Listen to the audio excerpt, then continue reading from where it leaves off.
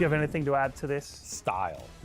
Style. One word. Style. I think it That's all speaks it for takes, itself. baby. Okay. That's what mid lane's about. Mid lane's about style. That's why every mid laner who plays it, they play it because they want to style on some dude, and they got style. The one thing that's weird about it is that Miracle has a couple more of those like standout moments where he had the enemy team in the palm of his hand. Literally outplayed 5 guys. Yes. I think that's what it is, yeah. The reaction time was all about Miracle, the bar shot from Kaka. It'll connect, follow up, Fidget for KP. He'll get the sun up the mountain, towards the middle of the field. Darcy, cornered off, Miracle, the echo is left there from GH and the Omni side. And damage output too big with the side. SCC is gone for 2 minutes. That's what gives him the most credit. Yes. Is that he was like the individual. And the Buds were there like helping him out. But Topson was more of like a gelled into the team thing, I think. Like Yeah, I they played a think lot you're right. around him and you saw the success together as a unit. When we think of Miracle, you think of just like some giant like, 25-0-7. Can you think of a play or a moment each for Ну что ж, всем привет, пацаны. Сейчас посмотрим стату, там мало вышек у Ами вышло. По-моему, 7 вышек, но зато меньше смертей и крипов, я не знаю. Посмотрим.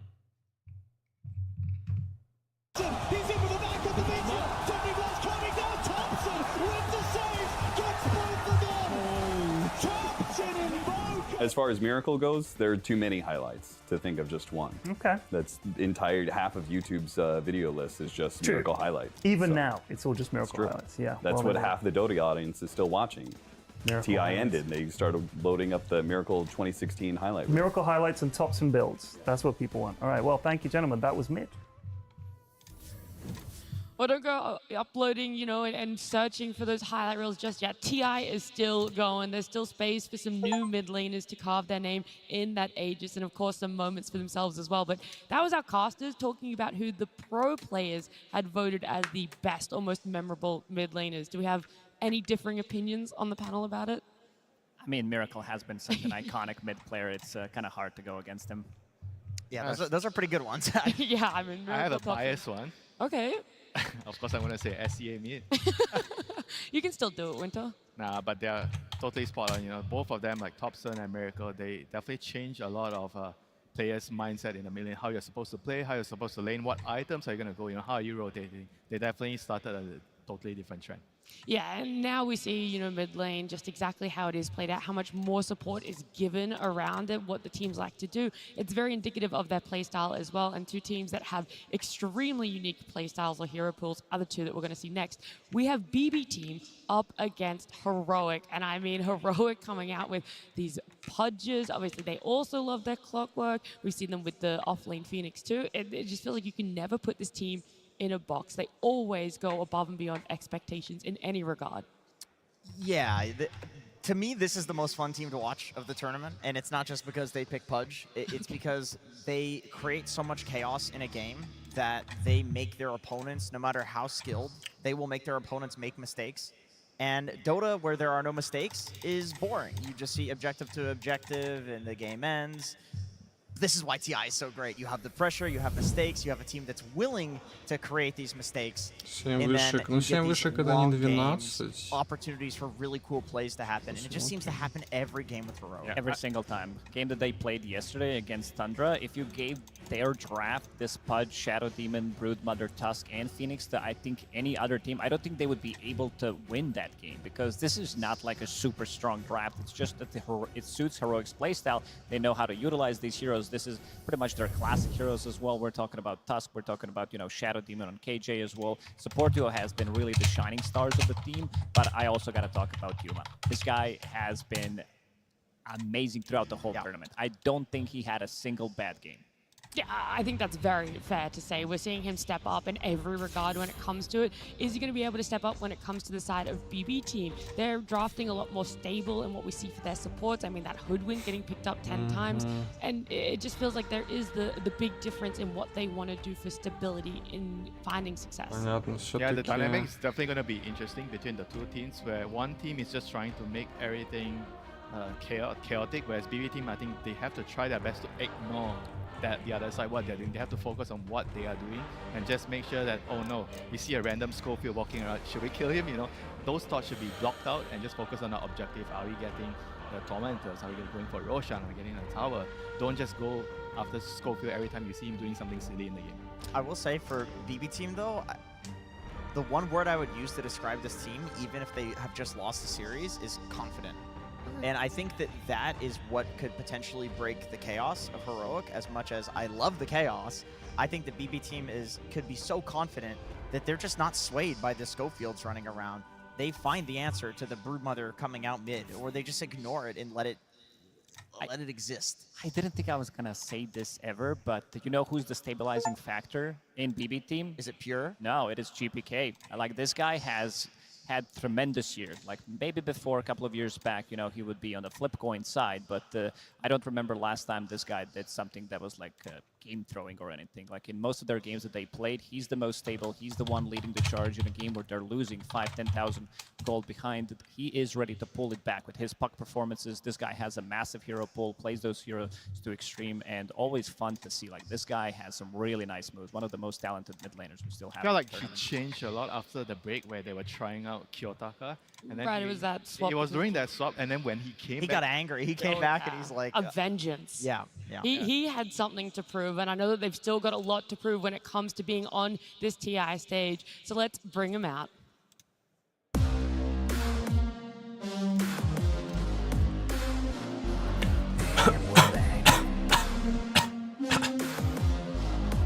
Давайте, через ББ.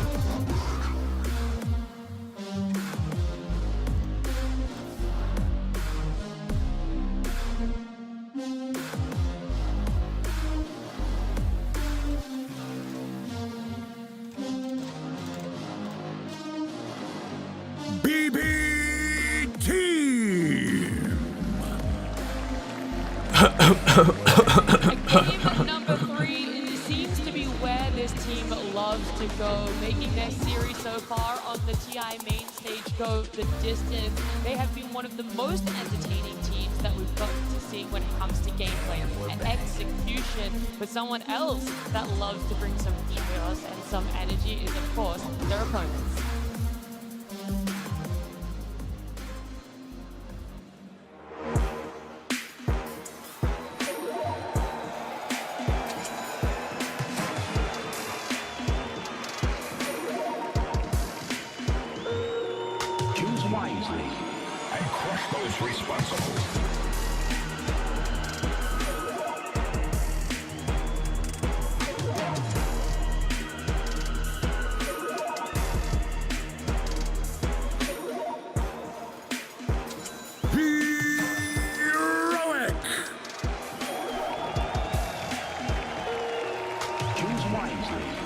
These 5 players are striving for their best result at an international, not just personally, but for the South American region as well. Top 6 is where they currently sit after this best of 3. If they can get a win, a top 4, that is the best we've ever seen from these players and from that region.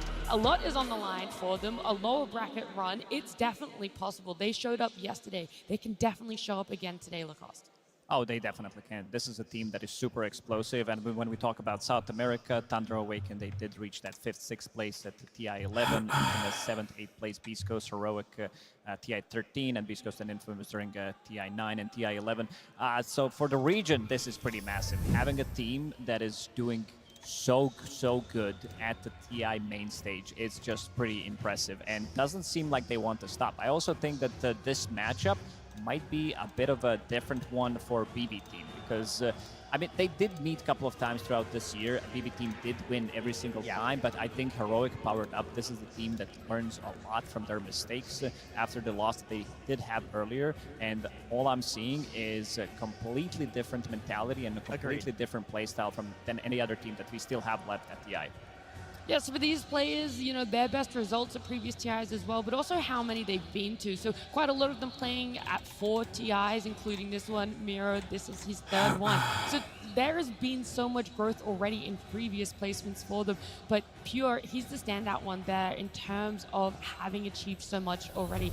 I feel like he's one of those players that just would not be happy going out here now. This elimination, I think, means more than anything to he wants to make it to that final day is essentially what I'm saying. Yeah, he did reach that with Tundra, but also I don't think Pure has reached his full potential yet at TI here, because in the previous performances, this guy is the dominating factor. He's the one controlling the tempo of the game with his Monkey Kings, with his CKs. He plays Lone Druid as well, but I don't think he's playing to 100% yet. It really feels like BB as a team, they live or die off of the back of Pure. This is what we saw in the series yesterday, where he was rotating on anti-mage, you know, level 2, level 3. Oh yeah, that mid rotation. It was really interesting. Like, he has very creative ideas when it comes to the game. He has a lot of confidence, but as a result of that, you can have these games where it's very volatile. Like, either he's 18-0 or he's 0-18, which makes for very interesting Dota. I mean, on top of that, I think it's very rare nowadays to see a carry player leading the team as the captain. Yeah. Like, usually you see it come from the supports, or maybe sometimes from the mid player, because a lot of the plays come from the mid, or maybe sometimes in Tundra's case, you know, the 33, you know, the offlaner is the captain, you know, but you rarely see nowadays players from the carry role actually captaining the team, because on the carry side, there's a lot of responsibilities on your own, right? You have to really focus on your game, your itemization, your laning, what you have to do in the game. So having to hold that extra responsibility with the draft and taking care of the team aspect is something that is really, really big.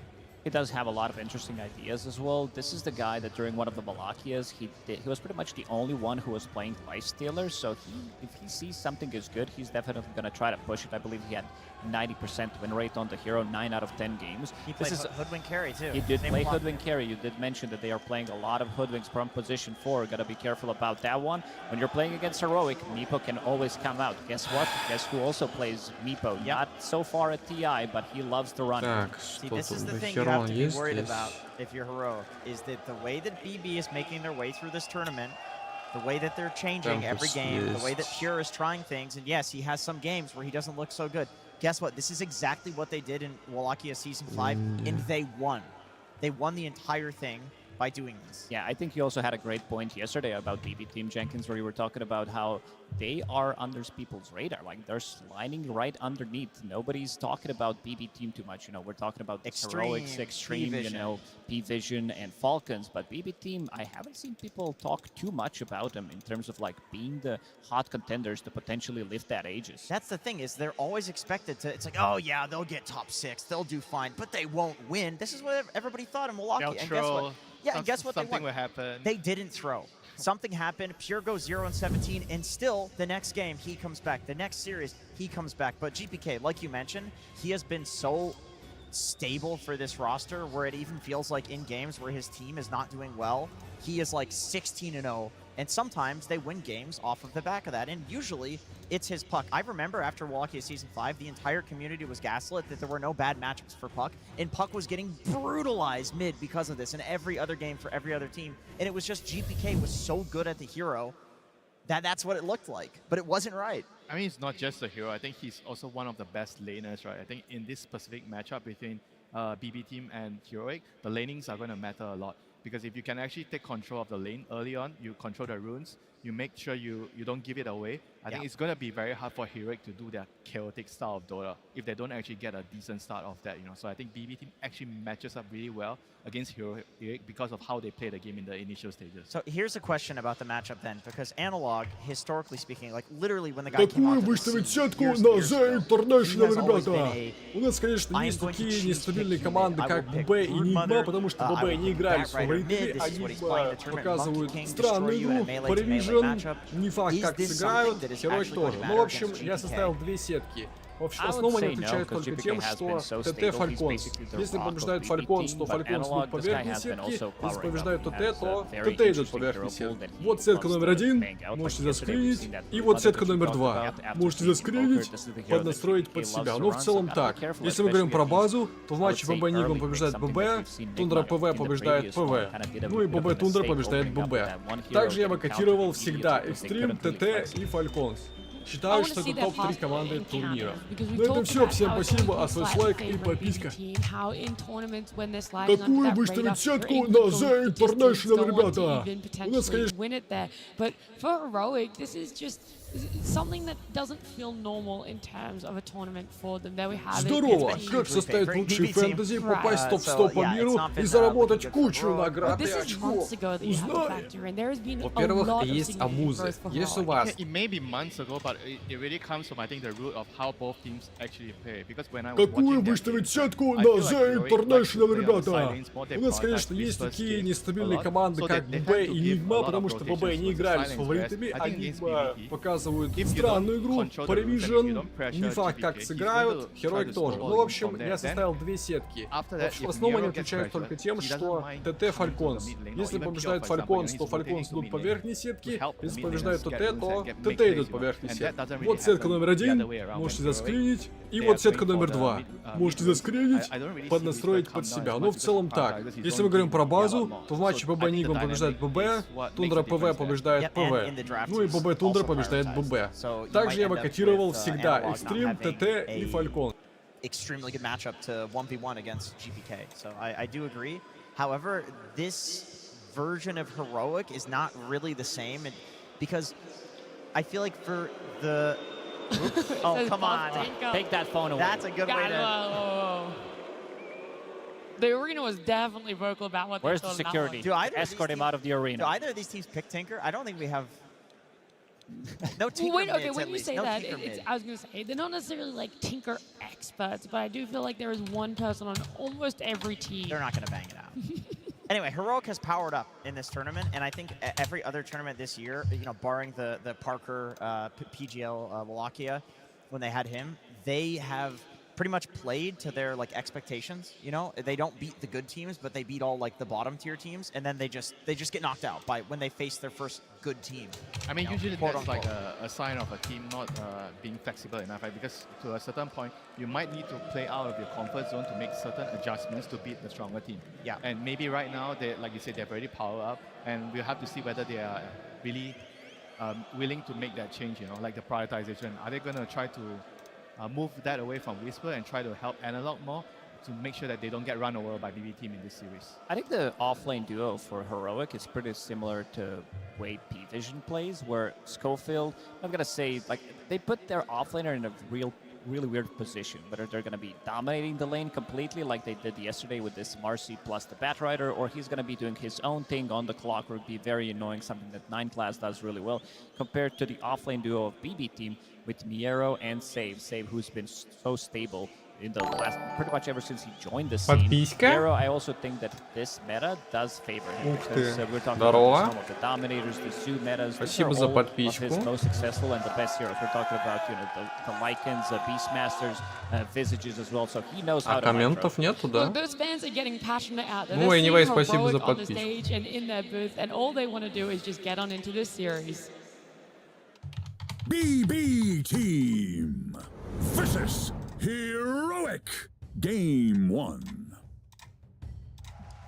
Yeah, we have another elimination on our hands here between BB Team and Heroic. We've talked about the chaos that could potentially ensure for these two, pending on what they get their hands on in the draft. The stability coming from that off lane, especially in the position 4 on the side of BB Team. However, on the side of Heroic, it's the chaos that is somehow stabilizing their lineup in a position 4. I'm never going to get used to a first phase ban punch. That is so goofy and wacky. Actually, speaking of the 9 class comparison that you made, Lacoste, I think one of the best measures of goofiness in a position 4 and like chaos is courier kills, because you're just on the enemy side of the map. That's where you're going to snipe couriers. 9 class is number 1 in the record for I this assume tournament. Schofield's number 2.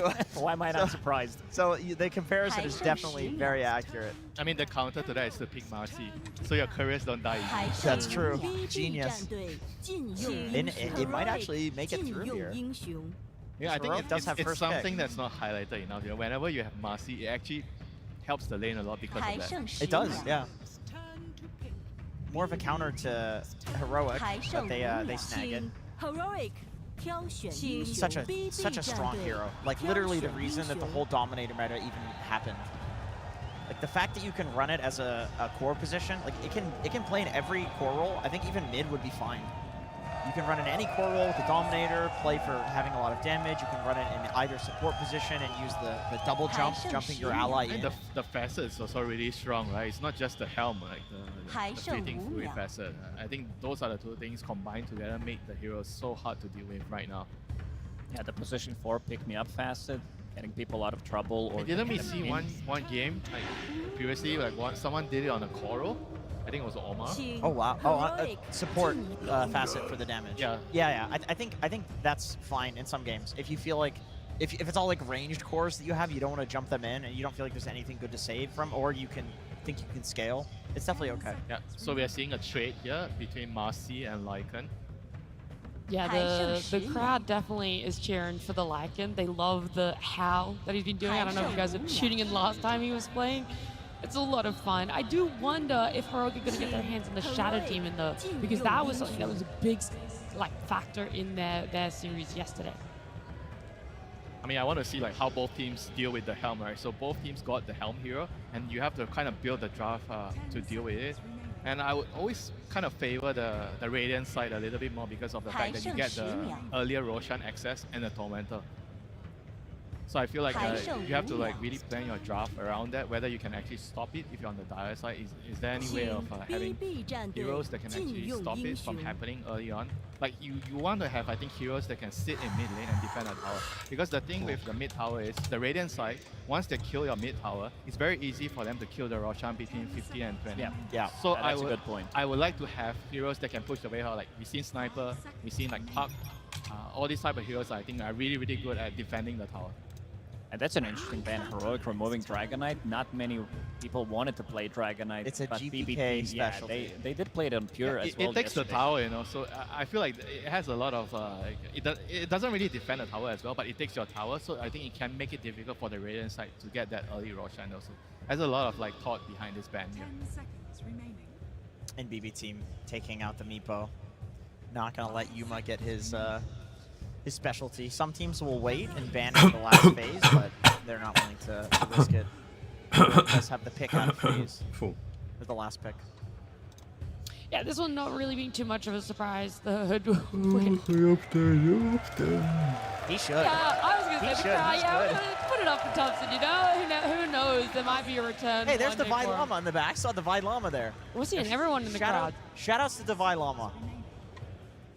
Yeah, awesome. We're going on to Heroic. And their pickup here with the Chen. So this is a different sort of take that KJ can go for. It's a very fast-paced lineup. Я на члене, враги на члене, как говорится. Run them over from the early game. They're like, you know what Falcons did yesterday? They removed Dragon Knight. They did beat Dragon Knight as well in one of the games, but they also did play Chen, which gives them quite a lot of momentum. Like Chen brings all these auras, very annoying for the offlaner to be laning. Yeah, I think you might сами поставить. I think Wyvern is very good against Просто вот these two сюда heroes, very good Ами. against Chen. He kind of blocks the Marcy's damage. So it'll be Здесь interesting было to бы see whether they actually go down there after this. 40k. Okay, Queen of Pain. I would say this is quite punishable from her. It's also really good with the Chen, right? Because Chen likes to go mid and pressure and take the tower. Co-op always keeps the enemy mid lane low on resources, so it gives you a lot of opportunities to kill the tower. That's a cool point. That's a cool point. I feel like there are heroes that can counter Queen of Pain, and I don't know. She doesn't really like playing into Lycan that much. This is a very interesting one. I mean, Hoodwink is a really low HP hero and very hard to catch. So I do feel like Queen of Pain loves playing against Hoodwink. And the thing with Heroic is Schofield does play Quap. This could be a Quap 4. Could be a Whisper Quap as well. So for now, they're just keeping the flex open to see the two heroes that BB team is going to pick. They need some kind of a control. I don't think having Hoodwink as your control is going to be enough, because this is not a reliable control. Maybe in Safe's hands it is, but also Lycan doesn't provide you with much. But again, if we talk about the Lycan, this hero gives you very strong time. Gives you like 12, 13 minutes Helm of the Overlord as well. Then you're going to be pushing with your Wolves, you're going to be pushing with your Shard. A lot of ghost pushing that's going to be happening on the map, which means that the lanes are going to be in a good position. So it's potentially you going for Tormentor, collecting all that information. One of the reasons why this hero is first pick. Ну аж. Yeah, we love being able to open up the map for those objectives there. Жаб Фонтан 58. I just don't really know where they go for this. If there is this comfort that needs to be relied on, or if you're going to try and go for something that is going to be catching someone off guard.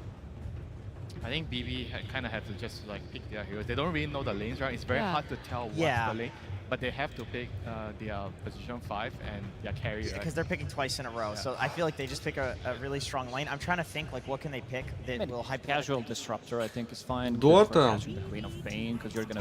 Потому что играть больше не во что. Нету игр, которые...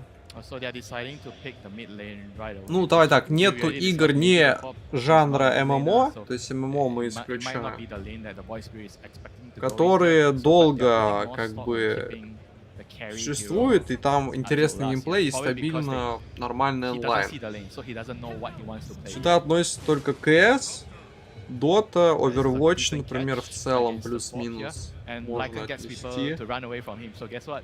Disruptor brings Что that back. еще? Yeah, he loves an anchor for sure. I mean, this is like one of the best duels, right? I think I remember seeing these two together. Ну I think да, вот today всё. in net you mentioned Yep. the combinations, Disruptor and Lycan. И выбираю It's между a вот этими very strong тремя, trio, только too, тут. Ну, лол between еще, да, the лол. mid and the two supports. Лига. They have a lot of Лига kill в том threat, числе, lots of но... magic bursts, lots of- Выбираю lots of ways между of locking CS, down, and Overwatch, even я if the выбираю two supports go ничего. with Lycan, like, these are Точнее, выбираю pretty Marvel ambitious Rivals, а Lycan, потом like, убираю Marvel Rivals. А между Лигой и Дотой выбираю Dota.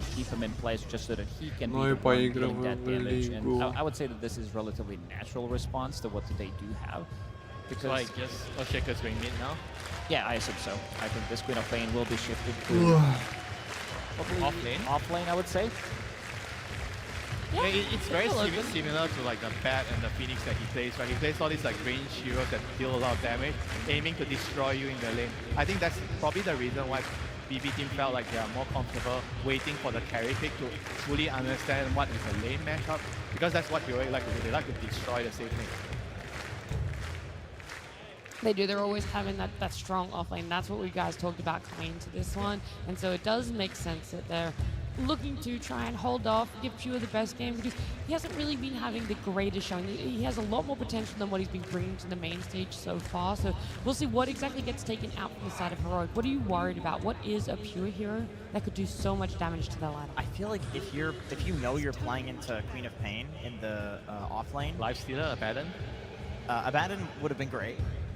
Lone Druid does very well against Queen of Pain. Oh. And I feel like that's something you should be afraid of, not necessarily because it's the best, but because it's very good and it's BB team. But does it depend on who's your 4 as well, right? Maybe the right position 4 would enable the co-op against that specific matchup. I don't know if there is a position 4 that enables co-op versus Lone I mean, Druid. some of these melee position 4s, if we're talking about Task potentially coming out, but for now it does seem like they are thinking that this... I mean, Marcy is kind of the same type of the hero if we're talking about melee position 4s, that they do have stuns. Queen of Pain, Marcy could be their offlane duo. Yeah, just pick another carry, right, if they want to. Yeah, that's true. That's what BB seems to think. They're banning out the carries. Yeah, Marcy Qualm is definitely a very strong lane. Disruptor can feed in that relentlessly. Yeah, so that Queen of Pain and that Earthshake, still having some questions, but now I feel more confident that a Marcy is going to be a support. So yeah, just straight up banning out what carries are good here. So both of them trying to get the best lane matchups, the best possible last pick.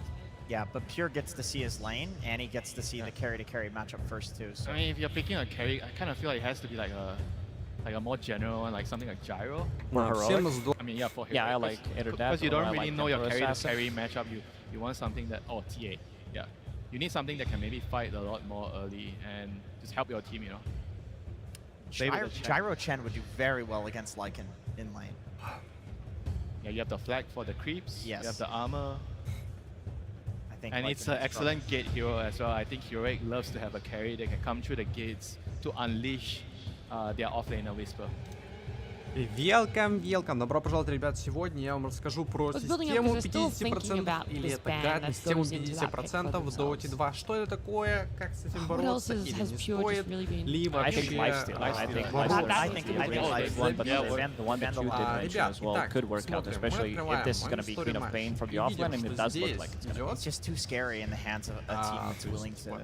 Победа, поражение. Приятно, у меня были как лустрики, но думаю, думаю, Would that really be that gyro, though, or do you плюс-минус lose a little bit of есть. faith? Так That вот, was the match. смотрите. Gyro in lifesteal is a bit Ну, complicated. I это don't think you информация в can основном для beat the новичков, но lifesteal может later. кто-то не в What about курсе. picking up the life В steals Доте, themselves? когда у вас идет несколько побед подряд Wow, или well, that несколько answers поражений my подряд, question. в следующей игре вы наиболее вероятно должны прервать этот стрик.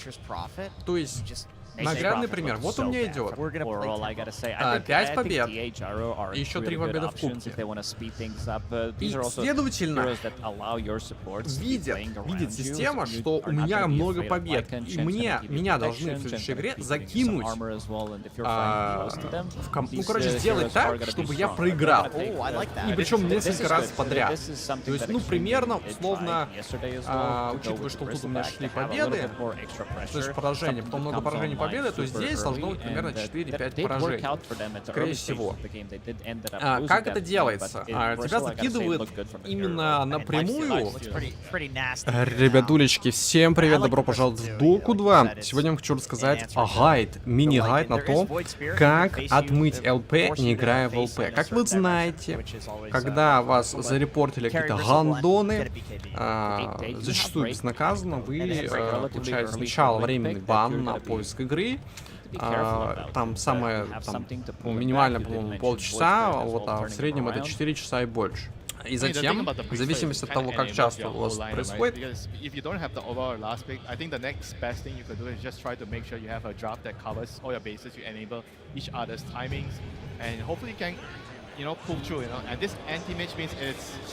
it's gonna go totally the other way for PRX. I see. Okay. I mean, this is a co-op counter in the lane. This is a lane dominator against Queen of Pain. Although I will say. Wait, do you change your lane matchup right now? Put the антимаг, блять, мы уже видели антимага. Yeah, they're doing Scofield Преимущество 4, Доты. on Queen of Pain. And Bristle versus AM. Ну, просто приятнее геймплейно. Smart. Very smart. То есть в той же Лиге Легенд геймплей как будто бы... Ну, какой-то вот он... Не очень удобный. I feel like their lineup is slow with the anti-mage, but if you can actually win the lane, then it kind of compensates for that fact. But Heroic is noticing that how important is AM needs to win his lane, so they're swapping their heroes down to try to destabilize that. So I think I kind of like what Heroic is doing here, and I feel like this AM won't have time to pump. Yesterday against Falcons, this anti-mage was level 2 in the mid lane, trying to go for the gank. I think this time around things are going to be slightly easier for him, but overall, when you think about how much control they do have against this anti-mage, there's Earthshaker. That's pretty much about it. That's true. I like the switch up. I think Heroic has 3 winning lanes. Earthshaker should also do very well against Void Spirit mid. The question is, like, it is GPK. He seems to win matchups that he shouldn't. Does that factor in? But I love the switch up. I mean, it's not just the lane, right? After the lanes, they're going to group up with this Shaker and Chain Creeps and the BB in front. How is the AM going to stop the push? Like, they're going to lose their towers, they're going to lose Roshan. They're on the Radiant side, Tomato is going to go down. And I feel like AM is going to need too long, and he's going to miss his timing in this game. Well, is there a timing on the side of Heroic now that we're seeing? Is there a moment where you feel like they might lose some power and kind of fall a little bit short? Is there that time limit? I think this is where Lycan comes in, because this hero comes online so quickly, so it's going to be a lot on Miro to be able to do a lot. If he's not shut down, it's going to be him and GPK buying just enough time so that Anti-Mage can be able to push back, because this is not an early game-oriented hero. Even with the Helm of the Dom, I just want to see how good of a start you're going to be having on this AM. Alrighty, we're almost ready to get into our game. Before we do, we're going to head on down to the stage with Tsunami and the coach of Heroic. Thank you very much. I am indeed joined by Caps of Heroic, where I've got some questions about what you made Schofield do this game. You picked up the Queen of Pain, decided to turn it into a support. What's the idea here? Well, I think everyone that plays high-level ranked know that Schofield plays a lot as a core. And Queen of Pain is one of the go-tos. He's always playing co-op randomly, and I think he plays really well on the hero, and we needed that for the draft. We're doing that a lot this tournament, and I believe him. I think he's gonna show he's good on the hero. I'm more than happy to see that become a reality, and what you're doing for the draft is working consistently. You put Analog on Shaker. I'm biased, but that has been my favorite hero to see him on. I'm happy you're making it happen. What was the reason in this matchup? They picked the Void Spirit. It is a flex for them, because Spirit already plays. And we figured that if we pick Shaker and we have Quap, we can have 2 good lanes against Void Spirit on both mid and off lane. So we could double flex and just play for that. It kept him guessing. I need a one-word answer for this last one. Anti-Mage, 25th, 24th pick. Are you scared? Yes or no? Nah. He's not scared. Let's see if it happens as we get into game number 1.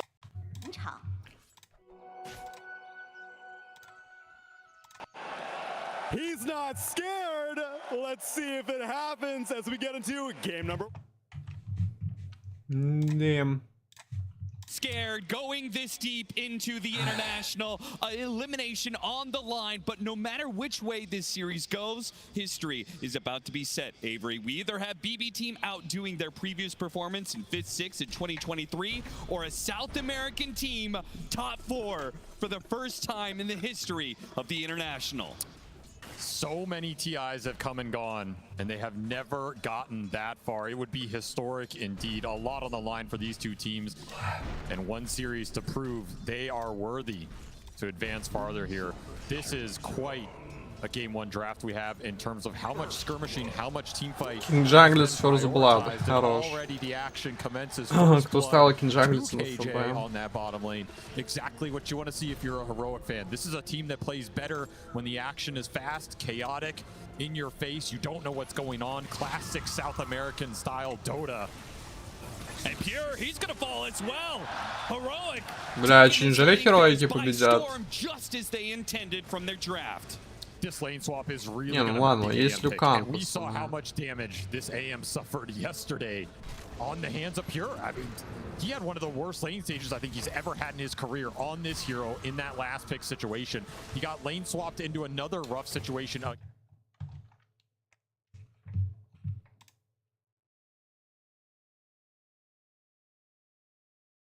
Much worse than the last У меня есть ощущение, знаете, какое мнение, что Пюр просто доигрывает этот турнир, и, возможно, он уже не в этой команде по факту.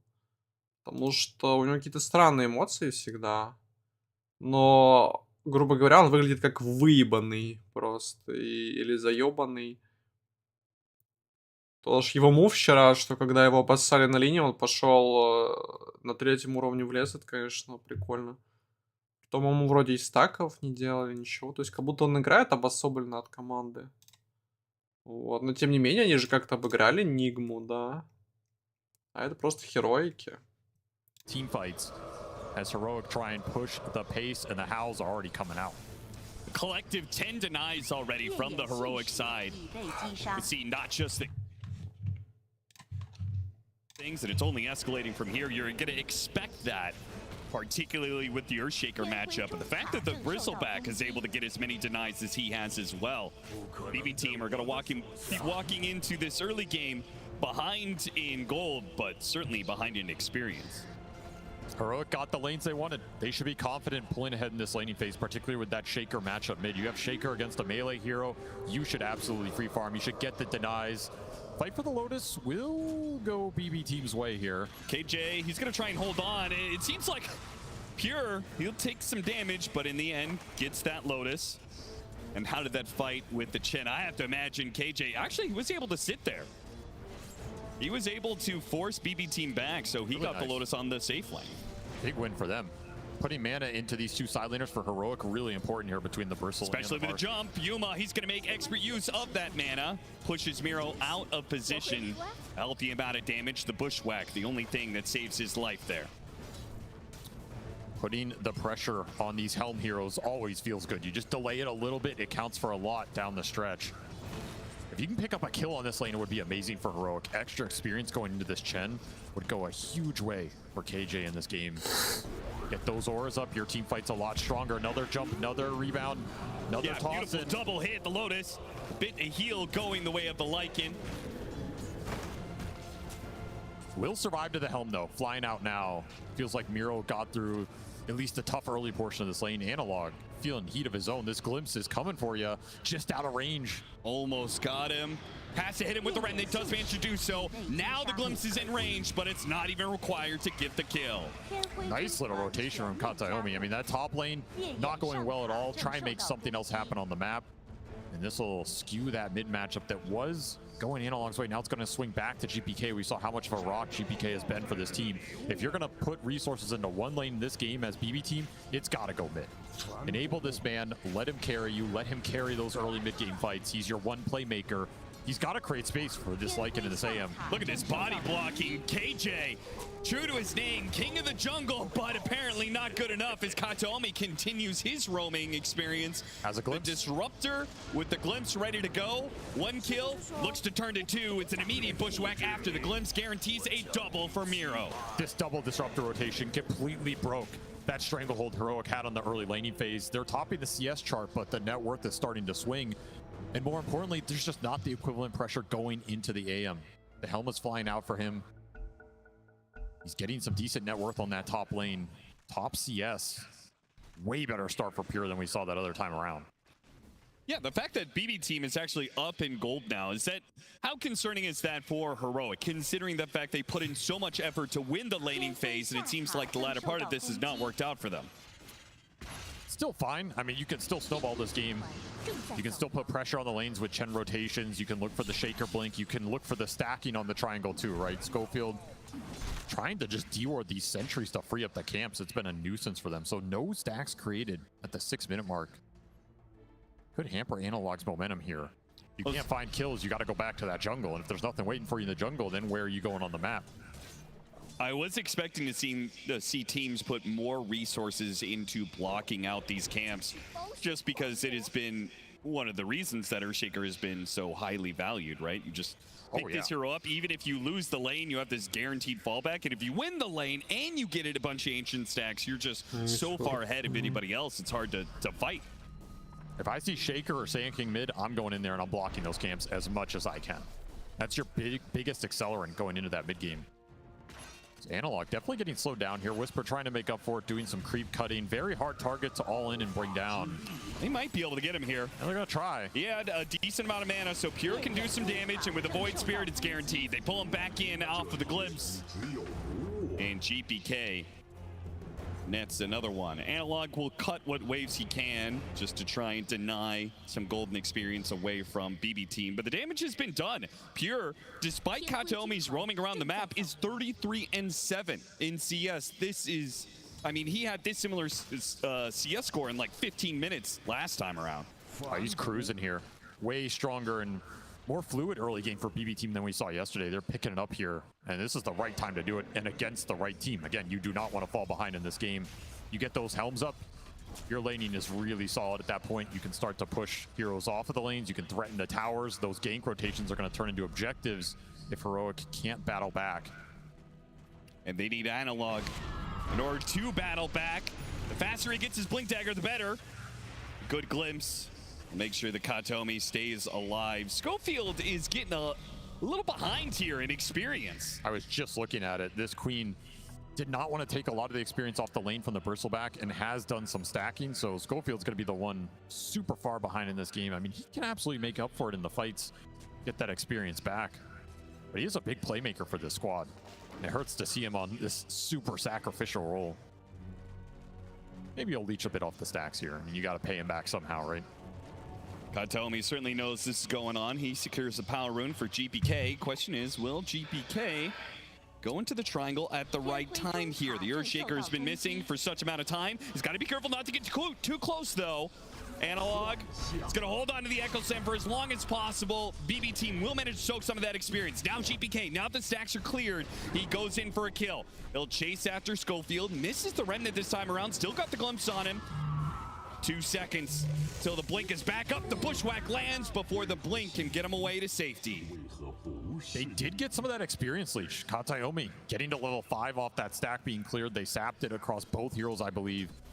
Pretty decent win for BB team. It's really tough to get in there and contest the actual creeps, but if you can get the experience, it's a huge boon. Schofield will recover his game a little bit, also pushing up to level 5. Very even across the board. Just be a matter of Analog finishing up this blink, and then you can look for some aggressive plays onto this Void Spirit, potentially. Quick smoke here from Save. He wants to get GPK's momentum built even more here. Dynamic duo of Save and GPK. They have been the ones on BB team who have secured them or brought back many a mid game. Just these two running around finding kills. They're looking for one on Yuma here. He's tanky. He is. If Yuma had some sort of creep to jump to, he might have been able to get away. But even after the rebound, there was still the glimpse. BB team brought in Katomi, 4 heroes in the bottom lane. And why not? If they get a kill like this, if they clear out this bottom lane, the tower is free for the taking. It's a Lycan, it's a Helma Dom, it's kind of guaranteed. It's just dying. Double troll summoner down here. All this skeleton rally on top of wolves, on top of each other. So much tower damage. This tier 1 just got shredded. Trying to secure power runes here. Instead, going for the kill on Katomi. A Fisher will help out here, slowed down by the Hellbear. They certainly got it, but the trade-off. GPK trying to do some damage. Sonic Wave just got picked up. Big damage on Save in the back lines. They focus on GPK, though, and they've got the Sentry in place. Despite the Invis Room pickup, they still hit the kill necessary for Heroic, as it felt like things were slipping away a little bit. Really nice connection from Schofield. He hits 3 screams plus the Sonic Wave on 2. Max damage coming out from that fight. Your Queen of Pain right there. Hits his mark. That's exactly what you want from this support. It'll get him to an early fighting item here. And a really nice connection with the cores. I will say this combination of mids that are able to go hit jungle, the Earthshaker, Beastmaster, the 2 that come to mind, clear out stacks, giving an opportunity for supports that fall behind like Schofield did in this game, and just give them the mid lane for a while, right? It has done wonders for a lot of these 4 positions that have found themselves a little bit starved in experience trying to give solo to their offlaner. I agree. They did a nice job recovering Schofield here, prioritizing him. Do not want that Sonic Wave on off the bat for too long. Straight up Echo is the burst damage. There it is. They got him with the trio of Whisper, Analog, and Schofield. They pick up that kill, but the pressure from BB team is still on. They may be finding kills around the map for Heroic, but BB team are taking towers. The rally continues here. Glyph already popped this tower. It's gonna fall really fast, and you use that Echo top, so they're very confident to push. In fact, they want more. They want mid and a kill top, looking for the glimpse plus the sharp shot. Managed to get the shot on him. He's gonna be broken into the Static Storm for the guarantee. Not messing about whatsoever. As Heroic back away after taking the tower of their own, they lose a core. This is a really fast-paced game right now. Everybody's just looking for more off of the initial play, and those are generally the games where Disruptor thrives, because you always get that +1. You always get that secondary kill off the little tower of the fight. Kataomi having himself a very strong early game here. Sonic Wave back up for him. Got him, but they used the glimpse, so unfortunately a bit of overlap there. It doesn't matter. GPK, thanks to the amp damage, had more than enough to bring down Schofields and another outer tower pressure. The kill combo of GPK and Save, combined with Miro and his efficiency in taking towers, is taking map control away from Heroic at a blistering pace. This is where this anti-mage looks so much different than past iterations of the hero. I mean, Pure has contributed with this helm to a lot of pushes. He's been stable on that top lane. He's farming incredibly fast. You picked him off twice, but he has not slowed his game down at all. And you simply can't say the same about Yuma's Marcy. Nope. Another break onto the Bristleback. Underneath the tier 2. This just cannot happen. Sonic Wave goes out. Already got the dissimulate. Nice hit from Yuma, though. Lands on top of the Void Spirit. Toss him back into Kataomi. They'll finish off the support, but can they get the core? This is a crucial kill. GPK trying to hide away. Goes to desperate teleport out, but there's a Fisher. That'll stop him in his tracks. Heroic, they do strike back. Just about to point out the fact that Yuma, despite having top net worth, has not really been an active force in this game, but he shows up at the perfect time. The points he has chosen, though, have been very good. That mid-fight where he helped them get extra kills, and now this top lane, you help pick up the Void Spirit again. He has shut down the Void Spirit's momentum off of the carry roll. Can't really ask for more. He's had himself probably his best tournament ever. I think that is easy to say. He's continuing to put the pressure on here. Quick smoke from Heroic. The pace just does not stop. They want to free up some space to finish the Marcy BKB. No Sonic Wave for this play, but you do have that Echo Slam Blink Dagger available for Analog. looking to find his mark. Would love to find a big core target off this smoke, especially if you're bringing multiple cores. This could be Whisper just farming that Ags. Instead, he's looking for the aggressive potential. Scan hits. All right, as he's on top of the Ancients, perfect opportunity for a big Echo Slam. A ton of damage. Miro, he's going to go for the shapeshift, and they don't have enough stuns. In fact, they're going to turn back around. The Earthshaker's in trouble. A static storm on 2. The Quap runs out of it, but the cores are stuck inside. Schofield makes his blink away. A glimpse to pull him back to his doom. They thought the opportunity. Miro was farming up Ancients, but the damage, they underestimated just how tanky this Lycan truly is. A total disaster of a play for Heroic. They just didn't have the Ags on the bristle. You're missing a lot of damage. There's not that many creeps around for this Echo Slam, and that Wolf, he's got over 2,000 HP. That is not an easy target to go in, especially without that Sonic Wave. Again, you made that play without the Queen of Pain ulti. If you have it, it's a guaranteed kill.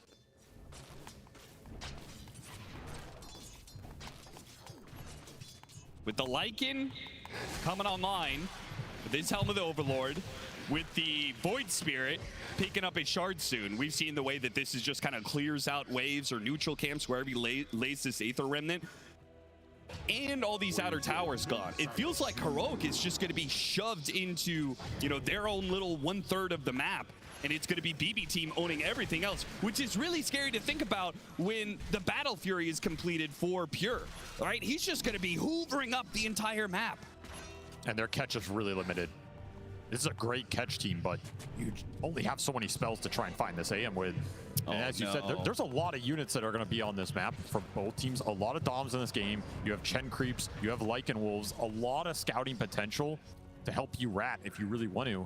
And that is part of BB team's game plan here. They want to free up the space for the Lycan and the AM to just get these side lanes in. They're going to be ghosts on the map. You're not going to be able to catch them.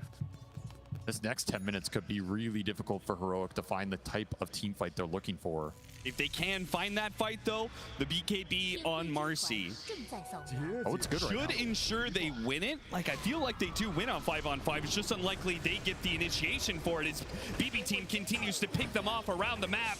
Schofield shot down right in front of his mid-tier 2. Not even the middle of the map is safe. And this is the issue. This kill team can play around that mid lane. You're going to have issues shoving it back out unless you commit multiple cores here.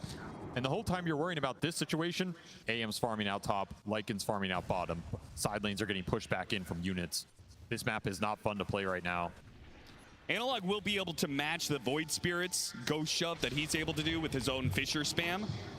Yeah, but look at how clumped they are. Afraid to go on GPK. I mean, especially with the shield rune, he's just unkillable right now. Yeah. But you're getting corralled. A lot of heroes by this bottom tier 2. You have to regain some map control here. Either smoke out, get some wards, look for the pick off, or back each other up to get these lanes out. You have more information to play off of right now.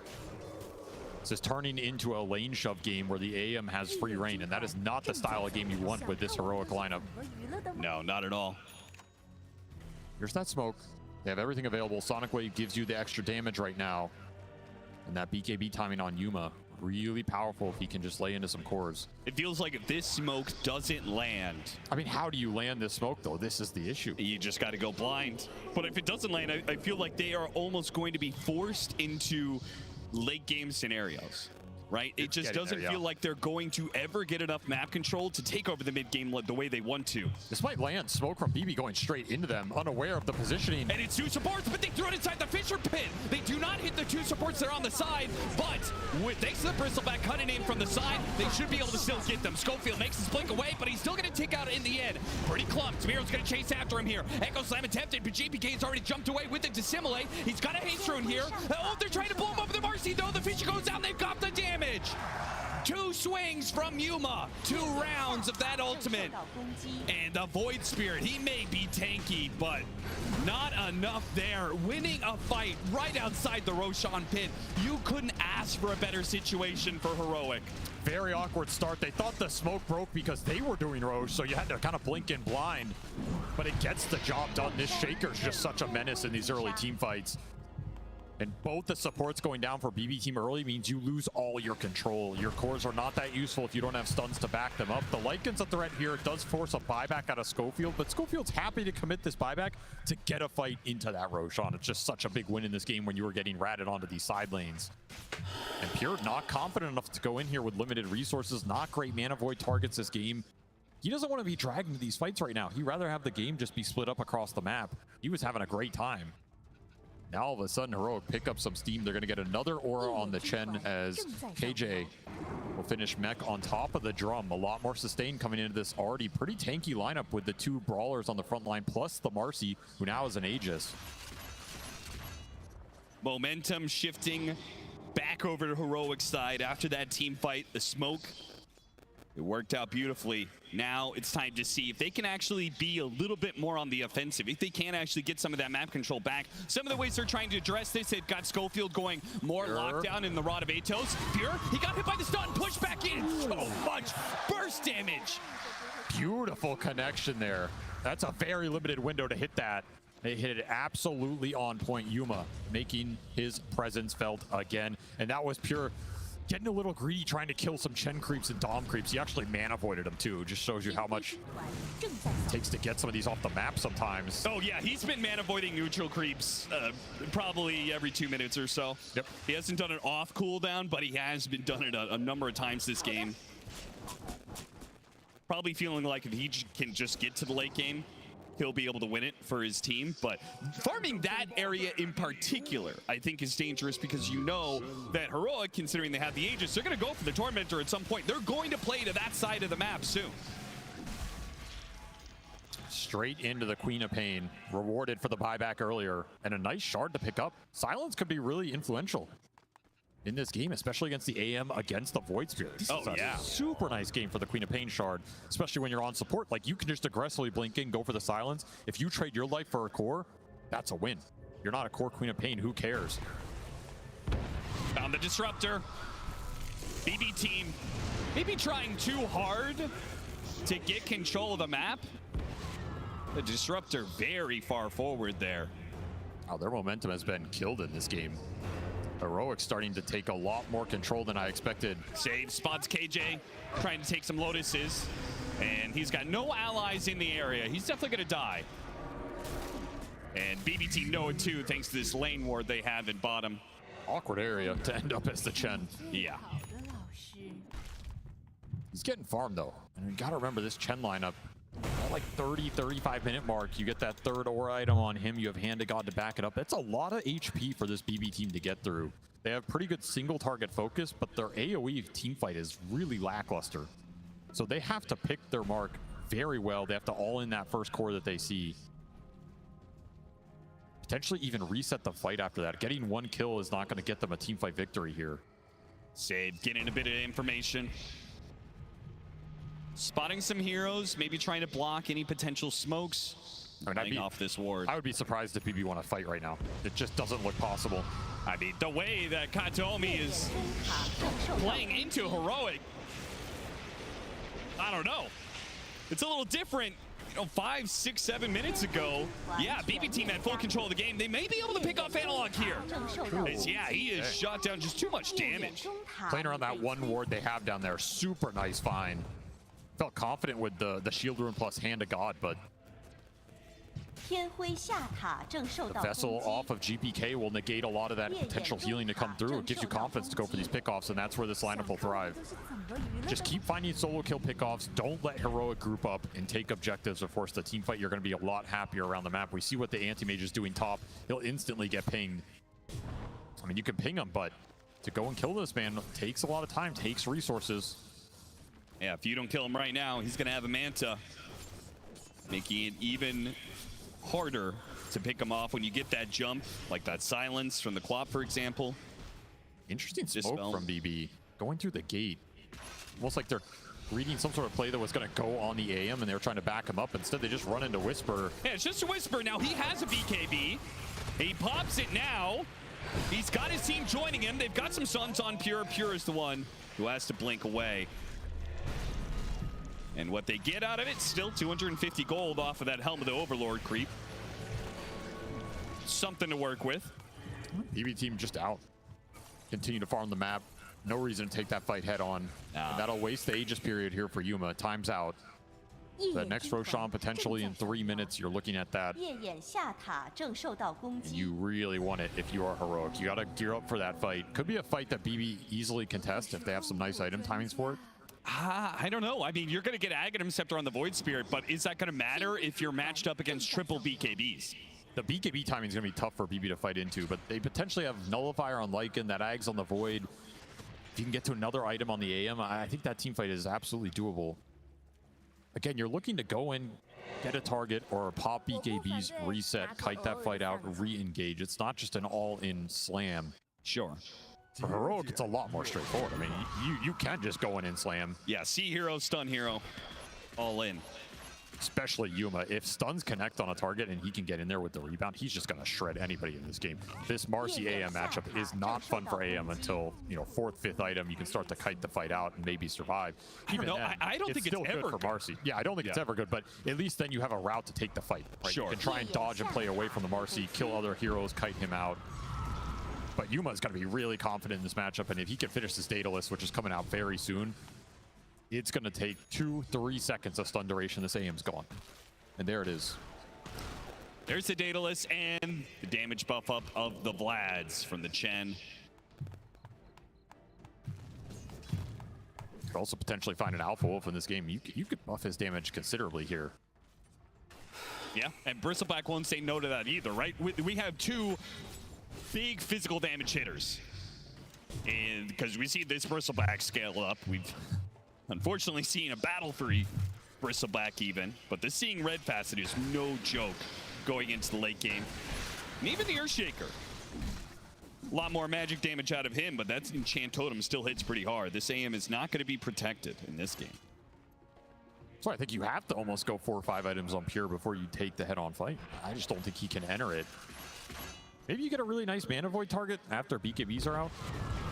They know he's here, but the Fissure just a little shy. GPK able to get a jump away, and now Schofield is an easy pickings for BB team. Well, their long-range poke and kill is so nice with this trio. Yeah. Just so low committal. You can't turn that play. There's nothing to turn on. Yeah, much harder for, I think, particularly for Marcy, who is kind of the shortest range core of these initiators. Like, you really need... You can't really contest this, like, 1,500 range that BB team is working with. No shot. The fight for Heroic has to be within Yuma's range and has to be centered around that Marcy damage. And every time you overreach or that fight gets stretched out, way harder to connect with your biggest damage source. So more time for BB to split this map. Game continues to be dead even. Yeah, well, look at that. I mean, Whisper is thinking the same thing. Yeah, I need to get on top of these heroes. He buys up a Blink Dagger. Yuma buys up a Blink Dagger. Double blinks for Heroic, trying to solve the gap close issue. I like it. More mobility in the fight to find your core target. More instant damage follow-up on the stuns from the Shaker. That could be a big problem for you in this game. The blinks should fix that. And Analog, he's going to find a gift down here. Yeah, what is this? Pure, once again, farming just a little bit too aggro. See ya. They are more than willing to drop double ultimates to get a big kill like this, particularly when Roshan is in that spawn tier. That's a huge find. Absolutely huge. Just gifted. I mean, I think that was a look of surprise from Analog. He's like, wait, this is real AM just sitting here farming. Yeah. And that Roche will be in 30 seconds time. So Heroic are going to set up for it, hoping it'll spawn sooner rather than later. That's a really long spawn for them. A little unfortunate here. But it also means they can just keep trying to take fights. We'll run into some wards, clear out the area. Thanks to a gem on Yuma, not even the Wolves are safe to scout out Heroic. Max spawn. You try and force it now. 15 seconds on the AM. There's a window here. I mean, they have a lot of physical burst to put into this. I also feel like it's easy for them to do it with just 1 or 2 heroes. Not a ton of risk in that regard. Yeah, you just man up here. I mean, again, BB's pit fighting is pretty lackluster. Even if you're clumped in that pit, what's to punish you? Static storm drop on a mass BKB lineup? Who cares? And even the Wolves, if they're not killed by the Marcy, they're converted by the Chen. Schofield I mean, he's been punished a number of times for these aggressive blinks. Apparently, he just does not care. The smoke wraparound, though, is coming from BBT. Moving up through the river, and Heroic have a lot of heroes inside of this pit right now. This is pretty dangerous. They're just all inning for it. Trying to finish up this Roshan now, and they will be able to do so before BB Team strike. Now, a Bushwhack grabs a couple, Sonic Wave goes down, and with Whisper blinking up to the high ground, it's hard for BB Team to get through. Nevertheless, they get on top of the Static Storm and take away the two supports. But do they want to fight this Marcy? After all, he's got BKB, he's got the Aegis, but it looks like Yuma has called it quits. He wants to back away. Whisper doesn't want to do the same. Nullifier placed onto Yuma as he's being hounded by the Wolf, but they go after the Bristleback now, who's just barreling forward still, refusing to back away. Now he pops his BKB, but it's a bit too late. The physical damage, it's stacked up, and he's dead. Gem on the ground. Beautifully played fight from BB Team. They got the angle. They take the Chen down first. That's your biggest target. Take the sustain, the auras out of the fight. You get the other support on top of that, and then you're able to kite it out. And there's just no ult for Yuma halfway through. He's got to bail in that situation. Yeah, I don't mind Yuma making the call to bail, but why are they not on the same page? Why is Whisper pushing after kills and Yuma backing out? It got very disconnected very early. The start wasn't terrible, but they could not protect their supports, and this Lycan is doing some work in these fights. He's just chasing people down. There's no real control for him. Nobody wants to commit on that target. Big team fight when, even though the Aegis will go to Yuma, he does keep it here. It's something Heroic can play around, but not the team fight win they were looking for. I mean, I think the bigger loss, I think the Bristleback dying, you know, that sucks. But I think the loss of the gem, it hurts. It hurts so badly when you're the ones wanting to take team fights. We already saw the last Aegis expire without a big team fight forced, right? Oh, they're coming through the gate. Miro, you see this, right? You see what's coming your way. You just took the Tormentor, but you might just die for it to get the grab on him. Hit him with a stun, lock him down with a Rod of 8 Toes, and once again, the Unleash combined with the Sonic Wave, they've got him. A Bushwhack, grab on a 2, though. See, he's gonna burst down KJ, and he makes a break for it. He's out of here. Nice little pickup from Save. That is a 7x streak on that Lycan. And okay, Analog's not messing about. He could have waited for that Ghost Scepter to fade away and just enchant Totem hit him, but he didn't want to take any chances. That's a very hard exchange to evaluate. I feel like it's kind of worth it for the Lycan. The Shard went to the Hoodwink. That's the one you wanted here. Wants to use that Boomerang to pick up another support kill. Like, that exchange is okay, but that was a big streak on the Lycan. A lot of gold going into the Queen of Pain there. Still, it's time for Pure, who does have a Butterfly. So he has an answer, kind of, to the Marcy for a little while. But he has to pick his blink target perfectly in the fight. Like, if he blinks in and he just ends up in the middle of the bristle of the Marcy, his fight's over.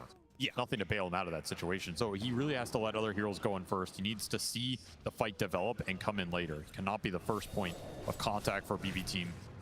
And Heroic will take that every time. I mean, if they see Pure, they're jumping him. They're all in him. Marcy is just going to slay him. 2 minutes left on the Aegis, and the lanes are actually kind of in Heroic's favor. They're getting them all over that mid line of the river. They have some map See what they can do with it. I mean, it's likely they will try and smoke during this Aegis period. I don't think they are confident enough to push mid tier 2 straight up.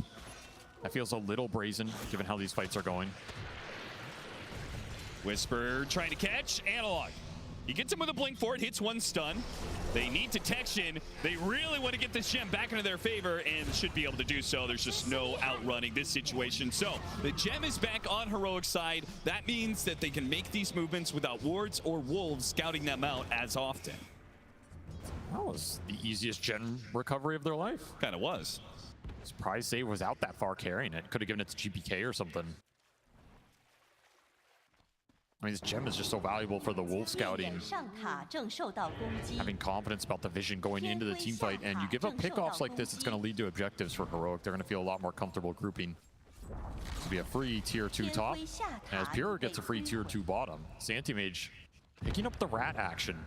And I think he asked a rat because I still don't believe that BB Team are going to be able to take the 5-on-5. You've got, even with the Aegis expiring, you've got this Shen who's going to pick up a shard, right? He gets one of those golems. That aura makes this squad, this triple strength core, so tanky. I just kind of don't believe that Pure has the damage to deal with that. He doesn't want to take the fight straight up, but if you can rat, you can put Heroic in an awkward position. Maybe you get a numbers advantage somewhere. Maybe the single core pickoff that we've seen BB do a bunch of times with the damage from this Hoodwink comes through and gets a hero really low, forces out early BKBs. This kind of chaotic situation can create openings for the anti-mage to come into that fight later. Again, you're not looking to go in here and man fight the Marcy, but he can do a lot of damage. He is incredibly farmed in this game. Helmet Dominator, Battle Fury anti-mage is doing what it does best, pushing towards that level 25, getting incredibly farmed. There's a full Abyssal Blade. That is something that lets you fight this Marcy. In fact, you probably have the advantage right now with full Abyssal plus Butterfly before the MKB comes out on Yuma. In fact, well, he just finished it, actually. He's also very farmed, so... Yeah, I didn't get a fight out this exact timing. That's kind of what they're looking for, right? You get this Abyssal, you're like, okay, I can go in. I can Abyssal stun this Marcy. I can give us a little bit of a bigger window. Whisper, he's going to be one to break this smoke. They do not want to go after this bristleback, but maybe they have to. Oh, go! They actually can go for him. Still, though, the Echo Slam hits on Miro. He gets off his BKB, and Yuma does not get a bash. He couldn't get the lockdown. A glimpse back, but the BKB lasts just long enough for Analog. A Fisher as they try and retreat backwards here. Yuma does not see the opportunity. They may have to leave behind KJ, whether it's a Void Spirit or a Glimpse. Maybe they can protect him still with the Fisher as he gets up to the high ground. Pure with the Helmet Dom spots him, but Disruptor too far away for now. So in the end, it's Whisper to die. Not much else out of that fight. I guess Schofield did buy back once again. He is certainly not making a whole lot of progress in that network chart. Just huge burst damage coming out on that first target they run into. No bristleback back interaction. They just go heads up, chain stun him off the Bushwhack Remnant Abyssal. Overwhelming damage. Trying to pick up Save again. Yeah, Save once again not expected. Ooh, at the Sonic Wave. He tried to push him back into his team. That's okay. All is forgiven as long as the outcome is still income for Heroic. The crazy thing is they took that Bristle down. They have Heroic on the run, and you're still hesitant to straight up chase with the AM. Oh, yeah. Because you don't want to blink into this Marcy just yet. Will be 25 for Pure. And that'll be Mana Void cooldown. Nice little talent for him. Thinking about BKB here. That would give him a lot more confidence to go in early in the fight. Not afraid of the Shaker chain stun potential. Now he can Mana Void even more neutral. That's efficient. Brought the Shaker down bottom, plus the Marcy, maybe looking for a quick pick off on one of these waves. They will only find illusions. This feels like the point in the game where BB wanted to get to with this lineup, right? You stalled out the early momentum. You fought through those first two Roshans. Now you're getting to the late game with the Anti-Mage, with the Lycan split push. You have a lot of scaling to fall back on. You have a Disruptor Ags you can get into. You have 3 more items on GPK that he can eventually build into here. A lot of room to scale. I feel that way for both sides. I mean, the Void Spirit, known to be quite the menace in the late game, and they've got some very solid supports behind it, but Heroic also have like this tri-core lineup. It's not just all in on the Marcy. I think their biggest problem is going to be, yeah, that man right there, Schofield, and how well he's able to progress. Having to buy back 2 different times, and the sacrifices he took in the laning phase means that he is not scaling the best. But even he is working towards a Scythe of Ice, and as long as he's got levels, he'll have damage. Smoke coming through. BKB done for Pure. He buys out for this moment. A fresh blood right for Analog. This Octarine opting for that over the Refresher. They're going to spawn Whisper and try and burst him down again. Whisper wants to make sure he gets off the BKB first. But it does mean that the commitment from BB team, they can just go in and out. Oh, the Echo Slam whip there. Analog takes a bit of damage from somewhere, stopping his blink forward. He got clipped.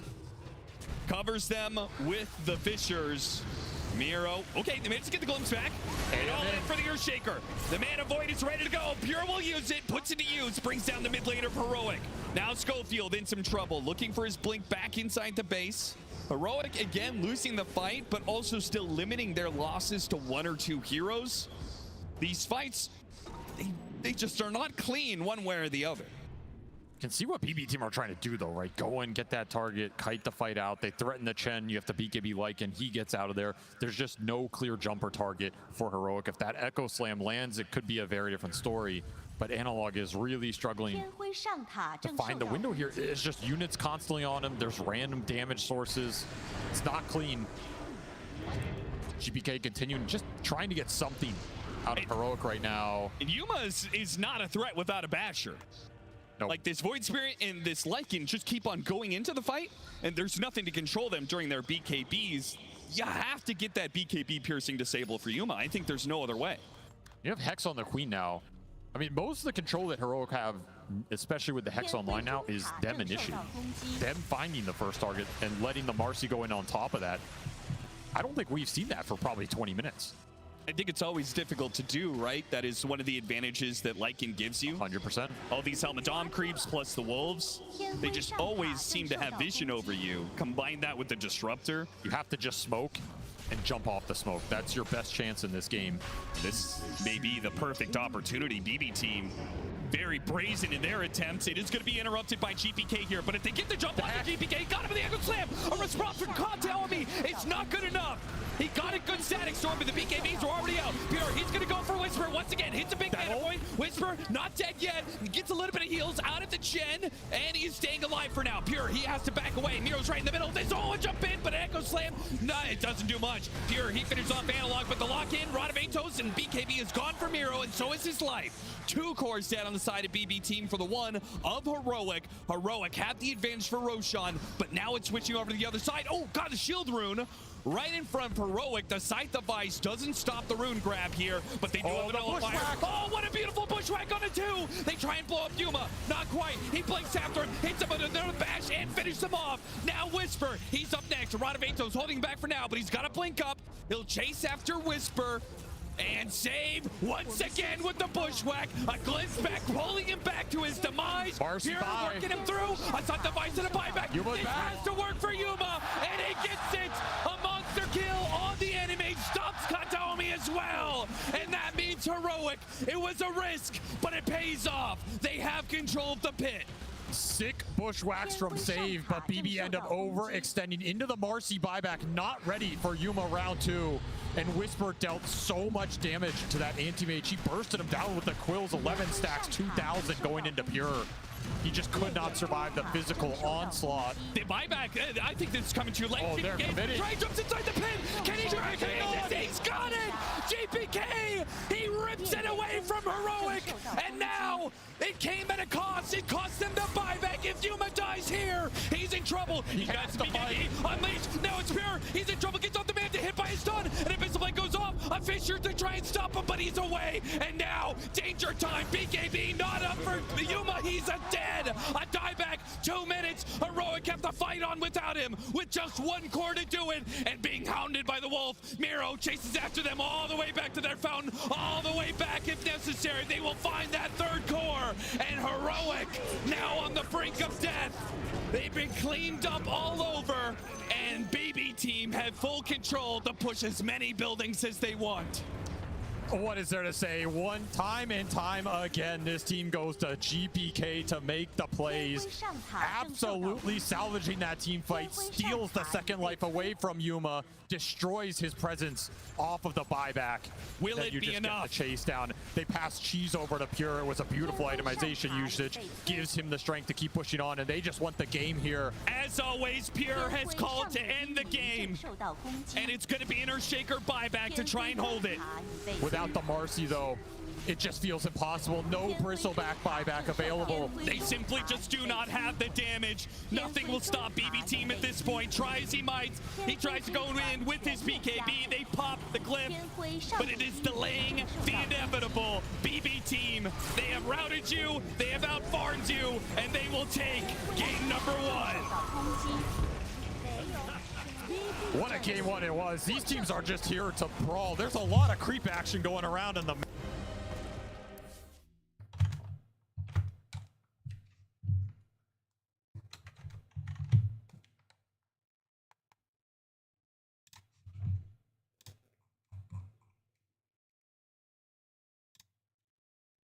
awkward. It slows all their pace down. But once that switch gets flipped, this team is on, and they are terrified. 35 minutes of farming. The Animage has come out of the jungle. He says, I'm done farming. It's time to end the game. And Pure does just that. Ну, ГПК, The acceleration ГПК. from BB Team Solid, closing solid. out this game. I mean, an Aegis snatch is really what turns the tides here, Lacoste, because there's all these fights around mid, a back and forth between the two teams, but it all comes down to that Roche. One thing I always loved about BB team is that they're ready to use their buybacks, come into the fight, and make sure that they're going to be ready to, like, they are a team that's, I would say, out of the other teams that are still left at the International, that are willing to risk it the most when it comes down to the buybacks. We saw like 2 buybacks in Enigma series, but they are on point. They use those buybacks, and they're going to be winning the fights off of that. Yeah, that game was awesome. That was like a UFC fight where they just like brawl right at the end, and then one guy gets knocked out. That was S-tier cinema. Like, I love the buybacks from Heroic. I really like that they were trying to like risk it all there. That is well within their character. But on the flip side, BB Team is, like Cap said, this is the team for just, we're going down mid, boys. Yeah, we're throning right now. Even if it's like really risky, they're gonna go for it. Like, you cannot give them that opening. They will take it.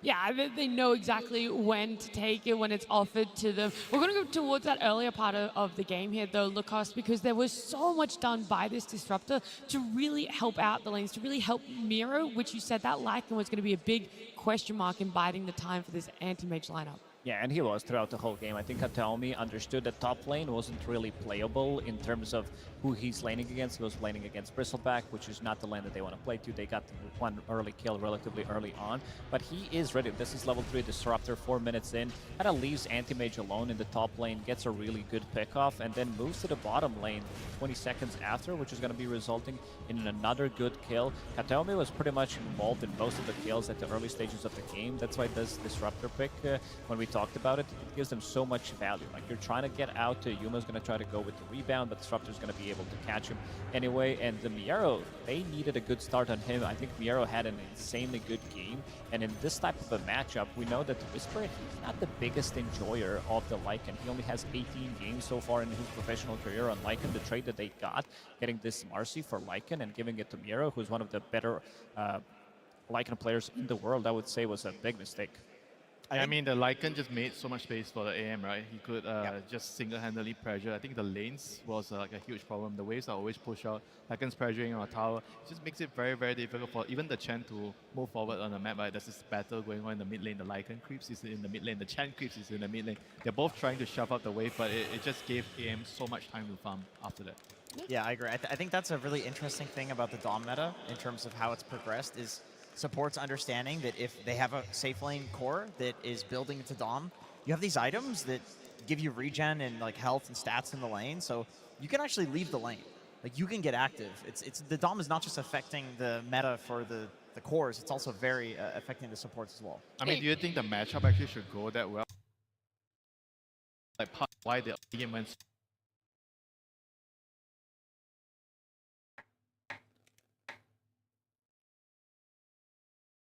I guess I'll respond to a question with another question, which is like, your understanding of the matchup, isn't that based on a meta where anti-mages weren't going Dominator? Because I feel like that changes things a lot in the calculations.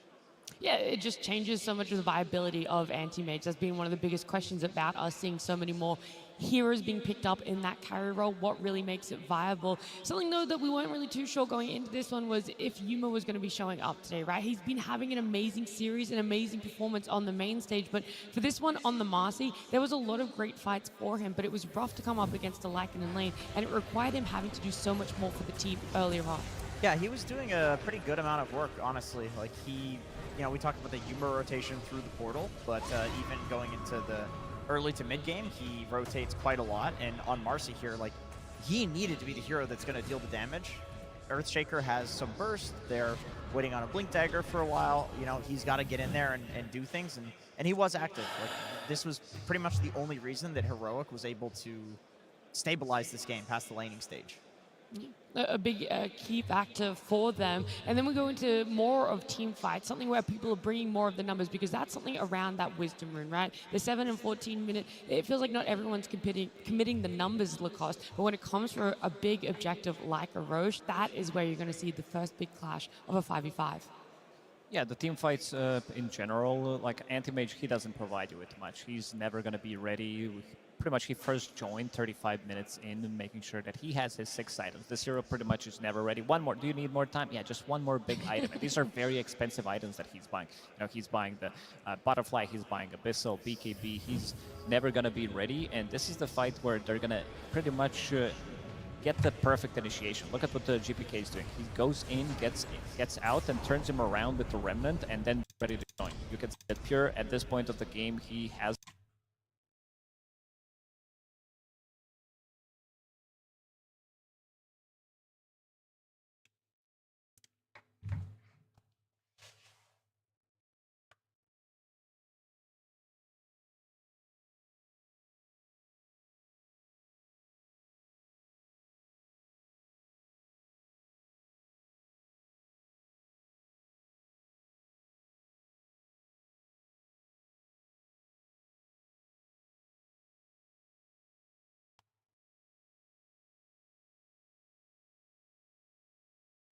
Look at this very closely because I wasn't sure exactly what clipped analog here because he had a really great, like, big echo opportunity. Look at BB all stacking together in the top right of the screen. What was it that clipped him? Oh, it was Disruptor. The Disruptor Q. Okay, extremely heads-up play from Katomi then. I mean, we talked about how he performed in the early game, making the rotations for his team. But we can see from this clip that his impact in the fights was more significant than we were even noticing on camera. Yeah, the Disruptor from the early and now what feels like into that later part of the fights is massive for Disruptor. Yeah. But that Earthshaker not connecting with his Echo was so impactful. They were actually kind of lucky that BB Team didn't take more off of that they had a second chance where we saw a significantly better Echo Slam take place, and that's what led into that next Roche fight and ultimately the Aegis Snatch and then into the BB Team victory. Yeah, we have to take a look at the Aegis Snatch. I mean, that's a given. Like, it's so funny. We talked about GPK as being the stable one on the team. Like, he always seems to do something clutch to keep his team in the game, even when things are not going so well. This was such an important moment because Heroic was committing all of these buybacks for the fight. Like, this was their Hail Mary. Yeah. And BB is like, well, okay, we also need to take a Hail Mary. And GPK in these moments, I don't know what it is, but it seems like he always seems to be able to pull it off. I mean, this was like the game ender right here. Once they killed the Marcy again, I think the game was like practically over already for Heroic. There's nothing much left they could do in the game. The anti-mage is unkillable. You don't have the Aegis, and yeah, I mean, this is just, you're just thinking about the next game at this point. I do wonder, as amazing as seeing an Aegis Snatch is, and we obviously see the outcome of that, how much would this have differed if we had have seen the Aegis go to the side of Heroic and have all of those buybacks come out from BB? I still feel like the BB side are going to be happy with the situation, even though if they don't get the Aegis, but they felt like they could have just ended the game there. That's why they are a very special team to watch, right? I think most teams would maybe just prefer to, okay, we have AM, we have the better late game, let's just not use the buyback and slow risk it down. Right? Play slowly. We're still going to be able to win it, but Pure says, no, I want to end the game now. GPK, please go and get the Aegis. That's because he finally had his items. He's like, guys, I can finally fight. Let's just do it. And of course, GPK going to be our standout player for this game one. You just can't look past it. Oh, absolutely. I mean, that Aegis steal and also the itemization that he did go for. He understood that they need to be able to punch back at the early stages of the game, so didn't go for Aghanim Scepter. Instead, opted to go for Spirit Vessel. That gives him a little bit more tankability.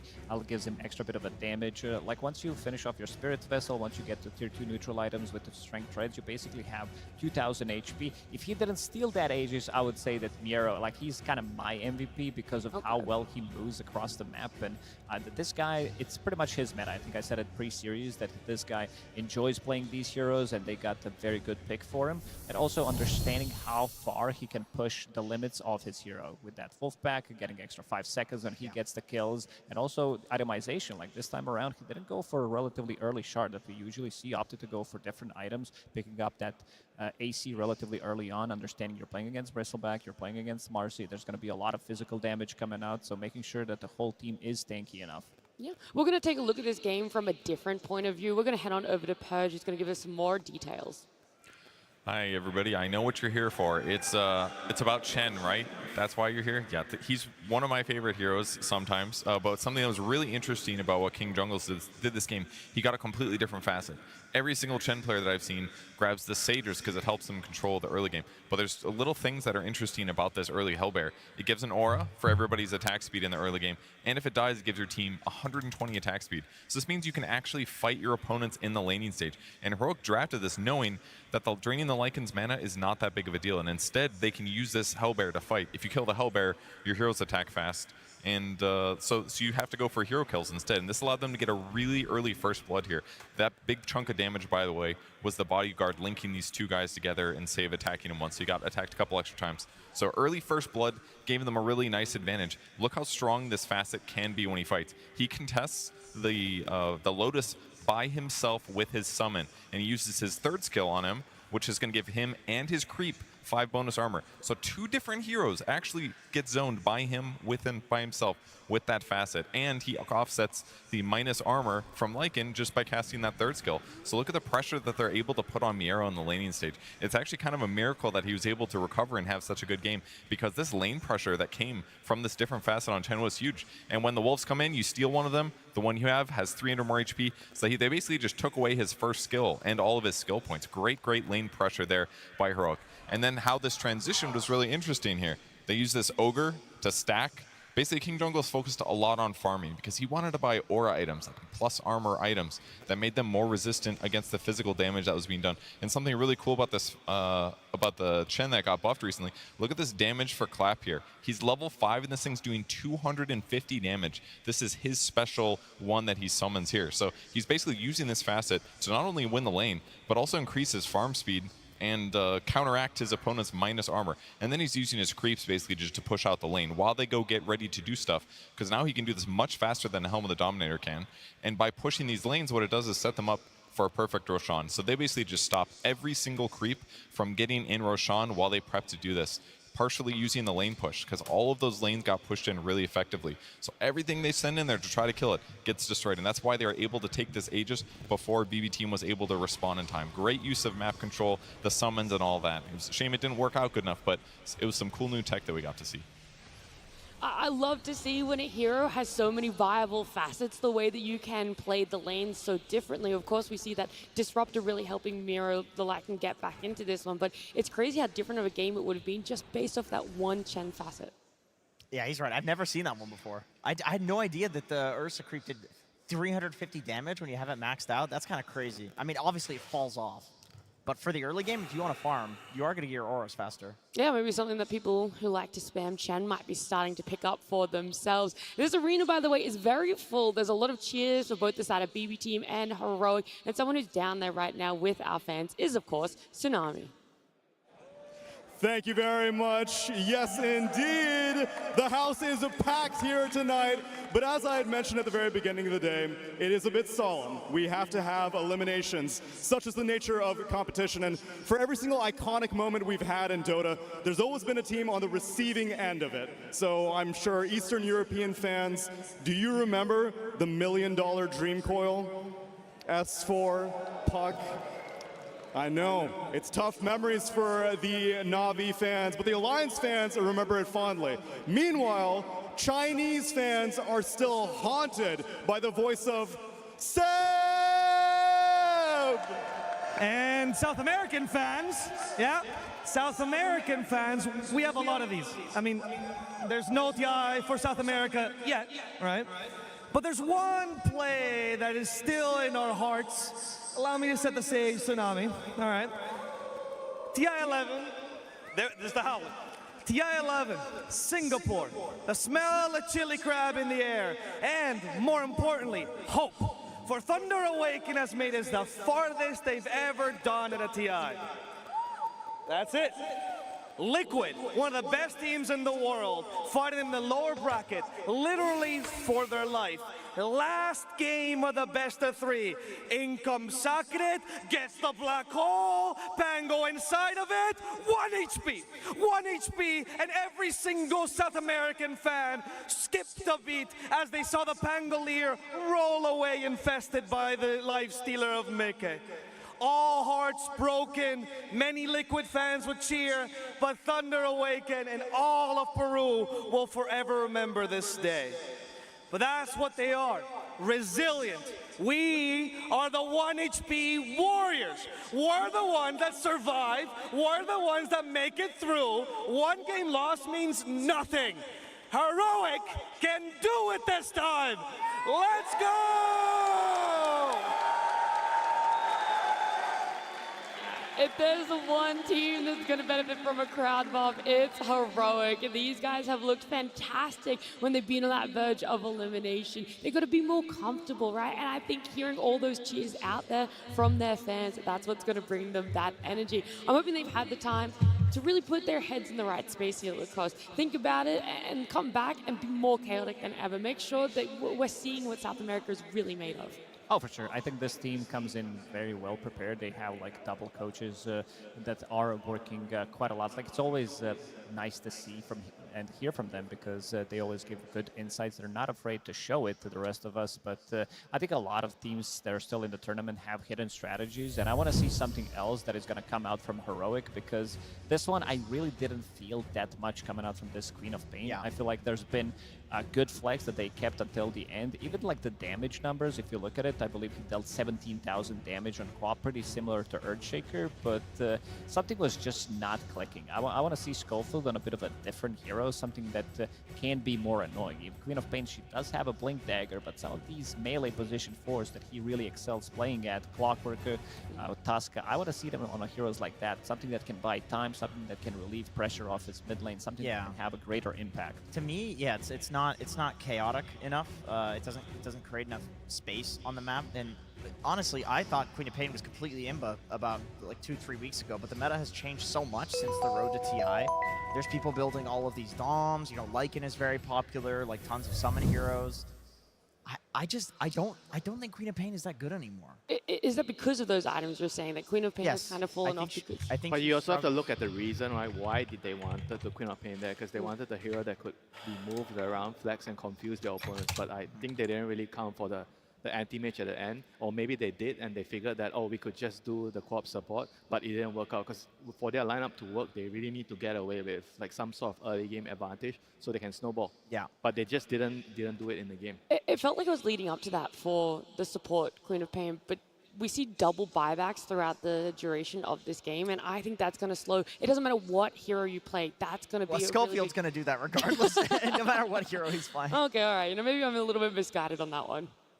Yeah, I feel like it just came down to like the strategy that they chose, right? I think in the first game of the series, it's fine if you have some idea that you think it might work. Yeah. You know, you try to use a flex pick, but maybe your opponents are not aware of, and you try to lead them astray with the draft. Okay, fine, didn't work. Next game, you have to just keep your heads up, held high, and go for something else. Our teams are waiting in the wings, eager to come back down onto the stage here, get back into their boots, and focus up. This is elimination. Heroic, if they can make it back in this series, they will have the best placement that a South American team players have ever gotten. On the side of BB team, their expectations are high. Coming into this one, especially for Pure, who achieved so much at last year's TI, it would feel like a disappointment to get top 6, and it's a feat in itself to even get this far. Yeah, and I think BB team are also a team that having one game advantage in a series is pretty scary. Like they're willing to pull out some crazy stuff. I think that they also play better with confidence. Pure in particular is not going to have one of these like 1-in-17 anti-mage games after just winning a game, especially with the anti-mage. You know, like he's gonna pop off in the next game. So. I mean, also for Heroic, right? Every time they lose the first game, they kind of lose the series, right? They haven't really played any 3-game series so far, you know. So this is definitely going to be like a huge challenge. How are they going to overcome this BB team? Well, that's funny because BB team right now on the main stage, all they've had is 3-game series. So it feels like what exactly is going to win out here in these two teams? Because BB team, there is the confidence that carries over. I 100% agree with you there, Jenkins. But sometimes it's a little bit of overconfidence. Maybe they try and think a little too far ahead. Yeah, it's possible it's a blunder against Heroic because Heroic does like to play chaotic. If you play overconfident into that and you give them some openings, they will definitely take it. one scary thing about BB team is whenever we talk about them, this is one scary team that has an extremely good early stages of the game. We haven't really seen that so far at the TI. I would say that this is something that they've been lacking, but if they can start doing that as well, that they've been doing ever since they've been formed pretty much as a squad, this is going to be a very, very scary team. They already are, but imagine if they can really push the limits, win the laning stage, have that 5k gold advantage 15 minutes into the game. Yeah, you're right. This is a team that is extremely aggressive and knows how to close out the games early. Historically, they've dominated lanes and then snowballed that into a dominating game, but that's just not how it's been so far. I felt like they've been a lot more patient than compared to a couple of months before, right? I feel like whenever they were having this sort of lead before a couple of months ago, they would try to push it maybe a little bit too far, hence the throw-in nature of the team. And in this event, I feel like they have sort of addressed that. They played more defensive when they could just sit back and farm. And they muted Pure's mic. Yeah, and when they needed to go aggressive, they would have tried to use their buybacks and do something aggressive. So I feel like I like that balance. I like that change, and it certainly paid off. So far. Anything else though? When you guys see this, it could potentially be Heroic's last game on a TI main stage. There's going to be some staples that you guys are eager and itching to see. I mean,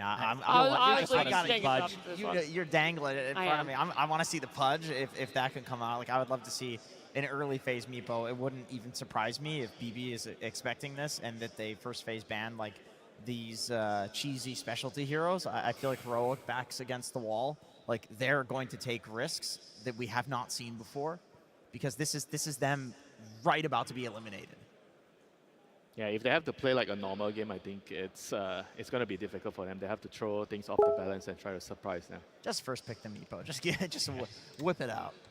I actually wouldn't mind seeing KJ going back on that Shadow Demon as well. I know he still had a really good early game for the Chen, but there was so much when it came to team fights on the way of trying to pick up that hero. But we don't want to discuss Theorycraft anymore. Our elimination series continues between these two teams. BB Team versus Heroic Game 2.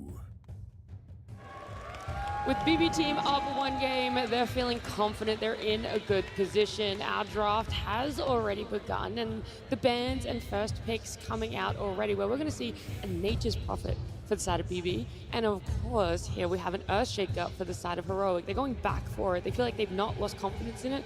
And maybe it's more open to be flexed now. It still does a lot in most of these games. So, like, you could see that BB team wanted to invade enemy triangle. They saw him going into the triangle, but they were keeping the distance, not allowing them to get instantly killed on one or two heroes potentially, but wanted to get something out, knowing that Earthshaker is still going to be very low HP after clearing those Ancients, because you need to drag them close together. But again, you get very good timing on a Blink Dagger after taking the Ancients, and Analog, he did have a very good time in terms of killing the enemy carry hero. Pure got killed like 3 or 4 times by Earthshaker because he got that early Blink Dagger. Nature's Prophet to me is such a classic Game 2 hero, because especially if you win Game 1, because I feel like BB thinks that they are just simply the stronger team, and if they can win the lanes, win the early game, they can absolutely up the tempo with this hero. Nature's Prophet is a lane dominator almost against anything, and very few carries can TP around and get kills and take the towers like he can. I mean, you sort of see like a heavy emphasis on carries that can be around the map to push out waves, right? I think that's why we see it in a resurgence in anti-mage, because he's probably one of the best, right, outside Nature's Prophet to push out those lanes, and we saw it how much he could influence the state of the game by just chopping out lanes and making it difficult for your opponents, and you give your team time to get objectives.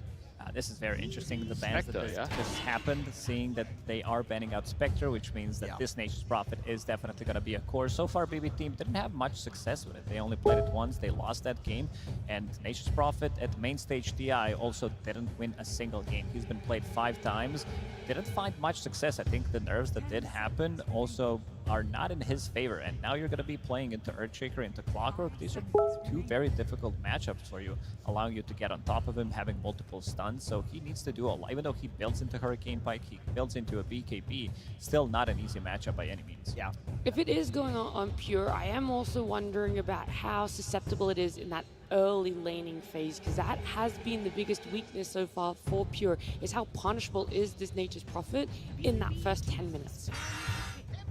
It will depend on the core that he's playing against, because Clockwork needs a core that will like actually jump on top with him and kill the Nature's Prophet. Although, great Timber pick, excellent against Clockwork.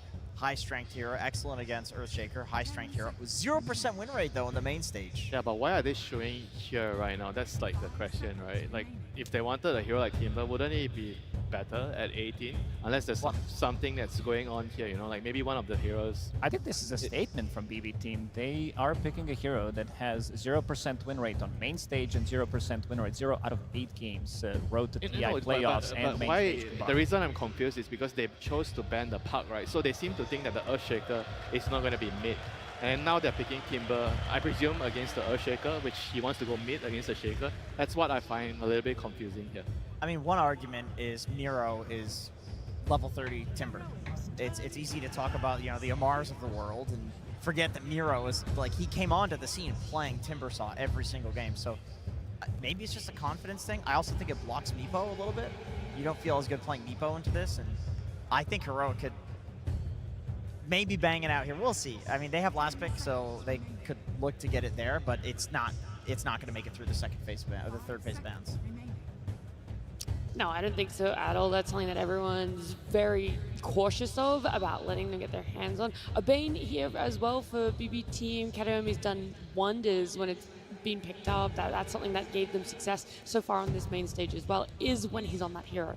Yeah, Bane plus MP is absolute pleasure to have. You know, as a teammate, you're playing Bane. You want someone that can just come to you instantly when you catch a hero with your sleep or your Fiend's Grip. Even though it might seem like counterintuitive to pick Bane into Clockwork, because Clock is one of the worst matchups in the game for Bane. But I do feel like they put a lot of emphasis in enabling this MP. That might explain the Timber, you know. Maybe they are feeling that we need some offlaner to keep shuffling the wave and pressure. So you draw the attention to you, and then the Bane goes to you, sets out with the MP TPing in. Maybe that is the idea of their first 3 picks here. Yeah, BB is definitely prepping to be really active, because Timber also is a hero that loves being left alone in lane. So that means they can pick a support that can run to the mid lane, play around GPK, have Pure on Nature's Prophet TP in, and Miro's just chilling, farming. Yeah, Hero seems to agree that the Timber is going to be on the off lane, picking the TA right away. TA is like one of the better heroes against Timber in the lane. So let's see if like maybe BB Team try to, you know, adjust, try to move the Timber away, or they have to try to figure out what type of support they pick to enable the lane. You know, TA is just going to be, I think, a very strong lane matchup into the Timber. Yeah, I like this pick a lot, allowing them to have a super strong laner, and this is not gonna be an easy game for Bane by any means. He might need to shift priority. He might need to play as a position 5 in this one, because you're playing against Earthshaker, Clockwork, One Fisher, Clockwork with the hook shot, the trap silence from Templar Assassin, just the global silence in general is gonna make things a lot more difficult for Bane than maybe he expected. Yeah, that's a nasty silencer pick. Like, even Timber, Arcane Curse, he hates playing against this. The lane too, like just the silencer versus the Timber in lane, I think is a winning lane almost no matter what carry you have. If you're forcing Timber to deviate from his build, okay, that's why I felt like the Timber is gonna be, there's gonna be something interesting with the Timber. So they're moving the Timber mid, they're picking a Darkseer, changing the lane matchup. So they are trying to outfox Heroic in the lane. So Darkseer against TA, that's a pretty good matchup here. In the lane, they need probably strong position 4 to make sure that the silencer can't really bully the Darkseer too much. They could still get a very good matchup for them if they want to get something like a Lifestealer maybe for themselves and use this Nature's Prophet as a support plus the Bane. I know that the Darkseer loves to have, you know, something that he can run in, some Tiny, some Tusk potentially, but overall they don't have the last pick. But after seeing this Templar Assassin, I think they use Nature's Prophet as a bit of a bait to see where the heroes are gonna go and try to counter-react it, because I'm seeing Enigma as well. This is one of the few matchups that Lifestealer doesn't like to play into, and also another hero that I think overall, Whisper plays really, really well, and it would give them the momentum. I think having Templar Assassin building into Deso, having Earthshaker from the mid lane, 2 supports who can easily rotate, and they want to rotate to get that +1 for Silencer. Clockwork wants to be active. Could be that they just want to shut down the tempo that Heroic is building up. I love the Hoodwink ban because that could be either be a the carry or the 4. You have to ban it for both. Because, you know, I agree with what you're saying. Maybe not lifesteal. Like there are also other options. You know, Faceless Void is an option there as well. Like, I mean, any hero that builds a Manta style you want against Silencer, and something to win the core-to-core matchup against TA. I guess TA is kind of solved by the Darkseer. Do you split your band then, or are we still looking at a potential strong position forward to come out? Because you've given a lot of good carry potential for the side of BBT. Is it that easy to take it out? Is that easy to all in that's the last pick that is required? It could just still be a 4 for save. That's also possible. We're just thinking of like interesting flexes because they don't have the last pick. I mean, he usually likes to play like range heroes on save, you know. We've seen him on what usually like Grimstroke, Rubik, Tao Hill, Muerta. I mean, Batrider is banned. Okay, well, that would have been great. I'm just trying to think, what are the ranged heroes that play well with Darkseer? Willow? Yeah, Willow is okay. It's like Bat and Willow are the 2 good ones that you can actually Ion Shell. Yeah, but at the same time, I feel like they want more than one initiator. Right now, that's only Bane, right? If your core is going to be MP, Timber, and Darkseer, you kind of want more stuns and catch for your lineup. And Save Lion is a classic. He lanes well with the Darkseer. Yeah, Lion's actually really nice for their overall composition here. You have the vacuum into stun combination. So it's going to be the Dark Widow. So you have the, instead of the stun, you have the vacuum into multiple brambles, which can be really nice in the laning phase. Yeah, peels through the TA refraction eventually as well, between the brambles and the Willow ult. Not a very conventional hero right now. No. Yeah. It was prior to the international happening. Pro level pubs, people were spamming this. That was before the nerfs, I think. She did take some nerfs to the Shadow Realm. The regen in the Shadow Realm, yeah.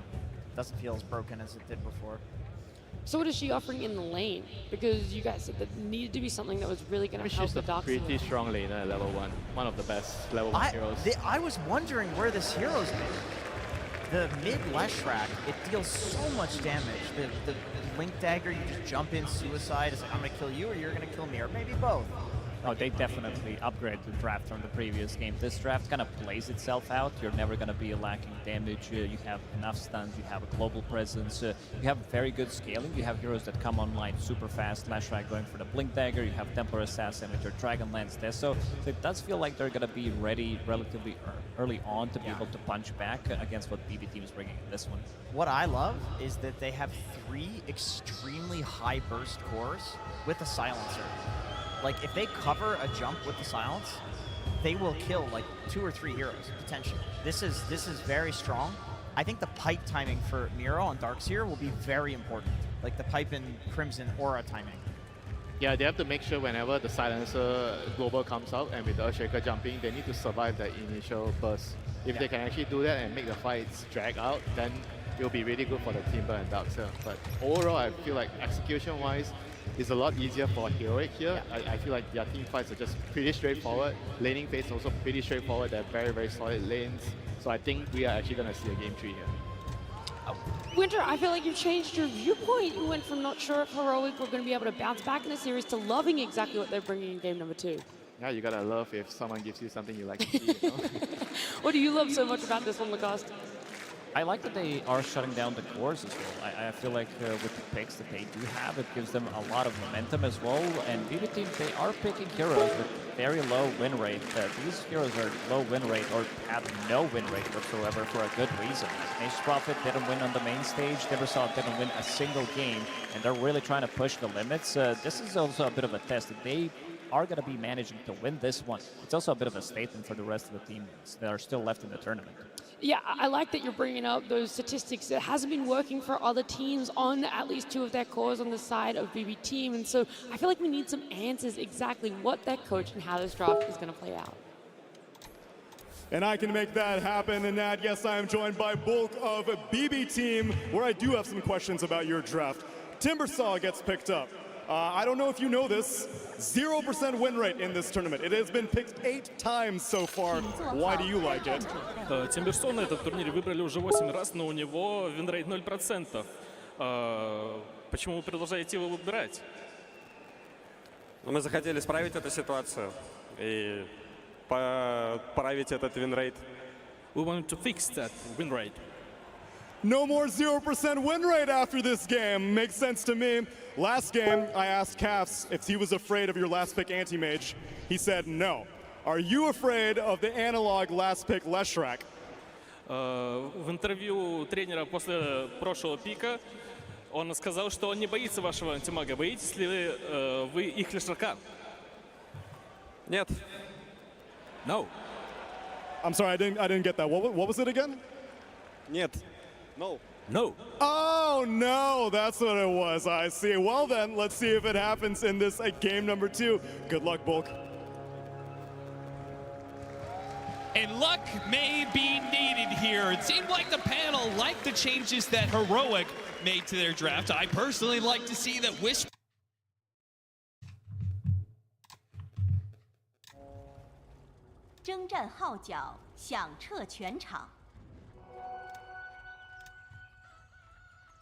Taken over the Earthshaker, and they got analog a Leshrac pickup. That felt like a nasty last pick here, Avery. There's a reason Timbersaw has been struggling this tournament. Now he's going to have to go up against another hero that can just absolutely burst and chunk him down. I'm looking to Analog to step up his game in this game too. I think he struggled the most in that game 1. It wasn't all on him. It was just a really tough game to find the angles for those Echo Slams against so many summons, so much scouting, a long-range poke lineup. You're against the anti-mage. Not the easiest Shaker game here. He gets the priority in that last pick. They put him on a super high damage dealer that can just get in the fight, play against a lot of heroes that he can just take down instantly. Looks like a great game for the Leshrac, and he has the silencer to cover him. I mean, what a silencer game. You're against Timbersaw, Darkseer, Dark Willow, Bane. This curse is gonna hurt in the team fights. The global silence can bail out the grip.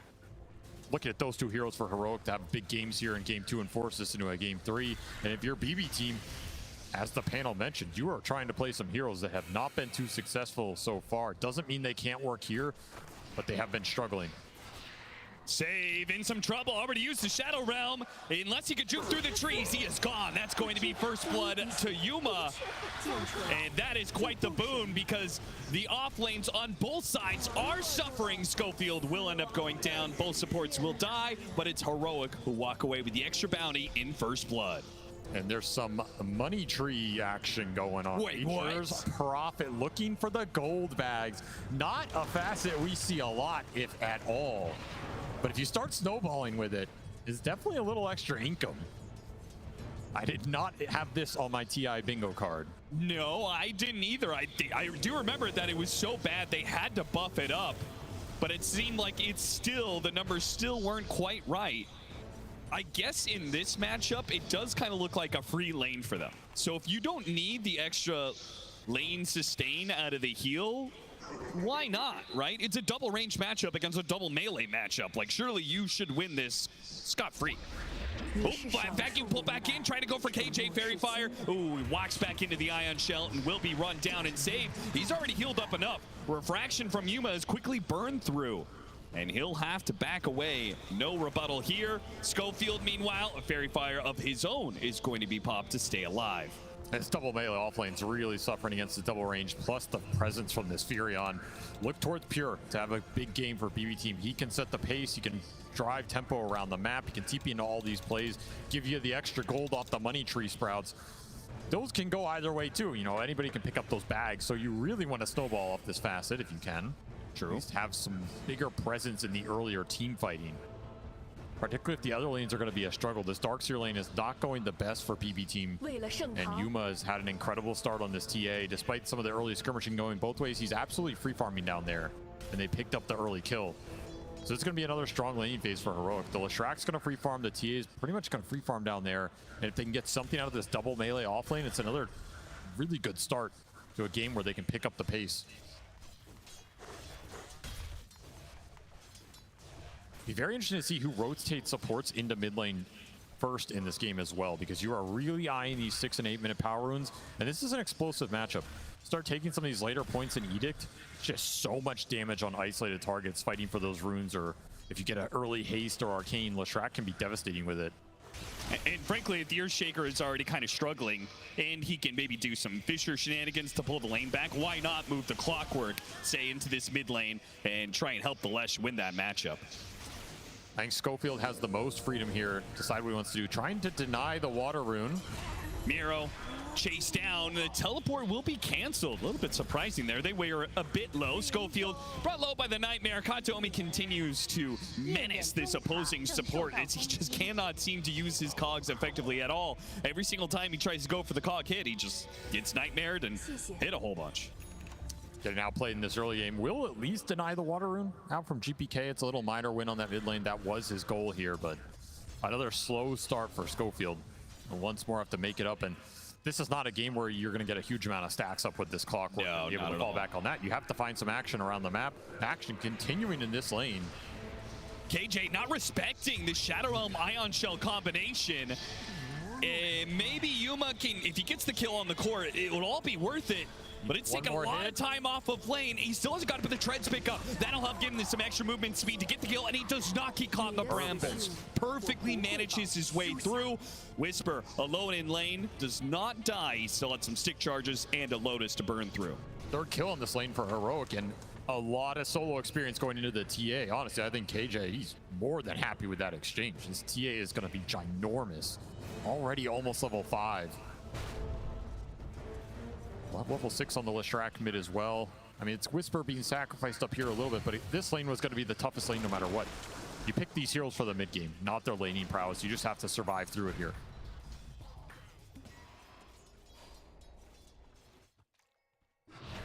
Considering how well Yuma is doing, I halfway expected the silencer, KJ, to go through the gate, maybe help out this top lane, but he's opted against it, instead playing for power runes. They're just too weak up top. Too many resources got burned out there. That play is not available. You can look for the mid clash, however. Again, these power runes are super valuable for the Leshrac if you can secure them. I love that, though. They already have the ward in place. They will run down KJ first, go back for the power rune, which spawns top.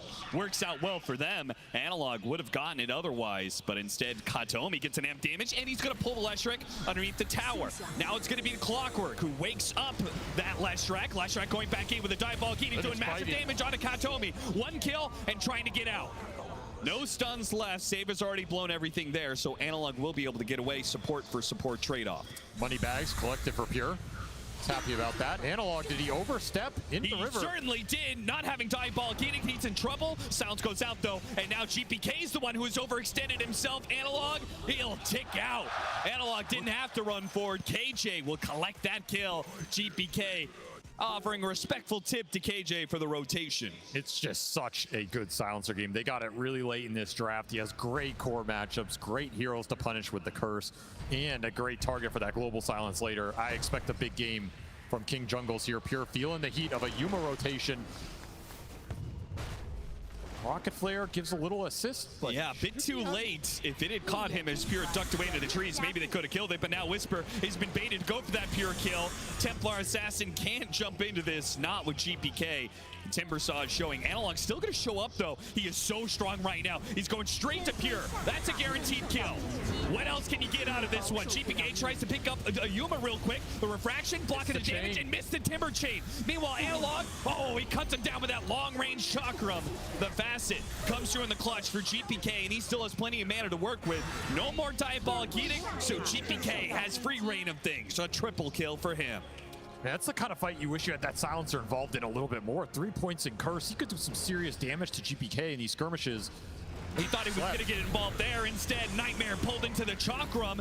Analog, he goes for the pure kill again, but around these ancient stacks and 2 heroes behind him, Analog can't go for another kill on this Nature's Prophet. Pure trying to get nice and aggressive. They know the ward's up there on the high ground, thanks to the Nightmare from earlier. And Whisper comes to defend these stacks. Does not want to lose anything. Does not want to split the experience. He needs this Echo Slam to recover. He will get it here, uncontested. Yeah, Schofield's going to block Katomi. No way that he ever gets close enough. In fact, if he tries, They'll just add more experience to Whisper's coffers. Slowed down, but lightning a bit. The hasted Timber. Yeah, that's a little scary. Oh, that hit for the Shadow Realm. Not good enough. GPK. He wants Are you going to try for it? Timber chained up, and he runs him down. GPK boss gets that steal in game 1, and he is off to a 7-1 start here at the 8.5 minute mark.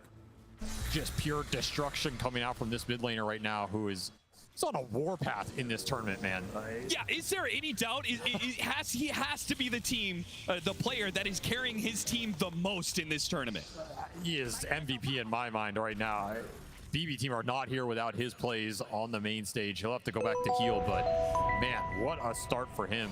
Playing into some tough heroes too. These are not easy heroes for the Timber to skirmish early. He really just played the fights well. You end up in...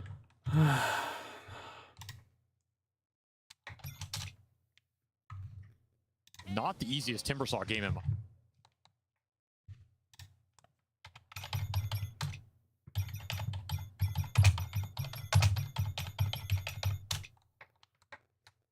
He gets that kill on Yuma, and that top lane rotation, that could have been just pure dying again. He's kept Analog down a bit, but he will be the center of attention for Heroic. Hook shot does land, and really no way out of this one. Nope. The cogs lock him in a cage, and the silence prevents any spells.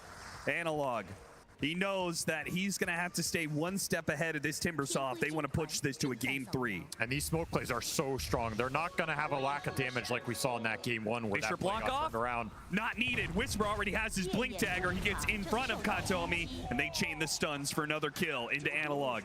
Now second in net worth, and Yuma is topping out the charts. This is a perfect pace for Heroic. They love this style of gameplay, and this draft is built for it.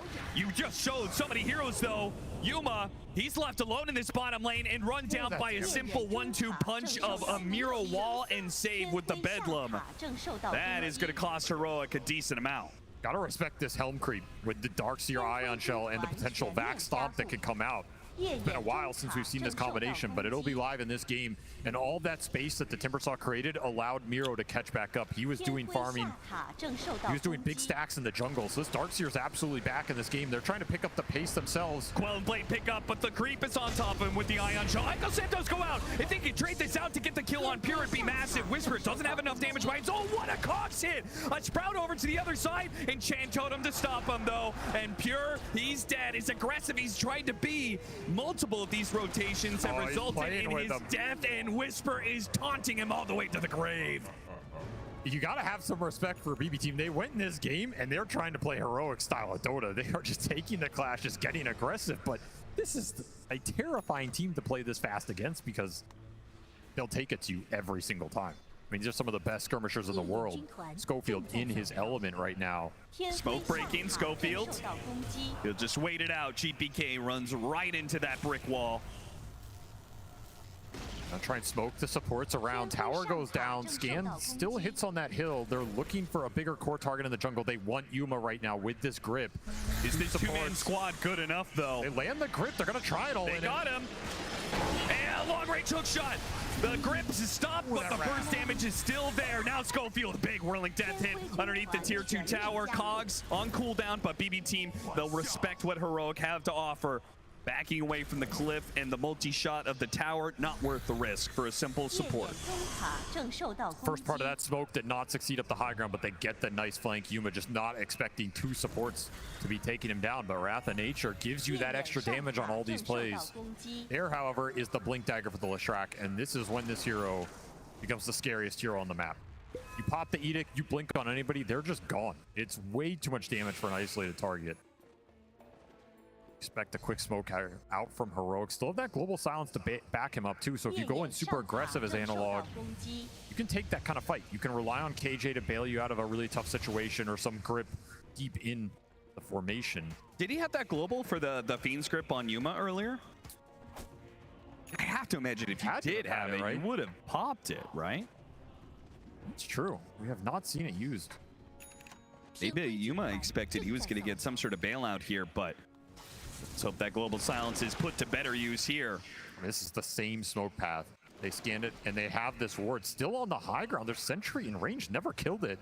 Yeah, this is insane that this is still up. BB team unaware and caught out by it once again. Global silence just in case.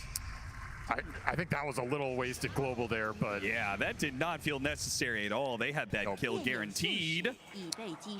One courier. And a second couriers? Pure trying to juke it through the trees. Analog and Schofield, they try their best, but distracted by the courier, they still got it. But it is Whisper dying on the other side of the map. As the aggression from BB team. They see all these heroes on the other side of the map. They're going to go for the Wisdom Shrine, expecting that Schofield will work. But they're going to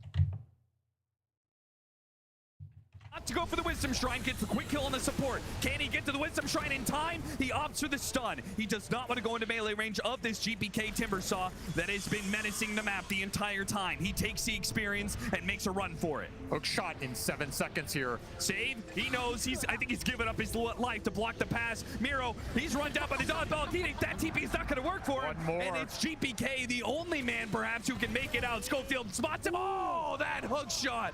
Just barely off the mark. That is still a fight Heroic will gladly take in exchange for that shrine. They got so much of that. Some extra in for the silencer. It's up to 7 brain drain. And that Darkseer, he was the most farmed hero going into that fight. Miro quietly just having himself a game here, farming up at a very fast pace. Big kill to give away. It's your best team fighter on the side of BB. He just got locked in the cogs from Schofield, who chose to go to that fight over stealing the shrine. Absolutely the correct call. Arcane rune in the river. Huge rune for both mids. Analog snags it. GPK not getting all the power runes he's used to. This is almost the downside for him having the best start out of everybody is, yeah, this Timbersaw went 7-1, but you can't push your advantage into this lineup. There's too many spells that counteract you. You need defensive items. You need either super fast Lotus or super fast BKB, and I think it has to be the BKB he's eyeing up because there's just way too many disables for you to play into. He also couldn't really use that momentum, not just because of the counters, but because his own supports don't start the fights. They can't really guarantee that heroes will stay inside the Timbersaw AoE, whether it's because of the global silence. Frankly, Heroic's heroes are just better for that, right? The Clockwork and the Earthshaker, they're going to be much more active at starting fights for their mid than BB team could be. Control is just more reliable here. It's also longer range. Fissure plus hookshot, you can start the fight from anywhere. This Dark Willow Bane has to get in pretty close, and that's super risky against this lineup. There's a lot of interrupt. That grip is 0% guaranteed against the global especially, but even if the global gets thrown out, there's still a lot that can stop you. Deso online for Yuma, puts it to use, does not get the last hit on the mid tower. So missing a bit of bounty there. Analog, meanwhile, working his way through the jungle with this Invis rune, spotted out by a sentry. Did BB team with the night vision of Kataomi. They certainly know this is coming, and he's going to be so far forward. He's going to be caught out the global silence. It hit, but the hook shot did not. Baited in by BB team. Analog will overstep himself, and his team might be punished for it. Schofield, the Force Staff, gets him away from Pure. They will not lose anybody else for that blunder. All 5 heroes were there to punish him. Even the Furion coming in, landing a little helping hand, and the damage is just overwhelming. Even though you get global to bail you out, you're stuck in the brambles. You're stuck in the chalk room. Just can't get out of there. You have BKB, I mean, that looks way different, right? But that is a ways away right now. Slowing this down is crucial. Any pickoff because of the Deso could lead to Roshan, right? 100%. The faster you get this early Rosh on a Templar Assassin, the happier you'll be, especially if you could do it during this night cycle where it is on the Radiant side. You can continue that cycle throughout the rest of the game. You'll always have that outpost advantage. You just want to find any sort of pickoff right now. Keep hunting, keep abusing the fact that Lesh is super strong around the map and you have good initiation. Any sort of big skirmisher fight will lead you into that objective. They'll find a little Kataomi. Nice little pick off there. I don't think this is enough to instantly force the Roshan, especially where you are on the map, but you can chain this into something else as well.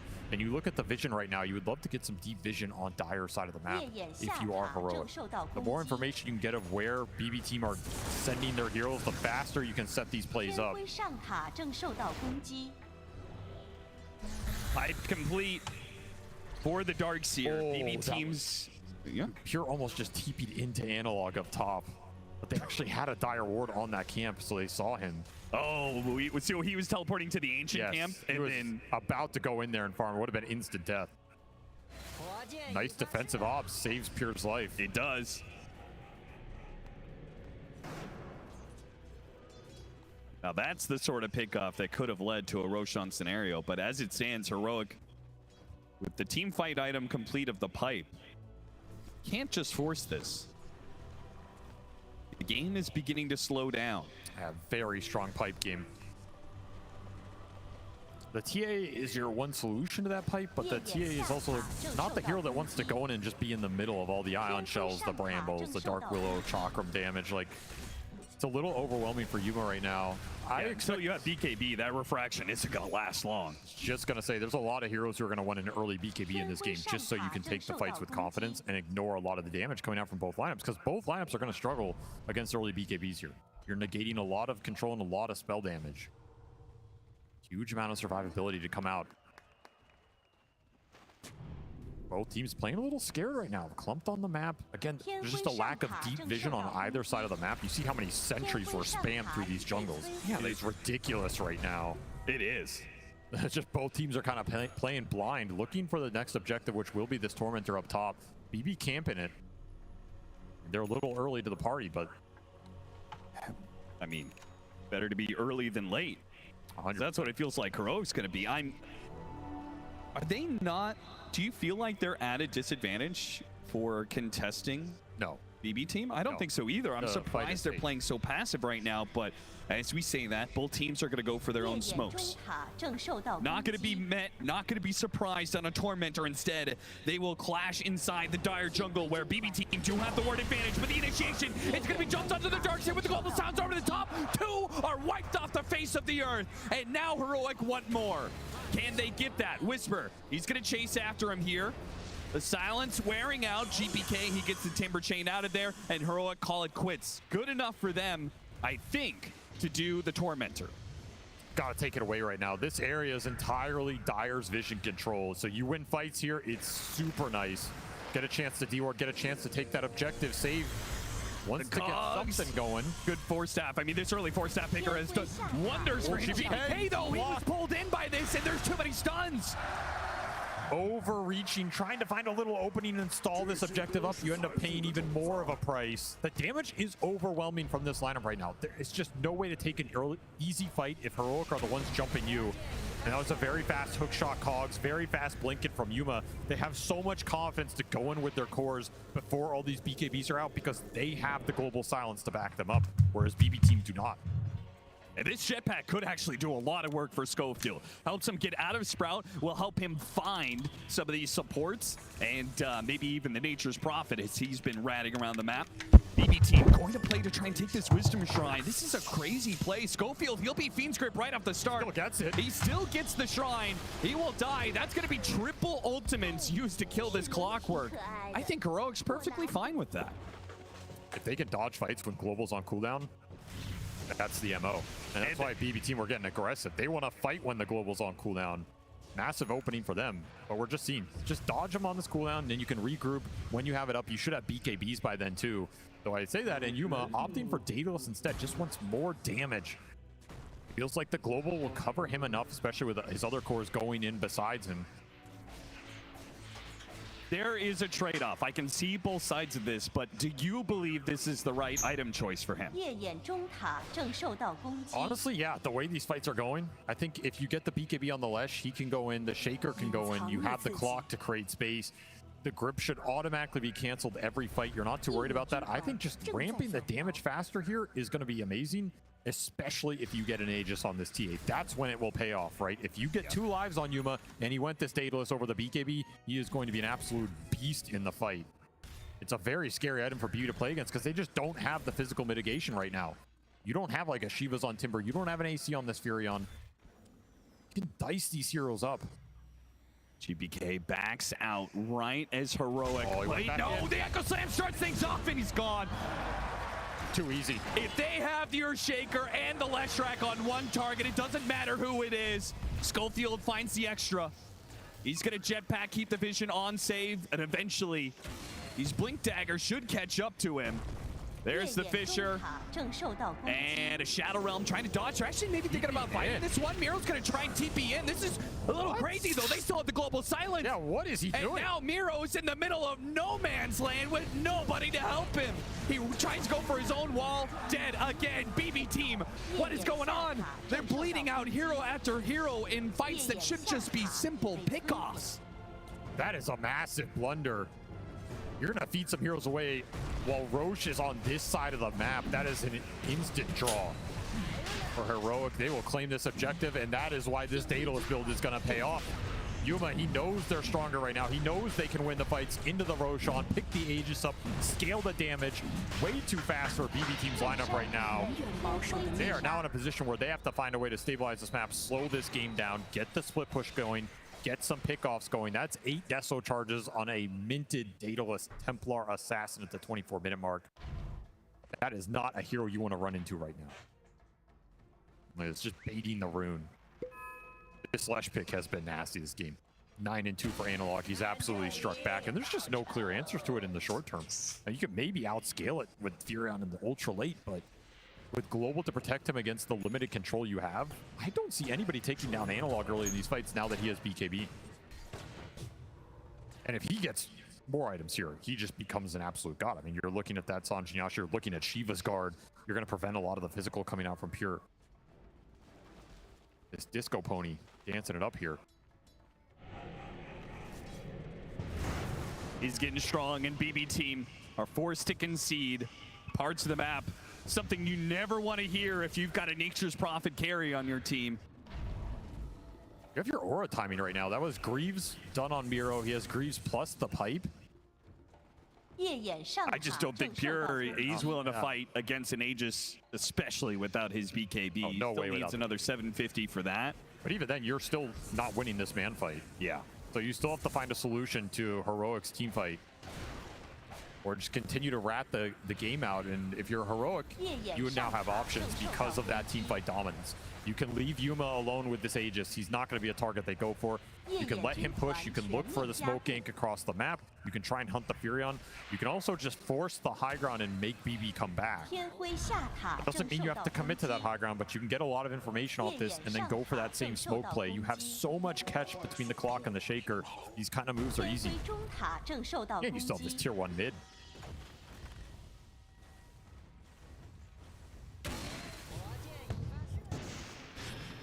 Every time you cross the river, you run the risk. There's just so many blink daggers, so much initiation, so many stuns. Heroic is bound to catch some of these heroes that cross over into their side of the map, catching a courier on the way too. DB Team, they're doing what they can to rat the map and try and prevent the loss of some of these objectives. Their tier 2 towers, though, will start falling with 2.5 minutes left on the Aegis. Is there any world that Heroic would ever hit the high ground to see how BB Team respond, or are we just going to systematically work our way tier 2 to tier 2? Rather get the tier 2s off the map right now, but you can absolutely hit that high ground and try and force some heroes back. The thing is, Pure is always going to be farming. So you have to weigh this economic advantage you're gaining versus what he's going to take off the map. If you can catch him, I mean, that's the dream. Catching any core out on the map right now. Schofield doesn't have a read. It just slips right past Miro. That's insane. Still, Yuma taking matters into his own hands. Kills. Terrorize goes out. Timbersaw will try and take advantage of this. The first life of Yuma. They're burning through this refraction. BKB goes out from Analog. And a quick Echo Slam for Whisper. Knock it down 2. Miro, he gets a force down to save his life. Analog's fighting up against the physical damage. Pure pops going BKB. He makes a commitment to the left track and he gets it. Meanwhile, Yuma on his second life almost dies here. Goes back against Pure. Knows that BKB is going to wear out. Knows that the stuns are coming in with the cogs pushing around. They do have this nightmare in the back line, so Yuma just can't get down to this cliff. Schofield and Whisper, the 2-man tag team of stuns. They can't get the kill on Miro right away, but they'll get it on Pure, and Yuma cleans up both. The control tag team from Heroic getting the job done where the damage falls. This shaker was massive. Double Echo Slam coming out from Whisper off the minted refresher. Absolutely feeling himself right here. Just decimates that fight that was once looking good for BB. Gets turned around with overwhelming damage from this offlaner. That's a buyback on the Bane for no result. And there's a little high ground poke. That was a scary fight for Heroic, though. They got caught on that ramp, choke point, into some wall illusions off the TA. The Darkseer Ion Shell was doing a lot of work there. Pure had a pretty good early start to that fight, bringing the Leshrac down with some decent damage out of this Furion. That got a little dicey. They were able to kite around this Templar Assassin a lot, but this was your one shot.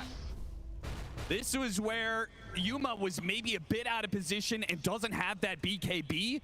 You won't have another opportunity like this. The BKB is going to be done by the next time you go for a team fight like this.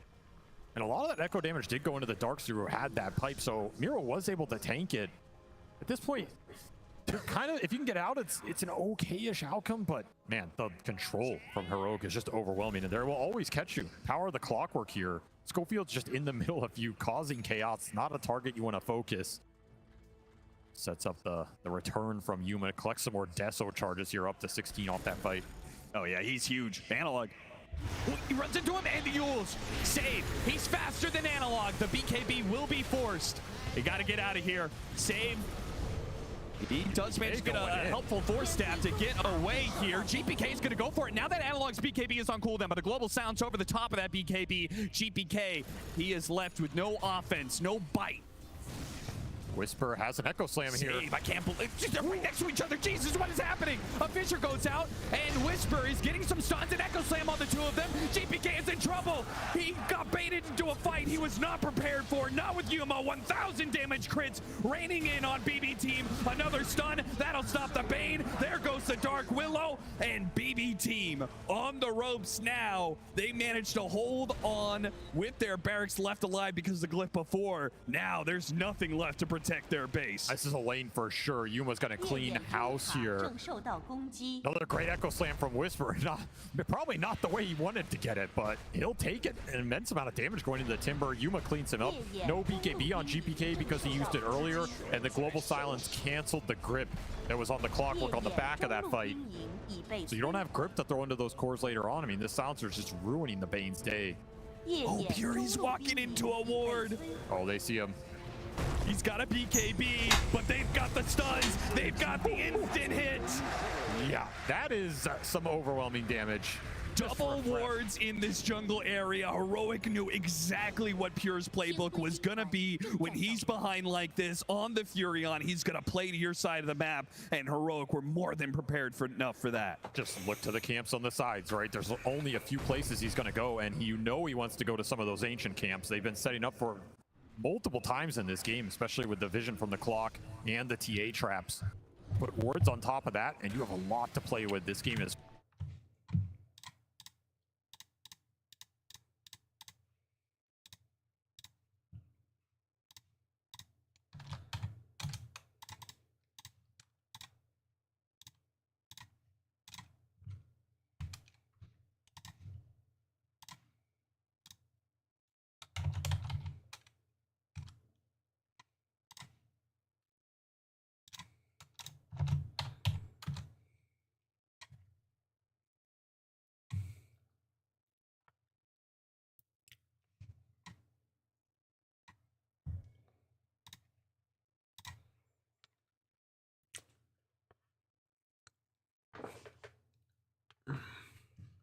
have the Terrorize off the Dark Willow, you have Brambles, you have potential Centaur Stomp off a Dom Creep, you have Chakrams that can go through Блин, and ну я dice не everybody up. A знаю. massive vacuum into a Как wall, по create a мне, bunch of просто illusions, make Darkseer that fight chaotic for что-то Heroic не could be another очень pathway to victory here, but I think it has to be one of those two зашел options. сюда. I mean, that timing is tight.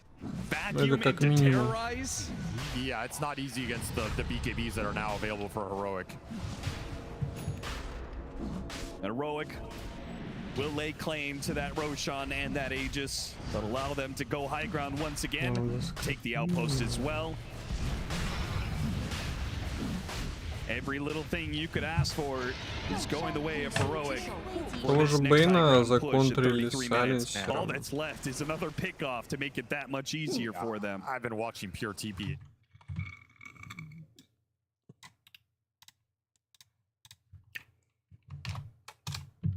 Pick the one camp that is not spotted, then try and get out. That is not the one No, you that's want not to the pick. one. That's not the one. That's not the one. Whisper. Oh, this could be the death blow.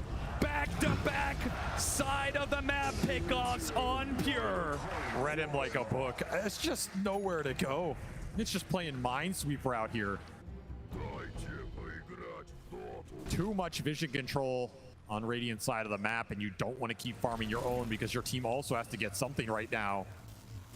Nowhere safe to go for this Furion. Nowhere safe for GBK either. He's going to be forced to pop BKB. No teleport available is already canceled. GBK knows his life is forfeit. Does a little dance. Whisper, he's going to be chased. He do manage to catch up before the Blink Dagger comes back up. He turns around the Echo Slam, does what damage he can. His team is making their way here. KJ's now here. He slows him down. Thanks to the Force Staff, Whisper can turn back around. The BKB will last long enough, but save. Big hit there, and a Fisher to finish him off. They couldn't get the Earthshaker. They'll catch both Save and Katomi. Worse comes to worse. They're losing their tier 3. They're losing their second lane of barracks, while Pure is still dead for another 30 seconds. And there's a refresher on the silencer. Why not?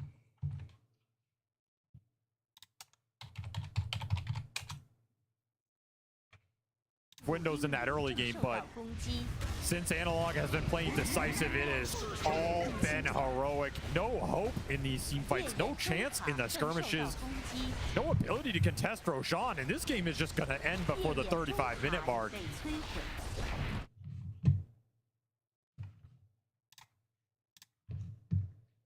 They have pummeled BB Team to a pulp on this one.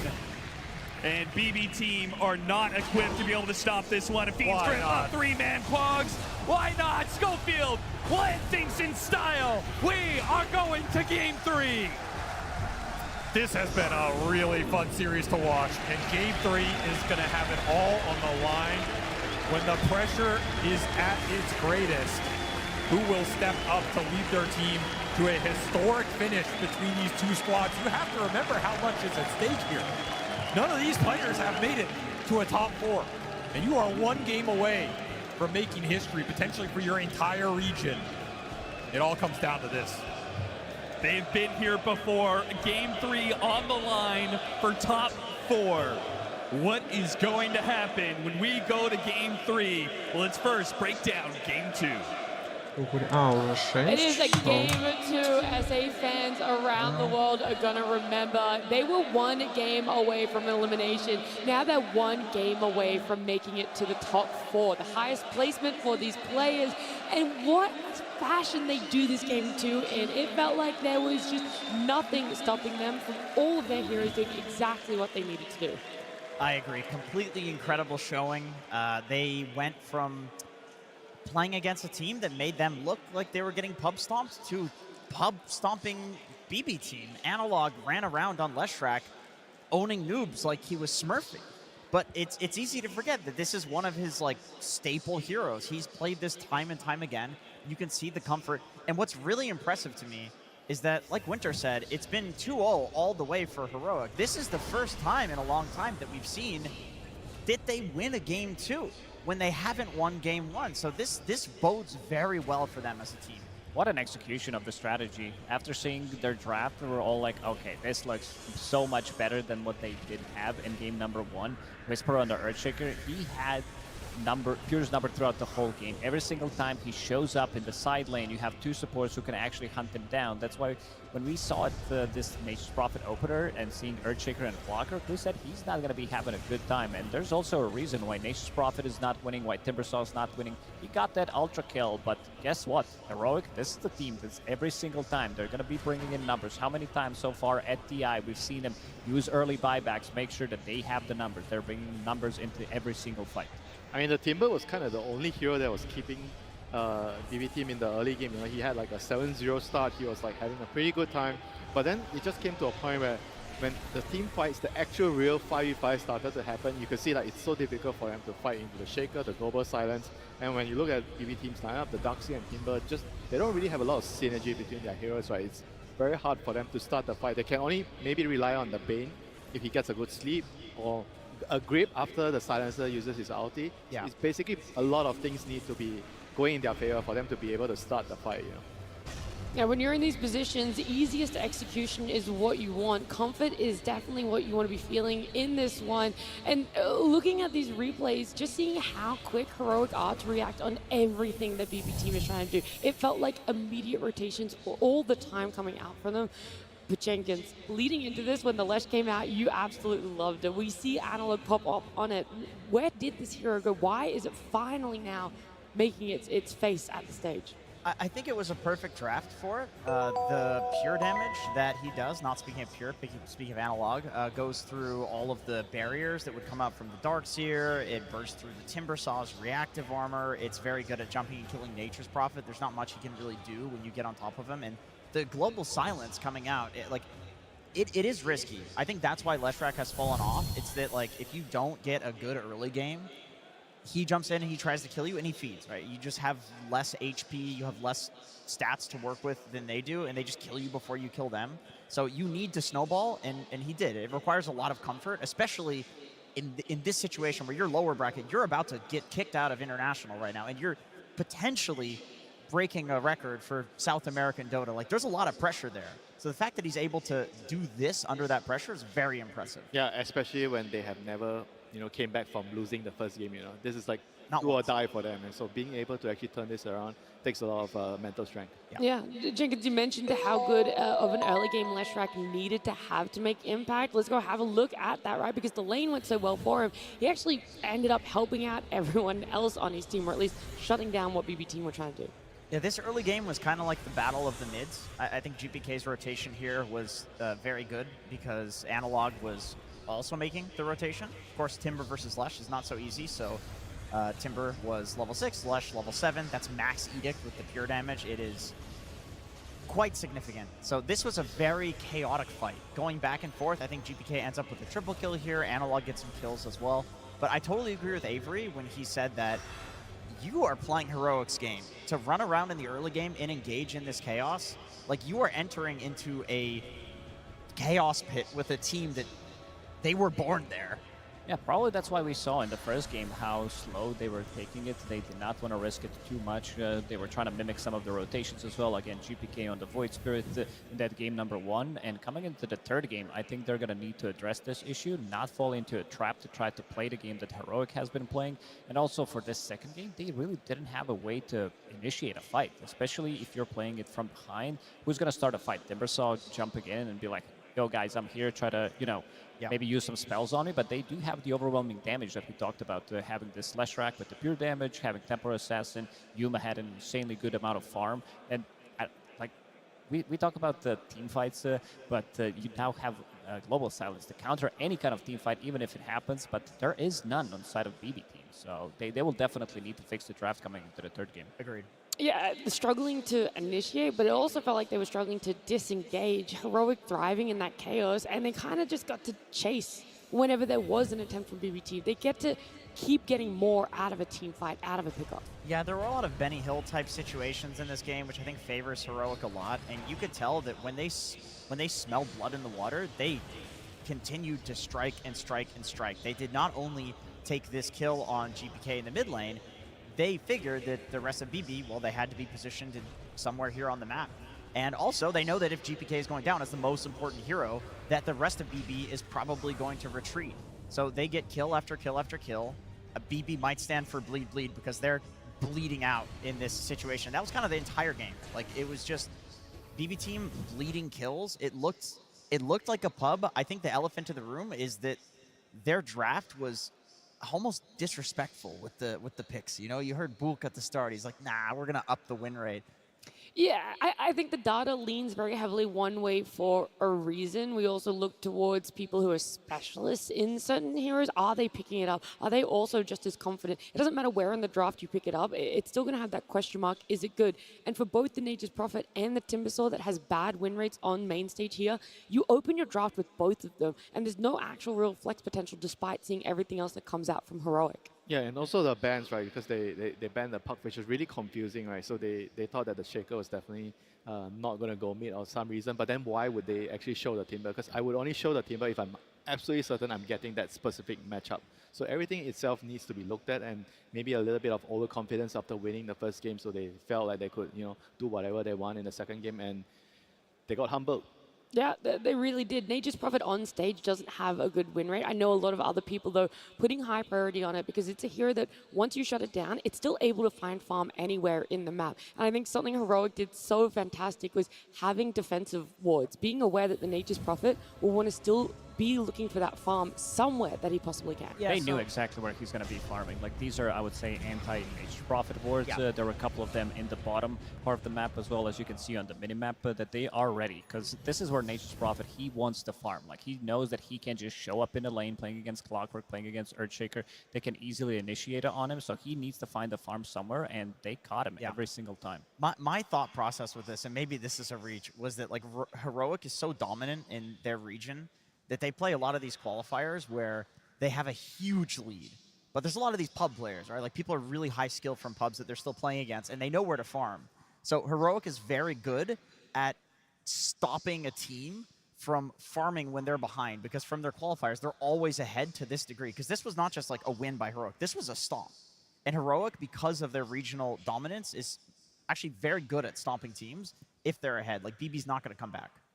There's a lot of competition going on here at TI. It's not just our players vying for the Aegis. It's also, of course, all the creative people at home that are doing some submissions for our short film contest. So we're going to take a look at one of our finalists.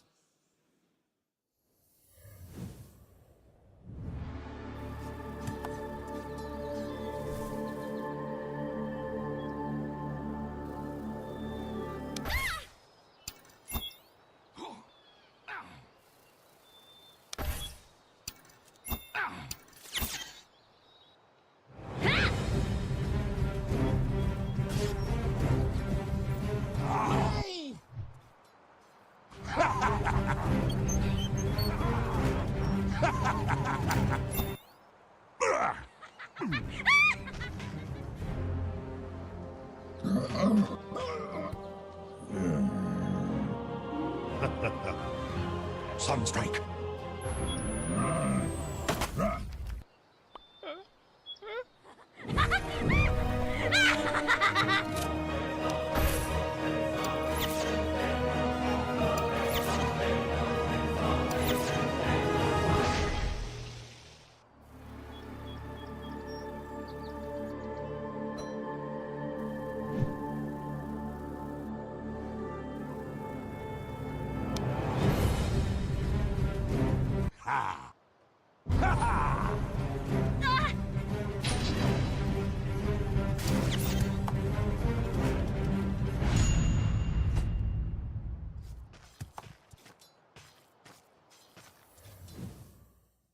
I love the creativity that comes out there. I mean, I had the arena when it showed up that there could have been Pudge being removed from the game. It's never going to happen. This is the most iconic Dota 2 hero. Yeah, I loved it. The dual use of the Lincolns and the Lotus Orb there as well. He was making sure there was no way he's getting removed from that game. But in our series, he's not showing face at all. The only time we're seeing him is in that band. Yeah, he's kind of removed from the game. True, in a different way. Yeah, I mean, hopefully we get to see him. Hopefully. Yeah, I know Jenkins would love to. I'm sure Heroic, if it got let through, they would love to play it. We've seen it on two different positions for them as well, whether it's in that carry, if it's in that offlane as well. But we talked about the overconfidence of BB Team. That's something they haven't gotten overconfident in. They're still very strong and standing by, taking out these niche and unique heroes from Heroic. Yeah, I don't think you let it through. I mean, especially game 3. I think BB is gonna straighten up. You know, this is what they tend to do. We've seen this time and time again in their tournaments. They're still an incredibly strong team, and I also don't think that Heroic, they're of course going to play with confidence. They're a momentum-based, emotional team, so the win is very good for them. But you gotta still keep respecting BB, because they have. This has happened so many times before, and they just end up winning the series. Like you said at the start, all of their series have pretty much been 2-1s. So. Yeah. I think there's going to be a switch in the draft when it comes down, because they gave him Earthshaker twice, and I don't think they're going to want to give them Earthshaker one more time. If they have first pick on BB team, they're definitely going to take it because they do play it from 2 different roles as well. This is the team that really excels at playing that hero, even though the last 3 games that they did play with the Earthshaker, they did lose them. 2 against B-Vision, 1 against Nigma Galaxy as well, but this is the hero that allows you to have such a good game. In previous game, Whisper, he didn't have BKB. He went for Refresher. Yasha Kaya into Refresher, making sure that he has just unlimited amount of stuns, making sure that those stuns are coming in instantly so that they cannot react to it. I mean, also their own drafts, right? I feel like that's on the enemy's draft, right? But for BB's draft, I think they need to maybe prioritize pure mode, give him the later picks. Don't show his hero out because I think in most of the games that went long, he has a really good carry-to-carry matchup. He has a the strongest hero in the game. That's why they tend to play a little bit more slower, They're like, okay, we don't have to rush. We can just take this late. We only go when we reach our timing, so it doesn't feel like they're going to be forced to make a lot of moves in a game. Yeah, is that something that's also dependent on if they get first pick or second pick? Yeah, of course. I think with the second pick, maybe they feel like they could do it more. And on the first pick side, I still think you can do it, but maybe just don't open the draft with his hero.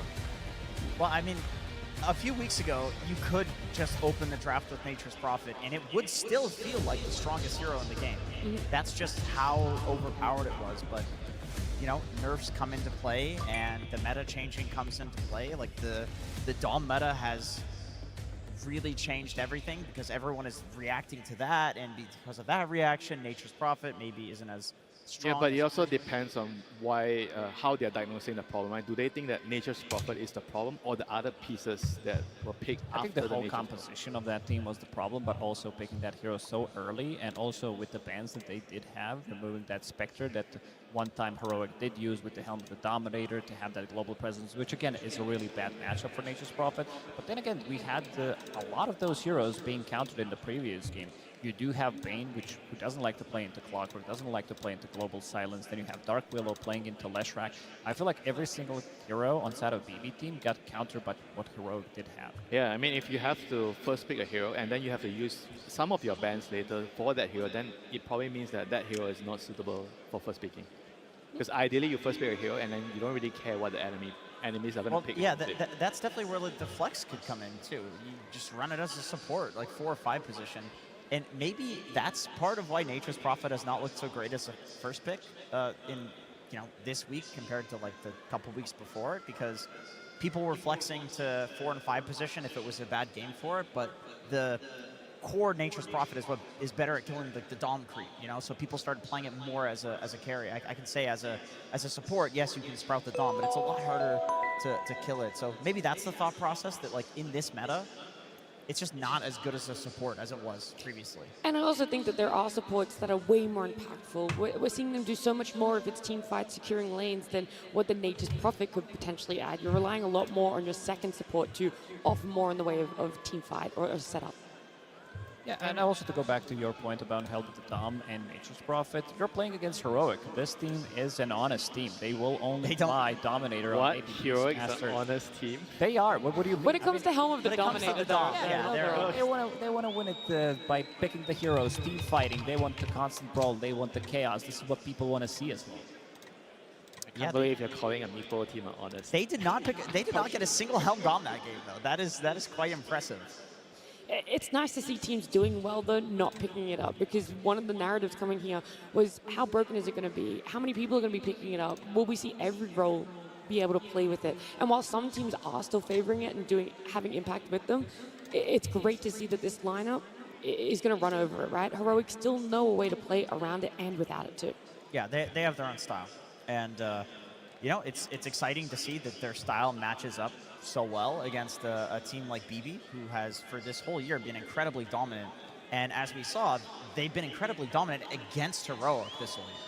So it's like Heroic kind of stuck to their guns, and they improved it, they refined it to the point where now we have a very interesting and fun team to watch.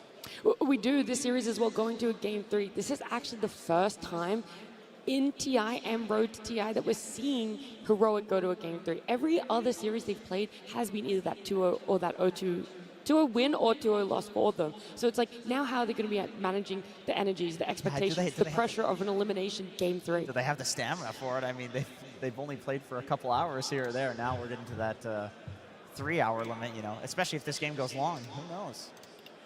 I mean, it's Dota players, you know, they can play 10 games a day. I'm sure they'll be fine in this series, you know.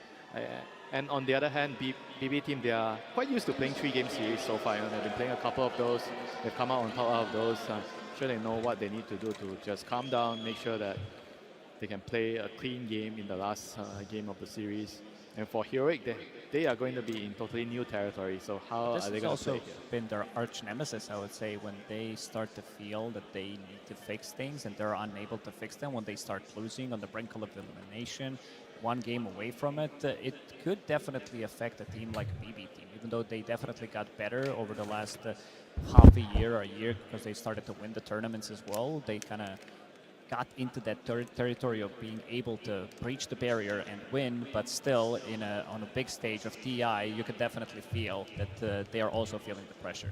Yeah, the main stage series, when it has gone this way, if they won game 1, they ended up losing the series. If they lost game 1, they ended up winning it. And I wonder if that trend continues or if there is going to be that reverse. How are they going to be able to bring it back from here? Is it as easy as being like, way too over? Sometimes it's not just like about fixing, right? Sometimes you just have to remember in the games that you win, what did you actually do correctly in those times, right? And you just go back to those games and just do it again.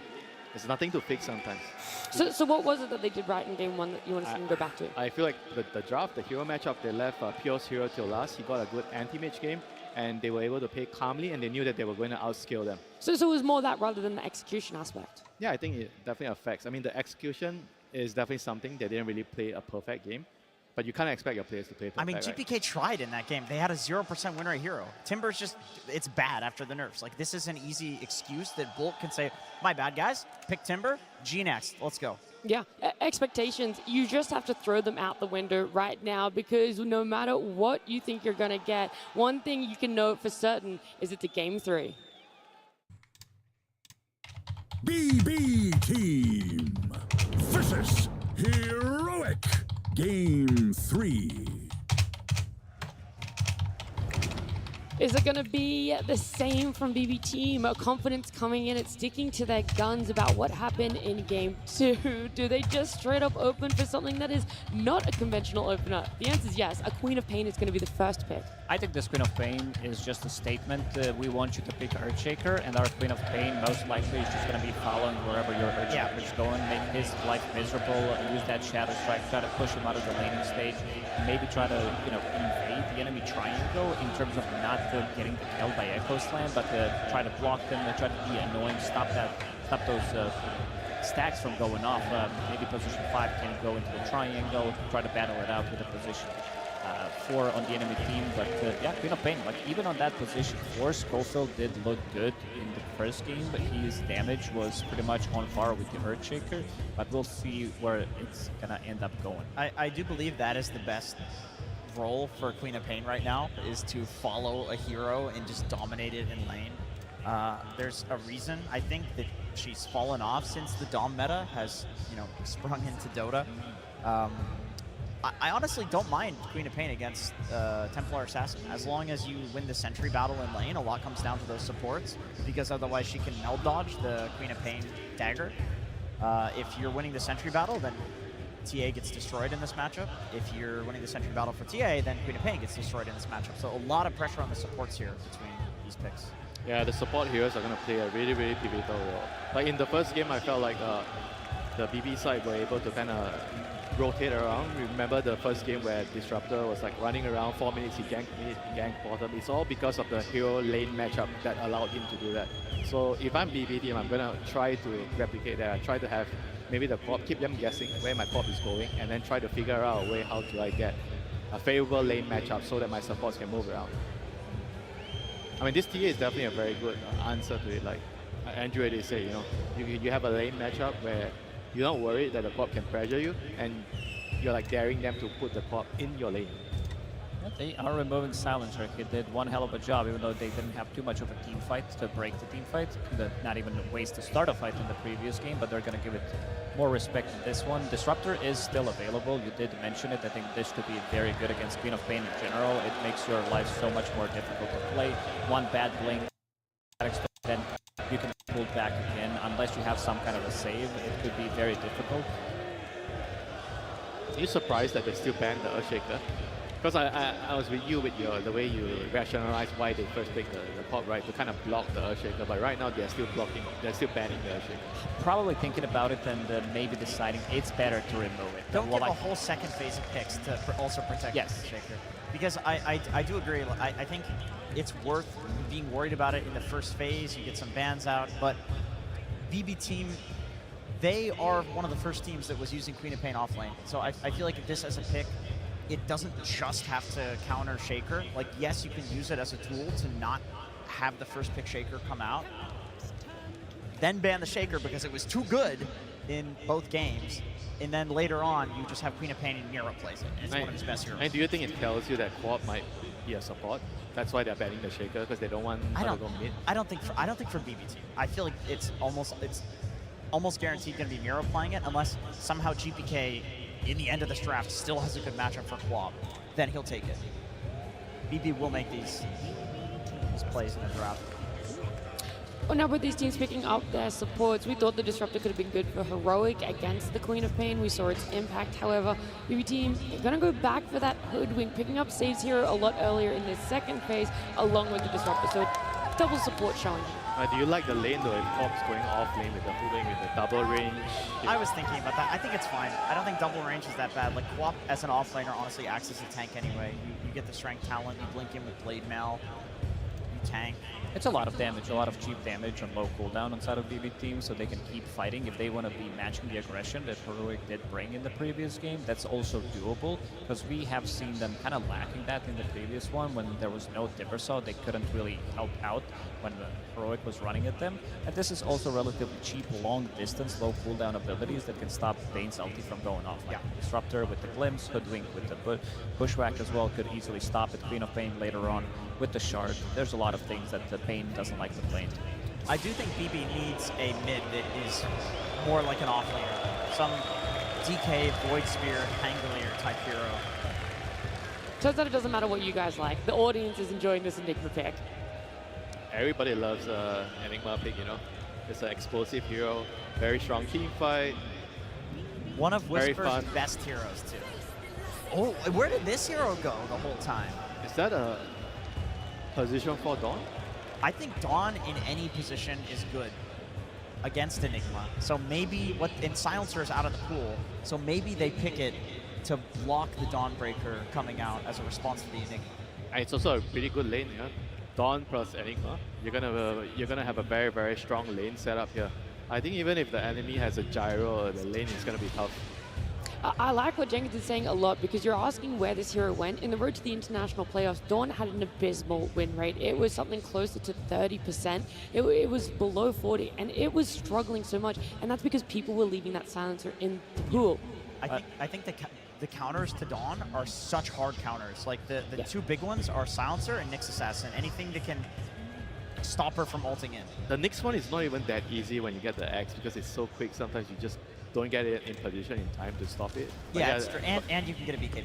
Yeah. So it's not like impossible to play. Silencer, that's a hard one. Yeah, that's very difficult. But we do see the gyro here, so like standard hero against Enigma. But Heroic definitely had some plans towards dealing with the gyro. They probably feel like with the Dawn, the lane is strong enough to handle the gyro and Disruptor. It's a super strong lane. Enigma plus Dawnbreaker, you have the slows for your Eidolons, you have multiple stuns plus the Blood Grenade. If someone's getting caught in that lane, either Disruptor or Gyrocopter, they could be definitely getting the kills. And with Enigma, the lane is going to be closer to your tower, so you can kind of always play aggressive.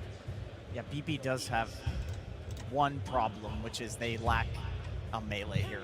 They front line. They do not have a guy to just run in and be tanky. Queen of Pain is not terrible at it, but it's also, you're still an inch core. Like, her stat gains are really good, you build a lot of stat items, but it's not like a Brewmaster, for example, or a Bristle, which have both been banned out. Yeah, they need like some sort of aura frontline hero. underlord kind of hero, someone to stand in front. Tide Hunter, something like that. Centaur maybe, you know, someone that can actually be a frontline for the Gyro, buy some auras. Gyro loves heroes that buy auras and can be the niche for you.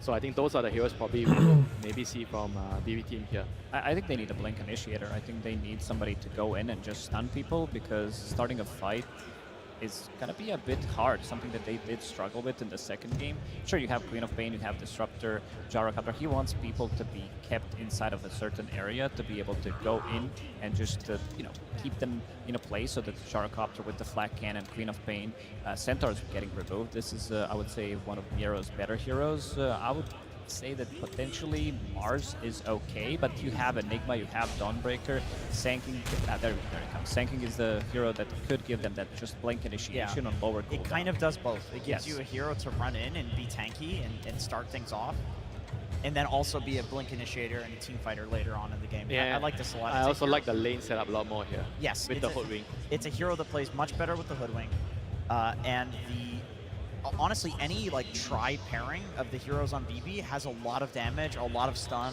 a lot of catch. This is a very solid draft, very magic dependent. Gotta start them young. You gotta get all the information you possibly can. Give them all the lore. Know that they've been to all the TIs. Have you heard this one before? I didn't know Arteezy was in the audience. That's gonna enjoy that one. That's a classic. That's a classic right there. I mean, do you guys like a Dragon Knight here? Dragon Knight against Quark, and then you have Dawn with Dragon Knight. Good call. An amazing prediction from Winter. What are some of the key reasons that you wanted to see it being picked up? Lane matchup against the Queen of Pain, and it's also really good with the Dawnbreaker ulti. It's a good setup. I think it allows them to play together as a unit. I also think if he's going to be going for a Blink Dagger, potentially Mage Slayer, you have Mage Slayer plus Pipe coming out from the off lane, and so good. You might be having a lot of issues in terms of dealing with damage. This is something that Sanking really hates to play against. There's also going to be Queen of Pain. Sure, she does have some pure damage, but most of the damage that they do have is going to be magical early on. Yeah, I mean, it's pretty much all magic damage. Even Gyro doesn't like playing into a Mage Slayer plus Pipe combo. I'm looking at where these heroes are going for Heroic. And it's the Enigma position 5, which I feel like has not been seen as a support in so long for competitive. It doesn't work most of the time when you see it. It doesn't work. It's like a Chen, right? In a way, it's a Is weaker it? version of Chen. Yeah, if someone's going to pull it out, it's either Insania or King Jungle. I mean, so basically they're doing this to avoid the Enigma against Gyro matchup, right? They're trying to improve their odds of winning the lane, which I can understand why, but it means that their whole draft is slower, a lot slower, I think, with the Enigma position 5, because you don't really offer much to your team early game. So then how are the lanes going to be looking if we feel like this Enigma might be good in lane, but not towards the later part? How important are we going to see BB team focus on having those lane wins? I think this is solely because they have this DK plus Dawnbreaker ulti combo in the game. They want to accelerate the game, give Dawn a core role, so they can keep doing this when they get the X early and just keep finding pickoffs on the map and play around that. I think they're hoping that would actually carry them through the game. They have very good counter initiation as well. You have this Dawnbreaker, Aghanim Scepter is pretty much your core item. You have Dragon Knight, you can blink in, Enigma. Eventually you're going to be getting the items as well on this position 5 Enigma, because you can always go to jungle, try to get some farm. Maybe stay in the lane a little bit longer depending how that lane's going to go, but you know, we always talk about Sanking not being the strongest laner. I want to see how much he's going to be able to get out of that lane. And some final thoughts from you, Jenkins? I think in that lane, he can get a lot. Against TA, you peel the refraction charges off. You got a Hoodwink in lane with you two. You're against Enigma 5. It's pretty easy. All right, with our game number 3, we've already talked about how important this game is. It's elimination for Heroic. If we see them advance, it could be the best placement South America has had. Before we get into this game, of course, we're going to hear from their coach, Caps. Thank you very much. Так, обычная 75. For game number 3 of this elimination series. Cafs, you seem pretty pleased with the heroes you got on the board. Tell me about what you got. Or we can just soak this in. Guys, are you ready for this game number 3?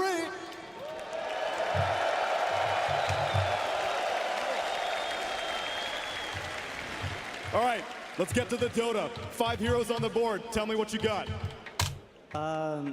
We've been practicing this for some time. I love the draft setup. KJ is a fucking beast on Enigma. I hope you can deliver. I think he just might.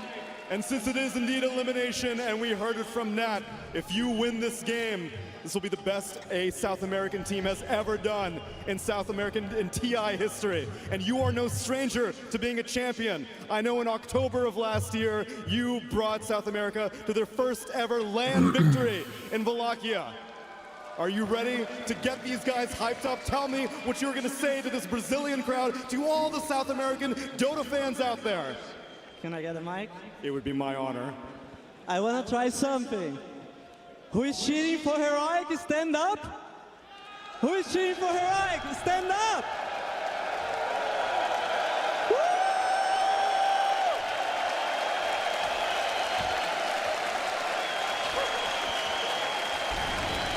I think we got more than 50%.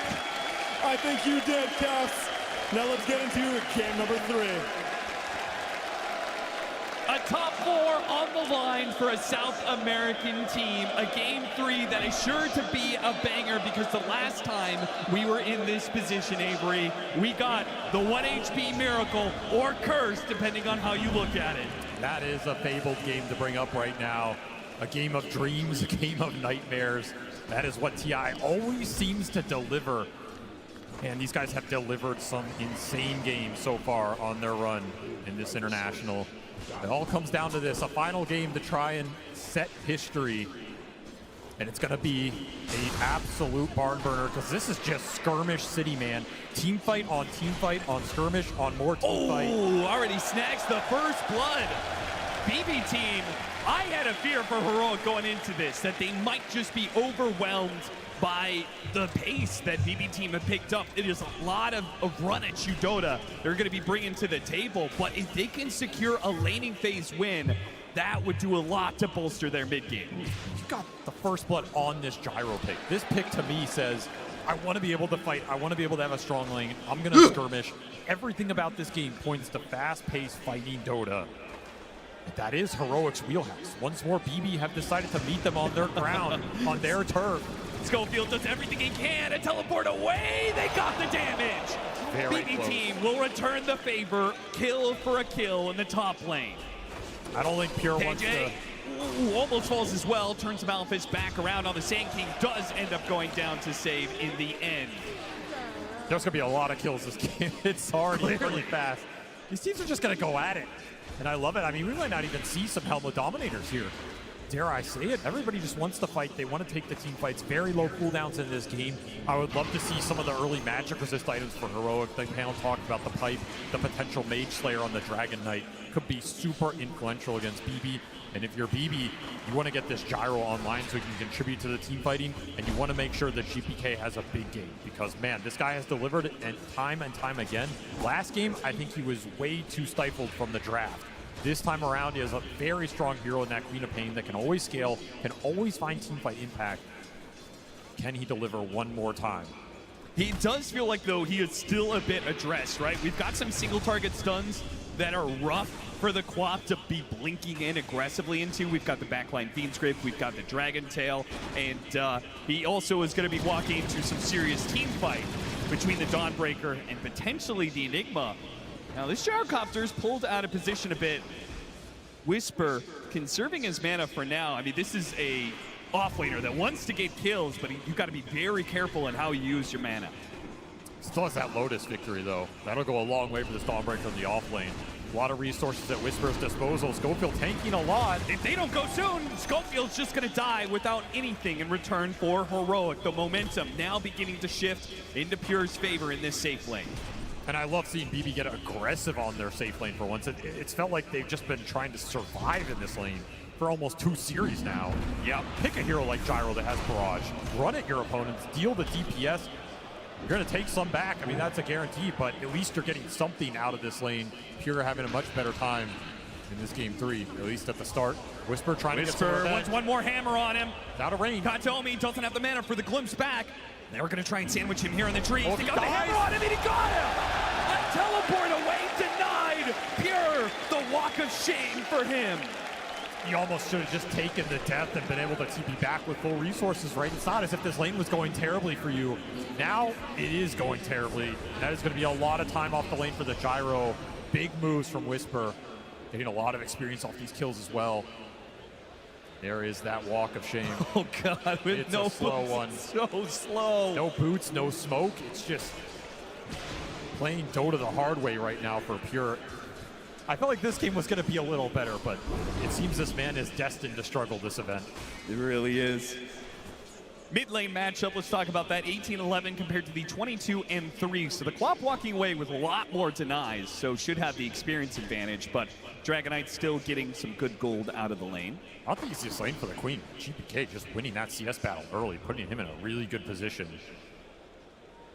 You will have to get value out of these Sonic Waves, though. That's the biggest thing. If you're BB team, you want to be playing a fast-paced game with the glimpses and the bushwhacks, but Queen of Pain's your biggest early game damage dealer, particularly when that ult is up.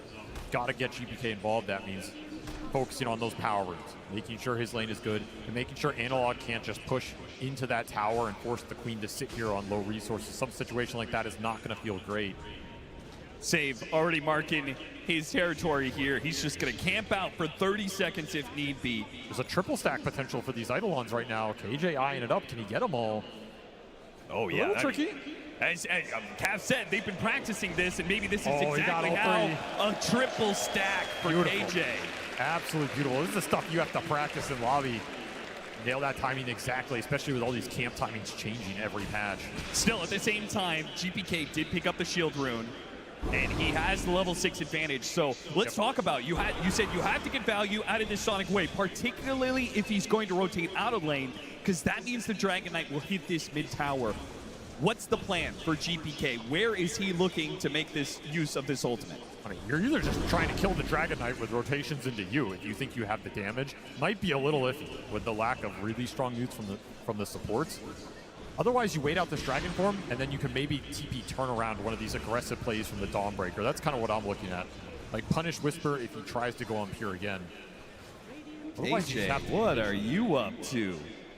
Sneaking his way in. Is he going to go for the Wisdom? No, he's not. He's already got the scan on them, so he knows not to contest that. Instead, just plays to make sure that they can invade the triangle when the time comes to contest this gyrocopter. Blocks the camp, gets vision up, trade out the shrines. This will pay off later, especially if these get stacked up for that Sand King. You can go in there and contest it with full vision.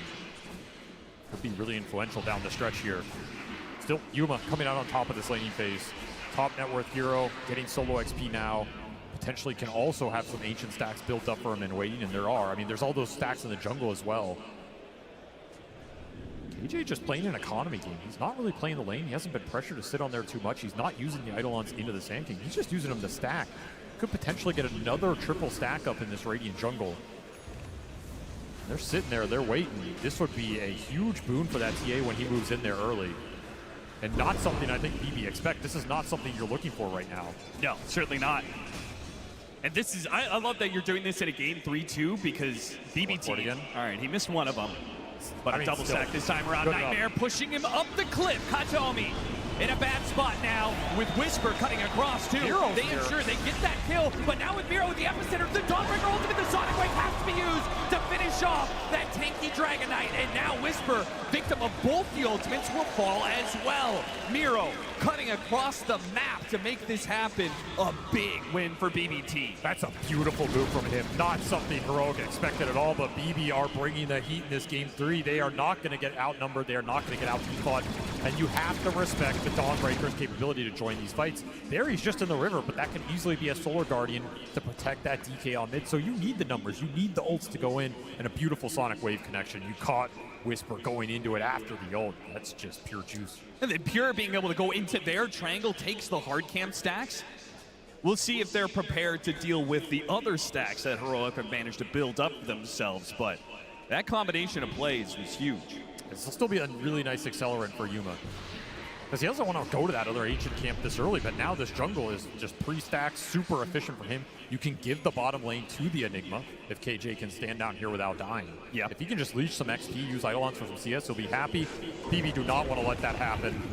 Yeah, they will punish KJ. He steps a bit too far forward, caught by the bushwhack, and gives Miro another kill. Yeah, he had to be very disciplined down there, just hide in the trees type scenario. There's no way Save is going to let you reach experience on this dead lane. They're going to give the Ancients 2 Whispers, so they're not just going to funnel it all to the Templar Assassin, which I do kind of like. Yeah, he's already doing stacks himself. Like, it's just an insane amount of stacks coming out. Downside of all the stacking, though, is that Enigma didn't get to play the lane as much, which gave a very good game to the Sand King.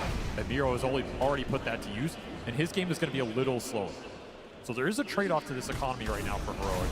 Oh, Whisper, not now! Not on the main stage of TI! Not his finest moment. I'm sure we've all been there, but not on this stage. Meanwhile, on the other side, the opposing offlaner, he's clearing out stacks and has his Blink Dagger.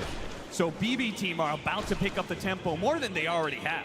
So farmed, man. This TA has 112 CS, and this Sand King is above him in net worth right now. That's crazy. That is a ridiculous start for the playmaker here on the side of BB. Maybe they insta-smoke with this and try and look for the play, because he has Epicenter available as well. Max Sandstorm is strong. You would love to fight around one of these tier 1s to transition it into an objective. If you combine the Queen of Pain plus the Sand King right now, you can win any fight. It's an overwhelming amount of damage.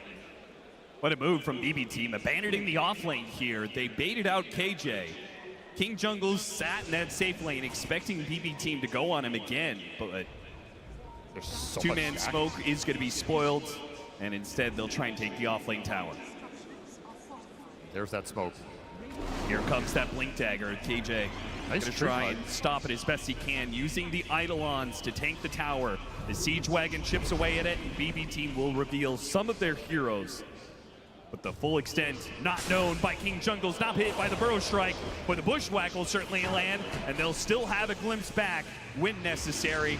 Pull them back in a little bit. BB team are very scared to go in on this. They just don't know what's behind King Jungle's. They had the right idea. The Heroic was behind him. They finally commit. A bit of an overcommit with GPK dropping the Sonic Wave. I mean, maybe he just wanted the kill, but he didn't even get it. That was a lot overcommittal. I mean, this is a super important spell in this early game. If you don't even get the tower out of it, you're going to feel a little bad with that usage. Nonetheless, you did save the Epicenter, so you can continue to move Miro around this map. Turn him into a massive threat, and another double stack on this triangle. Just gotten out of control. There was the early ward placed there. Still up, by the way. He's never got dewarded on the cliff. Is Heroic capable of contesting, though? It's tough. I mean, you have Bane and Enigma.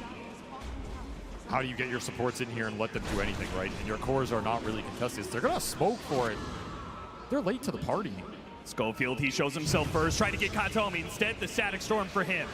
But the smoke wrapping up the side, that's going to be the bigger move. Miro committed its Epicenter to kill this Bane. Dawnbreaker ultimate still coming in. Schofield somehow is still not dead, while the Heroic backstab does not land yet. They're still searching for these heroes. Okay, they managed to find Save up here in the jungle, but at the same time, oh, the Black Hole is going to whip on GPK, and here comes Pure. A host of magic damage that should bring to the Dragon Knight to his knees, and KJ soon to fall.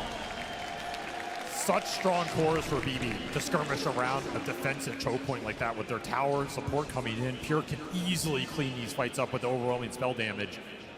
And you just glimpse the Dawnbreaker out. It's such a big factor. Whisper, he joins that fight. Looks like maybe you can turn off of his strength. Glimpse straight back to top lane. You're just missing numbers. Yuma's not in the middle of that, giving you overwhelming physical damage. The Deso's not done yet. Felt like that was just a bit of a forced engagement. Yeah, you see them taking the stacks. Yeah, you want to contest this, but your heroes are just not built for it at this point in the game. And you got to respect the damage this Gyrocopter can output. This is a fighting carry. Particularly since you had another option that was very clear, right? You've got a Dragon. If they're going to back off and take off, their jungle, their stacks, then you've got a Dragonite to pressure these towers. But instead, the tier 1 mid and the tier 1 safe lane are still up for BBT. You're also just close to big items. Like that Blink just arrived for the DK. That's a clean initiation when he runs up the hill in the Queen of Pain. You can maybe make a play off that. Instead, it arrives now after that play. You were closing on the Deso. It just felt like the wrong time to try and strike BB. Gain a little momentum off that team fight. Save looking for more. Yeah, Katomi, he tried to go for the Wisdom Shrine, see if he could sneak a Nightmare play. But he will be caught and killed on that. Ooh, amp damage rune top as well. GPK pick it up for free right here. Closing in on that level 12. Such a powerful rune at this point in the game for this hero. Not only is BB team getting the kills, obviously, with a score of 11-4 to their favor, but it feels like they're actually catching up in stacks. They definitely recovered the stack game. Early it went Heroic's way. Now mid game it went their way. And they're just continuing to play off of Miro's strengths. Absolute beast in these smoke ganks. A lot of early smokes committed. That might be something that comes back to haunt you when the Roche is a contestable objective later. But for now, they are working, and it's giving you a lot of map control, especially if you get this tier 1 off this play. And Pierre's going to make sure they do get it. With Miro behind them, ready to go with the epicenter, it's not possible for Heroic to stop this. Taking advantage of the fact that the Enigma is just not that strong on the map compared to the outrange of the Disruptor. Hoodwink, Pierre.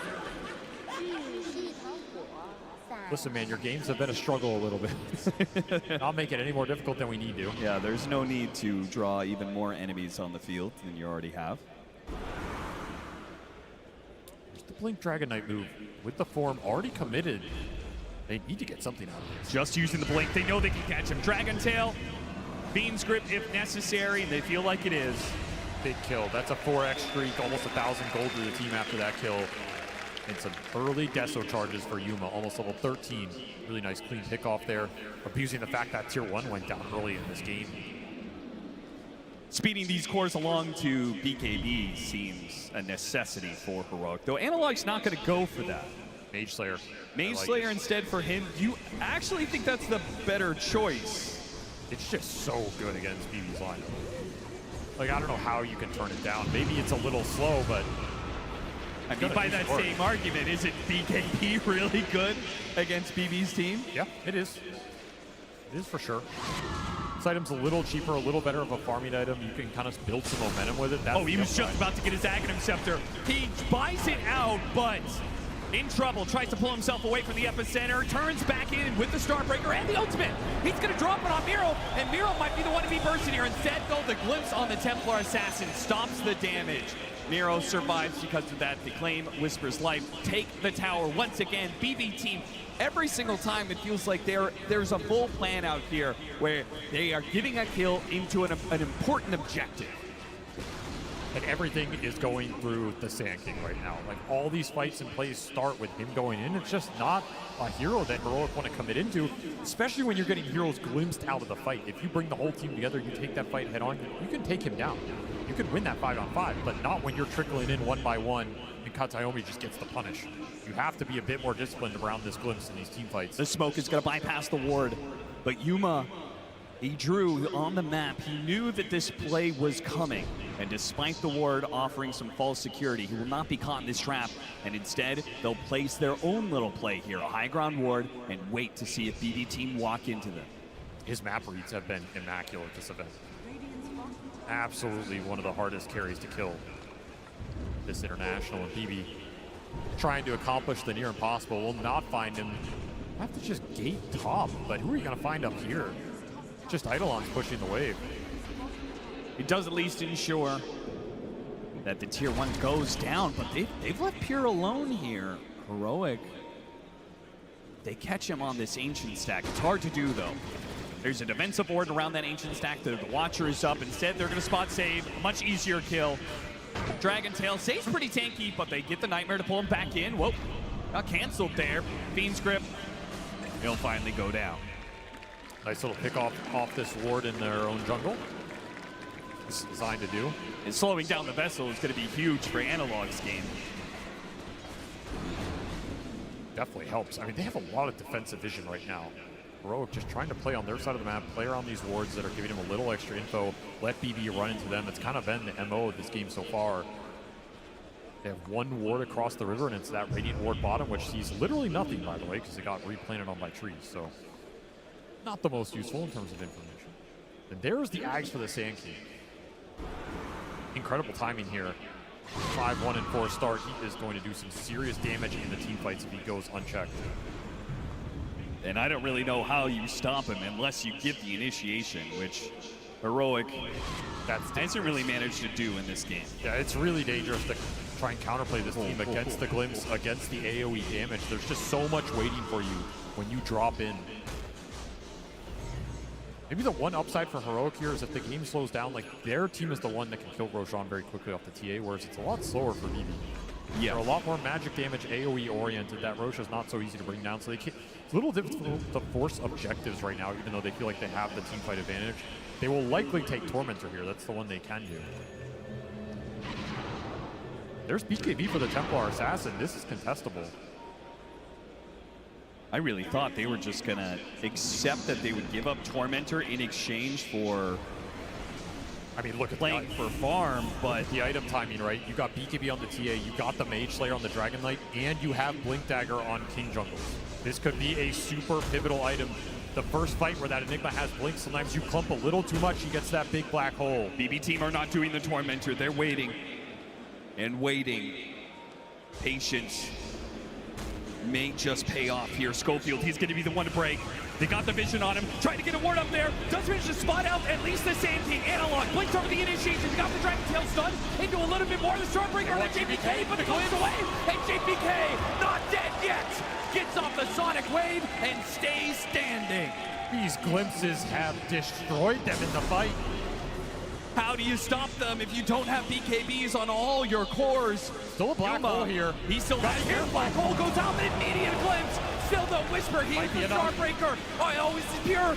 One more metal cannon. They've got him. Whisper. He runs headlong into BB team, accepting that this life is forfeit. He'll help get Yuma out of here. Will Yuma complete the escape? KJ. He'll make sure that Yuma backs away. Yuma, you got to get out of here. Oh, he's turning and fighting. This is insane. He's got Schofield trying to help out. Tries to blow up the save. Maybe on the Fiend's grip on JPK. JPK does end up going down. Yuma fighting for his life underneath the sandstorm and winning with the buybacks coming out from the heroic support. They'll find another. That's two down. Make it a third. What the hell was that? Yuma and Schofield make the call. A 2 versus 4 to turn the whole damn game. You have to play with confidence at TI. You have to go for the big plays. Yuma says, I don't care if we lost the fight. I'm going to make my own. I'm going to win my own. What a turn and what a call from the heroic carry. They're going to get this Tormentor. That could have been the game just being over for Heroic. Instead, they've given themselves the lead in a game 3. Such a difficult call to make, and they played it perfectly. And this black hole, that's as much as you can get there, right? It goes off just long enough that you're able to secure that gyrocopter kill. That's what you want. You're going to have to pay some price to bring him down. But man, I was like, why is Yuma lingering here? There is nothing left to be done, but the Bane coming in with grip is just enough to give you confidence to go for this play, and nobody could cancel it. Yeah, what happens if Miro was able to, if he had Burrow strike up to stop that Fiend's grip in the first place? It could have been such a different fight, but instead, Heroic, now they've got quite the lead. 2,000 net worth up. Schofield, he'll be picked off by BB team, who were threatening the Roshan. Schofield got some information on that. Get it? Looking for the glimpse? Not quite. I mean, they were threatening Roche, but this is a very slow Roche. Yeah. Again, they can't force the issue when they feel strong. That is the good news for Heroic. And man, Yuma is massive now. Level 18 on this Templar Assassin, 12 Deso charges. He gets this Daedalus, he is going to cook them in the fight. This lineup has a big weakness in it, which is the man fight potential, the ability to stand there and fight a BKB carry. The Gyro cannot deliver in that department for some time, which is why he desperately wants this Aegis right now. It's slow, but BB team confident that they could still win the fight. Oh no! What a fast reaction from King Jungles. Pulled back in, but he's completely went down on that Static Storm. Still though, wait, JPK's in trouble once again. We've seen this one before, but the Bushwhack saves him this time. And an epicenter demolishing Heroic right in the middle. Still though, Yuma had a chance, couldn't kill Miro. BKB TP out, Whisper dies as he gets run down. Same as Schofield.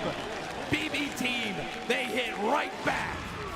Saves Hoodwink is so goddamn good. It is ridiculous. He has delivered time and time again on this hero. He always finds the Bushwhack at the exact moment BBT needed in the fight. They get a swift Roshan into a team fight victory. The momentum swings back their way up 2K, and now this Gyro can take the fight to the Templar Assassin because he has 2 lives to do it. Ags online, Manta online, and then Ags delivered for the Queen of Pain. That will be GPK's item of choice to try and scale into this one. could be pretty nasty against this lineup that's already a little clunky and doesn't have that much mobility along all three of their cores. You get hit by these daggers, it's just going to kite you out. It's going to make your life miserable. You're going to be stuck in the sandstorm. This team fight is not getting easier for you right now. You have a black hole available. Go for a quick solo pickoff. I mean, the tanking is everything to BB Team. So when he's dead for this 45 seconds, it does give Heroic free reign. Nice find. Absolutely drop this Enigma ultimate to take a core off the map. That's a lot of time to recover, get the farm back up. But I will say Analog's road ahead of him looks difficult. I mean, this Dragon Knight 1-4 start. He went the Mage Slayer, didn't get the team fight victories out of it. Yeah. Now this item feels like he should have gone for something that's going to scale a bit harder. Very tough position for him to be in. He's just going to have to play on the front line, use his strength and tankiness to deliver a teamfight victory for Heroic while Yuma cleans him up with the damage. Do you think that that the Dragon Knight's lack of scale right now is why the game favors BB Team so much? I mean, they've given it a 70-30 matchup. Well, why do you think that is? Their cores are out ahead, and they're going to be able to kite the Dragon Knight out. The Dragon Knight's not delivering enough damage. This Dawnbreaker's not delivering enough damage. They have some decent sustain, but BB can push through that. As we've seen, especially Queen of Pain with an Axe build, she delivers a lot of sustained damage over the course of a long fight. That's why Heroic could put so much effort into killing this Quav at the start of every fight. But that last bushwhack that was saved so nasty. GPK's game, though. Caught out by the Fiend's Grip here. Beautiful catch. Heroic finding some openings on this map right now. This Aegis period has not been clean for BB. In fact, I think they're losing net worth lead. The solo ultimate pickoff game between these two supports is amazing if you can just continue to do it. There's nothing global to bail you out. There is no Dawnbreaker ult. There is no global silence. Found some big ones here. And Yuma's been involved every time, which is the one hero that's continuing to scale and power up for Heroic. Level 20 now in this Templar Assassin. It's about to finish Daedalus. Continuing to find the Deso charges. It'll be a fast butterfly for Pure. Try and bring some evasion to the field against this TA, who's not going to have MKB for a while. Would be a really nice timing to get it online. You combine that with a Satanic later, you're going to be very tanky. But Heroic definitely recovered this period. I thought this was going to be a lot worse for them. Instead, they just took the lead. They found two big pickoffs. You're almost doing Enigma BKB here. That's crazy. They have nothing to stop that. Nope, it is a free Enigma BKB black hole game, and that is the terrifying part of this pick. I think KJ has itemized absolutely correctly. You could have gone for some auras. You could have, tried to build a pipe or something. No, just go BKB Blake, get in there and deal the damage. If you're in a situation where you can black hole the Queen of Pain or the Gyrocopter, that can just be the team fight over. Yeah. You're taking so much damage out of BB's lineup, which is another reason why they have to continue to scale 3 cores here. You are up against some very strong debuff piercing ultimates between the Bane and the Enigma. You cannot rely on one hero to be the say-all, be-it-all. You need to get in there with everybody and deal damage across the board. BB Team, with less than a minute left on this Aegis, want to take the tier 2 top, completed a butterfly. A lot of timings coming together here. And Pure likely to just brute force it. Level 20 as well. You have to get something out of this Aegis. You have lost around 4 or 5K net worth lead. It'll also be the Wisdom Shrine. Another big one. See, Whisper, he's going to try and stop Miro on the other side, but Miro gets there first. And that means they're going to chase after the Gyrocopter. Unable to find the stun. Could have Solar Guardianed into that. That was a dangerous play for Pure. That was. KJ playing with fire on the back line here, just taking camps away, getting wards out. Yeah, look at all the vision he's gotten down and placed that lane ward up top. Like, they know what the game plan is. KJ, he wants to just rat the map as much as possible, and he's doing a good job of it with his Eidolons. Yeah, the wards enable that. I mean, this is an impactful 0-8 Enigma. It does not feel like he's 0-8. No, it doesn't. You can also just potentially find a solo hero with Black Hole into Solar Guardian. Like, that is enough damage to bring some of the heroes down in this game. He commits for the Courier. It's the Gyro Courier. Got off the shield. That means Pure will still have a TP scroll if that Courier can get to him. Who are currently smoke wrapping through triangle, getting deep into Heroic side of the map, Yuma. and wrapping into Yuma. Yuma right past him.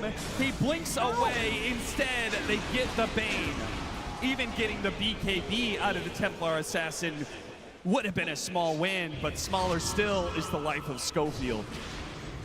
Maybe they try and kick Analog out up here, but there's Radiant Vision up here. He can play it to the limit.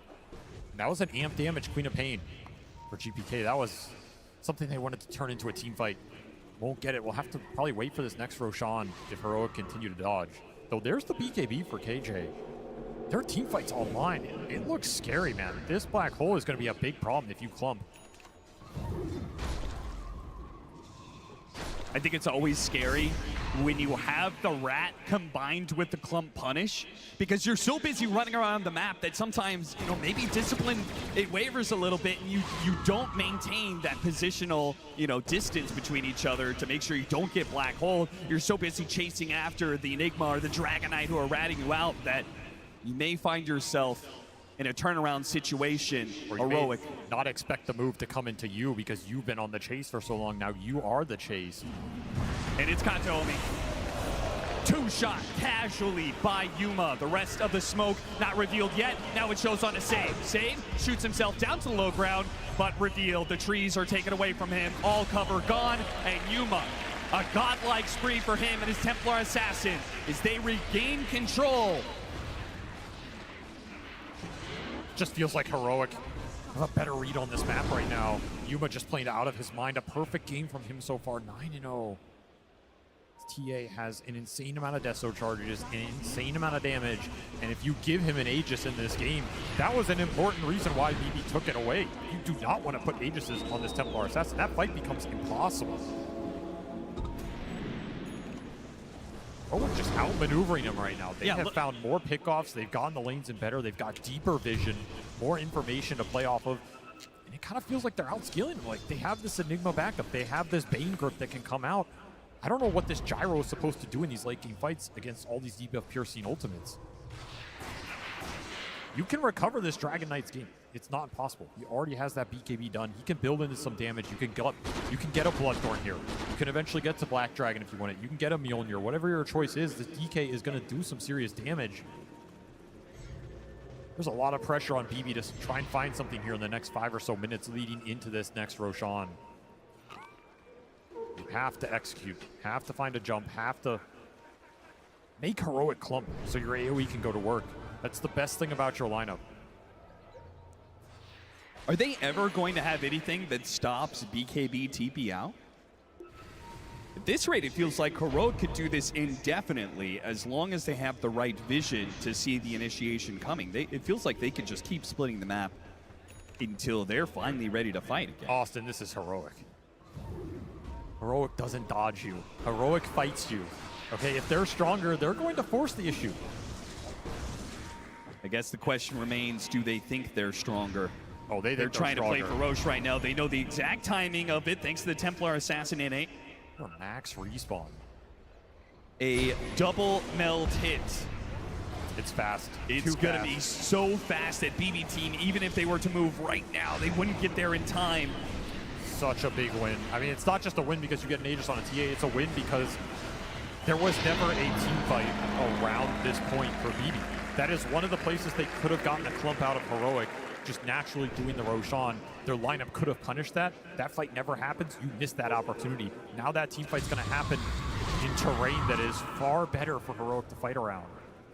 I will say this, without a doubt, BB team just looked more scared.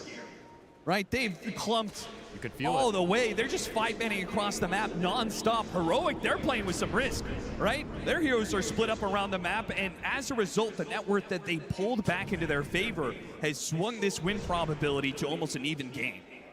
I will say Pure is hitting his power point, right? That Satanic's done. He has the butterfly. There is no evasion Pierce on this TA yet. You get some good evasion procs in that fight. You get a good Satanic off. You can live for a very long time here. You can maybe even survive some of those big ults coming out from the supports. But you're right, they're playing a little scared. I mean, there's a Tormentor sitting there right behind him. They're expecting the fight, but how long can you wait for this?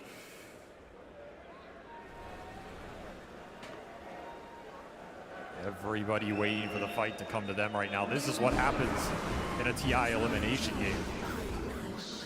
You do not want to be the first to pull the trigger. BB team, how long are you willing to sit here? You got to just do this tournament. They're trying to bait it a little bit. But what if Heroic never want to contest? What if they just want to farm?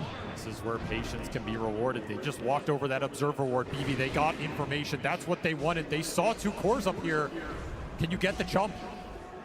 A little bit out of sight. They spot Yuma. Yuma's right underneath the ward. Can Miro get this initiation? They've got to chain the stuns. Yuma's walking into them. Oh, wait! They make a little bit of a jump there, but this gives Yuma. They don't want to go after this Aegis hero. But they want Analog. That was your option. They go for Analog. Miss Burrow! And the BKB goes off from Analog. BB team, can they recover this? Instead, they find Schofield. But Dragonite, he jumps into the back line, and that gives the opening Whisper. Hit 3. A massive ultimate. And now a black hole!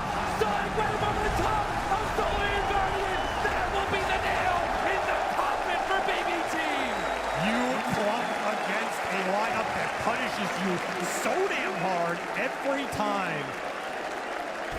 The confident jump from Analog, knowing his team will back him up even with the BKB expiring. You have Aegis to play with. It let Yuma frontline. BB saw no good targets. They got pushed into a corner, and they had no answer for the team fight supremacy that was double Solar Guardian Black Hole. That ult from Whisper stunned everybody just on the edge. Heroic break this game open. They are going high ground. 11K gold lead, 2 minutes on the Aegis. No buyback available for this gyro for 40. This should be 1 lane, maybe 2, guaranteed. And a potential top 4 for the first time in Dota history for a South American squad. The spirit of an entire region behind Heroic, and they're playing like it. They're playing with that aggression, with that fearlessness. And now they've got full, firm control over this game. 13,000 net worth lead, and an Aegis still for 1.5 minutes. A banner still for another push if they want to try for it. BB team, they push outside of the base. They find Schofield, something small to work with. Heroic, say you can have him. Let's die back on the Bane. At least you get some time to regroup here. But how is the team fight getting better for you? That's the big question BB have yet to address. You can put your gyro on the front line.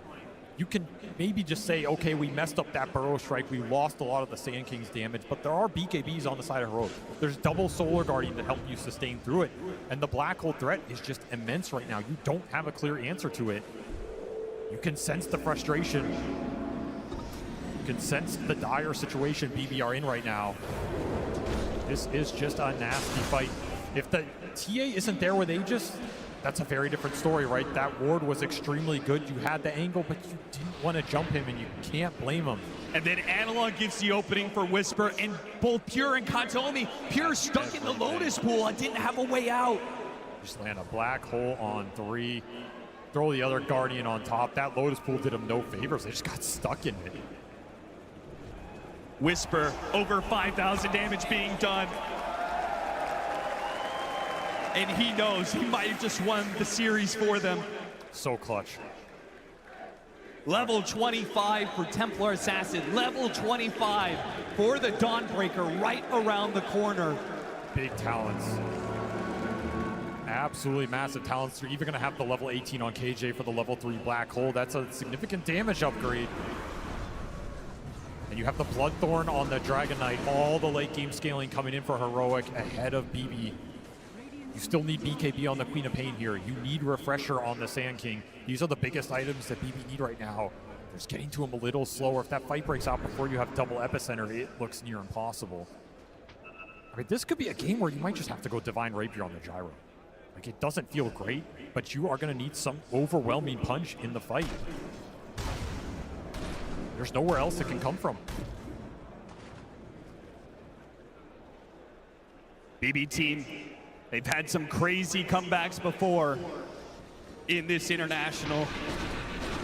Their backs are against the wall on this one, and it's beginning to show. Miro's failed jump on that burrow strike. The nerves are clearly playing a hand here in this game for BB team. The pressure cooker that is TI. You will not experience a more intense situation as a Dota player than this. You can't practice for it. You just have to hope that decades of experience go the distance when it matters most. It's what it means to be clutch. You either got it or you don't. There's Another tormentor for Heroic. They're just getting so much right now. Analog's game completely recovered. Level 25 available for the Dawnbreaker and the TA. Yuma runs right into Pure. Hello. Not afraid at all. Some damage off that sharpshooter. Yeah, he did get pretty low. And they will Solar Guardian just to make sure he does not get jumped in. This instant Miro trying to go for it, but a double BKBs, and he's met with a Dragon Tail, a Fiend's Grip over the top, and once again, the initiation is denied. That was bizarre. They just let him sleep there forever. I don't know if that was a bait or just, it was so janky, but BB fell for it. They ended up losing their Sand King, who's on his way to that refresher. They might have to take this fight without him. Need to find something here. He has no buyback. A quick pick off on Schofield would do one for them. They do have the Static Storm. There's no BKB, so Solar Guardian goes out. They found the black hole. It's catching the gyrocopter. Sonic Wave trying to push him away. Here with the Satanic. It's keeping himself up. 1 versus 4 for them all. Trying to take down one of these cores. He's fighting up against Analog, and he's getting the life steal to keep himself up. BB team on the edge, but they will hold off that fall just a little longer. Dude, what a fight from Pure. He just gets in the middle of everybody with this Satanic Butterfly, gets a couple evasion procs. The Dragon got us isolated, couldn't put the damage into him. He survives, gets a massive Satanic off, and finally able to deliver a killing blow to Heroic in this team fight. That was a very bold fight to take. 4 on 5 without your biggest team fighter. Beautiful execution here. Sonic Wave lands exactly when you needed it on all 3 cores. Look at Push Yuma up. Oh man, pushed up to that high ground. What can you do? And the daggers are just flying from GPK the entire time. They took such good advantage of that Dragon Knight being isolated in the kinetic field Static Storm, pulling a team fight win out of nowhere. BB do it again, and they're gonna get Roche off this. This is gonna be another Aegis for Pure to play with. Refresher shard in the pit, banner in the pit, to take all of that away from Heroic. That would have been a game ender. The game has slipped through Heroic's grasp. They were in control. They were marching their way to victory. And now this is absolutely anybody's game. They've got to claw it back. I mean, is but this... BB team, they've got the momentum now. Is this divine territory for Pure? I ask it again. You have Aegis. You're getting close to that gold. You're running out of slots. This man has done it before at TI. It's not uncomfortable for him, and it might be what you need to win this game. Just think it's Swift Blink. A refresher for Miro. So if they can find that initiation, Pure will be able to jump right into it, as will the Disruptor potentially. Now that Burrow Strike, it's a lot more deadly if it's an Ag Static Storm over the top of it. These are the opportunities BB need to win these fights. Didn't exist 4 or 5 minutes ago. They exist now. You have an opening. You can go in with this Burrow Strike and threaten any of these cores because that Ag Static Storm will be dropped on top. And there is no way to bail that hero out other than committing more with the Solar Guardians on top, with a black hole in the middle of everybody. It could work out for you. It could be an absolute disaster. Yeah, the more you throw it at, the higher the risk is, right? Maybe that Solar Guardian doesn't save you. Maybe you're just running into that Static Storm, and BB team on the hunt. 3.5 minutes left on this Aegis. Sweeping across the map, keeping that same 5-man formation. They say, if we're gonna go down, we're gonna go down together. And Pure, he disassembled that butterfly for Swift Blink. Felt like the MKB was incoming for Yuma, which would have been his next item, but he doesn't have it yet. Kind of interesting to give up that evasion. You do have 2 lives off the Aegis and that Satanic. Especially since that evasion was entirely what saved him in that last engagement. Absolutely did work. Look at the Space Ward right here. This is incredibly nasty if you get caught on it. Something interesting to work with. They get a little information on the Dawnbreaker. And keep in mind, 25 hit for GPK. That's a Sonic Wave damage upgrade. This thing's hitting for 900, and he's the one who got the refresher shard off the Roche. So it's going to be double 900 damage, pure damage Sonic Waves going into the fight, amped up even more. This is over 2,000 damage of pure going into somebody. Somebody just has to take it. Heroic have to get the jump. It's the only option, and Pure is going to put them in a very uncomfortable position. With the banner drop and a swift linking into the base. You do not want to dive too deep, though. This is still a lineup that can Look at the cut. This is big. If they can manage to take away the mid creep wave as well, so that should be protected by BB Team. Kills that banner, though. That hurts a little bit if you're going to commit to the high ground push here. It's such a terrifying push. You don't know who has buyback available. And guess what? It's all 5 for Heroic. They all saved it up. This push is almost doomed to fail. Unless you execute out of your minds right now. Fortune favors the bold. Will it favor him here? A bold move to go into the base, but they found the bushwhack into the epicenter initiation of Sonic Wave 1, and that's one down. Now they still have the Solar Guardian though, so it does trade off core for core with the buyback being used on the Dragonite. Heroic, they want to make the most of this situation. They got the control on the GPK, another Solar Guardian to finish him off. The bushwhack comes to Templar Assassin FA, and GPK, he's away. Another Sonic Wave, and back in. A killer instinct for GPK, but it might just go awry here as a black hole. It catches Pure. Safe Whisper. Pure. Wait a minute, a Satanic. He stays alive, doesn't lose the Aegis just yet, but Analog, that's going to be a dieback for him. A nightmare with high ground. No, he's not going to make it. Stuck on the low ground and nothing on a bushwhack. Save. Give him an opportunity. BB Team still working with this Aegis. Do they go in? Do they go for the throat? 2 heroes dead, one of them with no buyback. You use GPKs though, you all in here and you die. It's game. It's up to Pure. It's his call. It's his shot to take right now. 30 seconds on the Aegis. Another buyback from Heroic. They're down to 2. Whisper on that Dawnbreaker. Yuma on that TA. They somehow got Whisper out of that Another fight. refresher. They may not see this coming. There's another black hole available. As he said, they all day they got the Static Storm on a Pure. But you can't go. They can't. No. GPK. He does go. He does get that kill. He does force that buyback. Where is it? Yuma, you have to pull the trigger. There it is. KJ, this is an opportunity. A moment for greatness. Can he hit the black hole? That sets up everything for Heroic. God damn, it's not enough. Pure hits the Satanic, and everything is wasted for Heroic. How is he alive? He's just tanking Sideblade after sideblade, not enough to kill Miro. And Pure, he can play it slow. He's got another Satanic coming up. There's no way you back here, right? I mean, you have pushed this to the limit so far. You have another Satanic. You've gotten everything out of Heroic from 5 buybacks to none available. Black hole dropped. Refresher black hole dropped. There's nothing left in the tank. Pure makes the call. Divine Rapier, Swift Link in. He's going for the throat. Going for the throne. He wants to deny a South American top 4. And claim his own top 4. He made it to the final day of TI before. He's led a team to this victory before. He apologized to his team. He said, I'm sorry, but next time, I will carry you. And he does it. He takes his team. Ебать! Ебать! Ебать! Ебать! Пюре, нахуй! Блять, гениально, нахуй! От Кинджанглиса было, блять, рефрешер. Это было очень жестко. Но Гирыч, сука, захилился, блять. Ёбаный нахуй.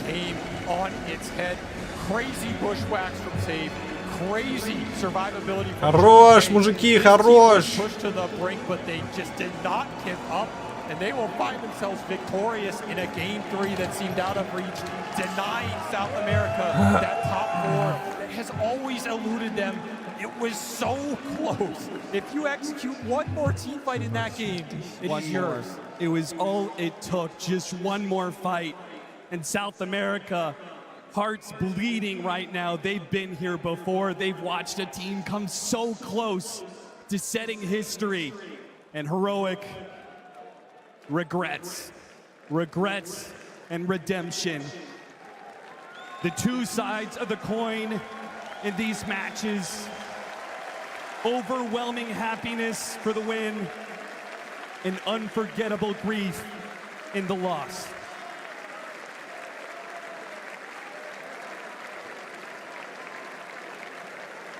Man, what a series from these two teams. It's one of the most memorable BO3s I think we have seen at TI in a long time. So much on the line. Пиздец, такие нервы, нахуй. Insane teamfight victories Зачем off the было делать spellcasting 3 alone. And that last карты? fight, that base defense, you land the black hole of your dreams. You cannot ask for more, and it is not enough. Let's talk to the man of the hour. Ну, он выжил благодаря бабочке и тому, что он бил в сатанике. Pure, I mean, what on earth was going through your head at the end of that game? You were locked in, making no mistakes. How do you stay focused in a moment like that? I mean, I think I made quite a lot of mistakes, but we won in the end, guys. So happy about that. You mentioned before in an interview for a different language yesterday that you feel like you haven't been playing your best this TI, but I think that game earned you a lot of redemption. That was some incredible moments. Do you feel like you've redeemed yourself?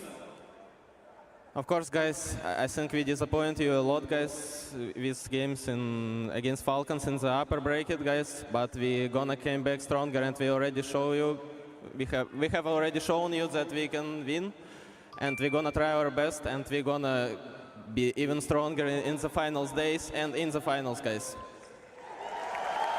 All the way to the finals. That is a promise right there. I also want to ask you about your teammates as well, of course, because GPK, he has been pulling in some incredible moments. What's it been like playing with him as a teammate throughout this tournament? I mean, he's crazy good. He's always been like that, like this last year, and I think he's performing as his best as always. So just pleased to play with him. You know, like it's good to have him in my team. He has been fantastic. Last question from me then. Of course, we do say goodbye to the South Americans here, but as an incredible carry player yourself, how do you feel about how Yuma and the rest of Heroic played in that series? He played good. I think he made a lot of progress like since last year, and he's playing really nice. I think he's a proper carry. He can win some tournaments maybe someday. Maybe, but not today. Today is your day as you go through two top four. Guys, give it up for Pure and BB Team! What a series that we have been treated to here. It was elimination for BB Team or Heroic, and the way that this Game 3 played out, there was desperation from both sides. Everyone trying to do what they possibly can, and whilst Heroic might not go down in the history books for the highest placement of a South American team, they will definitely go down in histories with the play that they made, the series they gave for us, and of course that black hole towards the end there. Oh my God. Arena was on their feet for it. That was genius, and the fact that it didn't work out. I just want to thank both of these teams for giving us the best series of the tournament so far in a tournament that has already been one of the hypest TIs ever. This was an incredible game of Dota and an incredible series. Just thank you. I feel like I can feel the energy in the arena right now. Yeah, the person who delivered for Почему that Ксион, was, of course, блядь? KJ, and unfortunately with that loss, we do have to say Ксион. goodbye to him. Почему Ксион так высоко? Yeah, thanks. I am here with KJ. KJ, you can hear the crowd's reaction. You guys played, in my opinion, and the crowd's opinion, and the panel's, the best Dota that we've seen in this tournament, the most exciting games. Did you guys have fun while you were here? It looked like you were having the time of your lives. Yeah, it was pretty damn fun. Didn't explode the throne, but I was happy to play here and to show you guys that we are a world-class team. We are Brazilians, Peruvians, Nicaragua, but we are a world-class team. So if there was any doubt of that, we showed it, and we put up a fight. You put up a hell of a fight, and I know you can hear the fans here, but there's a section of South American fans who've been going absolutely mad for you guys the whole time. Do you have anything you'd like to say to them specifically? Thanks for cheering, everyone. Valeu pela torcida. Galera da Heroic aí muito animada, dá pra ouvir todo mundo lá de dentro. Muito feliz. It's you that's watching that makes this special. If it weren't for you, this would be very boring. It's just a game. But with you, it's a dream. It's everything. I love this shit. Let's go. Next year, you're gonna see me here. And I'm gonna win. You're gonna see me here. I'm coming back. Holy shit! Thank you, KJ. That was perfect. Back to you guys. Oh my goodness, I'm telling you, no one does it like Heroic, no one does it like KJ. While this man has been eliminated from TI, his dreams, they're still there. He's saying next year, of course, it's his year. I mean, this has to be the most positive exit interview that I've seen. You know, him being hyped up, like being excited to be in the crowd, and also a big promise that he needs to fulfill. And I believe that they can do it because this team showed some extremely good performances. The crowd is definitely cheering for them, but also the way that they've been playing, it's just a chef's kiss every single time. Unfortunately, we have to say goodbye, but I think they won a lot of hearts in the arena and whoever is watching on the broadcast. 100%. Yeah, I was going to say, maybe they didn't win this championship, but in every future tournament, I can guarantee you, this is going to be a fan favorite team now. Like, these guys, they clearly love the game so much. They're so fun to watch, and they're so likable. Yeah. All of them. Yeah, you can't help but feel yourself cheering for that team. Unfortunately, no longer here, but we are going to be looking at this game number 3 a little bit more, trying to break down what happened in the earlier part and why we had such a close fight, why we had such an amazing comeback from BB team, and it all started with that first blood winter. I mean, the first blood was kind of like a really, really good outplay, a little bit of outplay here by Whisper. You can see he's almost going to hit level 2 soon, and he's going to use his slow to get to level 2 here, and Pure totally caught unexpected here. And he так тут даже меньше, но ему, видимо, дали очко. Once again, because of that earlier kill, this happens, right? They get the dive, Pure doesn't have any more resources, and it was a really, really good read here by Whisper catching him, knowing that the only way he escapes here is TPing in the corner. It was such a high skill game of Dota. Like, there's no world where you have to be playing against a very skilled opponent that is paying close attention to your levels, that you can make that play and find that opening. Like a single creep and then using the resources to get that. Like, this was world-class Dota. Yeah, I mean, this is why like you always hear like take the range creep, take the range creep. You're listening to the comms like in the lanes, the range creep matters a lot just because of situations like this, and that one kill actually snowballed the lane so much. Yeah, it really did. Something, though, that we weren't really sure about is how Position 5 Enigma is going to fit into this meta. It's been out of the limelight for so long when it comes to competitive, but KJ put on an absolute beautiful shot. Oh, yeah, he has a couple of tricks up his sleeve. Look at this, Position 5 Enigma, 5 minutes in, 6 about to spawn, so he's stacking 3 camps at the same time. That is so hard to do, by the way. It really is, and they're also trying to win this economy more, and look at what Save is doing a couple of minutes later, because a couple of minutes earlier, there was Enigma in the enemy triangle, putting down Center Ward, putting down Observer Ward on the hill, making sure that they are winning that economy war, making sure that there's going to be a lot of... And also another one, I just have to stop talking, because what he does here is he uses Midnight Pulse immediately, predicting their save is going to be using Bushwhack, making sure that Yuma is not going to get stunned there and killed, and lands another good black hole. We saw multiple man black holes coming out from KJ, and I just became even a bigger fan after this one, and this guy is just amazing. I think after watching this, I don't have any plans of going and playing Enigma in my pubs. Position 5, like the amount of stuff that you have to do to make it work, you have to be such a savant at the hero. I mean, this is why the coach was so confident. He said King Jungle's Enigma is really, really good. Like, he knows every little bit of the hero, every inch, like in the early game, what he can do. Because this hero is so greedy, right? If you don't do enough in the early game, it's very difficult to have space for your hero to farm in the mid-late game. Yeah, and then you start to wonder, when is he going to be able to have an impact in the team fights? When is he going to be able to start joining? But these teams started fighting early on, significantly earlier than what we've seen other teams start to do. It was around this 12-odd minute mark where it's like, yeah, everyone's coming together, and let's try and make some initiations that still stacks.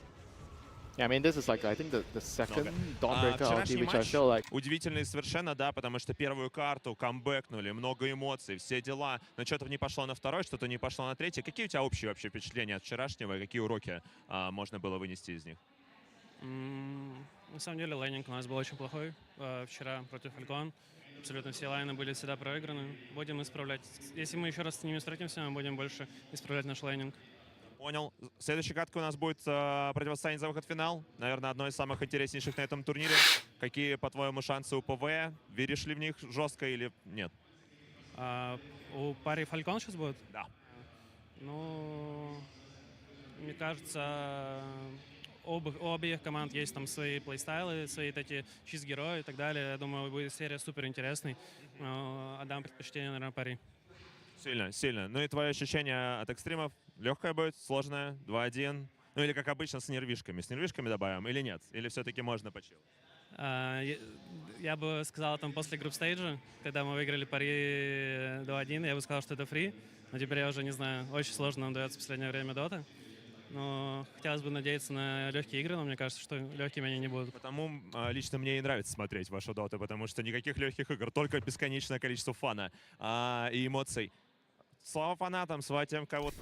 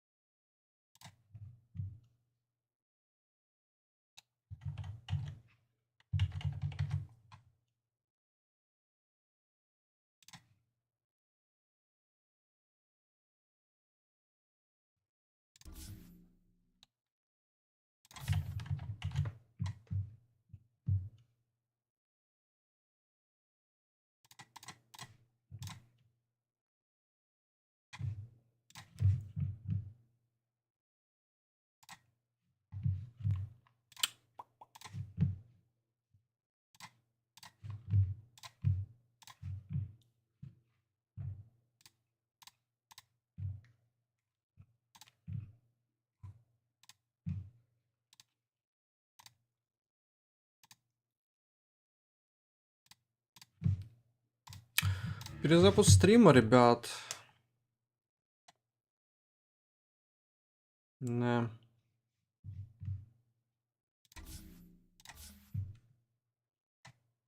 Перезапуск стрима. Что я могу сказать? Ну, это прям заебись, заебись, заебись, заебись. По прогнозам. То есть у нас сейчас 7 прогнозов есть. Если проходит...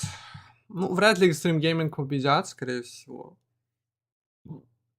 Ну, условно, если они побеждают ББ, тогда у нас остается шанс залутать еще 2 прогноза, как я понимаю. Да. Сейчас будет матч. Если побеждают экстримы. Блять, сложно. Короче, если побеждают экстримы, то у меня по... Сейчас я, наверное, покажу. Видно? А, вам не видно на стриме. Или видно вам? Короче, если побеждают экстримы, вот здесь они будут играть с ББ. Если побеждают экстримы, тогда здесь, получается, будет 8. Потенциально 9. 10. 11. Здесь может быть 11 верных прогнозов. Потенциально. На втором аккаунте сейчас 7 также. 4, 5, 6, 7. Потенциально тут внизу фальконы на втором аккаунте. А тут экстрим. Соответственно, если фальконы проигрывают здесь, падают сюда и выигрывают здесь, например, тогда будет 8. 8 прогнозов. Вот такие пироги, ребят. Только 8 может быть. То есть, либо фальконы проигрывают, выигрывают здесь, либо Extreme Gaming выигрывают TI. Тут максимум может быть 8 прогнозов. 8 прогнозов это 4320. 8. Не, ну вообще на самом деле Я думаю, прогноз на то, что Фальконс в нижнюю... То есть Фальконы так и так выйдут в финал, скорее всего. Если они проиграют пари, они должны выиграть здесь, скорее всего. Вот, то бишь, если Фальконы проигрывают, например, тогда у меня срабатывает... И выигрывают здесь, тогда на втором аккаунте срабатывает... На втором аккаунте что срабатывает? Ну да, на втором аккаунте будет 8 прогнозов. Это если Фальконс проигрывает, то выигрывает снизу. Здесь же, если Фальконс выигрывает, то здесь сразу 8 прогнозов идет. Если Экстрим выигрывает, то 9, и Экстрим выигрывает, то 10, да, может быть максимум прогнозов. По фэнтези вот здесь, конечно, все прям больно. То есть я причем мог поставить этого чела. Ксион, Вики Кэс.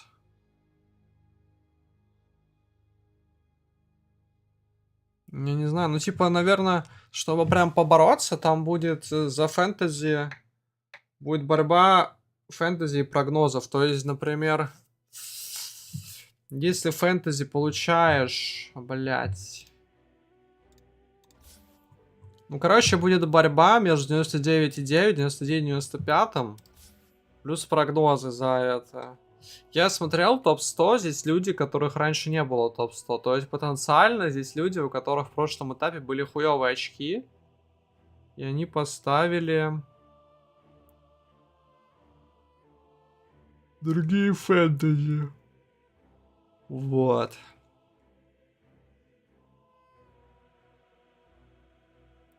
То есть потенциально любой чел, который попадет сейчас в 99 фэнтези хотя бы, претендует на топ 1500 игроков.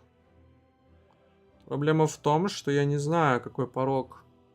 В прошлом году был порог.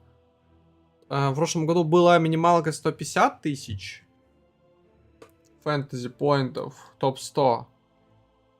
И у меня было 106 тысяч, 98%. Это в прошлом году. То есть, если мы, получается, имеем... Ну, получается, 99%.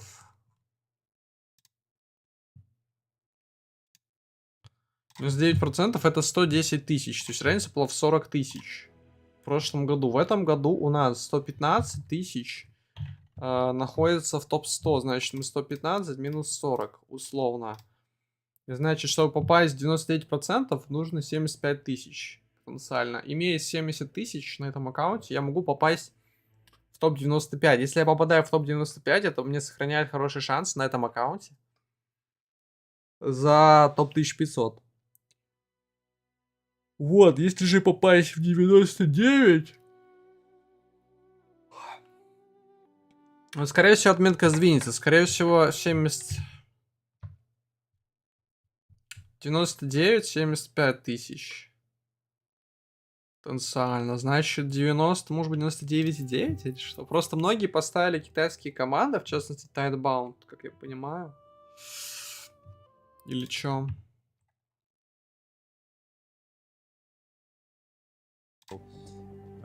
Такое дарование, конечно же, поэтому да. 9 класс. О, это мой любимый игрок, тоже high skill. Да, есть у нас с ним маленькая история. Аналитик за International 2024. Fishman's Five Right. Младший брат Йонда. Ну, давайте возьмем 9 класса. Человек high skill, можно. Дали мне фидбэк про него, что он не такой токсичный, как я думал. Поэтому хорошо. 9 класс, сатаник уже есть. Руя. Я Саша Филин, молодая замена мира в Спирит. Спасибо Карбену, что вытащил с академки. Летим за первым Регисом. Мне нравится Руи, но есть проблема. Его позиция занята уже 9 классом. Вот. И вообще, я предполагаю, что мне покажут очень много хороших игроков, поэтому пока я его скипаю влево. Фу. 30 лет. Китай. Фри-агент. Китайский принц. Лучшая четверка Китая по мнению адеквата.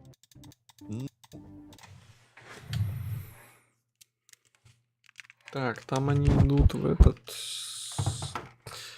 Secure 7 прогнозов, блядь. Не, ну там разрыв очень маленький, ёпт. Блять, если был бы 99 фэнтези, нахуй.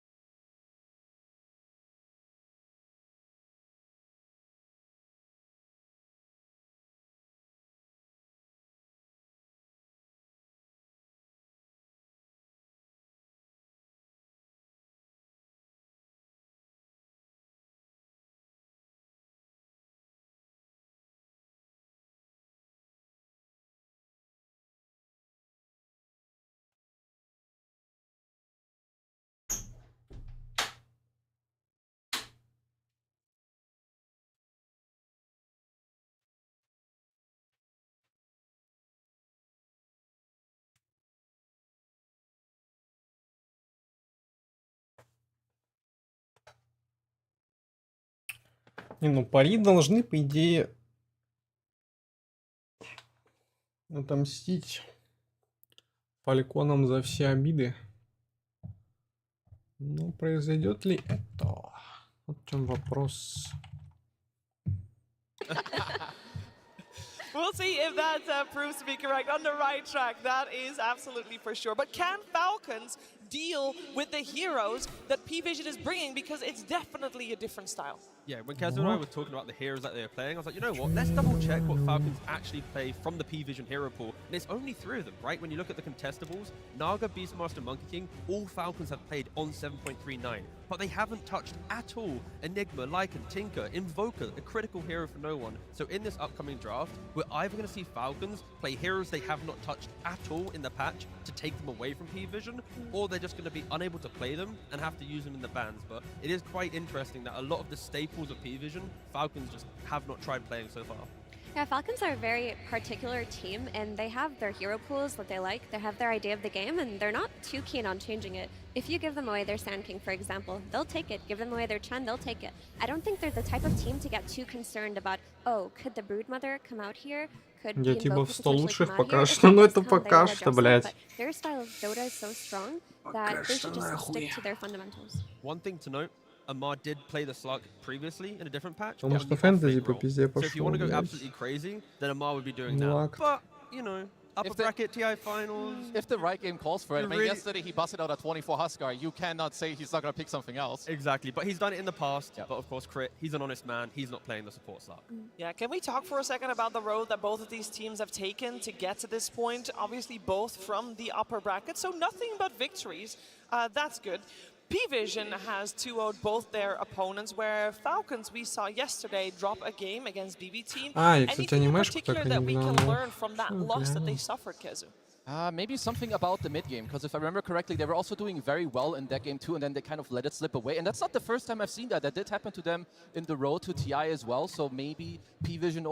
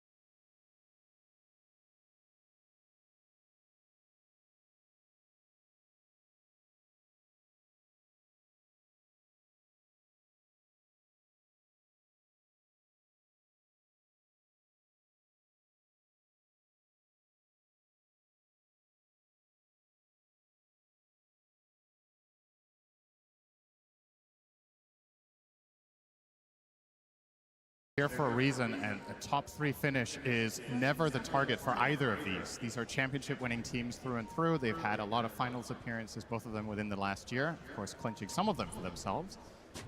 They want to get the upper bracket route and have more time to study the ultimate opponent. Yeah, despite the predictions for everybody this tournament being completely wrong, I think seeing these two teams as top 3 is not surprising, though, which is funny. It's just the road to this point has been very unexpected. Absolutely. As we have the bounty rune Sneaky spawn. here. Yep, Satanic, he will grab the bounty and has to take the blink to get away. A rare sight. 4 bounties for the same team.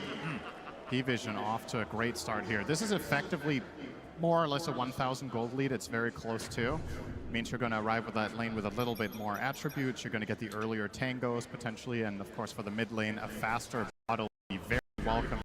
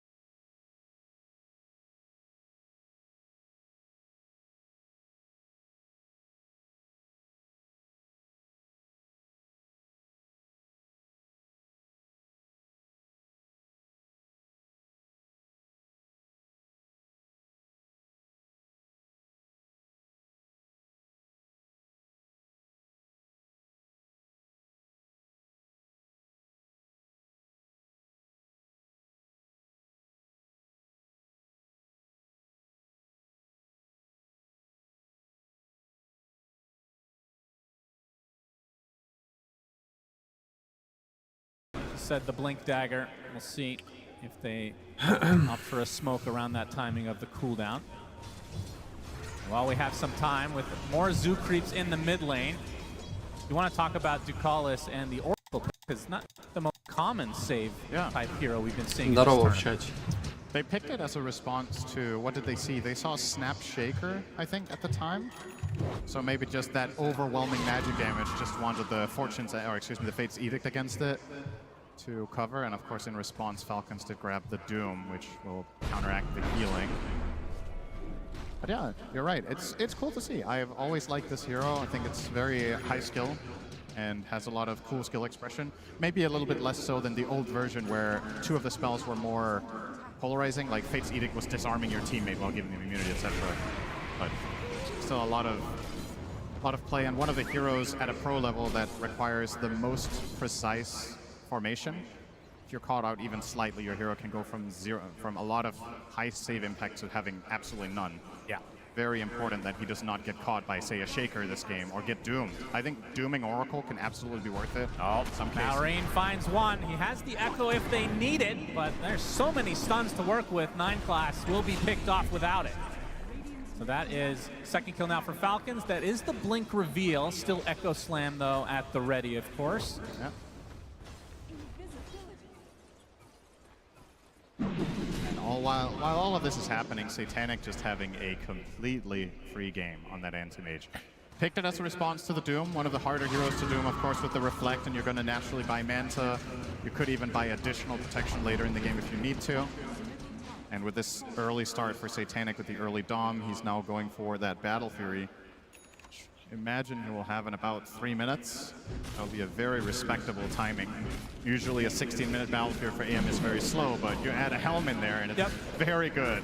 Well, Skeeter has a respectable time of 14 minutes. It's more respectable because he did not go Helm, because as AUI said yesterday, his team is very low skill and cannot control creeps. Yeah. You too can make top 3 at TI if you feel low skill. Clearly Falcons are proof of that according to their coach. Yeah, the only one to be able to micro is Snake King, but I think Helm of Dom generally won't make sense on his heroes.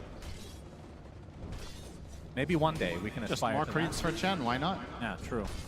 Might is pretty close for Amar, as the Battle Fury, like we talked about, onto Skeeter is online, so we'll be looking for that second item to be able to start fighting in all likelihood. I mean, do you want to go BKB super fast this game, or does it feel a little bit underwhelming? You do have the Black Hole, Sonic Wave, a lot of ways to get through it. He is queuing it up. I kind of like Sanjin Yasha here. As you said, what are you really countering? Oh, Satanic, he actually blinks right into this. Malrine has everything at the ready.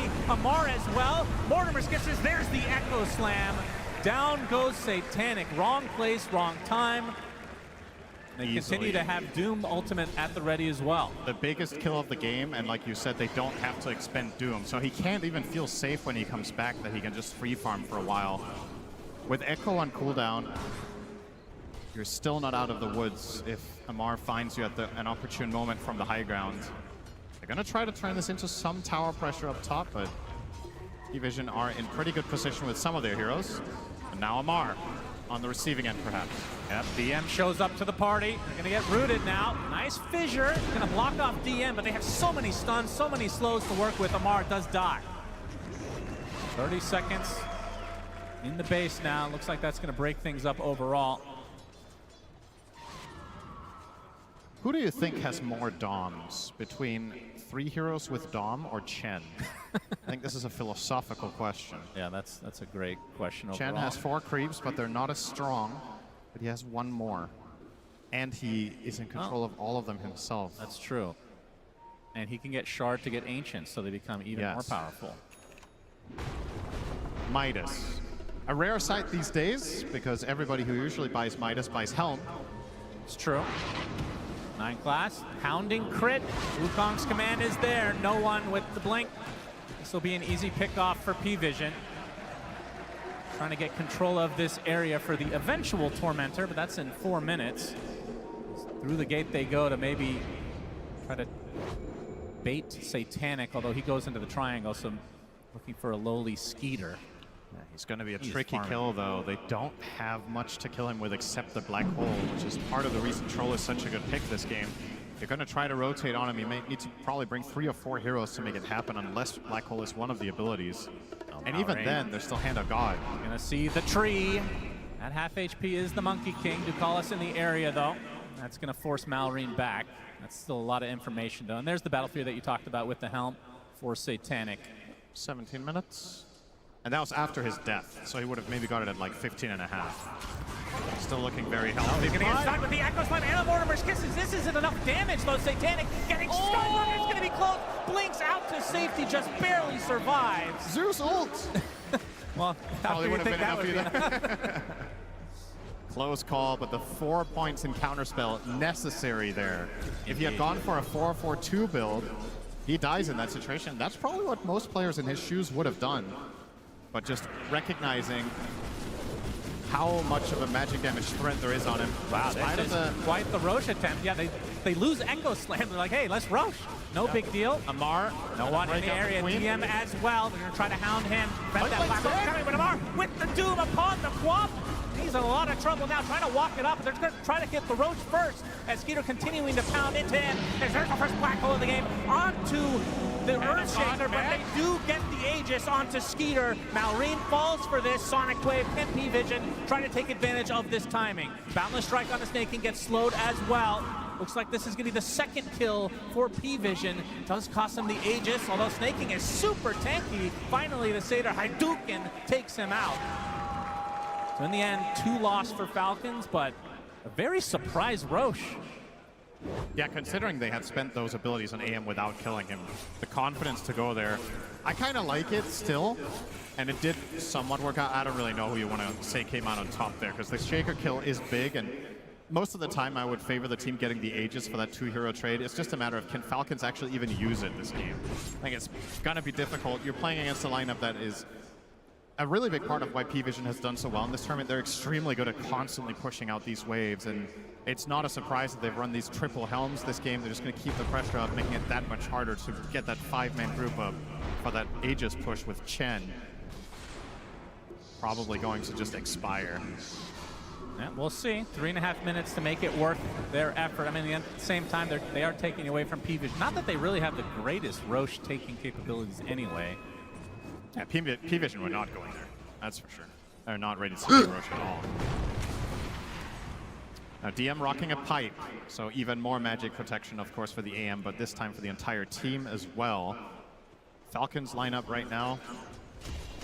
It is heavily magic dependent until the troll really gets there. Oh, that's some nice cleanup from Crit. The shard plus, there's only 2-point scatter blast.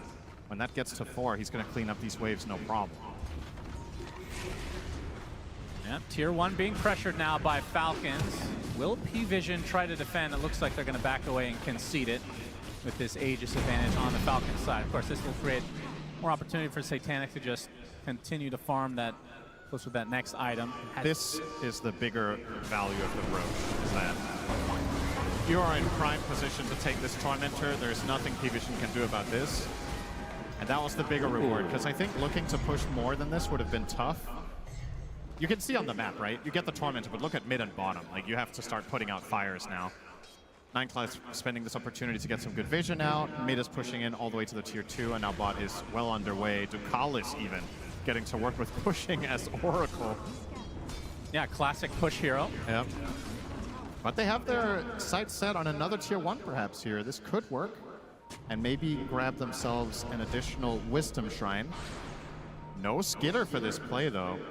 Yeah, no one's going to be spotted. Centaur does not stomp in time. Malrine, though, still in the cover of the smoke. Looks like P-Vision have already backed away. This could be the 21-minute mark Wisdom Shrine play, though. As no one. We got it. Inside the circle. Malrine coming in with the Echo Slam. Late Mail reflects quite a bit of it. He does take the Shrine of Wisdom, but now his TP canceled, left all alone. Was it worth it? Malrine eventually will fall, and it'll be to 9class, of course, coming in for the last second steal. It's a pretty rare sight, the Blink Echo TP.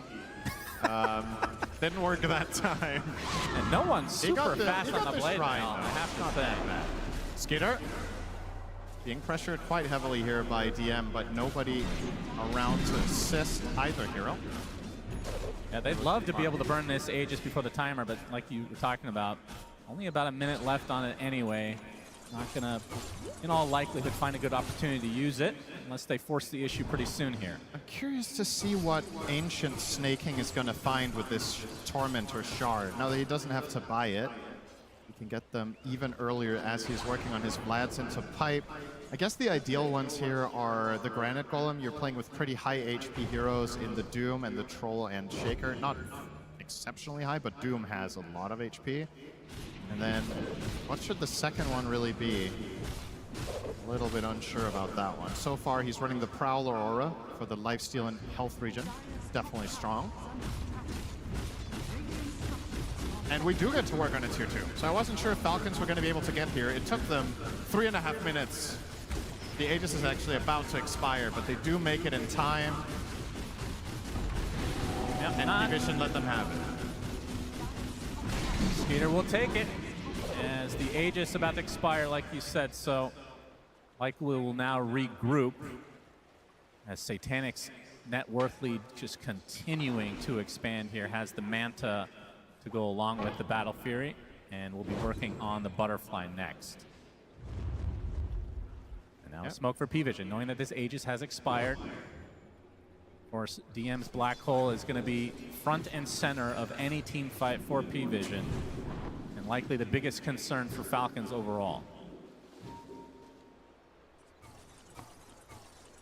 Of course, don't think we mentioned it, but now that 9 class has reached level 9 or higher, the 5 points in Tree Dance is going to be hopping all over with the Simian Stride, reducing the cooldown to 0. This transforms this hero into an absolute nightmare to deal with. Yeah. Hopping around, trying to break smokes. He might be. If he were to jump right now, he would break the smoke on Skitter. He's staying on the ground for some reason, which is quite unusual for Amar. He is spotted. The Vlad's now online for Snake King, as this battle is likely to start soon if they can run into each other. So far, like ships in the night. DM has that Force Staff. We've seen this a couple times now. Doesn't really feel like P-Vision have any incentive to fight for the next 10 minutes. The way they've constructed their lineup, they are happy to go super late against Falcons because there's no reliable counter to the BKB Black Hole Enigma later down the line. Yeah. Anti-Mage wants to get 2 or 3 more items before he really feels comfortable fighting the Troll. Malrain gonna open it up onto the Enigma with the Mortimer's Kisses follow, but he has the pipe, and now they have the TPs. Falcons now on the run. Malrain looking for a good echo, but they're not giving him one. He's just getting stun locked on the sideline. But there's the Doom under Satanic, blinking it all by himself. The echo goes off as Satanic attempting to run away, but Amar is going to continue to hand him. Now the right clicks from Skeeter are enough to take out DM in turn. The Doom, there's a false promise to save the Anti-Mage for now. And it looks like he will survive. In fact, close to full HP, so could rejoin the fight if they want. Amar forced the BKB, and now in full retreat mode as Satanic is leading the way. On the high ground, Satanic still has that Mana Void at the ready. Nice boundless strike onto 2 as Falcons just scrambling to get away. But there's the big Mana Void as Skeeter completely out of mana now. 2 dead in this fight. And 3 overall for Falcons. Make it 4 as crit tumbles. So P-Vision, great response overall. And the fact that Satanic lived is kind of crazy. It's just so clutch, right? He gets doomed, and that looks like a very promising setup for Falcons. They use the Troll ulti, but Skitter not quite close enough to fight him in melee form, so he starts fighting at range. And as they're about to get him in kill range, the Force Staff from DM, he just walks in and pushes AM to safety, gets protected by the Oracle. And as soon as that false promise goes out, the fight is lost for Falcons. You just have to try to cut your losses, but that's the thing about this Monkey King 4. How the hell do you get away? Yeah. And another potential pickoff. Snake King shows himself in his own triangle. How dare he? No one there to clean up swiftly as the Amar coming to the RTPing to try to support, but no one able to blink out to safety. 9 class might be in a bit of trouble. As Amar going to get slowed, and the Boundless Strike comes up. That's not going to be enough. So it's still a support for support, but it does require many TPs for Falcons to try to get some sort of a response. This is a major upgrade on the way now for no one. Full Ags just completed. He didn't have any of the components before this, so yeah, wow. A massive level up. Playing against multiple melee heroes, you know these Shadow Strikes are going to land. And on the side of Falcons, you don't really have any Dispels. Troll doesn't go Ags this game, so he can't really get rid of it. That's going to be a problem. P-Vision looking very comfortable, and you can start seeing the makings of Falcons getting a little bit cornered. The waves, once again, are going to be pushed more and more. And with this Battlefield, or excuse me, Butterfly and AM, yeah, they have to bring 3 or 4 heroes to kill him. Even then, if Ducalis is in range behind him with the Blink Dagger, how do you kill AM this game? You have to have 5 items on Troll and have him be uncontested for a long time, getting into that AM. I'll give them a drubbing they'll not soon forget. Yeah, Satanic going for Basher next. Into a full Abyssal, so it'll be even harder to take down with the extra HP that comes with that. And Snaking, or Skeeter rather. Looks like it will be the SNY, so the extra status resist, but does feel like he needs a +1 item on top of that to really pose a threat against Satanic. It really does feel like it's kind of up to the stun locks that the rest of the lineup have to offer, in addition to Amar's ult. Yeah, I was going to say, do we have any choice but MKB? And the answer is probably no. He is queuing it up for now. They need his damage to kill AM. It's just such a good pick this game. And when you looked at the options available to Falcons, this might have been the best last pick they had available in the Troll. Even then, still looking tough. They're going to took no one. Absolutely no damage taken by no one. He's going to be able to get away. Fate's Edict on him. Indeed. Oracle. Again, a hero we haven't been seeing too much of, but so far has worked out quite well for P-Vision. And it begs the question, do you buy Nullifier on someone on Falcons to get rid of Fate's Edict? It's like, maybe Doom could. Yeah, definitely not the ideal heroes for it. None of the heroes feel good about purchasing that. Yeah. As there's now a pipe on the other side, so Snaking finally finds his. And as we already saw, Roche number 2 is up. Falcons were thinking about it, but after the last time, did cost them quite a bit, but they're going to try for it again. Will P-Vision have an idea that this is occurring? Satanic on the other side of the map. Now they will. Yep, they will. This is a pivotal moment for Falcons. There's no way they don't get contested here, and they have to play a they scan out, they know. Spectacular fight if they want to try to do this. And yeah, well, their Roshing isn't even that fast to begin with. And look at the wards on the map. Courtesy of 9 Class and Ducalis, they've got really good coverage all around. Look, they're basically cornering Falcons to like 25% of the map unwarded. No one spots Malrine. Shadow Strike applied right now. There's a BKB for DM, by the way, and I mean, to stop it, you have Doom, and that's it. Yep. Unless you get a Basher onto Troll, which even with that is going to be kind of hard to cancel a black hole. This sound very reliable. This feels like such a good game for DM going forward now. Even without this lead, it's going to be hard to contest. Back into the pit, Falcons. They're going to continue to get spotted, though. They have so many Helm of the Dom crews they can always just send in here for vision. This will never be a freebie, as Roche will now start his way to the other side of the pit. Summer vacation time for him as DM comes in with the black hole only onto one. The big Echo Slam on the 3 heroes from Malrine. Everybody's still super healthy, though. Finally, the Troll gets on the old Satanic, gets doomed to the other side. He's been able to walk his way past the fissure, though. And now there's the big throw from Roche. Enigma in a lot of trouble. Got to get away from that big bad boy as Malrine. Onto the high ground. He's going to be safe. The Satanic now no longer doomed. Wants to fight. Skeeter no longer with the ult, and we've seen this story before. They're going to have to try to run away. They get the stun lock onto no one, though. Stuck inside this area. He's in a lot of trouble, but there's the big mana bite from Satanic, taking out Malrine in turn, and now Falcon's likely trying to run away. Snaking gets bashed up, gets destroyed, and now next on the list is Skeeter. 3 dead for Falcons as P-Vision honestly relatively easily take this fight, just long and drawn out. They don't have the damage. They're getting on top of this AM with Doom, but the follow-through is not relevant enough. You find a good Echo, it immediately gets piped off. Ducalis didn't even have to ult.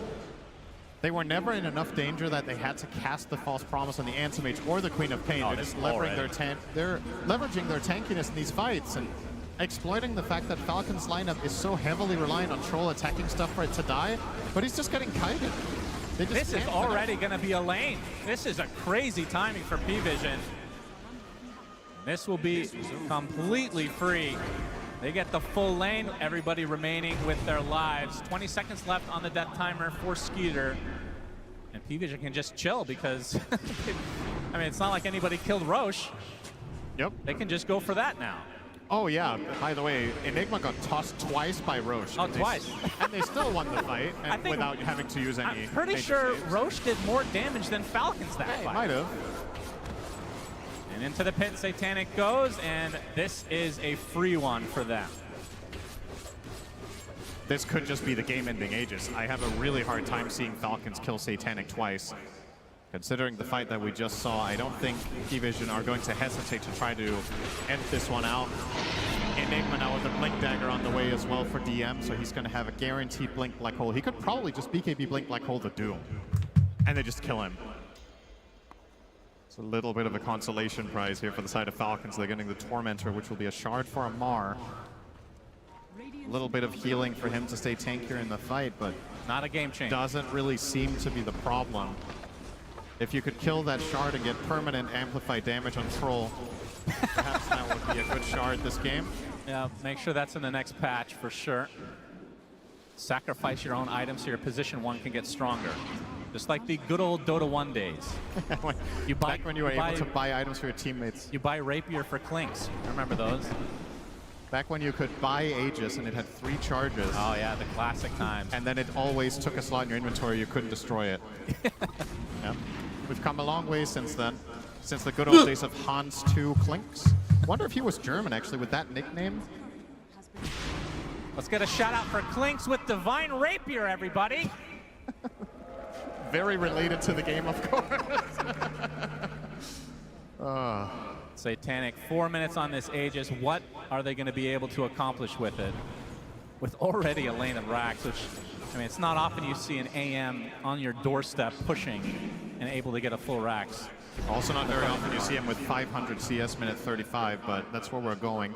True. We have 7 Gale Guards in the game. It does feel like both sides are super tanky. Yeah. And like you said, Falcon's just lacking damage. Yeah, that's the primary difference here. One of these teams is not like the other. One of them has the damage. Maybe they should get... How do they get the damage, Cinderin? I mean, Troll needs the MKB, and then... Okay, what else? Shake a Refresher. Okay. I don't see any other solution, and I don't think you're able to take a fight before that, so... At the same time, P-Vision aren't necessarily in a hurry. I think they could try to end the game. They don't have to, because of how good Enigma is in this game. But I wouldn't mind seeing them at least trying to put the Aegis to good use here and poke and prod Falcons and see if they've got what it takes. There's no reason to give them that refresher on Shaker as well as that Troll MKB if you can finish the game before they get that potential play. Yeah. They've got to feel so confident after these multiple fights that Satanic is just seemingly unscathed after being doomed every single time. Now he's going to find himself a little bit of an illusion rune, so it's 5 AM now in Germany. When he uses his Manta, of course. Sure you didn't understand that. It's fine. It's for the more sophisticated It was a people. combination of me not understanding and not listening to you, which is a common trait between the both of us. That's why we're so good together. That's every sentence, basically. Thank you for paying attention. Here comes AM. Panic. Falcons have to pay attention immediately. This is a fast push with the banner. Yep.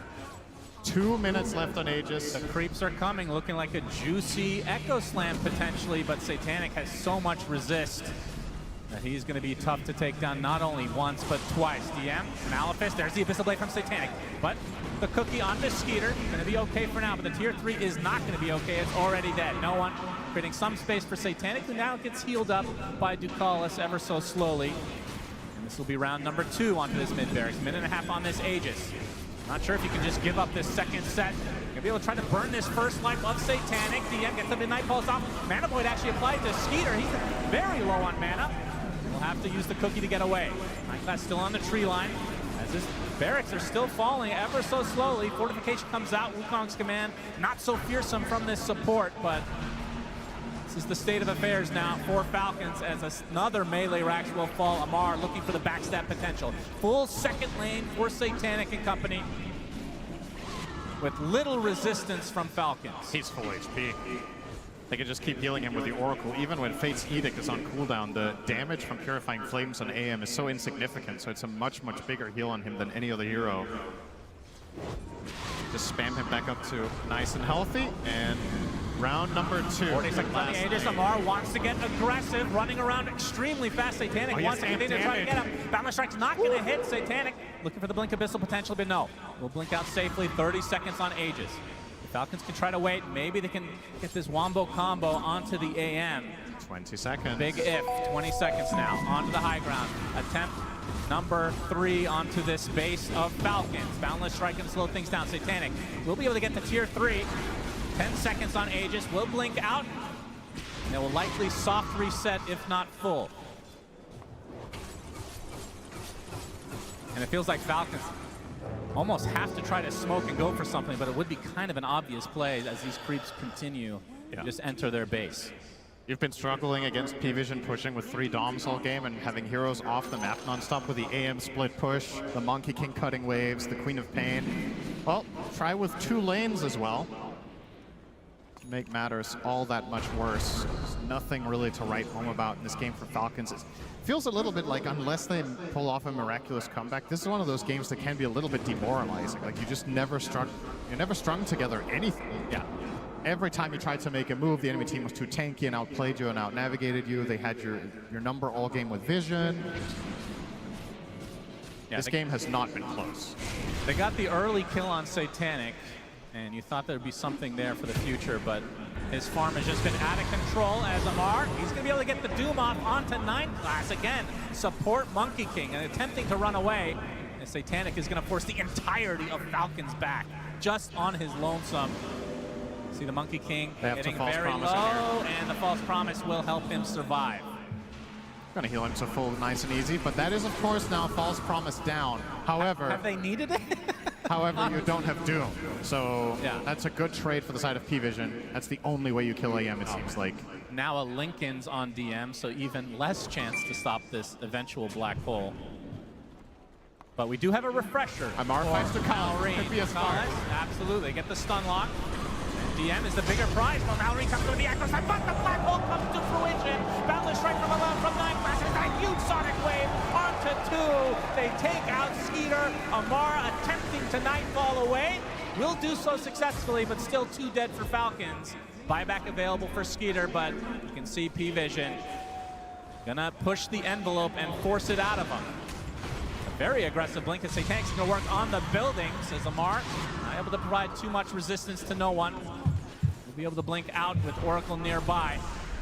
Satanic gets the range. Barracks wants to go for the killing blow onto Malrine. Midnight Pulse applied from DM. There's the right clicks from Skeeter, not doing anything at this point. Abyssal Blade from Satanic, trying to get onto his ultimate from the Troll Warlord. Staying alive just for now, but the rest of P-Vision in the air. They do kill Satanic. It's going to cost Skeeter his dieback, though. Malrine dies right outside his fountain. Only 2 alive for Falcons as GG's come out. They do kill Satanic in the end, but it matters not. P-Vision take game number 1. That felt like a complete strategic victory, but not only that, P-Vision also have the plays to back it up. Keza was talking about this on the panel. He said, more so than the strategy, this is going to be about how the teams play today and who has what it takes when it goes down the stretch. Well, what if it doesn't? What if you just win? I mean, effectively, this game almost felt over minute 15. It was a rough one for Falcons. I know Falcons had 1 or 2 attempts, but it wasn't really that close in any of the instances that they tried to fight. They never managed to get a convincing win in any sort of fight. And you can see it on their faces here, looking a little bit stunned with just how one-sided that affair was. You got to get back to the drawing board in this short break and find the solutions.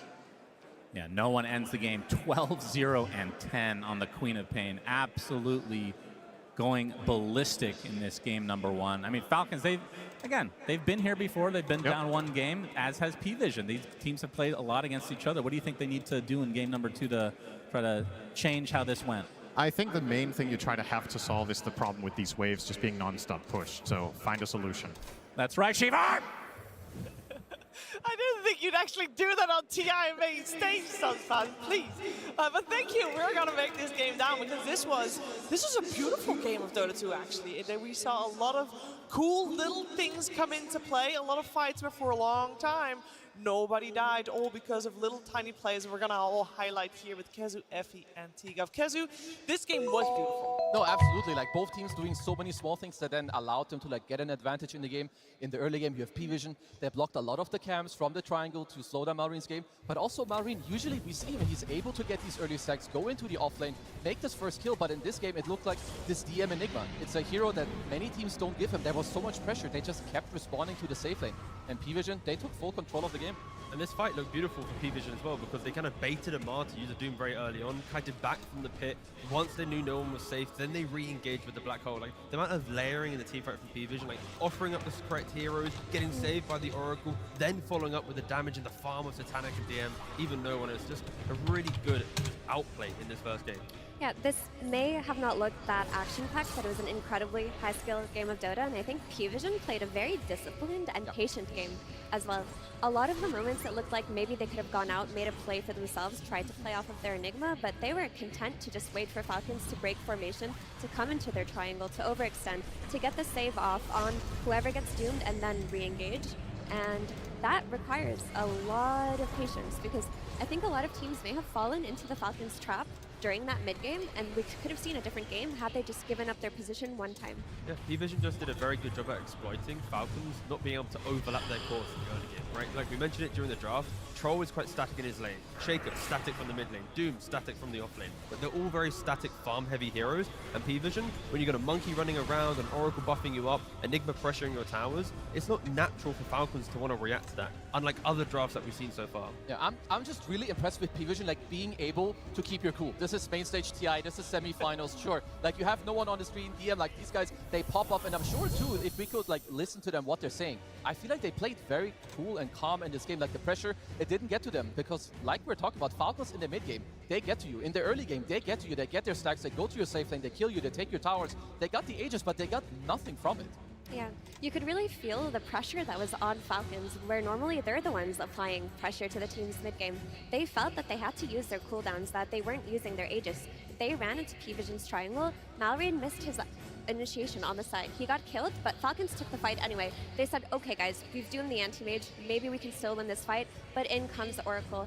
And on the topic of Oracle, that hero made this game way too difficult to play for Falcons. They could not find a specific fight to take because of the presence of Ducalis. Yeah, you could definitely make the standout player be no one when we see a 12-0-10. But why was he 12-0-10 if not for the Oracle? It's true. Like he can just go in, and T already mentioned, you know, it's not just that he has the guy behind him, he goes in for the Oracle. Like he baits the enemies. And at top level Dota, it's not all about the setup. It's about in this moment, what do you do and how does the enemy react? Sometimes they miss the vibe check. They did this time. No one, 100% kill participation. Just a beautiful game from them.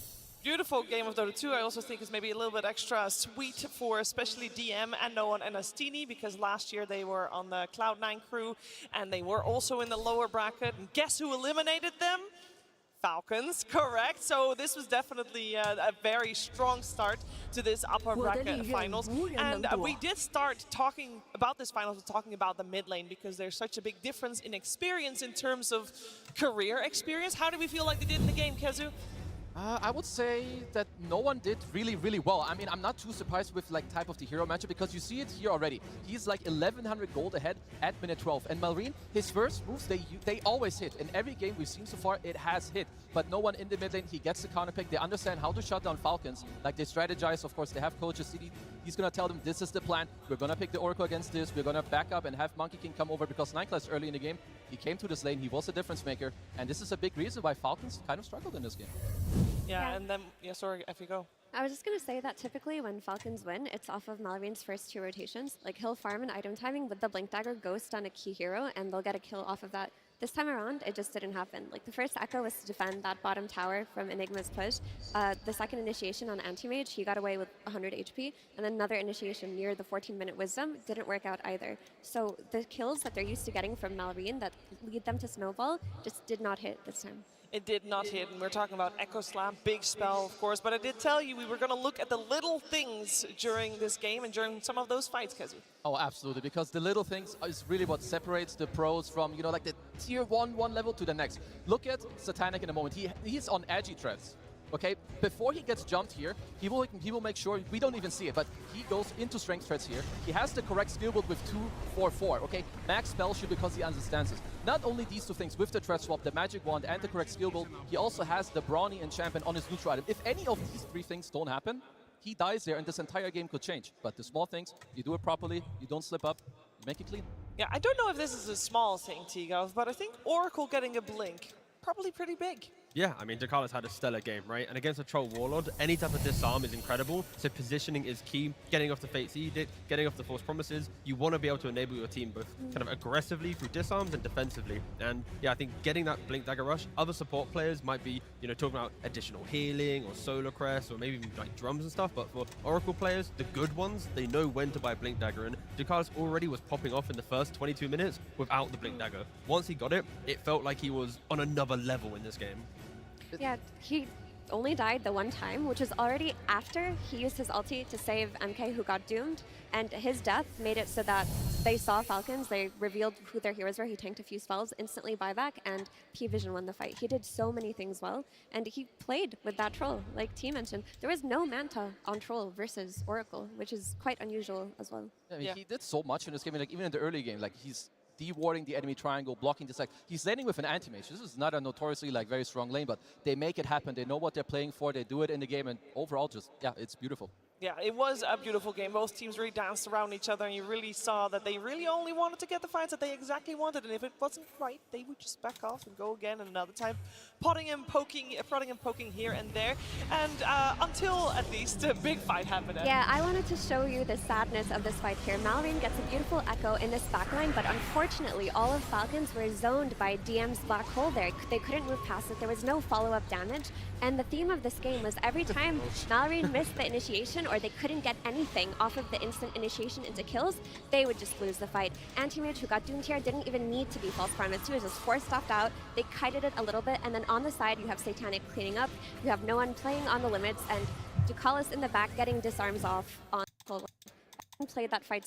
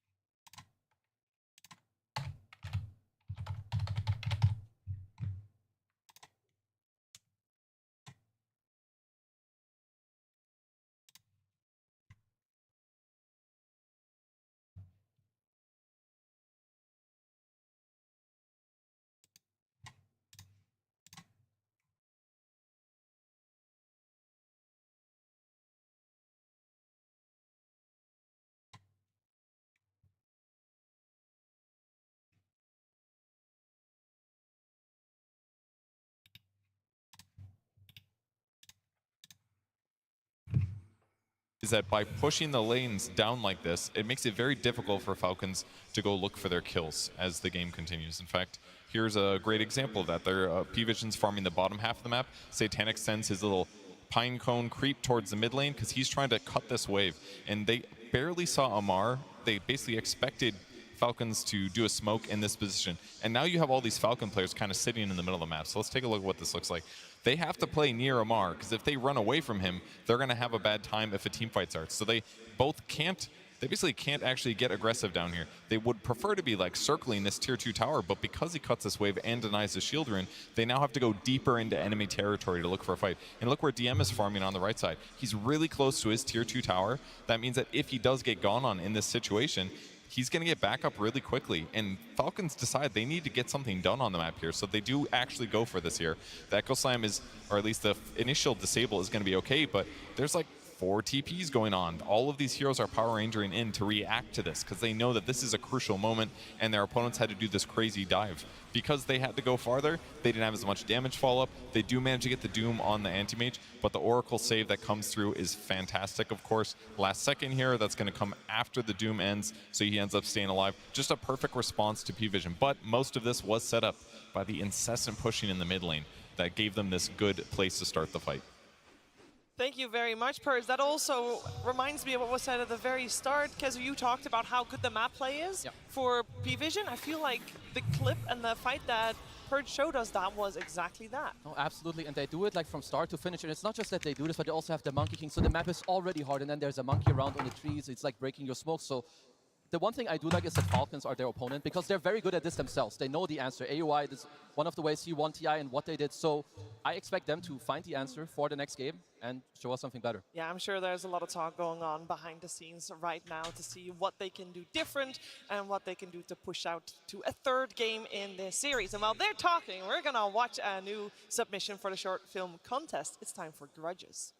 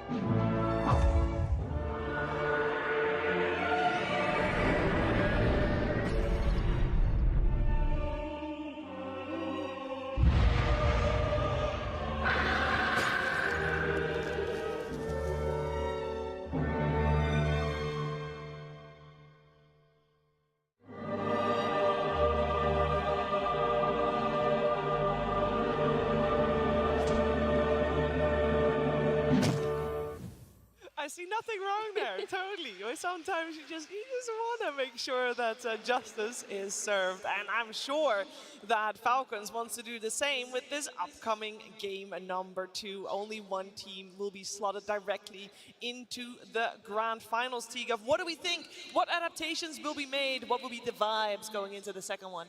I want Falcons to have a bit more pacing, a bit more ability to fight together, and also just don't sack Maureen, right? When you have this first pick Shaker, you see the net worth in those clips where he's like, what, 6th, 7th net worth? Like, that's not going to be good for him. So protect Maureen from the mid lane and have at least 2 cores in the Falcons lineup that won't feel bad running around the map together, finding the kills.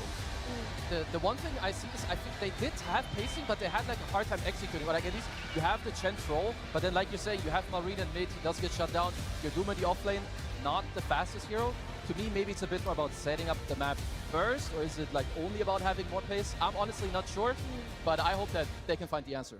I think Falcons as a team don't struggle with pacing. I think they got cooked by the Oracle pick. The Oracle pick threw them off entirely. It made it so that the Falcons that we're used to seeing taking these team fights mid-game, pushing their advantage, taking over the enemy side of the map, they couldn't do the same thing with the knowledge that their jumps will most likely fail. They did not have enough backline jump. We saw Maureen go in time and time again in that mid-game, not get any follow-up damage because he's the only hero who goes in. You're not getting enough out of the Mortimer's Kisses because of the pipe coming out of Enigma. Like, where is that mid-game damage? Who's killing this Oracle? Just ban the hero next game. Think about it.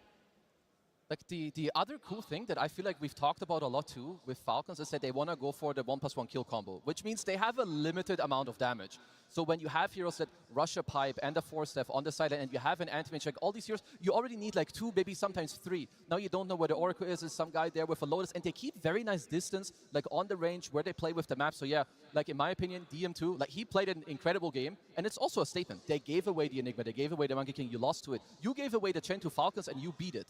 So going into the next game, there absolutely is some pressure on Falcons here. Yeah, luckily, they've been in this position before, right? Like when they were against the BB in the other round, they lost the first game. They had a lead, they lost it. They bounced back, they understood what they had to do, and then they were able to close it out. So I am expecting Falcons, unlike some other teams that we've seen so far in the playoffs, to be able to actually show that adaptation and have a more competitive game too.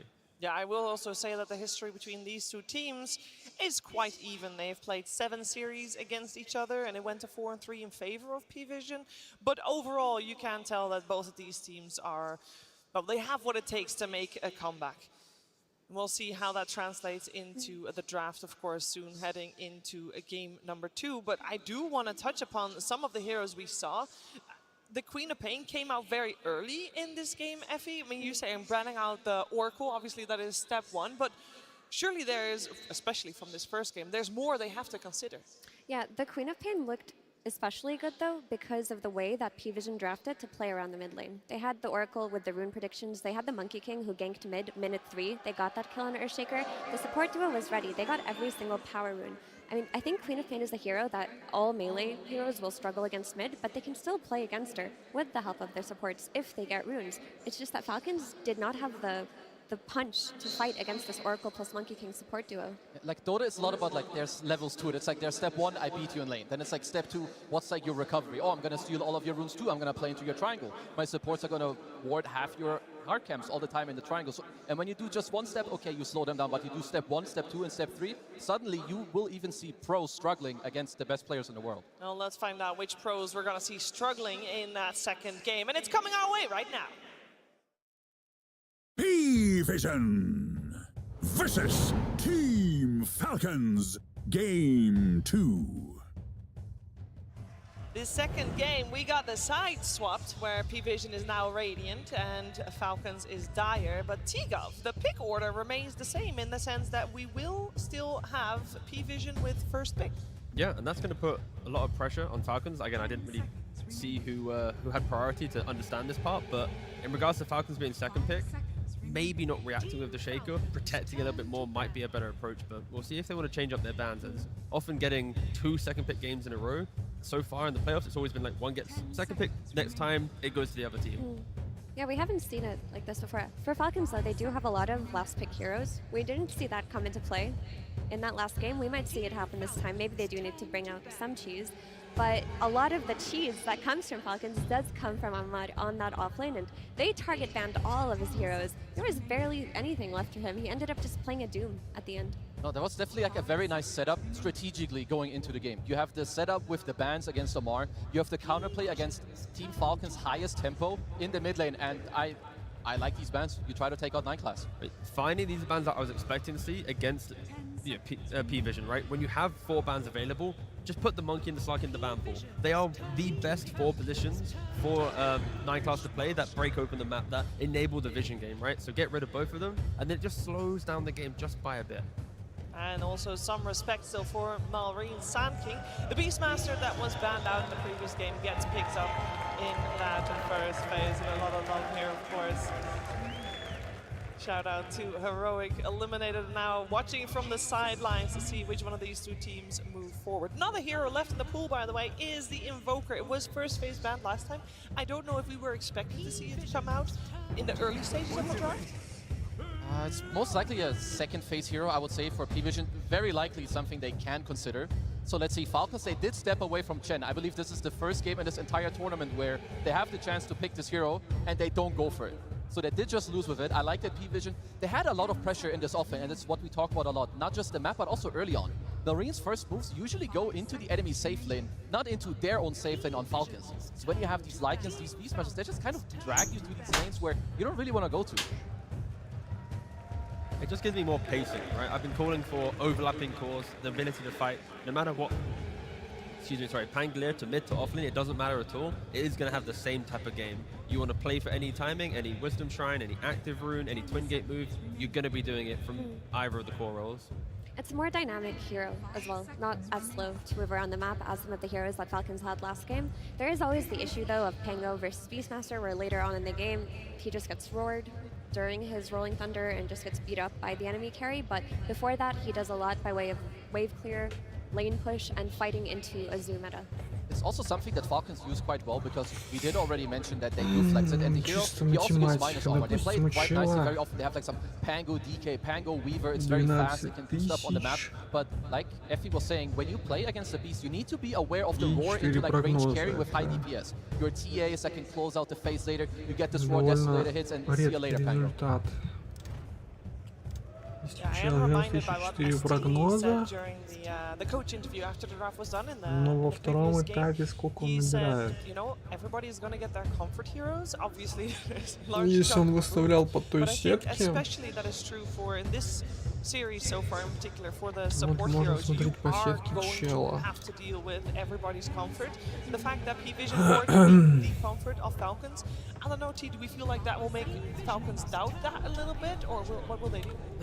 Doubt doesn't really exist in Чела. either of these teams. They will always be analytical to move to the next point to understand why they won or lost the game. And I think just hearing that from Astini shows that it doesn't matter what you draft at the end of the day, you can make anything possible in Dota through better map play, better itemization, and it shows that P-Vision's approach to it isn't a matter of a draft has to be everything for us to win. They don't mind playing at a slight disadvantage.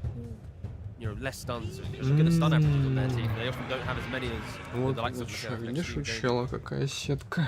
Okay, so they just lock it in straight away. This should just be a DM То centaur. есть здесь у Lanes quite well into чела Chen. You don't care too much. You have high HP потенциально region. You're pretty fast yourself. You don't care too much about the pressure. You also have the roll to, of course, the stampede to get away from the potential roll and also the creeps. Yeah, unless they have a flex если, potential, да, at least have у not него seen 9 class play может centaur. быть максимум But it здесь. might be open. It's the tops and the mid centaur. Раз, два, три, четыре, пять.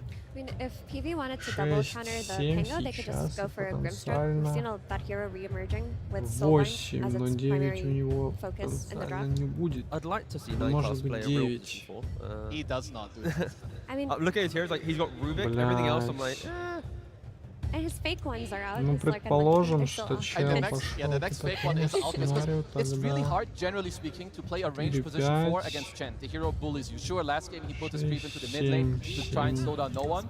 So I wouldn't be surprised if we see like another melee 4 То later есть on. Because so 12 far, from what I тысяч understand, плюс they've mainly been 7. playing Snapfire on Ducalis. And I like Это this. To me, is also a lot 3 when it360 comes to плюс skilling. 12 You're not giving it тысяч. into Crit's hands. and there's so much kiting potential. Those Даже stats 1000 не are incredible хватит. for Ducalis, Тут right? 8 and 0. единственный шанс Like you've already mentioned in regards to the beast брать with the raw against the типа Pangolier, and then the 8 Stampede, you also have прогнозов. Cookie, and then the utility from a Snapfire, be it from Если набрать 4-star or 8 like a shard with the hill. There's so many прогнозов. ways for P-Vision to offer up a fight to Falcons and then move away. 8 прогнозов, тогда Falcons have to make sure that their spell usage is so on point. And есть варик Falcons have the обогнать issue на of damage to 1000. address too. Last game there was just no follow-up. There was not enough coming through. Допустим, у This time around, людей Pango does do damage, but 12 it falls плюс off. Chen, he's just a sustain hero. We need more burst, and Snapfire is typically the go-to for 160. Falcons. Having it taken away, it kind of плюс leaves Hoodwink, which is not as much damage as a Mortimer's Kisses. Crit also has been playing the Grimstroke that we mentioned, and I wouldn't mind if they took it for themselves. 360. Having a little bit more control, soul binding up the 720 Stampede, you kind of got a Stampede in the same direction. It then will potentially enable 2 picks down the line to offer up bonus damage through the soul bind. You get the 15 talent, that's another 25%. И у него, There's so many layers to it, например, but будет that all aside, they just go for the Hoodwink, keep it на classic. 27 And, тысяч of у него course, быть, Sneaky чтобы Hoodwink saw BB набрать utilize it 27 against тысячами Falcons yesterday in изначально. that first game. I mean, they got their kill combo that we always talk На about, a way to make a play 8400. on the game. You get that easy blink timing, and then you just look for opportunities. You look to invade the enemy triangle. Это Because you see this надо Beastmaster who's been relegated to the mid lane because набрать Chen would have хотя countered the бы safe lane. You can go in there early, даже не set up your знаю, invasion. 99. That is an old one. TI1 right there. Лучше 99. Well, yeah, it is the Falcons classic, right? You get the Skeeter DK, and with the double minus armor as well from Pango DK, not to be underestimated. A lot of these heroes on P-Vision so far, not the highest armor heroes, but they're going for a very similar А shape. You have a lot of Сайленсера annoyance сейчас on надо the map. You've got the банить. beast summons, you've got the Enigma, so Centaur is a support? I mean, we have to have that discussion now, right? It's DM playing the Enigma every single game. There's now a Centaur Я не available, будут right? его банить. 9 class plays Enigma, maybe? Yeah. Если они That's going to банят be the big question of the Сайленсера, draft, right? And тогда that's exactly им what надо Falcons have будет to ask themselves. делать You've got both Centaur and Enigma, and we saw Enigma go to the support role in the Heroic series. Сайленсера DM Кэрри, probably wants to что play ли. it. Is it a new 9-class support that's going to be у showing них us at... остался If anything, it'll be только Centaur support, or it could even be Beastmaster carry, and then you just have your 3 cores anyway. Yeah, I would kind of like the Centaur 4. Why not? You use your body in lane against the Chen. And it kind of, I would say it baited Team Falcons a little bit to like, okay, we see the offlane Centaur. We're going to lock in the DK. We're going to lock in the Chen. This is not the best lane when it comes to playing against an Enigma. So for P-Vision, they need as always, a hyper carry for Satanic. He will take over the game, but you need the damage to come out into this abundance of lockdown that you do have with your other 4 heroes. Don't you run back the likes of like the Brood or something? You have good damage, more map 15320, play. Sure, there's a это Pangolier, кто, but it's блядь? only the Pangolier. And when you're already having to deal with the pressure of a Beast and then the 320 Enigma, это...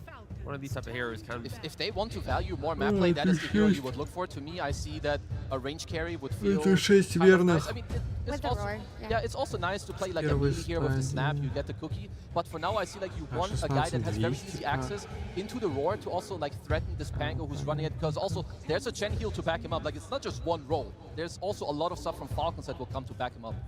Terrorblade still exists.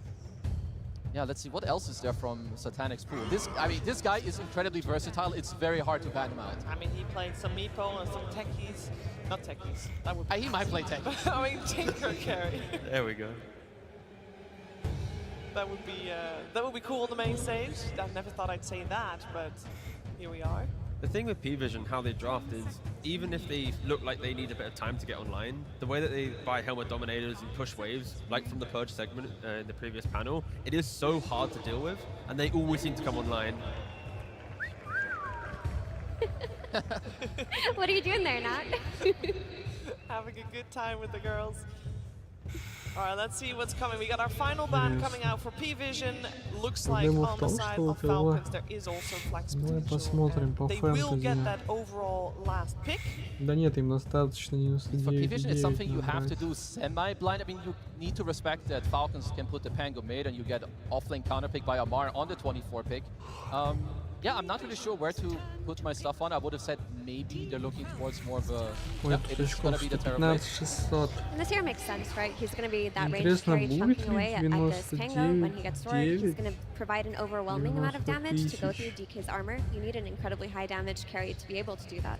And now it creates the issue. Falcons have to address the Terrorblade in this last pick, making their flex a Если верить bit more прошлой uncomfortable. статье, Falcons have to be ruthless. When they leave their lanes and they feel like they have the first core item timings, every move needs to be very, very clear. Because if it gets any point difficult, as we keep harping on about the map play from P-Vision, стоп, every hero включалось available на for P-Vision can 7000. skip a wave really quickly, really nicely. And I mean, when Falcons group up as 4 or 5 heroes, they're going to be XP starved, farm starved. Ну, практически, ну на 8. They давай cannot let the first game, 8000. affect them in this one for sure.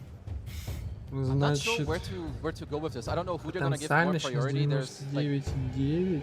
I'm not able to find like this Exodia pick that they had yesterday with the 24 Husker. Like, do you want to like run most likely just another guy that goes in and you want to do some primal and you flex? Is there Magnus? Like, neither of these heroes, they don't really do it for me. They're good, but it's not 20 like 000 очков. what I'm looking for to really take over the game. Yeah, it's the layers of saves that P-Vision already have that prevents me from being excited about a Primal Beast, right? I think I'd agree that hero would be really nice, but 97 instead it's going to go for an Underlord. Question, is it an Underlord carry or is it for Вероятно. the offlane here? Yeah, offlane. 99,9. I mean, it is one of their staples also. It does give you like more mobility around the map, right? You can deal with the waves because you can be somewhere, you gate somewhere else. You have the lane against the TV, you're generally going to do very well. And you do build auras, which P-Vision, they don't pose too much damage. Like in this early mid-game, it's all magic until Satanic has like 3-4 slots. So an early pipe with the Hand of God could be quite strong. I think if Skidder can itemize, as a semi-carry, and then you have the Crimson on Underlord, the auras of a Chen, you run up together, Terrorblade might not even have the items to do the damage at that stage. So they could be, really, really formidable. Если первый but it's фэнтези around было 15 to 20 minutes, the correct auras, 95-99, the correct можно было positioning, бороться and за objectives should be Falcons. And as we theorycrafted, we are going to have the У людей 9-class есть много Centaur coming out from прогнозов support. What can we expect from something like that? Just wave 8 shenanigans, an early прогнозов blink, это не set up your лучше team, a показать. body for this Но Enigma. фэнтези It's могла у них an easy завалить. stun to have too, and the Stampede is a very cheap and easy disengage tool Я against what даже не Falcons have знаю. going for them. А если I think the равное damage issues количество we talked about очков, as то well это can be applied считается? То есть to условно Falcons draft. If they get their blink 1500 initiation with the лучших DK, they don't have это enough follow-up damage because of the auras that are going to be coming out получается of P-Vision. 1500 They're going to reset and take that fight so easily with игроков Metamorphosis, имеющих just like last game. максимальное I'm количество gonna очков. be maybe slightly leaning towards Эх, Falcons, and их again, I think it's больше. the gameplay that will truly decide who's gonna win this game. I love P-Vision's draft too. I think if they get to delay, the game is probably theirs, but I like Falcons' answers a lot more in this game than I did in the previous. Marine shouldn't get dual lane this time around. That's it. He should have a game. You should have a game. And you mentioned earlier, T, that you want Falcons to play very crisp and clean, basically, in the early stages. Like, how important is that? And if they don't, do they have the chance to delay this game? If they delay the game, then P-Vision will exploit the map, and they will control every move and have every bit of information. So Falcons, they need to break from lanes, control the first Roshan, like play with purpose. If they stall out the game, then they're going to get picked apart. Any final thoughts, Kazu? I mean, if this game goes late, DM Enigma with Satanic TV will take over the game, but I'm hoping for Falcons, and I believe in their heroes, that they just won't let it get there. They're going to close it out 38 minutes. 38, that's 38, very specific. strict call. Well, let's see what's going to happen. I know there's a lot of people hoping for a third game coming out here, and one of those people is on stage is, of course, Coach AUI 2000, who's Switzlax. Absolutely, we are here with AUI 2000 from Team Falcons. Absolute pleasure to see you here on the stage yet again, sir. Now, your team is very used to being extremely difficult to draft against. A lot of heroes to ban, a lot of great players. But in this case, Paravision also pretty difficult to draft against. I mean, how do you draft against 9 class? As a team that's extremely used to people having issues drafting bans, do you feel like you have an advantage here?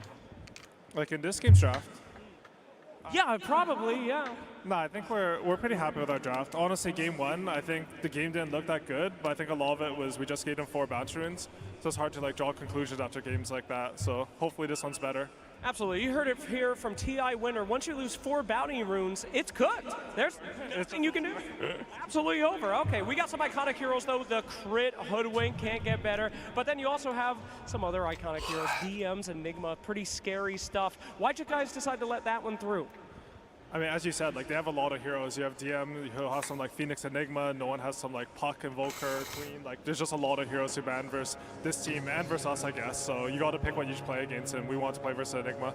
Absolutely. All right. Well, we're getting into that second game, excuse me, here today. I have to ask this question to you, sir. Will you be going to the grand finals? Will we see a game 3? I hope so. You hope so. Tell me you fucking know so. Look at that camera and tell me you know so. I know so. I know so! Let's get into it. First blood already! No one takes out Crit. AUI seem to be horribly wrong. He's very not confident in that answer as well. My goodness. So yeah, we have quite the draft here from both sides as game 2 is now upon us. P-Vision 1 game away from making the grand finals. Will the nerves kick in? Well, if AUI thought a big part of the last game's problem was that they lost 4 bounty runes, well, let's switch it up for First Blood and 3 bounty runes. I don't know if that's really an improvement over the previous experience. Yeah. The ultimate result of this should once again be that no one will be pretty happy in the mid lane. This time, no Satyr to bother him, at least for now. And he will be playing the Beastmaster against Pangolier. A pretty easy matchup for Beastmaster in the first few levels. Then when Pango starts being able to kill boars, this could get a little more interesting. But I think this early start should be good for him. This is the real story of the game, of course. They banned his Monkey King. They banned his Slark. What will he pick? It's a half horse, half man. Amazing. Centaur is picked for 9 class. And of course, now that we're 1 minute 27 seconds into the game, it's time to start thinking about the cart and what that's going to do for this game. I've never seen him play Centaur, so I don't know if he's a cart enjoyer, you know? What can you do? He's gonna. And also, how is he going to climb trees as Centaur? That is another question that remains to be. We need to find an answer for. The old Stampede, you could traverse through terrain, but no more. Now you're just a slow horse. Of course, he has that facet, so he doesn't really need boots. We're not seeing the Counter-Strike facet ever taken. No. Which is really sad. There's no one in that mid lane. 8-4 right now versus the 8-1 on Malrain, so relatively even to start things out.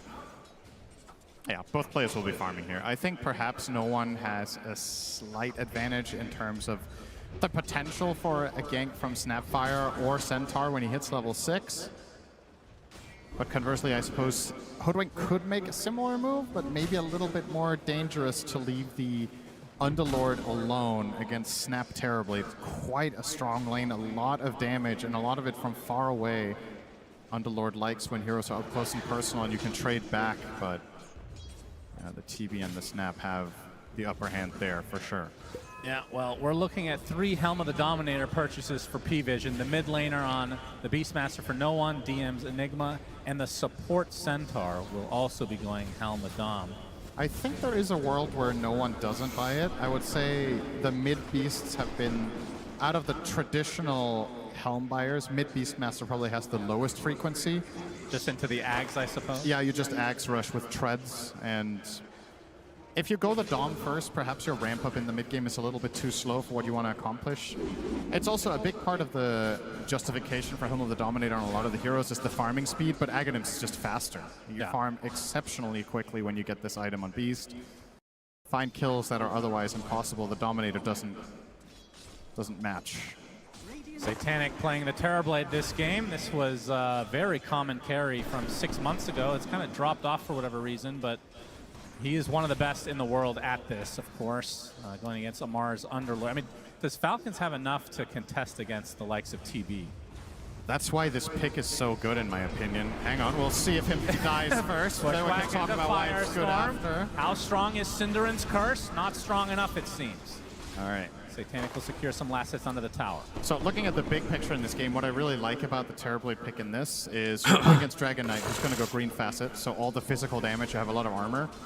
You're playing against Pango, who's all physical. And you're almost dead. Lotus applies. Satanic dives under the tier 1 to Amar. Cinderan's Curse is just delayed like his brain, but in the end, very strong indeed.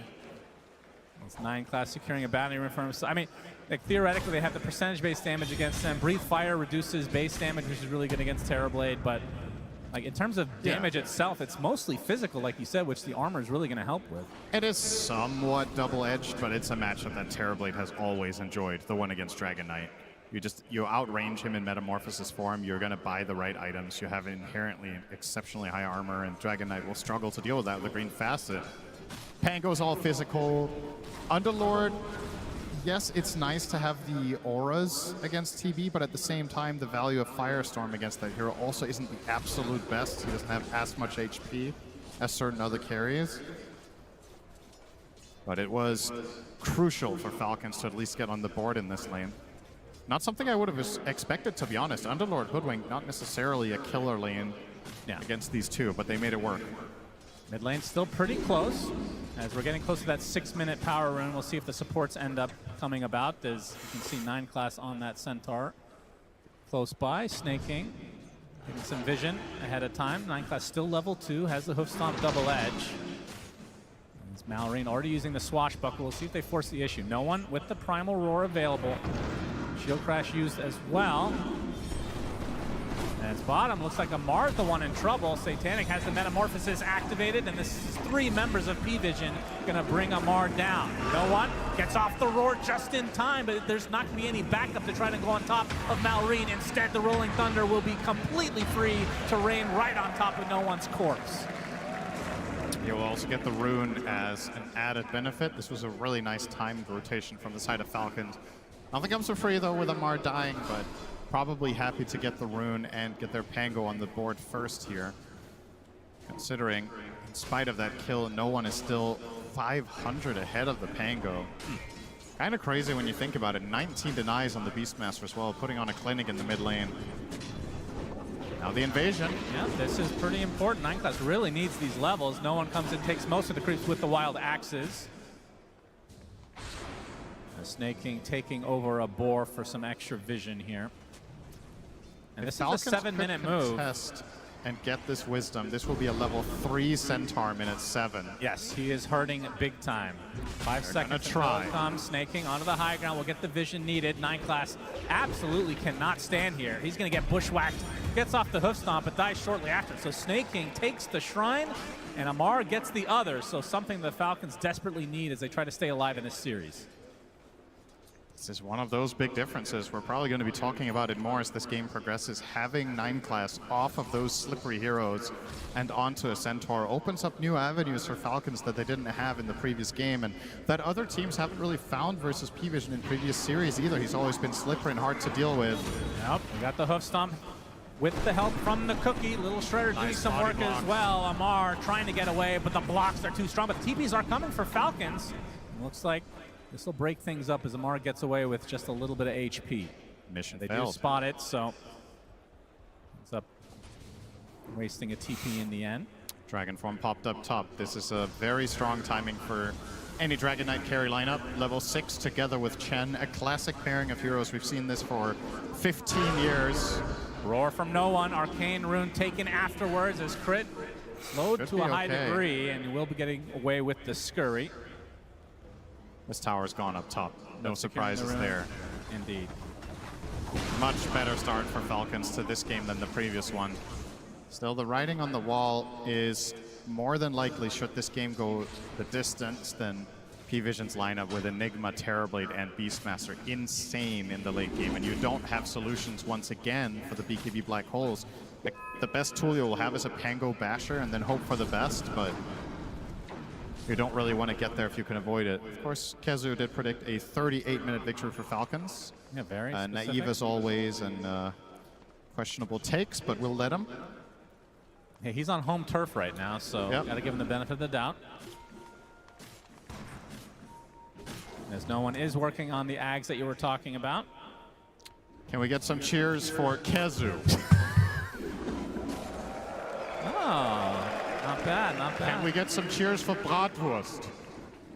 All right, I think that was surprisingly close. I You guys didn't. not I like thought food? I Food is... thought that was going to be way more lopsided than that. Maybe they felt a little bit bad, but they really wanted to. Yeah. Cheer louder for that. Maybe they're full from that last series.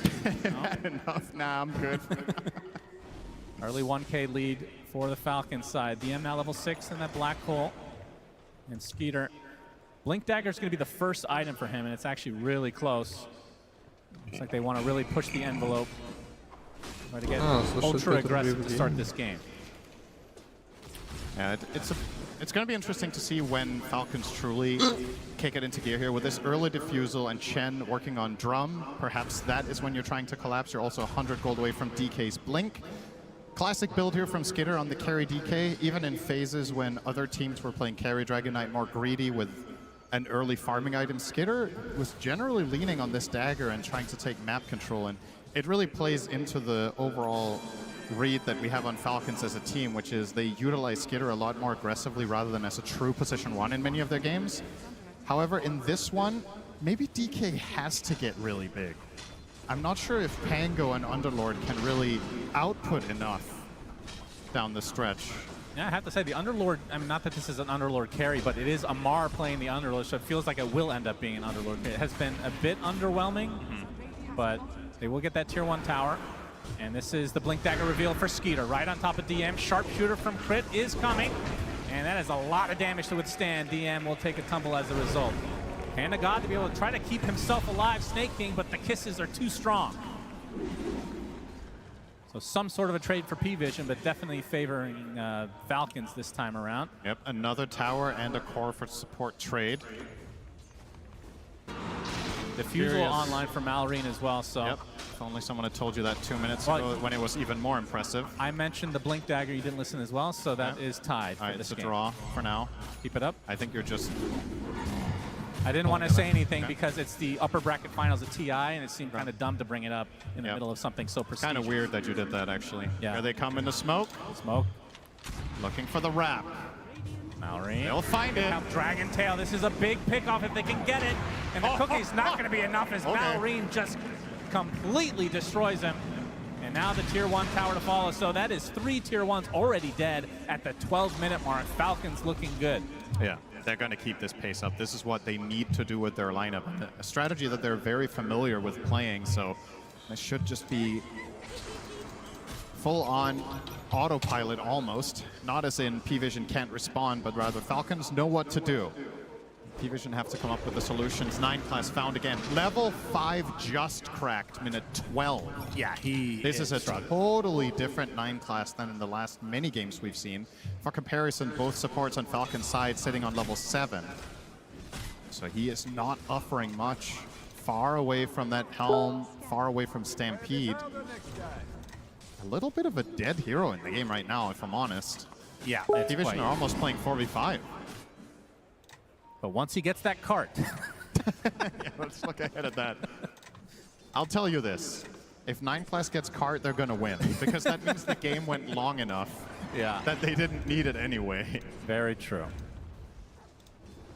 13 minutes, 3K lead. I mean, even if Falcons end up losing this game, this is something that other teams will be looking at. Oh, for be able sure. to ban both the Slark and the Monkey King as Satanic bushwhacked in, but you can see the TP's coming for P-Vision. Sharpshooter does a lot of damage, but it's not quite enough. Sunder onto his own illusion to stay alive, trouble. but Here the comes Rolling the Thunder, Malrine is there with the rest of Falcons nearby to finish the job. They get Ducalis as well as Satanic. Big kills as 9 class is basically a creep at this stage.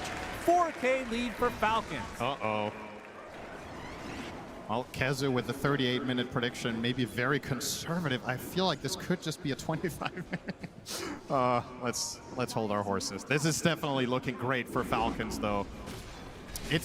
I found that in this tournament, a lot of the time it's very difficult to predict game length. Even based on, let's say you take a snapshot now and you're like, okay, you would probably have an idea about 6 months ago with where this game is oftentimes headed, and then you get surprised time and time again.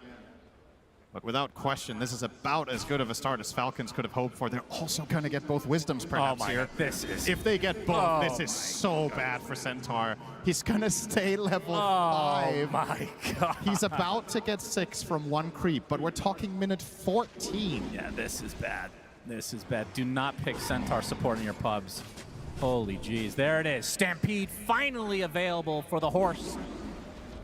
As the cheer, the crowd goes wild for that. Yeah, 2 people happy about that. Good for you guys. Let's see him put it to good use. I mean, is this the latest level 6 in the tournament, potentially? I don't think so, but it might be the latest on a position 4. I think it's the latest we've cast. Yeah. But yeah, sometimes 5s just have a terrible game where they get run over in lane and they don't really recover. I mean, he's position 7 in this game, it feels like, so far. We'll see if he can catch up, though. Wow, not even 6. No, we skipped a level there. Okay. He's still going for the Helm of the Dominator. I mean, that certainly is a way to get what are you going to do when you have Crown and Helm of Iron Will? You're going to change your build? Yeah, true. He's already committed They're quite a while committed ago. at this point. Although it would be cool to see him say screw it and go armlet. That would be, honestly, that would be one of the least surprising players to do it with a 9 class. If only he was playing the Terrorblade in this case. Yeah, 9 he's class. going to get jumped by Skater. Yes, he will. Waiting for the Stampede, but the Dragon Tail comes first. 9 class. He will be using the Stampede. They're going to try to turn this right around with the Black Hole available, but the Fiend's Gate comes out. Mortimer's Kisses with the Black Hole right on top. They get the DK. Looks like they will find 9 class in the end, but at what cost exactly? DM's going to get the cookie to stay away. You'll be perfectly safe, so the position 7 Centaur taken out in replacement for the position 1 Dragon Knight. That did force both Black Hole and Stampede and Roar, though. Yeah, so that a means lot of Falcons. opportunity. Nice Midnight Pulse instantly there from DM to stop the bushwhack. Nice little detail. Enigma obviously having that reliable counterplay to Hoodwink. And if nothing else for the side of P-Vision, aside from the trade itself, Satanic gets a little bit of breathing room. But this is going to cost them. Here comes the Zoo. Yeah, no Black Hole, no Mortimers. That means Roche for free for Falcons. I mean, how do they scale into the late game if P-Vision is able to somehow defend, like from the Falcons' perspective? Because this is obviously a very good early game lineup. I mean, Pango can be deceptive and can be a true late game powerhouse. The problem is just his matchups, right? It's not that their lineup in itself can't play late game well, but you're playing into Roar, you're playing into Black Hole, and you're playing into a hard-hitting ranged carry. So 3 things that are generally tough for Pango, and I mean, shouldn't come as a surprise. You first face this hero, of course it's going to get counterpicked at this level. But once again, Falcons' goal, if you ask them before the game when they want, how long they want this game to be, it's probably around the 40-minute mark that they're hoping to win. For P-Vision, they'll probably just tell you the longer the better. Dom now up for 9 class. Let's see him find a creep. Will it be a centaur? Ooh. That's an ogre. That is a satyr. Okay. Not what we were hoping for, of course. This is probably the most pitiful farming speed you've seen from 9 class. He's standing there killing a satyr mind stealer. It took him about 15 seconds to kill a medium creep without retaliate. And Dakalis can be found by Malrine. Completely drained of mana and an easy pickoff as a result. Aghanim Scepter not too far away from Malrine. It's going to be an extremely good timing as Skeeter applying pressure to the tier 2 bot. This looks like another free objective for Falcons. And the big fundamental difference between game number 1 and this one is that this time around, P-Vision are unable to force Falcons to defend.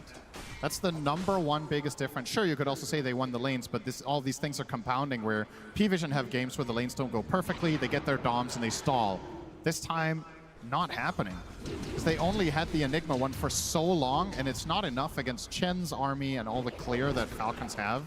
So now they are the ones forcing you back, and P-Vision a lot less comfortable in that playstyle, and they don't have their 9 class scout to give them moments of opportunity.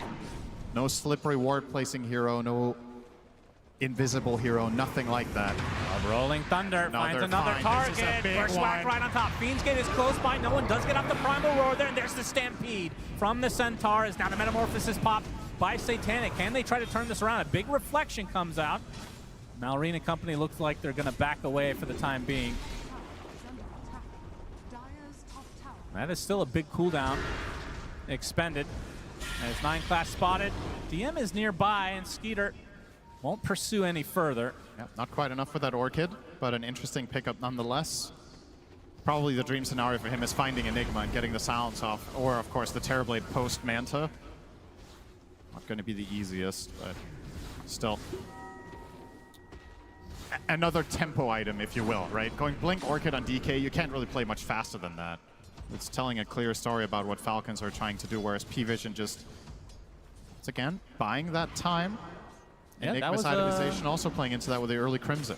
It was quite a good delay from P-Vision, cutting out some of the time of this Aegis as now they scan out, but the TP looks to be successful. Malrine, no Basher. Only 200 away from that Ags. And only 2 minutes left on the Aegis. I mean, when they picked up this Aegis, how many buildings do you think that they were expecting to take? I think they were hoping to take at least 2 tier 2s. But still in the realm of possibility. The 20-minute mark is close as well, so they'll likely use this advantage to be able to take the Tormentor. And they would love to get the Chen one in this game. You just want stronger and bigger creeps. The Hoodwink already bought her own, so it's between the Chen. I guess Pango is also okay, but once again, not the most obvious value game, given that there's 2 BKB piercing abilities. Yeah. 9 class has to use the Stampede, but he gets Dragon-tailed. Cookie to follow. And the Orchid used from Skeeter, attempting the TP. Bushwhack will connect. This will be the death of the Centaur. And we can see on the Tormentor side, Amar will be going to town. And it will be snaking, so Ancients at his disposal. The Ripper's Lash on Chen with 12 skeletons is just something else. Yeah. It's and crazy. looks like they will get that second tier 2 as the Aegis 40 seconds away. DM thinking about this Wisdom. Let's see if Amar calls the bluff here. I think he's a little bit uncertain about whether he can get away with it, but okay, well, with DM TPing out, this plays itself. We're going to have the 1-for-1 trade. You'd say that, yeah. You were correct. Good job. I do indeed say that. Thank you for listening. Well, 9 class going for a Blink Dagger next, so actually not anything too crazy. I was expecting some big switch-ups here from the position for Centaur. Still obviously a ways away. I mean, he went for a full Hoof Stomp double edge build, so his farm is completely dependent on just double edging creeps and using the Helm of the Dom. I mean, there is surely no other build this game than Blink Ags, right? No joke. What else are you really buying here? Your Enigma is buying the auras that you need. Your job is to try to save people that get Dragon-tailed. Most likely later in the game. Be there for your Terrorblade, drive him into the fight, and let him attack freely. However, when you're playing support Centaur and you go Ags, you don't have those tankiness items. So when you run in on it as a workhorse, you might just get killed almost instantly. So that's a little bit tricky. I do think it is the path that he is bound to take. Can also drive in the Enigma for a nice black hole. Oh yeah, that's fun. But right now, I think the Axe is a complete pipe dream. He's 5,000 gold away from having that and dagger, which means he would have to almost triple his net worth. Almost there. So yeah, give him another 30 minutes. Might be there. And what's shaping up to be another one-sided affair, but this time the complete flip from game 1. Falcons have definitely figured something out about P-Vision's playstyle in that first game. And should this go to a game 3, that's when it would get really interesting if P-Vision can bring something new to the table and counter the counter. That's right.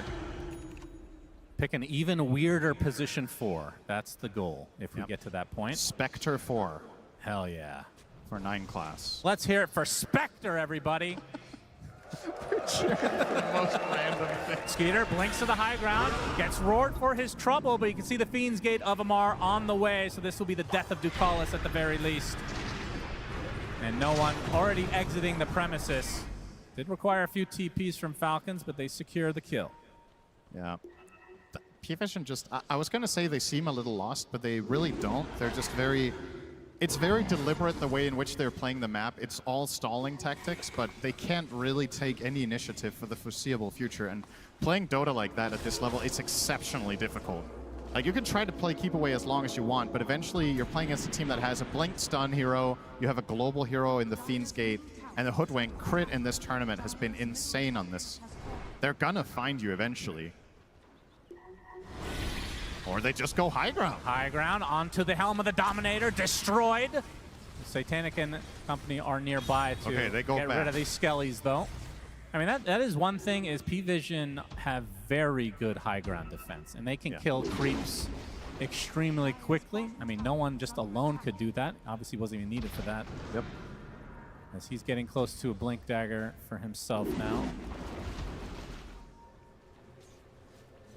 And DM, about 1,200 from the BKB on the Enigma.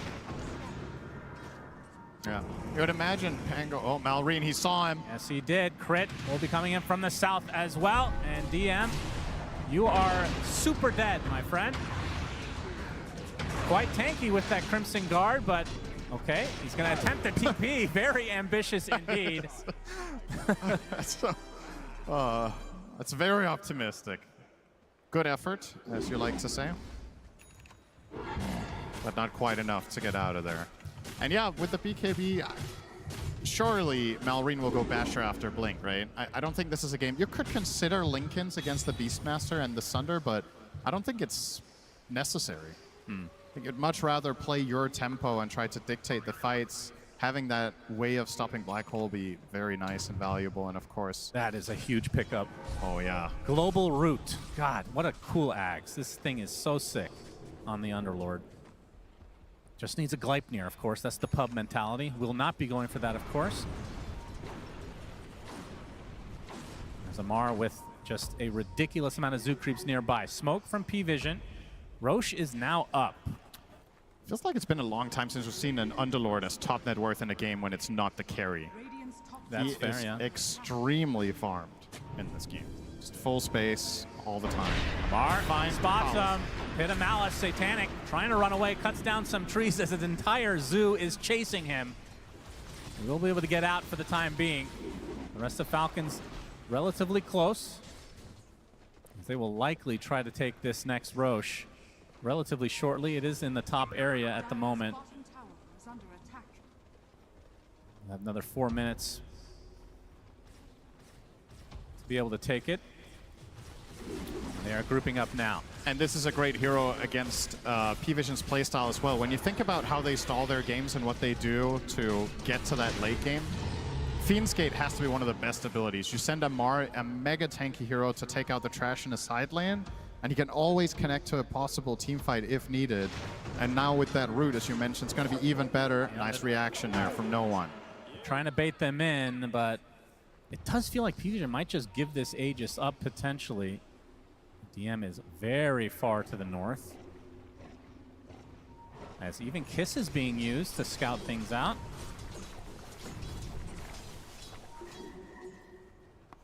As Falcons still not feeling confident to be able to take Roche. They want to find a pick instead. Against the Enigma.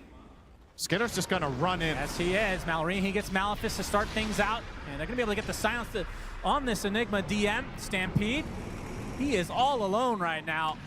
See if he goes for a black hole play. Probably not, as Mallory finally gets the connection. It takes such a long time. It's even the creep helping out with the congregations of the deep, and the swashbuckle finishes the job.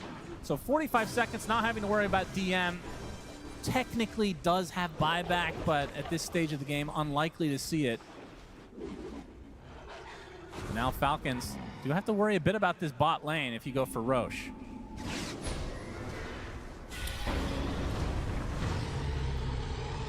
As he is still angry, it seems. Snaking halfway to an Aghanim Scepter, by the way. This is such a cool Ags. Oh, yeah, that's interesting. We've seen it once before in this tournament. Yep. Be able to channel it, be able to give it magic resist.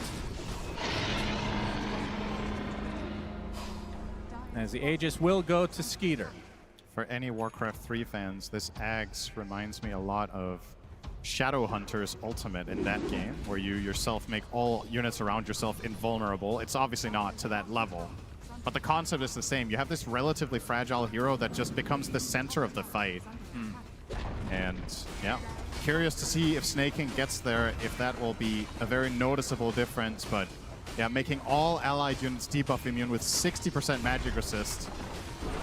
Kind of crazy for 6 seconds. Trying to cut the wave was DM, not successful. Skeeter leading the way, has the Bloodthorn now and the Aegis. Roche banner placed, and this is where P-Vision have to make some serious decisions on their defense. Nice Manta dodge. Manta for Satanic. Dragontail completely dodged. As the Rolling Thunder comes in right on top of Satanic with the roar used on Malrine. The Force Touch can keep it safe. It's a double black hole with the Mortimers from above. Do they have the damage? The BKBs mitigate most of it though. And now P-Vision on the retreat. Big swashbuckle coming in from Malrine with the shield crash to follow. No one is dead just outside his base. Satanic drops as well along with DM. That is 4 dead for P-Vision. Only 2 buybacks available. A full team wipe. Falcons lose nothing. They still have Aegis for 3.5, and these buildings will absolutely melt. It's a completely similar fashion to game 1, just for the other team. P-Vision, they don't have the damage. They're getting a 2-hero black hole, they're getting the roar off, they're using Snap Ult, Terrorblade meta, and Falcons just shrug it off. And they're going to go straight for the Megas. And they just don't care. Likely the final fortification of the game. These creeps do not give a shit about that, though. As the buyback comes out from no one. Of course, there's no black hole once DM is back up and running. Another 100 seconds away. This is surely going to be mega creeps. And indeed, 30 minutes in the game. Falcons with megas. And there it is, the Chen Ags ready to make a big difference after the game is basically won. For the side of Falcons. Can do a little bit of a celebratory dance in the end if he wants to, as now the items just come raining in. Full Shiva's guard for Amar. Can DK almost has P-Vision Lincolns. Can P-Vision hold on for 8 more minutes so Kezu can be correct? Will it happen? Big smoke though. 20 seconds. This would be a dieback for no one. He pops the BKB, trying to retreat, gets off the Primal Roar. Looks like he's fine, although Malrine has something to say about that. There's the cart from 9 class. Huge plays from him using nothing. Nobody's in the cart. No one. He dies right outside of the cart. Truly unfortunate for the position 7 Centaur. 2 dead for P-Vision, and now Falcons looking to end the game. Satanic calls GG, and that's going to mean game 3 on the way. And 9 class is going to be upset with that last fight. He followed the team's instructions and said, put no one in the cart. And that's exactly what he did. Wasn't able to reach anybody. And they're laughing. That was good, actually. Not quite sure why they're having such a good time after. But I mean, if nothing else, you can have a little bit of a laugh at it. 9 class looking at his monitor, dreaming of playing Dota. But in this game, he got played a little bit of, I don't know what to call that. That was something. Farmhand simulator. He was running around all game, finally got his Ags and lost immediately. Yes, that was, I am a huge Centaur fan. That was hard to watch, I'm not gonna lie. But at the very least, we get to see a game number 3. I think everybody's happy with that, maybe including some P-Vision fans, because why wouldn't you want to see your team play more games on the main stage? But this game, maybe you want to put it out of your mind a little bit sooner rather than later. But we're still going to break it down because a lot of things happen in this game. Effie, how did you experience this unusual game of Dota 2? Unusual game of Dota 2. I want to say that I was expecting a little bit more out of that support Centaur because it looked cool in the draft, right? You think it's an offlaner, all of a sudden, here comes Enigma. Oh no, what do they do about it? Turns out they didn't have to do anything. Centaur handled himself. Yeah, there was just so many problems that started happening, right? Like Falcons between the series, probably talking about what do they want to do, like have the DK play fast for your safe lane, like try to abuse what's happening. Because this early Centaur, like Nikas, he didn't find that much success. Yeah, he's pulling some waves. He did go into the safe and like catch one kill, but from start to finish, this was Falcons like setting up everything, taking the Wisdom Shrines, going mid, getting the first kill, going for the runes. Even here, this is 13-minute mark. They're at like a tier 2 already this early on in the game. I mean, Falcons identified that you do not want P-Vision to set themselves up on the map, right? And of course, when you shut down the Enigma, right, you take his tier 1 tower. You put, of course, the Centaur, we could talk about it a lot, but moving to the support role, he had what, Windlace, also trying to buy a Dominator. Like when they don't have the Dominators, when they don't have this way to skip waves, prolong the game, find that smoke, dodge the smoke, get the team fight, then P-Vision, they look human. And I think Falcons in the second game, they identified how to break them, play quick, break the map, force the objectives before P-Vision does anything on the map themselves. For me too, it's also a lot about Amar. Like Amar is impressing me not only with his gameplay, but we need to remember, he's the one pressing the buttons, right? He's coming into TI, captaining, drafting. He's giving himself these 24 last picks. He is destroying these games. Yesterday on the Huskar, just here on the Underlord, perfect lane, perfect itemization, and it works really well against this map play. You can go somewhere and don't worry, brothers, I've got the gate, I can come to you. Immediately they turn the fights around. Yeah, those KDAs on Falcons, they're looking damn smooth. Yeah. Also, crit on his Hoodwink was everywhere. But who I really want to shout out is Malrian because he came back swinging in this game too. In that game 1, we didn't see much out of him. He was shut down on lane. They really heavily focused on that mid. He didn't get much out of his initiations. This time around, it feels like they thought, okay, they want to shut down Malrian. They want to take away his Blink Dagger heroes. Let's just play Tango. That hero can be active from the very start of the game, and that's what happened. They brought the supports mid. They were able to kill no one on that Beastmaster with the first Rolling Thunder. He then goes to the Wisdom Shrine and crit on his Hoodwink, of course, everywhere. He's wherever you need him to be. There's a reason why this is his most played hero. Yeah, he's absolutely just destroying any game that you give him this hero. You've got to be careful. Sure, maybe it's not good enough to ban, but then you play against it, it's good enough to beat you, so you've got to make the choice. Yeah, we saw the combo in the series yesterday with DB Team having the Hoodwink and the DK, and I think Tigov, I think we're going to see this combo a lot more because the kill potential was so strong. Yeah, it works so nicely on the map, and the way that Skidder played it as well, like, he wants to be more aggressive to play with the Hoodwink. Other DKs, be it from the carry role, they'll still play for scaling, and later they connect. But Skidder's like, no, I want to be with you. I want to play that aggressive game. Yeah, and they got the chance to play the aggressive game after having a good early game, Kazu. No, absolutely, because from the lanes, you know, they always do this. Like Falcons, when good stuff happens for them, they're always able to take it into one. I want to show the levels of how this happens. So they go mid, first rotation, minute 6. We talk about Malvin's Pango, boom, the crit Hoodwink, he's here, snaking on the gen, you lose game 1, doesn't matter. What's most important here, no one dies, which means when he respawns naturally, he's going to want to TP mid tier 1. So what's going to happen minute 7? You're losing your offlane, your mid cannot rotate over, snaking stole a boar from no one, and they're now contesting this Wisdom Shrine. So this pathetic +4 center who's already struggling doesn't get his first Wisdom Shrine. And the thing also, I didn't really want to include it, but at minute 14, the same thing happened. They're too far behind. They lose their secondary Wisdom Shrine, so Falcons, textbook gameplay. Yeah, they had a good game. We said after game number 1, and especially after the draft, that we needed them to play crisp and clean and maybe a little bit fast. Tigov, you had a lot of emphasis on especially Falcons just to shape it up. And that's exactly what they did, right? Based off the clips from Kazu showed, when we fast forward, right, they look towards the Roshan. Look at the time, right? 16 minutes, 27 seconds to take the Roshan. Less than a minute later, they're hitting the bottom tier 2, utilizing the Chen, utilizing the aggression of Skidder, the natural playstyle he wants to make. Fast forward another 30 seconds, now Marines on the other side of the map with the Underlord TPing and applying more pressure to Satanic. The fact that within a minute and a half window, Roshan was taken, tier 2 was taken, Satanic was pressured. That is exactly what you need to do against P-Vision. And I wonder, when you look at what P-Vision did within this draft, they kind of baited the Centaur pick, made them think it was offlane so they could get an Enigma and catch them off guard. What did the Enigma do for them in that game? He got his tower taken very early on. He was behind on farm, and he ended up buying auras, right? He bought a Crimson Guard, but his team ended up just playing whack-a-mole, hiding around the map, trying to get farm where they could. They couldn't fight off of that aura, and they got nothing out of that Enigma pick. It just overcomplicated their draft. It very much overcomplicated the draft. And in an episode of Please Don't Try This at Home, we're going to look at Purge explaining that Centaur a little bit more. Thanks, Cheever. Number one Centaur support hater is right here, and I'm going to tell you guys exactly why. 9 class overcooked big time. He kind of thought that if I get Helm of the Dominator, I can make any support work, which is true, but you got to get the Helm of the Dominator first, and that is basically what we're going to watch not happen. He did a great job pulling creeps. He did block the small camp the first time he did that pull. The second time, though, the camp respawns, so Snake King gets to fight him every time.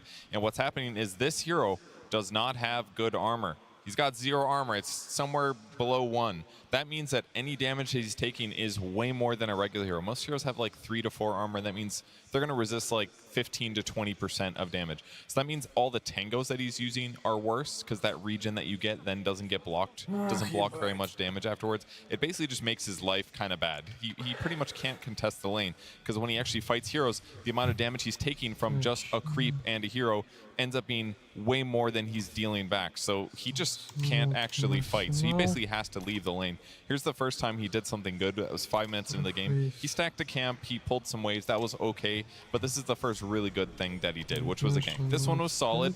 This nice gap close. He's a fast hero. He went the horsepower facet so he can stay ahead of his opponents.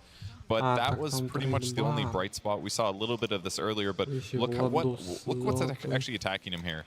It's just 2 creeps. There's like 1 right click from Hoodwink and 1 spell and he dies. It's so simple to kill his hero. 7 minutes in, he's level 3. He's again like, well, there was one thing that worked. It was this bot gank. So he tries to get a kill on Amar. He's blocking him. But Amar's now more leveled and he has more items. So Amar actually kind of just survives this one. Satanic didn't have Metamorphosis either. So one downside. And now he's thinking, okay, I need to get this Helm of the Dominator, so he's going to start farming creeps. And he does finally have an armor item, which is great. But unfortunately, he didn't get the Chipped Vest. Chipped Vest would have given him some ability to farm. And he wasn't going to put points into return because he kind of needs spells that deal damage. Otherwise, he isn't a good hero.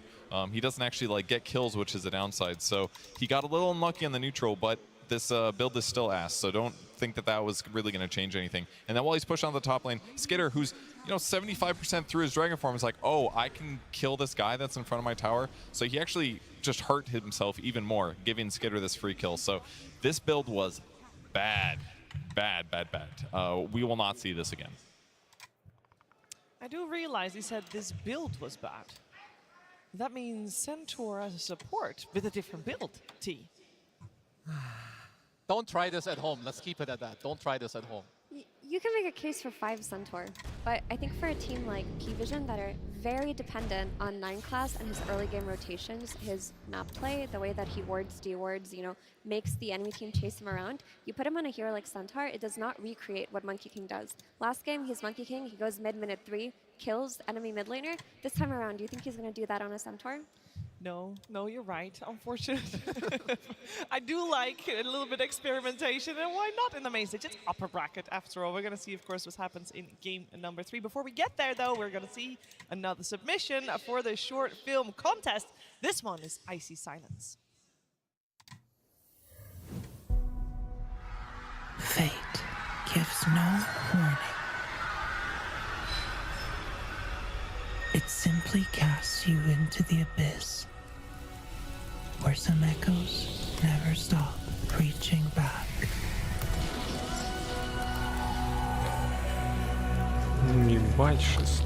Every leap, every crack in the stone were invisible hands shaping the hunter within. Discipline sharpens instinct until the arrow obeys thought alone. There was peace in the fall, a silence only the wind could understand. But even in that quiet, allies found me.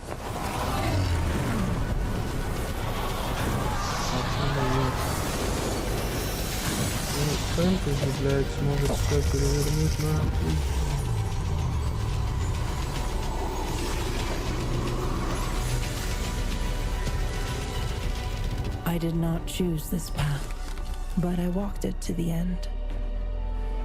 And when the moment comes, my hands do not tremble. Now, I walk alone, so innocence never follows in my footsteps. I love the references in this one. It is fantastic, and I can't wait to see what's coming out on top. Who's coming out on top? Of course, Чтобы дойти до сотого, ну, блядь. But let's focus our attention to see who's coming out on top in this series. Who's coming out on top to be there tomorrow in that grand finals. First team to be slotted in. It's Так, either ладно, P-Vision, it's включаю. Falcons, and I will not lie, both teams were pretty one-sided. Either way, Effie, what's gonna happen next? Because we've seen the strengths. What's it gonna come down to? I think it'll come down to which team has that entry point after the laning stage into playing the map and taking over the map. In that game one, it did end up being P-Vision, but only after a while, only after Falcons made the first error in a team fight.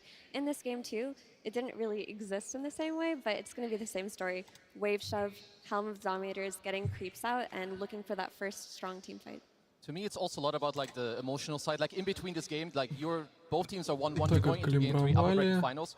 What are they talking about? Yesterday we heard that both of them like praised their coaches. You know, AI 2000 gave a speech mid-series. Whenever you hear P-Vision, they're talking about Ostini.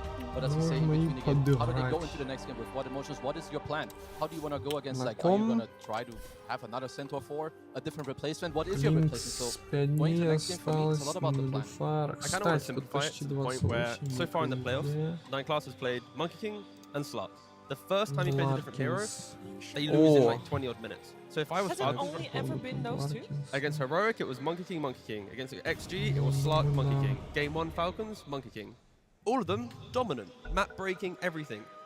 Finally, when they're both banned out, again, like I said, so I feel like if you're Falcons, trade those bans. Even if you're on first pick and you only have 3 bans available, ban both of them. Just get rid of them. You can maybe first pick the Monkey King, then only ban Slark, ban 2 different heroes. But in my head, get rid of those 2 heroes, and then 9 Class is a very different player. Maybe that is exactly where the team's headset. When we saw the draft order, both games, it has been exactly the same. Potentially Falcons just really wants that second pick to make sure they have 4 bans to deal with the squad. And dealt with the squad they did, and that means we are at Nim Class. It's 1-1. P-Vision and Falcons, only one will emerge victorious and will secure top 2, which for both teams, Kezu, would be immensely big. It's absolutely crazy, especially when you remember there are some people here that have barely any experience at all. Like already just getting top 3 in like one of your first or your first TIs, it's very rare. It's like nearly unheard of. So first of all, this happening, you should already be very happy with what's happening. You want to be confident, like going into the next game as well. But yeah, here we do see the previous drafts. But the thing is, sure, you can be Falcons and you're gonna ban the Monkey Stock, or you find a way that they don't get their hands on it. But you're against P-Vision, you are P-Vision, they know that this is happening. So what are they talking about to correct for themselves in the next game?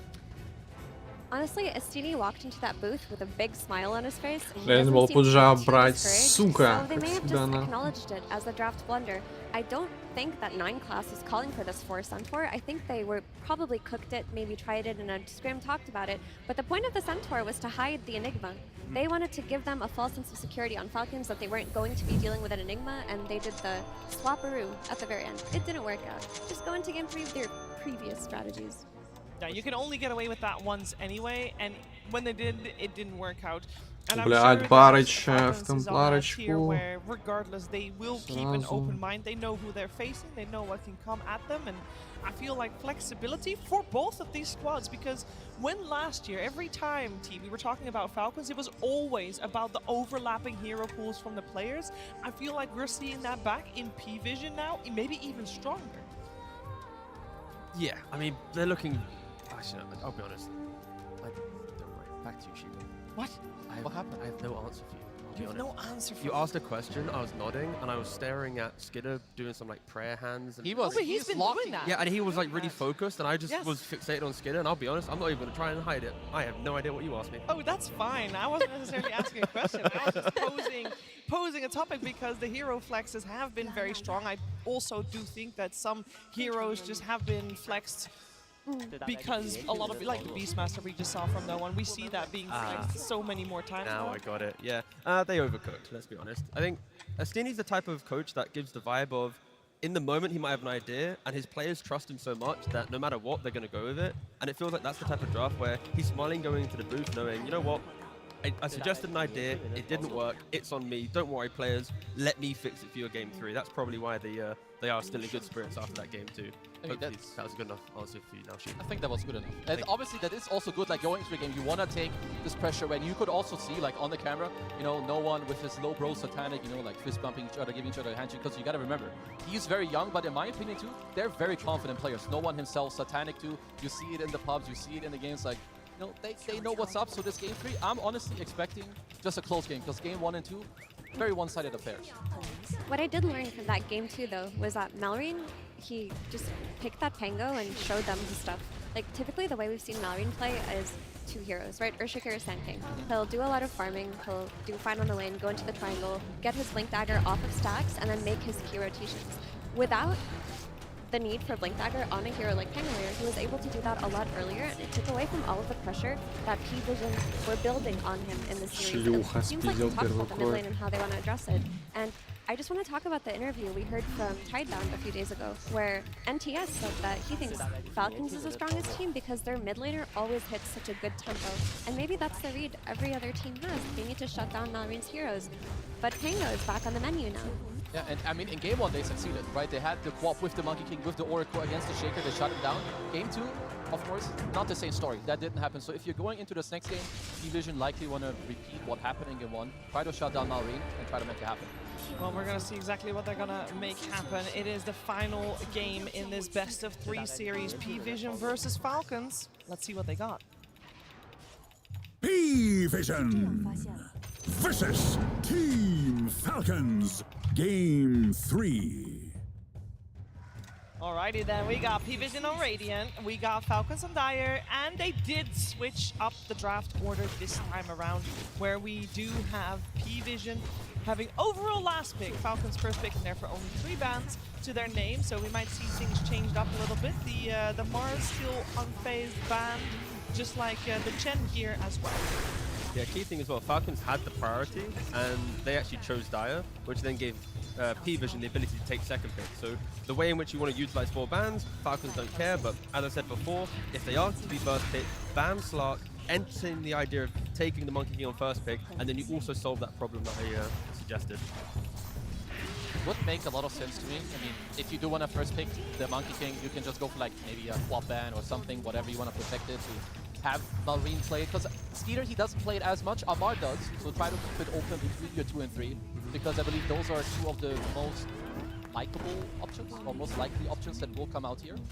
We also see a Hoodwink Respect ban coming out for Crit, but something P-Vision did in this banning stage was they broke 2 of the combos that Falcons love to play. By banning Mars, you take away the strength of Snapfire. We saw her without a Mars, and that game 1 didn't look as good. And by banning the Hoodwink, the DK becomes less strong as well. Yeah, and that's gonna open up some other heroes too, because you're still gonna, it is Falcons, they will try to find replacements. So with Hoodwink out, Snapfire maybe with different combos is still in, you've got the Sand King, maybe you look for more, like Grimstroke's priority should be going up in this draft too. And the fact that you were talking about banning like a co-op to protect the Monkey King, they don't want to put themselves in that first pick Monkey, so they ban it as well. 2 bans on 9 class, take the Malrine Sand King, and honestly, I couldn't ask for like a better start to a Game 3 draft from Falcons. So now the question is, what have they prepared for Malrine Sand King? Yep.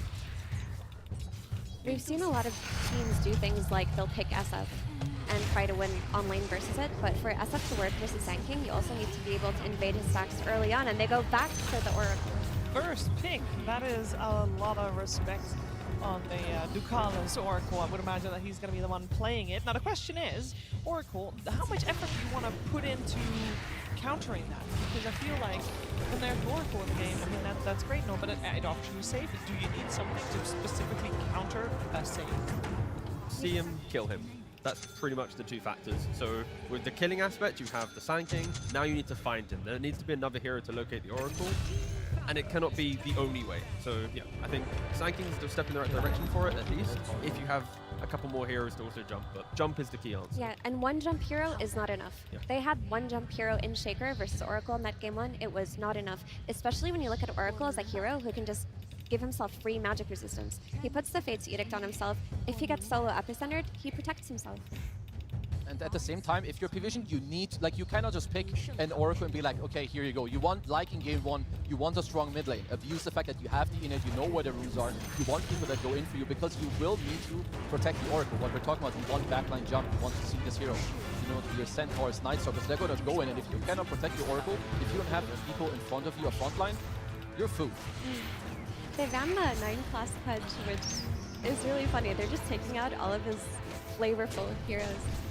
We haven't seen it yet this try, but it's good to remember it. I know I've also seen like no one played a little bit in the mid lane, but I also remember there was like a couple days in a row where 9-class every day he just played this phosphor, but it was super annoying for all the fights. Because a lot of fights, they're actually quite slow in like the laning stage with how to maneuver. One hook, scaling.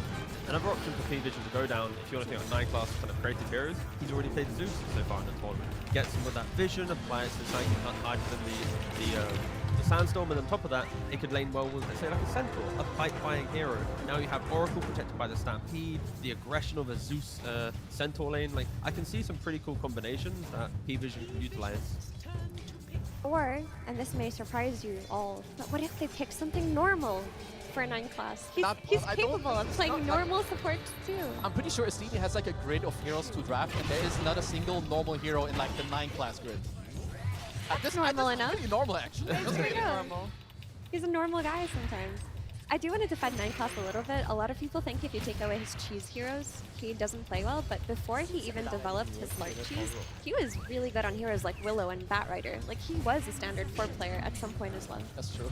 He just leaned so far into it that we've kind of lost the... yeah, we've lost him. We've lost him for a bit, but in a game or two time, especially when teams are now banning out both Slark and Monkey, we are going to see him return to the...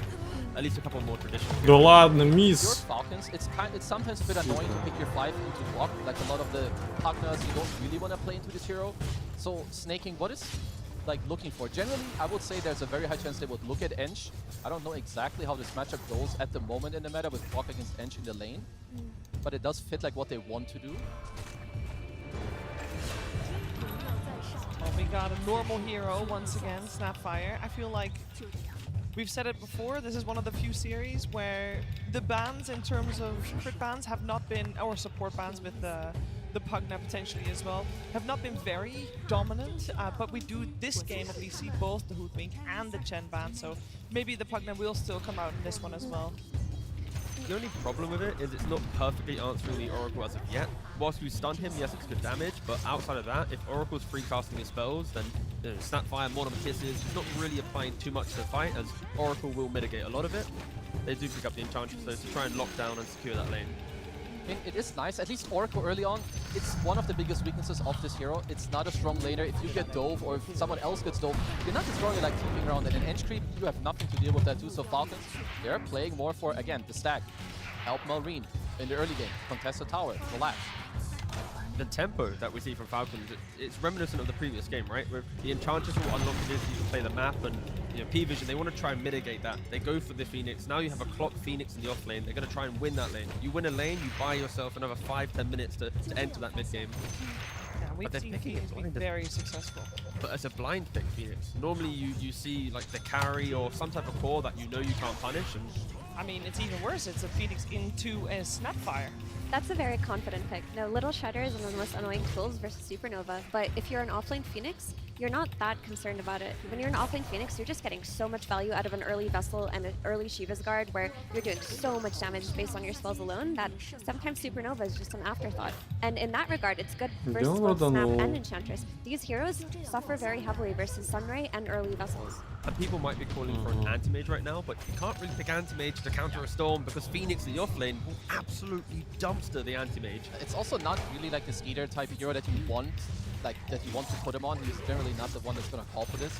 I think for them, they're more looking at maybe some type of Weaver. I had a different hero in mind also, because I think here you can look for P-Vision. Right now they have very magical base. So if you can look for an offlaner that you like, that builds an early pipe, would also be super cool. And at the same time, Falcons, otherwise, the other pick that they could go for is the Skeeter carry, which I can't really place it yet. Well, there it is again, the Pango. Now there is flex for both sides. We can see the Sand King in the hands of Amar. We can see the Pango in hands of Amar. they can just pick and choose whichever one they want.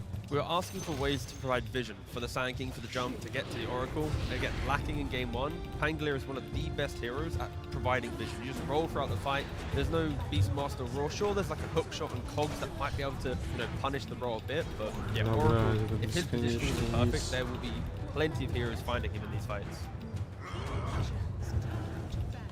Okay, because P-Vision, I mentioned it before, they are fully magical based. You should be looking for a hero that gives you like this static damage into the fight, like protect the egg. You have like this Oracle too that's gonna buff you up, allow you to stay alive. So Satanic has ultimate last pick of the game, so he will be able to decide then. So before it's on Falcons to decide what they're looking for. Surviving the lane could just be enough. Like going for like an Abaddon carry for Falcons, dispel the Fire Spirits, chill. Eventually you go Orchid down the line to punish the Storm Spirit. As long as you don't feed to the Phoenix and provide tempo through the clock of Phoenix, the game will be very playable for Falcons. I think it's important that P-Vision's carry pick is also fine left alone on the lane. You know, the Kunkka style of hero, where if your supports leave you, you'll be okay, because the way that they beat Falcon's strategy of farm triangle and get that Blink Dagger mid laner was running around that mid lane. With the Oracle, you're going to have vision of these power runes. You're going to know where they spawn. You're going to be sending Oracle and Clockwork to the mid lane very early on. So Satanic's hero cannot be dependent on his support existing all of the time. They should be playing around the mid lane. It's also good if Falcons can look for something similar, because that's what you want to free up your Eng to leave you. Go through the gate, go to the mid lane, and do something similar that you did last game. I would say your support matchup of Snap Eng, if you run into Oracle Clock, you should be honestly pretty good to go. Like Eng kind of overtakes those two heroes. P-Vision have last pick in the draft, and I would say they can go for Anti-Mage, they go for Medusa. There's a lot of carries that can kind of just get themselves into the mid game by themselves, based on Falcons having to bring multiple heroes to truly punish. Let's see, what else do we have here? I feel like Skeeter is like not your Ursula type player, and maybe even the lane also isn't amazing, but I am, generally speaking, he does play the type of hero that goes in. Like nearly always he helps them play the map. He helps them to make space for Amar and for Murray. We'll just go for a Gyrocopter. We talked earlier about comfort. This is one of his most comfortable heroes coming out. Keep it simple. Shove the wave. You're going to aggression. That you can still die. In the Clock Phoenix lane, if you step up a little bit too far, there is a chance you go down and they go for this Juggernaut. It's a very good hero versus Phoenix as well, because once you get that BKB, you pop Flak Cannon, you can kill the egg, you're also hurting the rest of the team. P-Vision respond with Juggernaut, who honestly, I think, is kind of an underrated hero if picked in correct drafts. The biggest strength of this hero, in my opinion, is his healing ward and what it does for you in teamfights as the game goes on. Like, 3 hits to kill a healing ward is really hard. Pangolier is going to have to buy Ghost Step for this game. I think he's going to be a big target, trying to Omni Slash him during the roll. And then Satanic's also going to have to think about Nullifier to try and kind of compensate that and play around. But yeah, last bit Juggernaut. In regards to stuns from P-Vision, what you've got, hook shot, the Vortex. Stuns aren't their friends, really. There's a root here and there. I really like it. It's still strong. Like this jug pick, in my opinion, is really cool. There's very few players who would have called for this pick. It's quite good against the enemy team. The healing ward also that we talked about, very strong. You've got the Oracle. I feel like we're in for the most even game that we've seen in the series. I just hope the game goes late, because I really want to see like epic moments, like Omni slashing a Gyrocopter, then Crit coming in, like gobbling up with the Gyrocopter, then save him. Like this game needs to go a long way. And I believe in the Juggernaut. I think it's a very cool pick, but it's also dependent on the offlane going very well. Like, this Phoenix needs to hit its timings early on, and they play around it, and they make it so that people are looking away from the Juggernaut while he's hitting those timings. I also think Pipe goes a long way here for P-Vision as well, but Phoenix isn't much of a pipe buyer, so maybe DM does like a hybrid item build here with like a pipe into a Shiva's guard. We'll see. And if it is going to go late, if this scenario that T is describing is happening, how's it going to happen? Both teams are going to farm, or is it going to be just skirmishes and nobody really finding an in?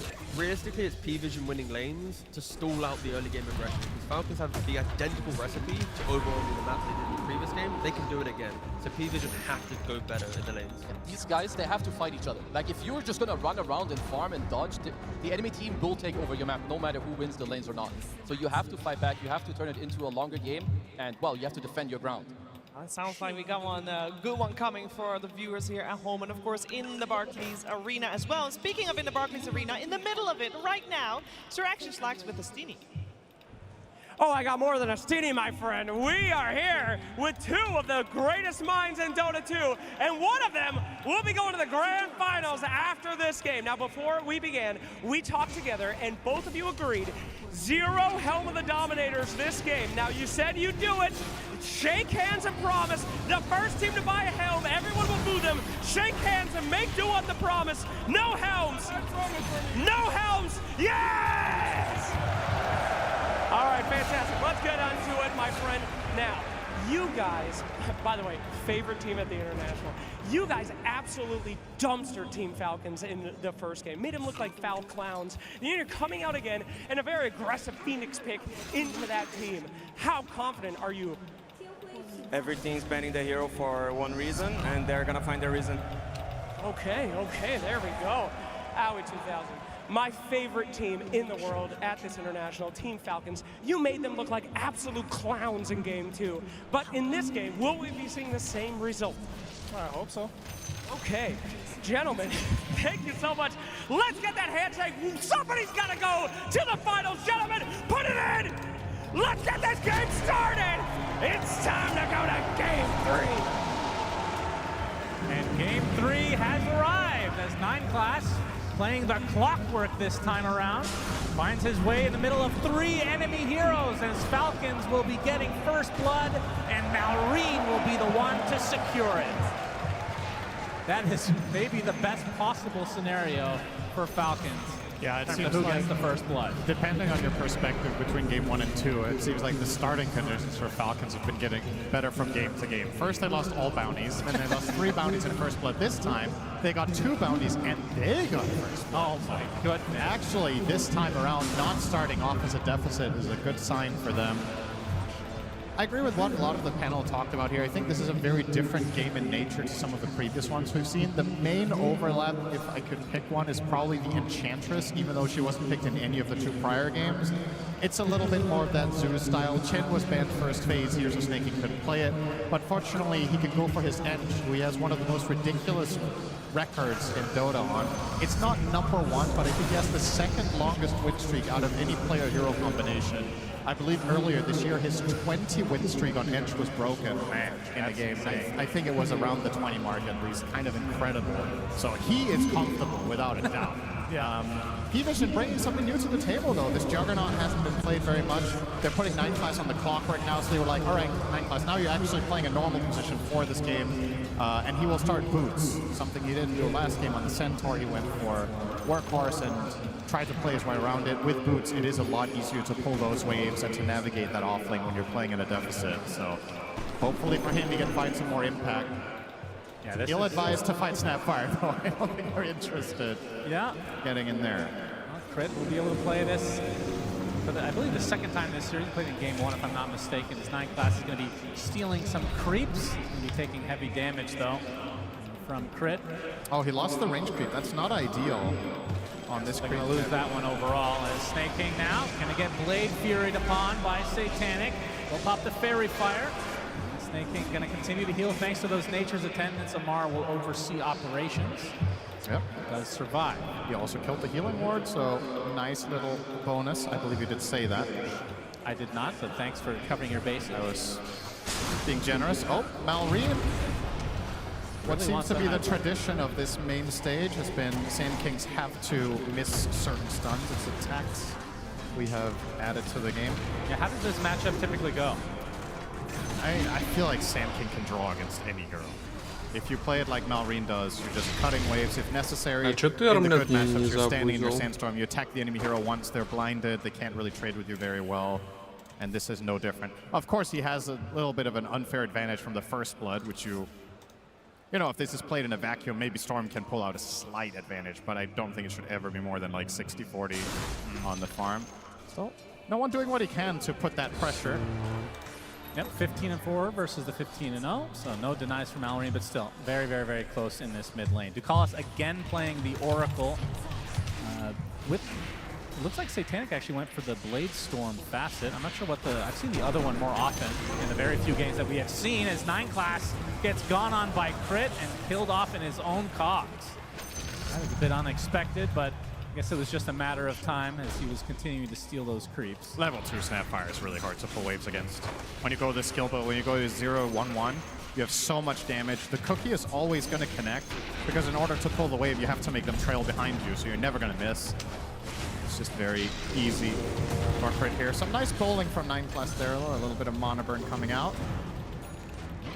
But overall... Enjoys his bowling. We'll see if he's as effective as he was game 1. Of course, playing a different hero in all 3 games now. We'll see how far Snake King can get this game. Like you talked about, not only just that winning streak, but this is a position, well, typically it's a position 4 that will just get right-click items, like a Dragon Lance, Hurricane Pike, and then that's when they certainly start to hurt. There's a world here where you go a lot of auras. You can go Solar Crest Pipe. Crit, a bit of trouble, but the Rocket Barrage doing massive damage from Skeeter onto both DM and 9 Class. He has to dive away. This is something you do have to worry about if you're the P-Vision side. So DM, we have not seen him on the Phoenix so far this series. We have seen a decent amount of this hero, though, as an offlaner. Has felt pretty strong. Now, more going against the little shredder of Crit, but it does feel like as the cookie is going to hit with the Rocket Barrage to follow. DM has no dive. This is a kill going the way of Skeeter. Nothing 9 Class can do here. But it does feel like these Phoenixes get enough levels as a core that the little shredder only has slight impact in the game. It's very much contextual. I think in this game, between Little Shredder and Gyro with BKB, you definitely have tools of taking down the egg. I was wondering what DM was going to do with that helm, because he was waiting on his quick buy, but he does commit to the helm of the Dominator instead of potentially going Veil. Yeah, not too surprising. Promise broken, it seems, yeah. Well, Astini, in his defense, he was already out on the stage, and when you've left the player booth, you can no longer talk to the players. That's true. So they might not know that there was this... Yeah, maybe if they check their voicemail, they'll see a message. Very important, but... Check him PC. No one now level 6, along with Maureen.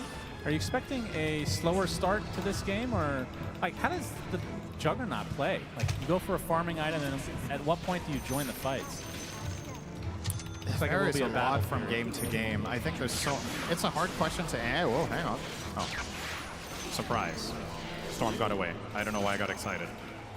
I think it's a hard question to answer about Jug, because a lot of how this hero plays very much comes down to how other lanes go. I think it's one of the less obvious carries. Because in my experience, it's small margins that you're making your moves on.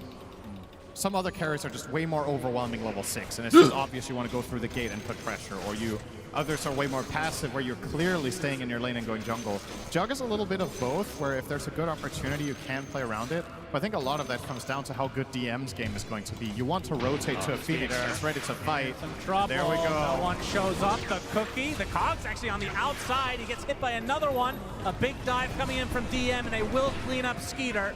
As 9 Class, one more right click, so there is a trade of sorts, but Maureen actually walked up here, I believe. Late to the party. Yeah, a little bit too late to find a connection. No one is relatively low on mana, though. Oh, can Crit get this? He's going to try to go for the 7-minute There's no way he just walks past and gets this, right? 9 Class makes his way close by. As he's Crit, not going to get it. And will have to back away now. In fact, might die for his troubles. He's a level 4 4 versus a level 2. No one does have mana to zip up if needed, and he'll do just that. So Crit will be brought down. A good attempt from him. Tries to deny himself onto the creeps. Not going to happen. So that would actually have worked if he wasn't slowed by the Fire Spirits on his attack speed. Yeah, that's true. Couldn't get the swing in. Kind of looked like a replay of the last game where 9 Class had to give up the Wisdom Shrine, and he was like level 2 at that point, I believe. Yeah. This is a better start for him. Yeah, for sure. He's going for the Tranquil Boots here on the Clockwork, so he will have plenty of resources to trade with. Has the Infused Raindrops as well to a little bit more staying power. No one. Yeah, getting the brunt of damage here. Nice Cogs, forcing Crit back, so the cookie does nothing. Fate's Edict applied to no one. Reed did get the rune, though. And that is one benefit, is the Juggernaut. I mean, he has Blade Fury for the BKB, essentially. Fate's Edict maybe for the Storm Spirit this game, but might have to buy it anyway at some point. Definitely very powerful spell here. Really trying to put on that pressure. I say Malrine, of course it is a Mar. Yep, same thing. Easy to get them confused as they play all the same heroes. This is true, and that is the true power of Falcons. They've taken advantage of this time and time again. TP mid lane, though. Good pressure applied to the tier 1 from Falcons. They'll have to back away now. Say that. Of course, Malorine has that facet. Allows him to blind towers by hitting them. Very powerful for pushing. I do wonder if that is going to be changed in the future. We'll see. Yeah. I don't see why this needs to blind towers. Wow, This that seems a little was bit a random. shriek. Yeah. Okay. Gets his level 6 now on DM. Maybe that's why he's happy. Like, I am online. Nice stack here for no one to build upon. But similar to the previous game, you mentioned it, 9 class had a tough game on that Centaur and was low level. This isn't much better. He just cracked level 4 minute 9. It's going to take a while before he really gets there. This, I don't know, it does feel a lot different that he's Clockwork. This time he has a hero that's more traditionally good at playing from a slight disadvantage than Centaur is. And he also did get some experience there from the stack and the D ward, so it all adds up and helps getting there. Oh, DM. Big Shredder damage. doing work against He him. has to egg here if he wants to live, probably. Most likely will have to. TP's coming, though. He'll withstand the damage and be just fine. Frick will force the reaction. He keeps trailing him with the threat of the cookie. They bring in Ducalis for protection. But once 10-minute again, it is power run. Falcons picking up the pace here. Pace, No one the cogs! Gets the There's no haze. mana Beautifully now. done. No one. Applying so much pressure to Malorine right now, but it looks like 9 class is more worse for wear as the creeps show up along with Snaking and even Skeeter making his way. Sandstorm is too strong. They can't do anything. I thought maybe they would have more damage in the tank, but of course, level 4 Clockwork, I don't know why I got my hopes up. He's got 2 in cogs, А so как я his сюда damage тэпнулся, is блядь? negligible. You're running in the Enchantress next to him with the heal, no problem. His mid tower will be gone in a moment. That blind lasting for so long. It's pretty crazy. How long is that? 5 seconds. Huh. Tier 1 tower secured for Falcons. 3K lead as they are continuing the pressure overall. Starting carrying to- over from this game too. Exactly. It's the same recipe. They forced 9 class off of his most obnoxious heroes onto something, a melee 4 without the same playmaking as Monkey King and the Slark, arguably. And they just run them over in the early laning stage. They've taken 2 towers already. All 3 of their cores are happy and farming. And this time around, my biggest concern for P-Vision in this game is how long do you have to wait? In the previous game, they kind of felt like they couldn't fight for 20 minutes and then they lost. In this game, when do you come online? Are you strong enough when, now that Phoenix is level 7 and you have Storm ulti? Can you bring Jug to fights? Because when it comes to just raw team fights, Falcon's lineup is really tough. Tango Roll, FP Sandstorm, everything about Gyro, Snapfire has massive AoE damage. And one of the most obnoxious things about snaking on the Ench that we have seen for so many games, not as many this tournament, he's a really good scout on this hero. Just runs out in front, tanks up, becomes the primary target, the enemy team commits so much stuff on him, and then his team just cleans up. So how do you enter a fight correctly will be the big challenge here for P-Vision. This will help. Damage rune for no one. That's a big opening potentially.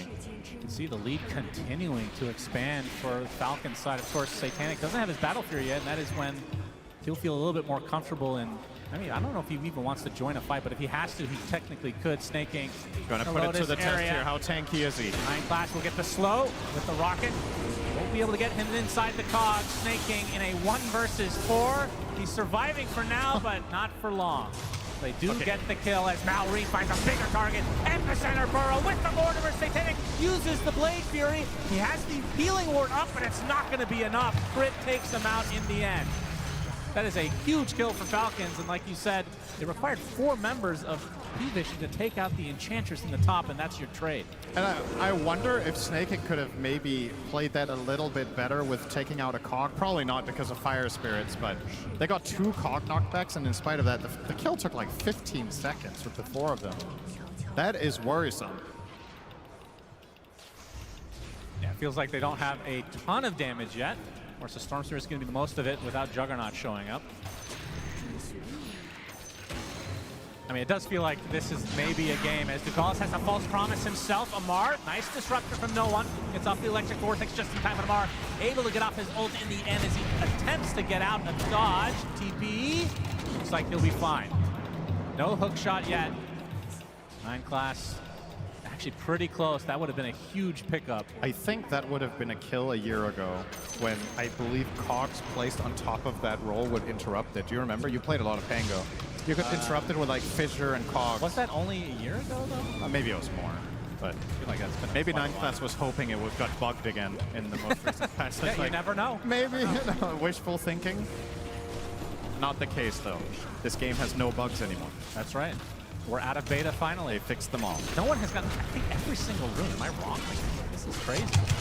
Converted them. Yeah, exactly. They haven't been able to do much at all with it. 5K lead for Falcon Skeeter on the outskirts of the map with his Crystallis in tow. Aghanim Scepter's going to be next. Really about 1,000 into that, so he is having himself a good old time. In fact, all 3 cores for Falcons, top net worth in the game. But this is where things potentially can change. Satanic finally gets his farming item in the battlefield. Yeah. I think the way it's going to change is that he will farm faster and everything else will be the same. That counts as a change, then I'll For him it is. Yeah, sure. He is like, guys, I got my item. I'm going to continue farming. Good luck. Would you agree with me in the fact that Satanic is one of those carries as Ducalis getting Nothing pursued? connecting. Amar, Fate's Edict applied, but No wall. doesn't have False Promise, so he is down and out. But Satanic does feel like one of those carries that could get, I mean, dependent on the hero, of course, but feels like he has put his team on his shoulders quite a few times in the past. He's one of those like, old school type carries, it feels like. He's been one of the most stable players of the tournament. I can't really recall any game where I was like, man, Satanic really dropped the ball in this game. Like, he's had games that are tougher than others. This could be shaping up to be one of them, but it begs the question, how much could you really have done with the hero you were playing? If he was convincing them to pick Jugger and it turns out there was a bad pick, then maybe you could talk about that, but his overall play in the game so far has been quite solid, given the circumstances. As we are looking at that about 5,000 lead for Falcons, worth noting, almost all of it is in supports. There's a very big lead. Ench is 1,200 ahead of the clock, and Snapfire about 2K ahead of the Oracle. So the brunt of the lead is in those supports, which is worth keeping an eye on because there's going to be some extra utility items. Satanic has to use the Blade Fury. Amar continuing to roll. We'll focus on the support first, it seems, as the epicenter reserved for Ducalis as well. Oh, he's not done Satanic, yet now, he actually does get clipped by Amar. Uses his shard as well. Satanic, he's going to get some help in the form of no one, though. Amar maybe overstepping his bounds a little bit too much. Call down, though. Skeeter makes his way over. Amar blocked off now. Gets the hook shot from 9 class as well. Amar looks to be dead. No, he chill. So much damage applied to it. Now no one will drop as well. The kisses raining from above. Crit. Double kill. 3 for nothing. Falcons somehow lose no one. And so do P-Vision. I knew you were going to do that. That is...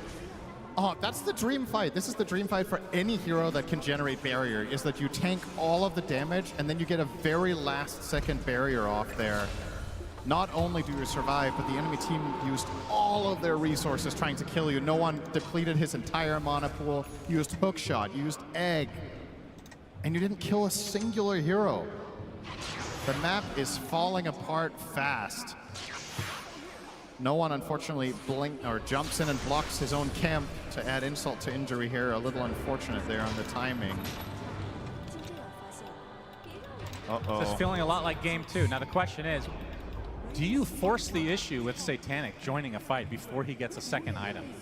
Like, can you even afford to do that? Because he has not been in anything. Like, we haven't seen a single Omni Slash. Well, he was in that fight, and he didn't have enough mana to use both of his spells because he got swashbuckled once. Well, that's part of the fact that they're the ones getting gone on, right? They're not doing the initiating. They have 9 class with a hook shot. They have Storm Spirit. They have Dive from DM. They have a lot of ways to get on top of Falcons, but they're just not providing the opportunities. I think you have to play keep away for the foreseeable future. I just don't see it. I don't think... I mean, it's kind of strange to see these 3 games in this series play out, and it feels like the losing team has the same problem every game. Like, damage issues, the inability to pierce through and win the team fights, and then you're playing this keep away that really shot. difficult. Yeah, crit. Okay. Crit is going to be fine. It Good seems bowling. Like some good bowling going on here. Amar, though, not too happy with this exchange as 9 class looks like he is going to be the one to ultimately fall. Although DM is close by, but just throwing out some fire spirits as Amar gets the killing blow.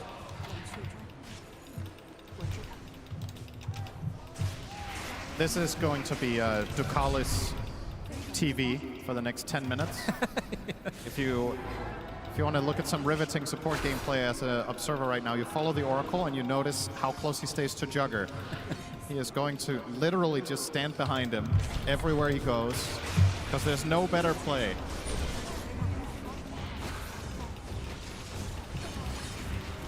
Okay, he's following Satanic. I've got my eye on it. Yep. Keep us surprised. They have the stun lock for the Storm. No one dead again. This is Falcons, 11K lead at 19 minutes. It's a huge problem here because even if the Oracle conceptually is really powerful at counter-initiating these moves, you have to pick your poison because Storm and Jug can't farm in the same area. Then you're losing on efficiency. So you're kind of, as Oracle, it's one of these damn it if you do, damn it if you don't moment where you protect the Jug, he's not the target, too bad, Storm dies. You protect the Storm, Jug gets jumped, he dies. And there's no obvious way for Ducalis to know where Falcons' move is going to be because they have no vision on the map except around the mid-tier 1 tower and at the bottom, which is not where they're farming. So every move Falcons is making is very untelegraphed for P-Vision. As a result, it's very, very hard to play the Oracle this game. Man, look at it. They're 2 supports. The combined net worth of Ducalis and 9 class is lower than both enemy supports individually. Man. They are so far ahead on the supports, it's crazy. They're so used to playing with the Monkey King and Slug. Feels like they don't know how to play Dota anymore. This is a pretty crazy state of affairs. It's honestly, it's a valid concern. If you get so used to a specific playstyle that is hero dependent, 9 class can play a lot of heroes really, really well. It's not like it's Monkey King, Slark, or Bust, right? We've seen him have outstanding performances on tons of heroes, but when you play that archetype strategy 8 games in a row, and then you suddenly get thrown out of it, and things don't go according to plan, might take a little bit of warming up. Fortunately for them, of course, this is not an elimination game, so there would be another chance tomorrow if things go wrong. But P-Vision, of course, didn't come here today to lose, and on this game, they're not exactly doing a particularly good job at avoiding that. Yeah, the shard ended up going to They're not going to get a Wisdom either. I mean, the whole map is just on lock, right? You lose the shard, you're losing both Wisdoms most likely. You have taken 1 tower at 21 minutes. Maybe mid will fall here. I'm not sure Falcons really care that much. Well, Malorine seems to. He could deny it. Give them an inch. Just deny it to remove more gold. Yep, he'll do just that. The question only remains for Falcons is when is the first Roche attempt? I mean, their team is not crazy good at it, but it's okay. I mean, the Enchantress can slow it down. You got the minus armor of Little Shredder, and Pango pretty good as well. It's not that good at killing it, but it's really good at controlling it. Yeah. So if P-Vision do try to access the fight, as long as Ench is tanking, you're not really taking much of a risk. Snaking can kind of tank it forever, so, but not the plan here. They're hoping to find a lone Satanic or no one down here, but not going to be the case. They still get a good ward out. Now, no one might show himself in the next wave, which could be his death. Or on the ward below him. He's actually playing pretty much perfectly around Falcon's vision right now. But he's not farming. Playing perfectly around the vision means standing still. So it's not very useful for the progression of the game. Satanic somehow is almost top net worth, though. Honestly, really impressive that he's able to find this space on the map. Feels like he always finds a way. But it comes at the cost of other heroes, and here is that anticipated Roche. Not really much P-Vision can really do about it. They can scout it with rockets all they want, but I don't think they're going to try to access it. No. Absolutely not. I don't believe we've seen Egg, correct? We have. We have? We saw the one Supernova when they tried to kill Amar. Okay. Oh, we haven't seen Omni Slash. Okay. You're just going by one spell at a time and hoping you're right? That's right, 50-50. Aegis goes to Skeeter. How many buildings can they take with this? There's 2 tier 2s remaining, so I assume at the very least they want to do that. But how is their high ground at this stage versus game number 2, where they were able to pretty much take it uncontested? It's definitely worse. This time you don't have DK Chen, but you can... This is the type of game that could follow the classic Falcons recipe from a half a year ago, where you're just constricting the enemy team on the map and winning by 1k GPM. Because I think going high ground very early in this one compared to the previous one would be a mistake. I'm not really concerned about your ability to scale and your ability to win later team fights, but I am worried that if you go high ground too early, you could somehow lose a fight against a Storm buyback, for example, or going a little bit too deep, setting yourself up for an Omni Slash. Just unnecessary. Just keep winning the map. Satanic working his way towards the eventual butterfly. They did spot him here, and you can see the scan now coming out from P-Vision. Have to get smoking back to to run away. Yeah, this is the state of affairs for the P-Vision side. No one is actually camping up. They might want to take this fight. I know that maybe Gyro isn't nearby, but he is. Satanic, he's going to show himself. Now will attempt to run away. Skeeter's trying to wonder if this is a trap of any sort, because they don't have to worry about like black hole, anything like that, as Amar won't find no one who will be able to TP out. So he's trying to keep things at bay from the P-Vision side as they push that top lane, which is the last remaining tier 2 tower.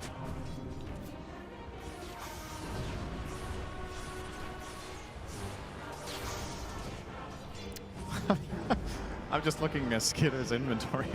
Okay, there we go. He's swapping around. He had a backpack BKB instead of wand. Oh. There's some efficiency there being lost. Doesn't matter, though. Okay, maybe they just go for it. I mean, this is... Ducalis attempted TP. Oh. Ooh, does get out. Wow. Very close.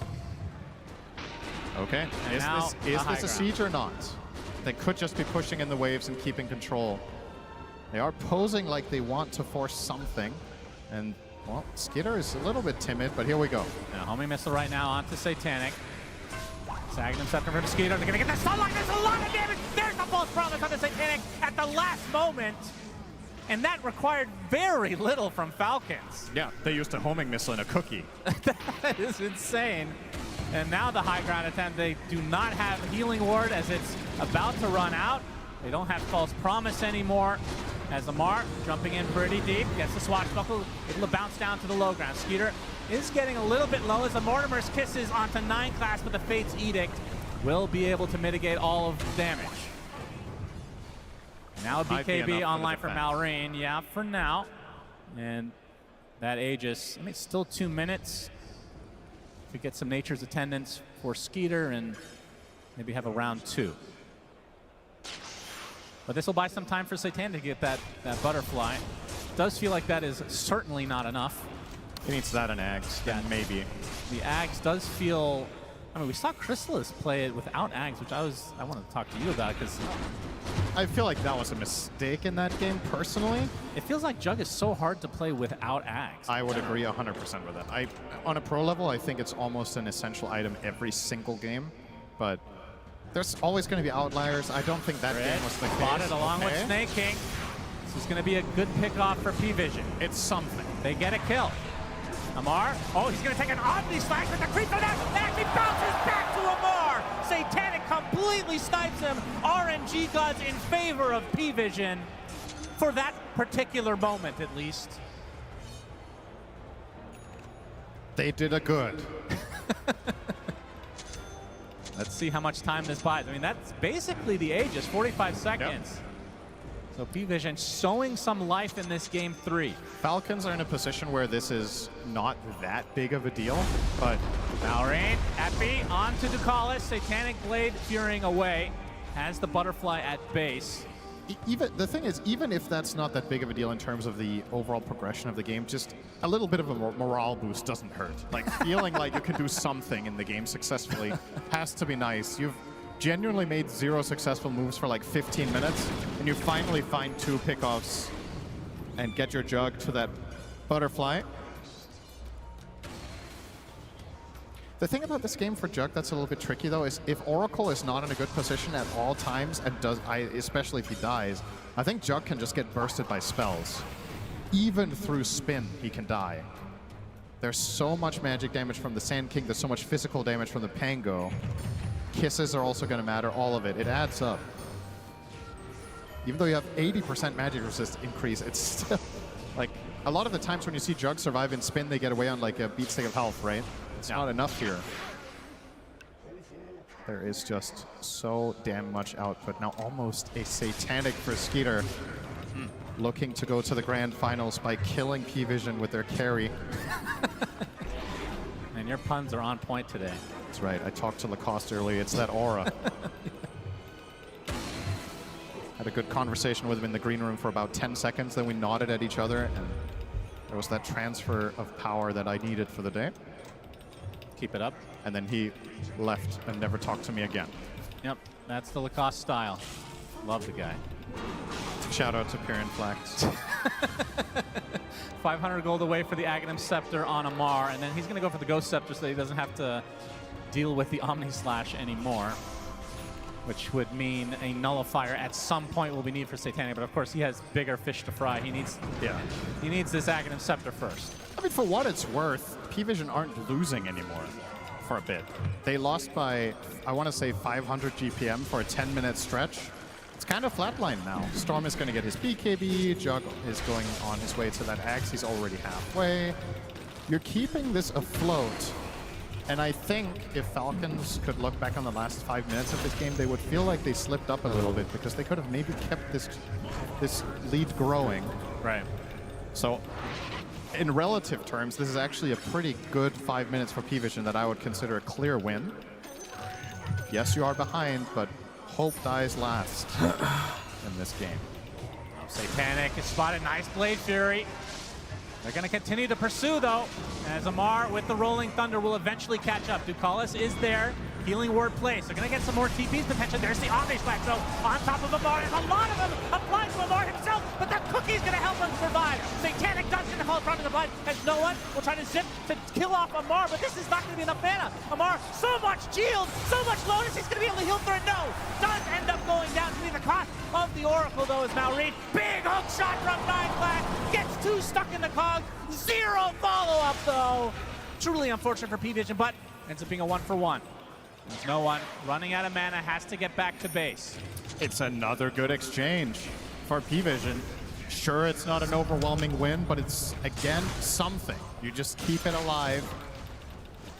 You don't have to win a big fight to come back in this game. If you can get even trades or slight victories here and there, we're approaching the point where Juggernaut can start actually becoming scary. The problem for this hero in a lot of the games that we've seen in the last half a year to a year is you kind of, sometimes your power curve is a little weird. Like you can be good in some lanes, then you enter this stage in the mid game where you're like kind of meh.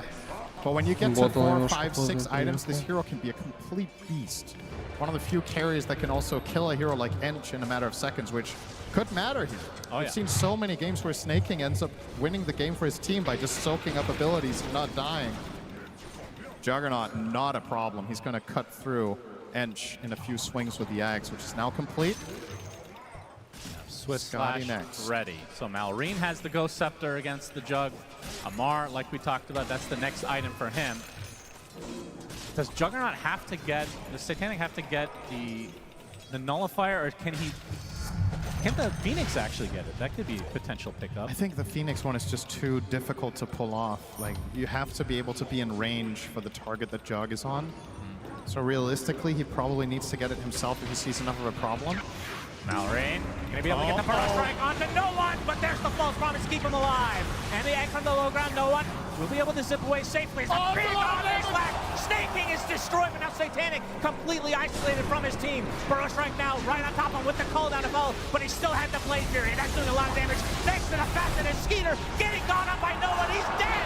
And now the Sunray healing everybody up. The Mortimer, so double Burrow Strike. And now Falcons will be able to win the fight in the end. 4 for 2. It looked pretty good for P-Vision, but they just run out of steam at the end. Finally, an unpredictable fight.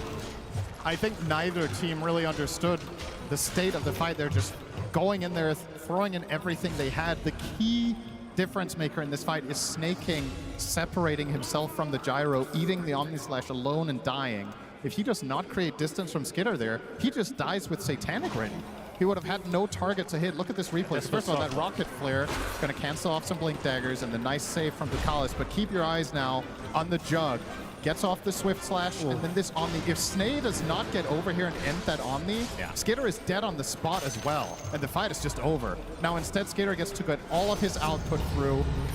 and tanking no one for a good amount of time, giving his teammates additional space that was needed. And the kiss is just beautiful now. Good spacing from Crit, getting a lot of impact out there. And the grand prize will be an Aegis, but this one is not going to go to Skeeter unless they kill it slowly. He's not able to take it. Well, they are definitely killing it slowly. This is a Mar out of the pit, so I guess this is deliberately delaying it. Looks like it. They want that Aegis on the gyro. And Skitter almost has the Daedalus as well, so a big level up for the upcoming fight. Skeeter will get the goodies. Roche banner as well for Mr. Snaking. CEO Gyro arriving, taking the credit for all the team's hard work. Yep. He dies, they win team fight. Good stuff. Satanic looking for the Scotty next. Do you agree with that? Obviously, a very good item, but it feels like in these stages of the game, this item could make or break their potential for the comeback. So these ones are really important. I would kind of like a refresher, honestly. Okay. I think the problem here is that he's going to throw out his Swift Flash and his ult, and then he's going to struggle to stay in the fight after that. So I think Refresher would be one option. The other one, you talked about the Nullifier. I think that was an interesting idea as well. Scotty is a very nice all-round item, and perhaps the logic is with this, he gets way more value out of Healing Ward, he gets more value out of Sunray, he gets more value out of the Oracle save, because there's just so much more to get through. But being tankier on Jug doesn't necessarily convert to teamfight wins if you can't kill the heroes while you survive. Yeah. And I'm a little bit worried that Falcons are just going to kite him with multiple Ghost Scepters, with Cookie, Glimmer, Force Staff. He needs a way to connect on heroes, and I don't think you can rely on Storm to constantly zip in and find them for you. Yeah, I think it's not the fact that the Scotty is bad per se, but it's more about you might not be able to get another item this game. Like the game may end it's a with legit Falcons concern lead right now in this Aegis advantage.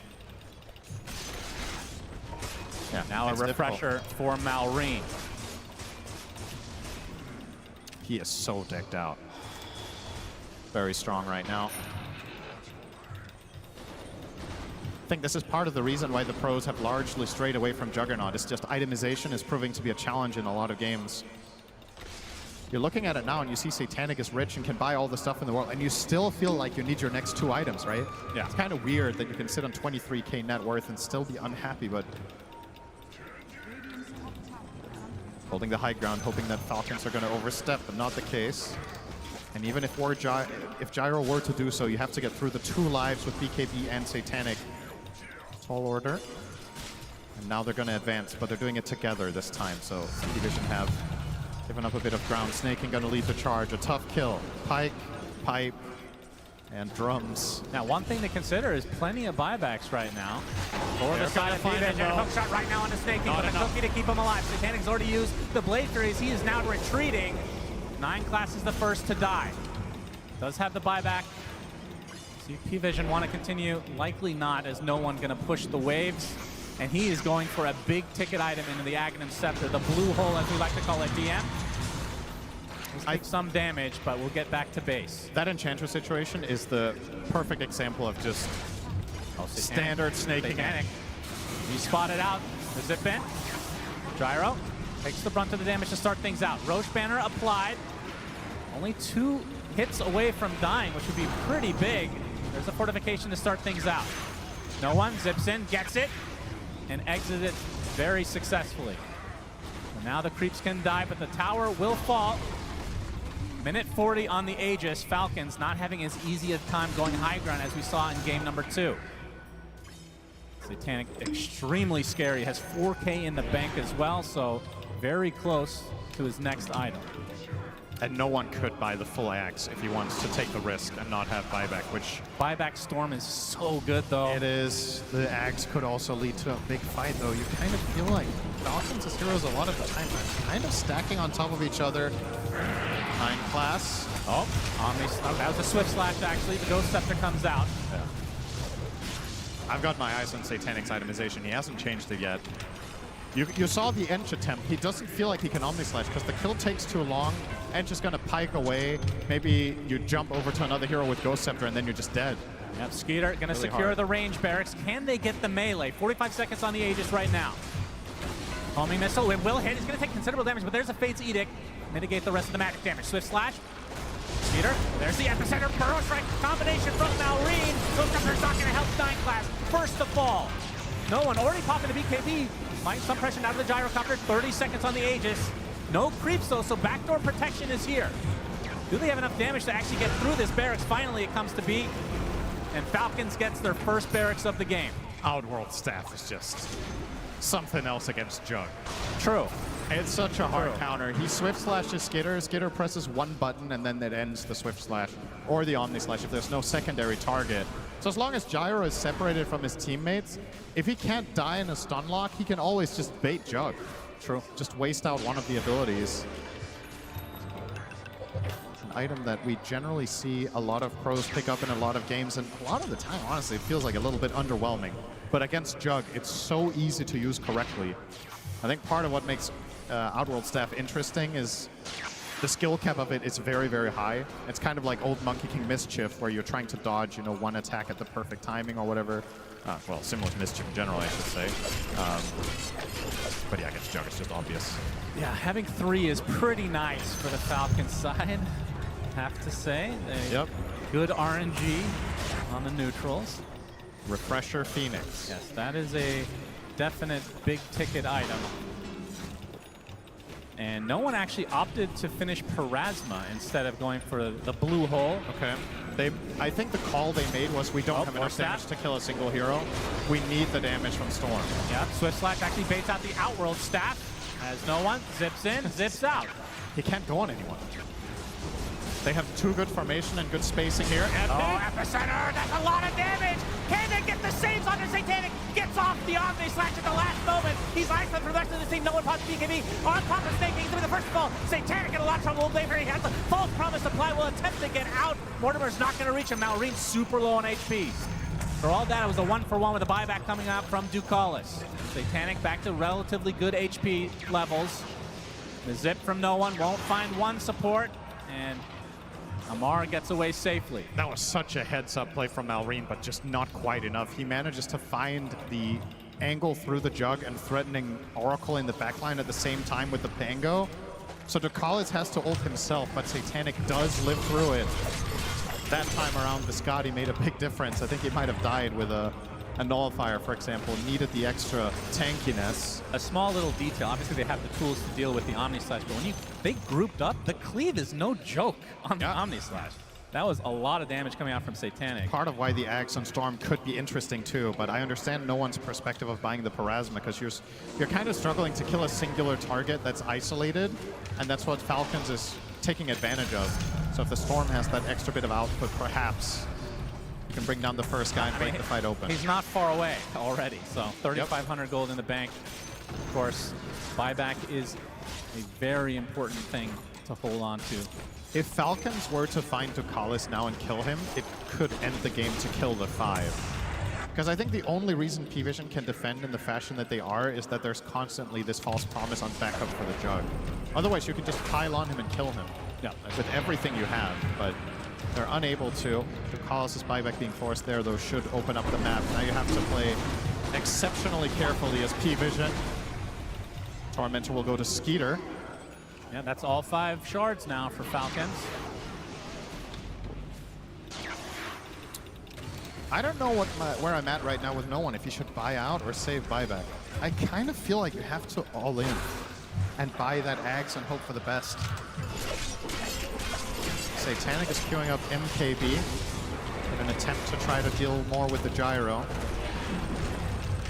Guess you could make a case that Gyro is not your primary target this game and you're trying to break open the fight by killing the other heroes, but again, the problem, the Ghost Scepters, they got 3 of them, and Ench has Outworld Staff. It's not easy out there. It's about to hit level 25, though. Because you don't really have a solution to the Outworld Staff at all, because Nullifier's not going to do anything. All you can do is stun lock.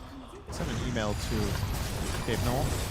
The best solution you have is to try to make a case for it. I have to say, the Outworld Staff, even though I thought it was going to be a terrible item in this match, everybody's going for it. It's felt underwhelming, but against Jug, it's just so good against Jug. It's just a hard counter. It's the best hero in the game to have it against. So, unsurprisingly. That's why he hasn't been picked that much.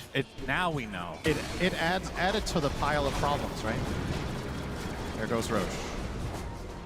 Yep, another Roche for Falcons. Aegis, Cheese, Refresher Shard, Roche banner. Who do you give the shard to? Probably the Pango. Yep. MKB is what Satanic went for. And they already have a wave all the way down here. So I think this is just straight up to the high ground. Skitter is going to perfectly line this up with a level 25 as well, get the additional flak cannon attacks, or the cooldown rather. That's down to a 16-second cooldown. A lot of pressure about to be put here onto P-Vision. Can they hold? This Lots is of the buybacks available. biggest moment of the game. This is such a hard defense. Oh, the force staff nicely done onto the gyro. He's in a lot of trouble. Think of full Omni Slash. Skeeter able to get the Outworld staff though, and 9 Class is the first to fall. Big Egg with the Sunray, but Skeeter is being able to heal through this quite easily as Malrine does get stunned by the Egg. Now gets Cookie to the low ground. Falcons A-OK. Force the buyback on the 9 Class. Now they can reset. Roche banner will be cleaned up. There's a damage rune on the bot side of the river. Not sure if they have vision there. That was egg number 1. And a buyback on Flock. So now both supports, really good targets for Falcons to take down. They will spot it. And they will bottle it from Malrine. So likely to wait for the epicenter to get back. You got the Dazoon Blood right, by the way. Not sure if you mentioned that. Luckily for you, I did not. Extra AoE for Malrine. Probably the best tier 4 possible for this hero. I think in this game it's the second best. I think the best one is Outworld Staff. Yeah, maybe. But Can't in have general, everything. yes, this is the best. All right, well, no one. Yeah, definitely holding on to his money for this buyback, for this eventual push, this next 3 minutes that Falcons have to work with. He got his 25 as well. P-Vision, despite being 27k down, are starting to have a lot of damage, as a matter of fact. So now Jug is almost 6 slotted. The Storm 25 is a massive improvement. You got 2 Supernovas. The main problem is that your supports offer so little. I mean, look at the pitiful net worths in this breakdown. It's kind of unreal just how far behind they are compared to their counterparts. So they don't offer that much. The cores, even with this deficit, I feel like can put up a fight, but can you protect the supports? If they die first, the game might just end. 25 There as it well is. on Amar. There it is.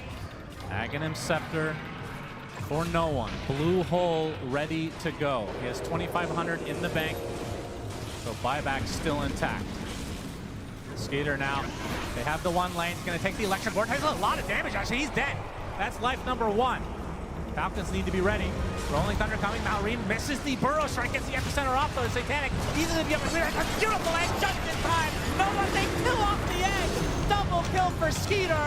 And now the pressure applied to Satanic. He gets off a big Omni Slash. Actually kills off Malrine on the other side of the screen. Somehow, a huge blue hole onto 2. And somehow P-Vision is defending. Snakey goes down to the blade form as Amar, the last remaining member of Falcons, will TP out. Some way, somehow, P-Vision defend. There's your damage. That bounce on the Omni Slash was absurd. He doesn't have a blink dagger, so I thought for a second that he blinked after Omni Slashing. That was very fortuitous for Satanic. I think seeing that, maybe no one should buy his shard too. Like just full on, you know, jump in, pop everything, just blast them before they can even react. That's scary stuff. I mean, look at this first kill. Yeah, they kill him so fast. This is without using Swift Flash. It's just attacks. I think Falcons just did not expect the damage to come out so fast. Malrine is stunning heroes that aren't in the game there. They did kill off the egg really quickly, but the buyback obviously helping out big time. Look at this jump. Look at this jump. On all the creeps, they're fortified. That is crazy. And the blue hole to finish the job. I will say, though, in this situation, Falcons did actually not use their Outworld staffs all that well. Malrine used it outside of the Omnislash, and then when it came toward him in the end, he had it on cooldown. Trying to use it in anticipation, perhaps, of Satanic going for him, you have to hold it. You have to wait and try to clutch it up. But there's so much to keep track of in these fights. Gotta be careful you don't waste it. But what a hold. P-Vision now Satanic is going to get that refresher soon. He has the gold for it. Might just synth his Ags first into a blessing. How much is he missing for that and buyback? It can't be more than like 2,000, which sounds like a lot, but really isn't at 48 minutes. It's quick to farm. This game is... Yeah, this is shaping up to be a good one now. This is pretty close, honestly. 16K lead, I think it's largely inconsequential because the 16K lead for the most part is sitting on the supports, and in spite of not having those big items on the supports, they're still getting their spells off every fight. Ducalis has good positioning, they get off every single hookshot cog combination. 9 class manages to find impact with very little. And now if you're Falcons, do you understand the game state is the other thing. You're playing a lot on feel in these late game scenarios. You probably felt like you had a big lead. Now you lost a fight. What's the read? Is it we need to farm more? We have to get to our next set. We have to get Roche. And conversely for P-Vision, maybe you feel like, okay, we're actually strong enough to fight head on now. We're going to contest the next Roshan for once. Who thinks P-Vision is going to go to the grand finals? All right. And how about Falcons? All right. Slightly Falcons favored, I'd say, in terms of crowd. But I agree. This is, I mean, the buyback for the Phoenix was a very big deal, but the game has slowed down dramatically now. It feels like you can buy the time for the next buybacks now. Yes. Which is the big deal. Because you're looking at this Phoenix, and yes, there's room to grow, but essentially for the key part of this game, DM has everything he needs until the game is over. He has 2 Shivas, 2 refreshers, 2 ultis, and almost level 25. Everything after this, it's nice, but it's not necessary. Having Hex could be cool, but... Aghanim Scepter is kind of crazy, isn't it? It's also risky. You saw how quickly they killed the egg. That's true. You might not want to pull a Toronto, Tokyo. Of course, there's that very famous clip of Nightfall. Oh, yeah. Basically killed him and lost the game. That was rough. That's one of those things that's not easy to bounce back from, but... They're still teammates. Yeah, I suppose.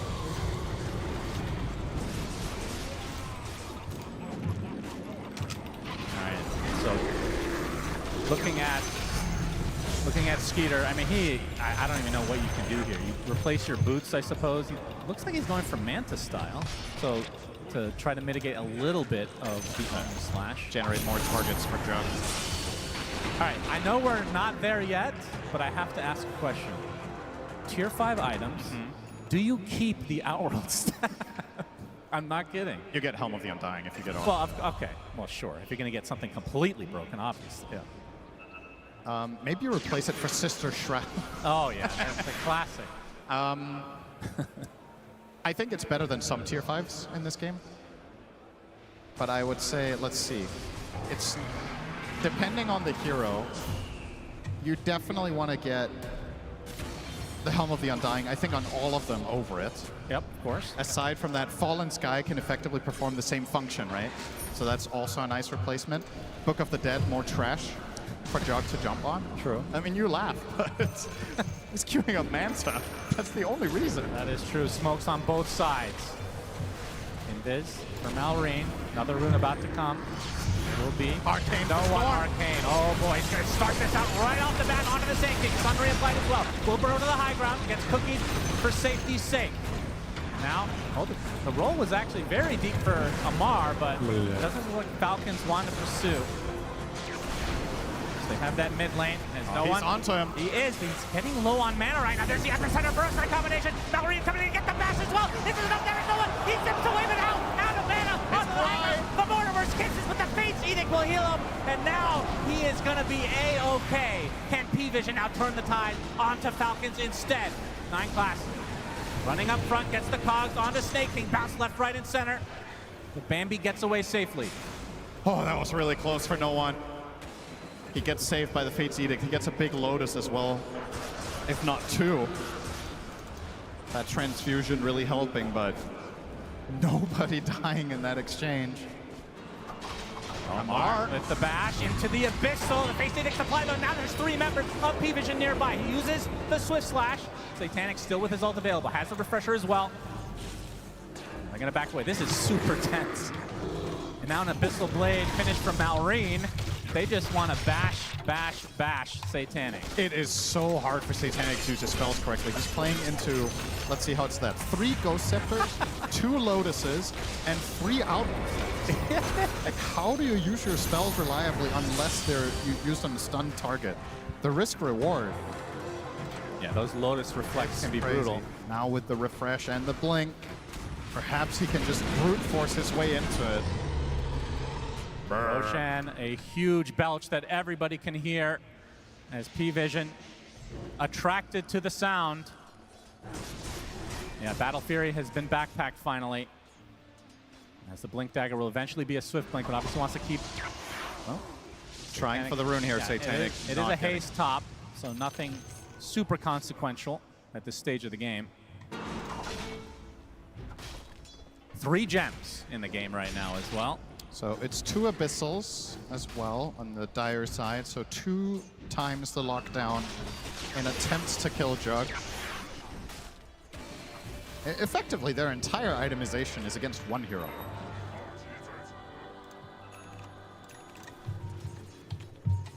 That's true. They have Oracle. They know the rules. There's a lot to keep track of. How dare you forget such a thing? A lot to keep track of in Pro Dota. Well, you say, how did I forget? It was Jug who went for it. Yeah, no, I know. That's the ironic part. So how did he forget? 55 minutes in, smoke from P-Vision. They scan out as well, so they know Falcon's location. Making a very good frontliner for a support. Yep.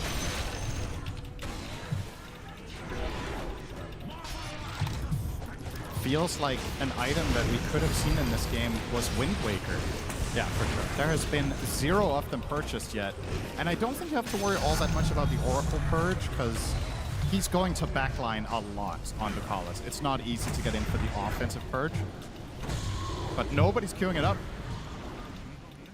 Jump in. Oh, that's a big Omnisac with a lot of damage. Down goes Skeeter. Fights back, but there's even some blade now on the start of the heads up. Bash him again.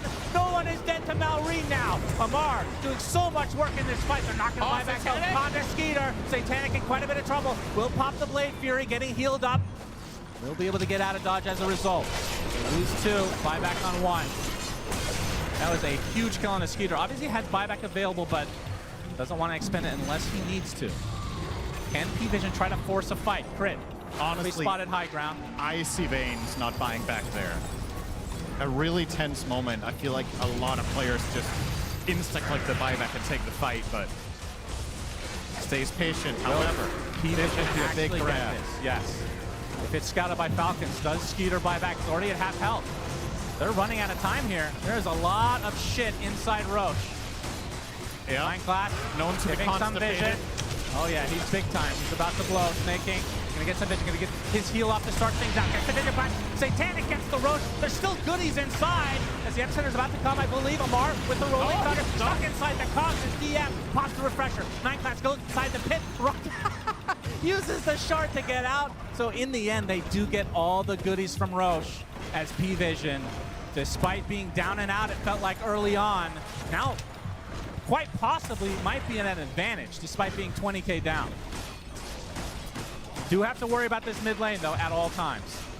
Do not believe the graph. It is lying to you. This is not 84% dire. Are you I kidding? refuse to believe that there is 6-1 favorite in this game. This feels like a 50-50 to me. Man, that is crazy. Maybe he has brain lag. A few minutes behind. 15 maybe, 20. Okay, no one is going to get the refresher shard from that Roche. So now, this next fight, the amount of artillery that P-Vision have is insane. It could become a little bit problematic here for Falcons to defend their primary targets at this point. When the damage is getting this crazy, you don't have a hardcore, reliable save like the Oracle, Shadow Demon, you know, something like this. You've got a cookie, which is nice and all.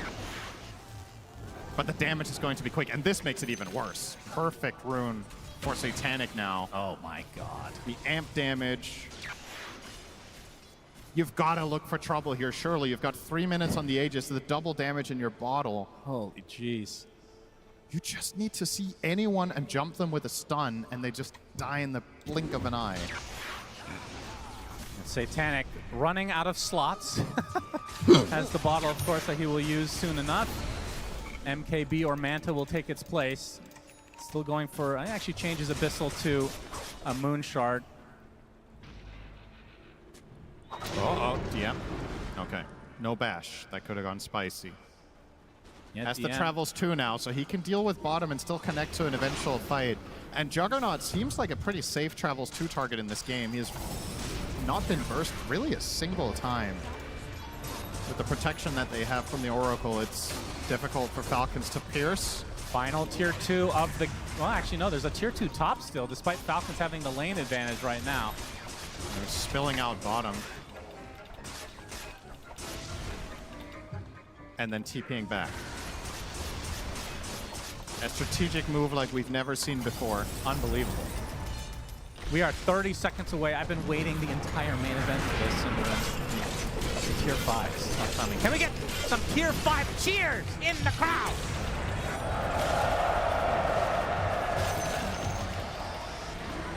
Who loves Sister Shroud? Okay, good. Very, very educated crowd That's here. all I wanted to get. That's great. Synderin will not be happy with that until it is literally deleted. I know you. That's the thing about Dota players, though. Everybody hates or dislikes something. Skeeter, the game has everything. Yeah. Skeeter buys the Midas so he can get a guaranteed neutral.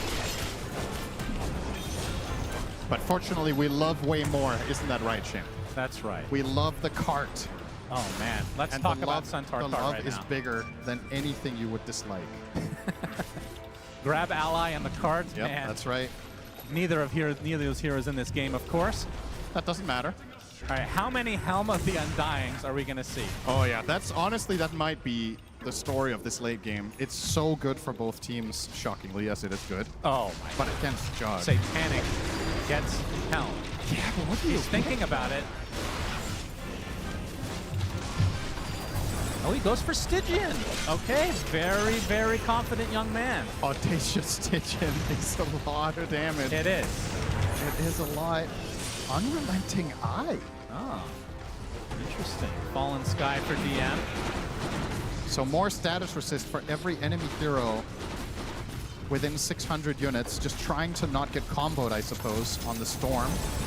Yeah, I think Unrelenting Eye is definitely an underrated tier 5. It doesn't sound all that sexy, but it's got to be good.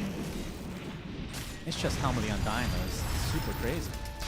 Okay, who can craft? Inch, Gyro, Sand King. Okay, all 5 of them on Falcons have crafts ready. Do they keep the Outworld staff? Another Stygian. So Skeeter and Malrine go Stygian. Okay. Very interesting. Amar cannot choose the Helm. We see the book on Snap. Helm There's of the the first Undying on Helm. Edge. All right. Arguably maybe the least impactful one they can get because the spells that Snaking offers after dying are Yeah, another Helm of the less Undying critical. for 9 class, so 2 supports have it. This is a game where recrafting could become a real thing, though. Oh, full smoke from Falcons. They have 5 out of 5 tier 5s. They're not going to find any opening, though, unless they want to go straight for the base, which is obviously quite the risk. Oh, maybe an opening onto the Clockwork. Snaking, going to be blocked off by the shards, though. BKB already popped from no one, applying all the pressure he can to Malrine, but he's going to be able to get out just fine. Satanic already used the false promise on him. He's going to put down the healing ward. Feels like a win for Falcons in terms of that small engagement. 9 class though, homing missile, swashbuckle to follow. That's a lot of damage from Amar. Using that ult as well, right on top of him. He's dead. Oh, Helm of the Undying there with Malrine. Gets off the Amsterdam Burrow Strike onto the Phoenix. Can they get the stun lock? Can they get the egg off? Yes, he does with the Sun Ray to follow. Do they have the damage to get through? Do they have the rack? Coming off. Bang on this flash from Satanic. The egg is killed. Fire back out. The reflected load X. And Skeeter now. They have the numbers. They have the numbers on the Satanic, and he's dead. Has the buyback, though. Oh my DM god, I think he has another egg misclicked. at his disposal. I think he misclicked. He swift slashed the Lotus first, and then he omni slashed the same target. I think so, at least. I mean, it's hard to keep track of everything in those fights, but they both definitely got reflected back to back. Satanic stuck in an anime teamfight loop. Nobody died. No one. Oh, no one. Able to zip out. They have the buyback on Satanic. They do not have one on 9 class, though. Snake King likely to hold on to his, as this is a second lane now for Falcons. Not that big of a deal in the grand scheme of things. We are 64 minutes in. Amar looking for the Abyssal play, or actually the Basher since it's on cooldown. Still that tier 2 top, very pesky. They're getting it at 64 minutes. They had map control for like 20 of these. Yeah. Just never went for it, but Better now late it's than time to never. strike. They really want this buyback out of Satanic. Oh, 100%. They have the buyback. Oh, they get the back. Oh my god, this is the dieback for DM! And no one now getting control. E-Blade applied. He's dead too. Has the buyback in tow. Satanic has to scurry back to base. That's a Rolling Thunder applying to the calls. With a fucking BKB on Oracle, for God's sake. It's 64 minutes in. No one. Gonna force everybody else back. The Falcons, they're actually gonna live on most of these members. Satanic looking for a target. E-Blade now. There's the Hex. The Malreid is gonna be able to get bashed though. Gets the burrow to the low ground. 9 class. Doesn't have hook shot up. Skeeter blocking the way. Gonna get blocked by the Cogs. 45k net worth lead for Falcons. Another E on this process. 9 class onto the high ground. He's stuck up here now. Oh no, he's dead. Helm of the Undying activates as no one completely out of it. He's gonna get back. Oh my god! That's Satanic trying to get away. Only 2 members up. Actually, he's the lone member. Gets off the Omni Slash at the last moment, but the Ghost Blades are too much. He cannot get through them. No nullifier. Now trying to circle back to his fountain. He's the last remaining member of P-Vision. Gets stunned up, but now in the fountain. Falcons have everybody alive. As now Satanic buying the BKB for one last hurrah. Goes in for the back. That is a lot of damage, but now the E-Blade keeping him alive. Omni Slash reflected. He's gonna be dead. Satanic is down and out. And that means Falcons will be going to the grand finals. Wow, what an insane game. Ну да, надо было фальконов ставить. 45 minutes ago, you could have told me this would be 30 minutes long and I would believe you. But P-Vision manages to stall it out forever. They get to their key items. I guess Amar has leveled up, not sitting and fainting at his desk after another late game scenario. I guess the first 2 games were not long enough for him to run out of steam and hit that fatigue stage. What a worthy game of sending a team to the grand finals from, though. That is crazy. And whoever gets to meet either of these teams tomorrow 10-2 is in for a Marlin. hell of a challenge. That was a sick game. Yeah, I'm glad we got to cast one crazy game on this main stage as Falcons, they're the first ones to secure a seat in the grand finals here at TI. And like you said, P-Vision, another life in that lower bracket, and I guarantee you, nobody wants to face them, Cinderin. I will say, though, perhaps the good news for the opponents of P-Vision is Falcons have perhaps exposed a little bit of an overall strategy. I'm sure the panel will talk about this later, but yeah, for sure. Maybe this is an avenue that other teams can think about how to target P-Vision in the upcoming series. Is Falcons clearly figured something out here today. This game was really hard, but they did get it done. All right, let's get a post-game interview with Mr. Nomad and Snake King. Thank you, Sunspan and Cinderin. Snake King, you have been to 8 internationals. Does it ever stop feeling this special? I think the International is the most special tournament of the year for every single Dota player. So it doesn't matter how many times I've been to TI. It's always a very special moment. And you have just made it to the grand finals for the second time in your career. I mean, what does it mean, not just for you, but for this team as well? I think it means the world, because every Dota player's dream is to make it to the international final and show that all the grinding and all the hard work that every player has done and put into the game is shown to the world. And you have shown that absolutely here in this upper bracket finals, and you only need to do it one more time. I mean, have you thought about it at all, what it would feel like to go all the way? Obviously, I've thought about it, but you don't want to get ahead of yourself. So just one step at a time. We just need to focus on what we need to do tomorrow. Absolutely, and let's talk about those steps. Let's talk about how you got here. What have you been doing better than any other team at this event, would you say? Making a lot of mistakes in group stage and learning from them. Because I think we played like utter crap in group stage with all those 60-minute games against Tidebound and Extreme. And we really learned a lot from them. And I think the only reason why we won this third game is because we really learned from our mistakes in the group stage and we didn't repeat them. You absolutely did not. I mean, you had more experience than any other team here when it comes to game time, that is for sure.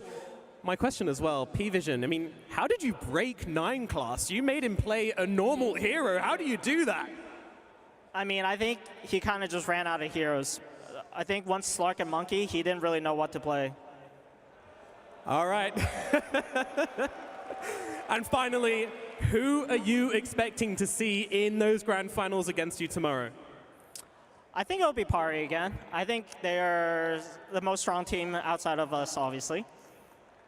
All right, well, Snaking, congratulations. And Hamburg, let me hear it for your very first TI 2025 Grand Finalists, Team Falcons!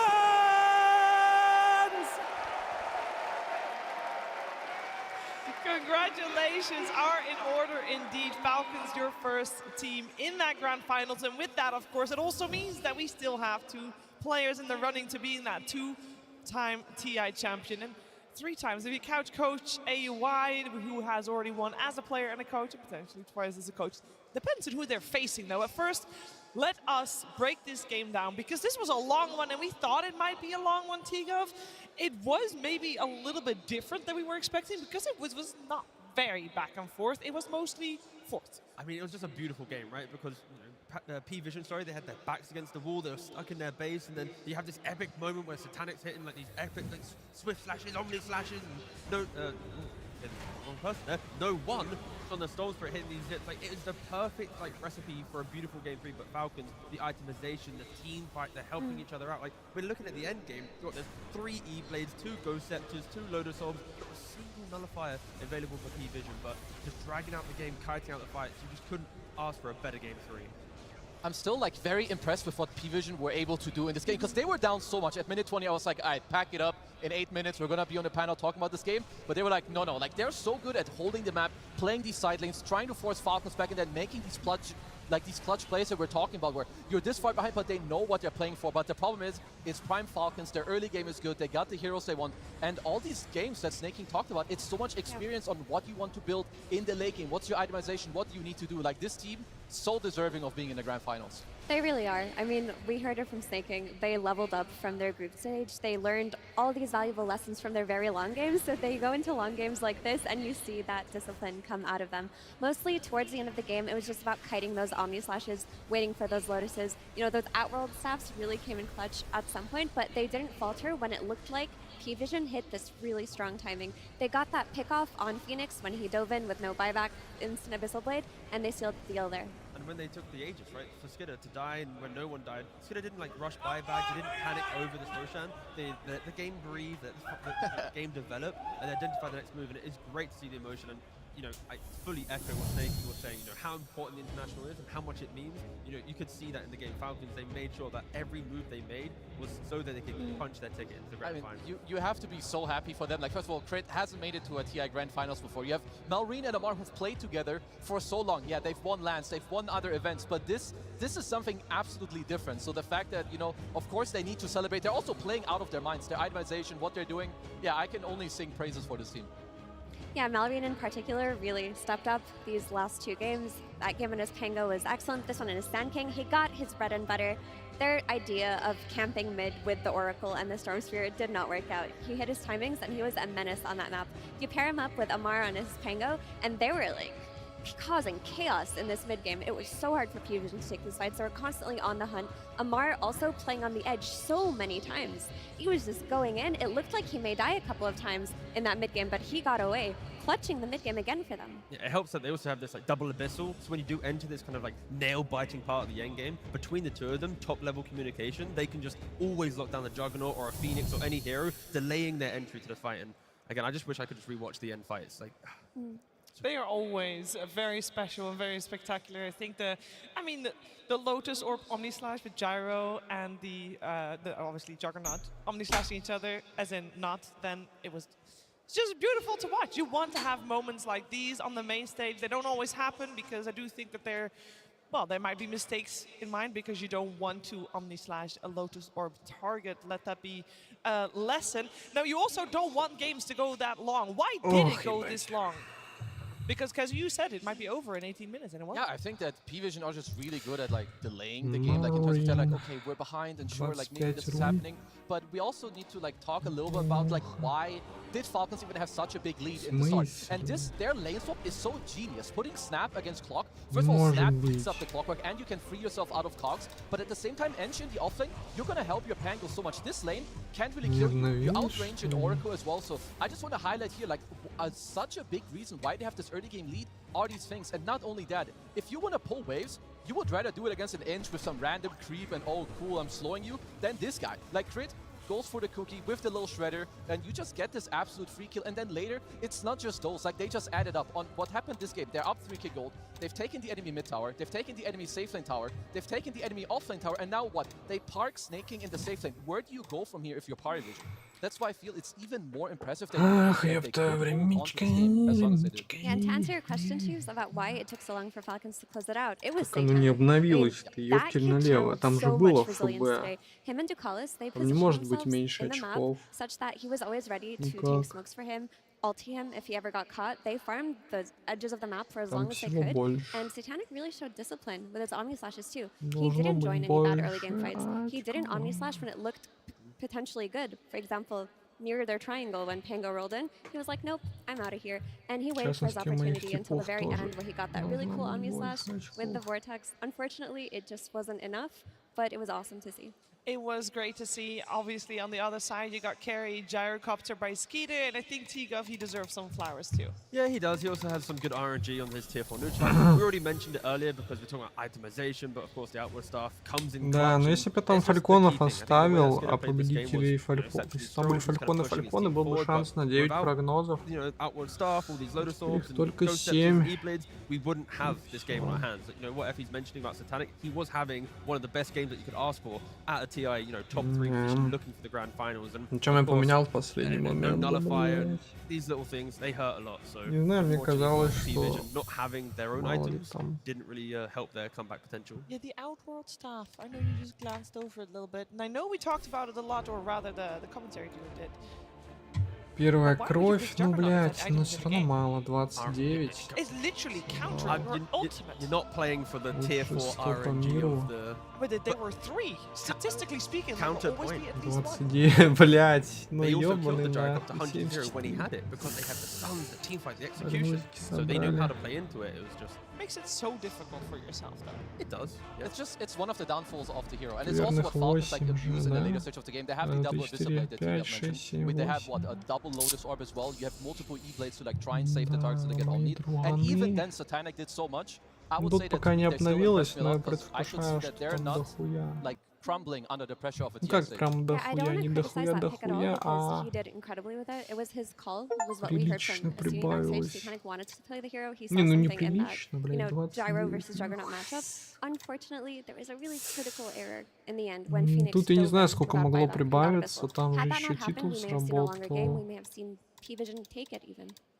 Coulda, woulda, shoulda. Didn't happen this time around, Титул unfortunately for сработал, P-Vision, но of он course. Fortunately for сработал Falcons, who are our first grand finalists. This только game in на одну particular, though, катку, had а в them be одной on катке the было... front foot the whole game long. They were ahead. Isn't that right, Purge?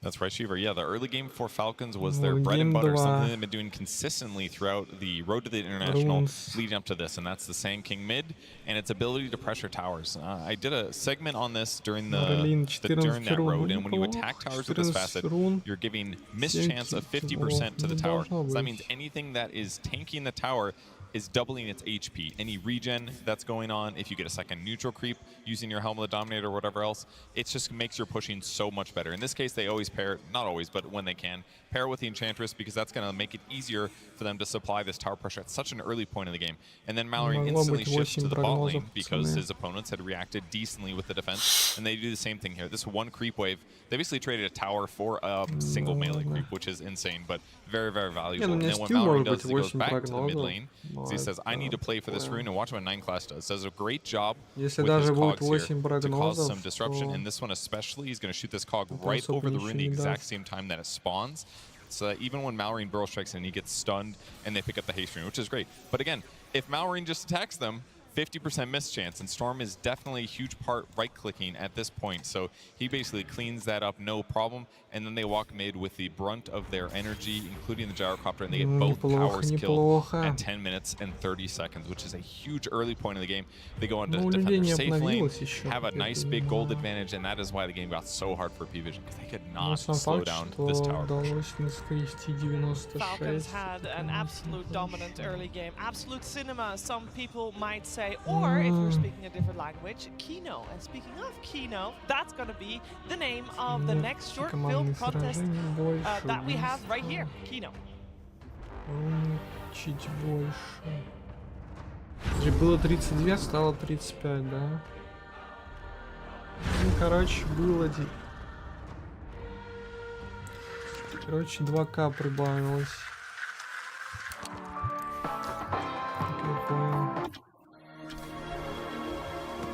Прогнозы еще не обновлялись.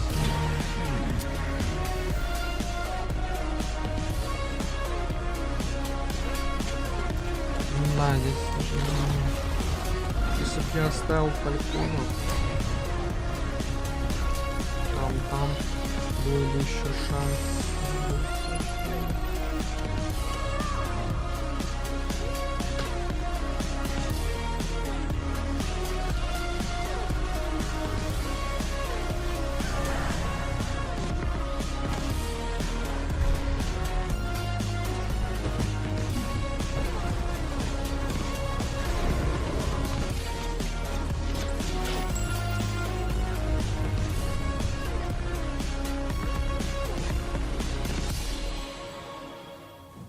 Could you name all the references of that one? There were so many in there. That was fantastic to see. And something that is going to be fantastic to see is our upcoming series. We had our upper bracket finals.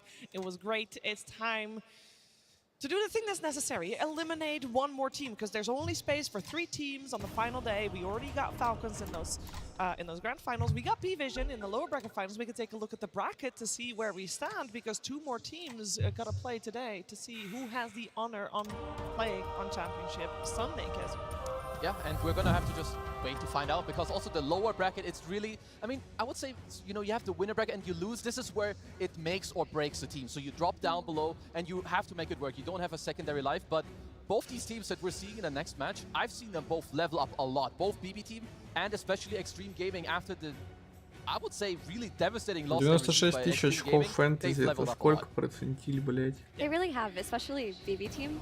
Like, they've just flipped the Короче, narrative если on это its head of how we 99-й, perceive то this это team. очень Like, in the past, you look охуенно. at this team as early game dominance, Но strong это точно не laners, aggressive hyper 99,9. carry who's always owning this entire game. This Блядь, entire tournament, they've been like если losing lanes, 95-й, то struggling, making пойдет, big если comebacks and winning 90-й, off ну of это that. пиздец. So they're on their TI anime journey right now. They really are. And with these top 4 Не teams that we знаю, have какой это here процентиль, in блядь. Germany, Ну it хотя бы does also mean we нахуй. got a unique situation, T. Yeah, I did a little bit of a deep dive across the last 14 internationals that we had. You know, when you get to the top 4, you're like, we're at the international. What is the regional split, right? Looking at TI1, we had 4 different regions at the international, but then when you progress through the years, you know, TI2, TI3, TI4, TI5, China was so dominant. But look across the screen, you just don't see Eastern Europe anywhere dominating the top 4 until this TI. With both P-Vision and BB breaking into the top 4, it's the first time ever the region holds a majority at an international.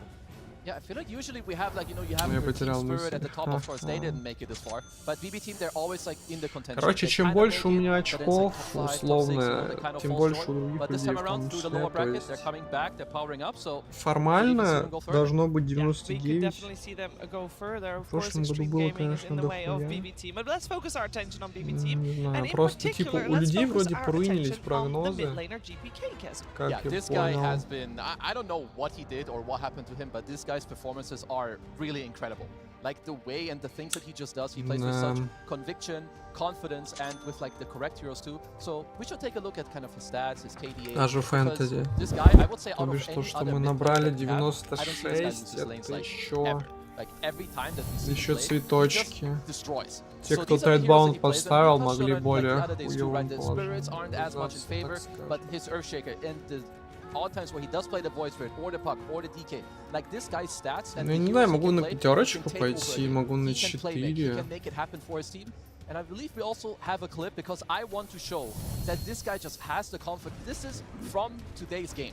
You are down, like your aim is that enemy team's rotation. 96 тысяч. Возможно, кстати, это предел.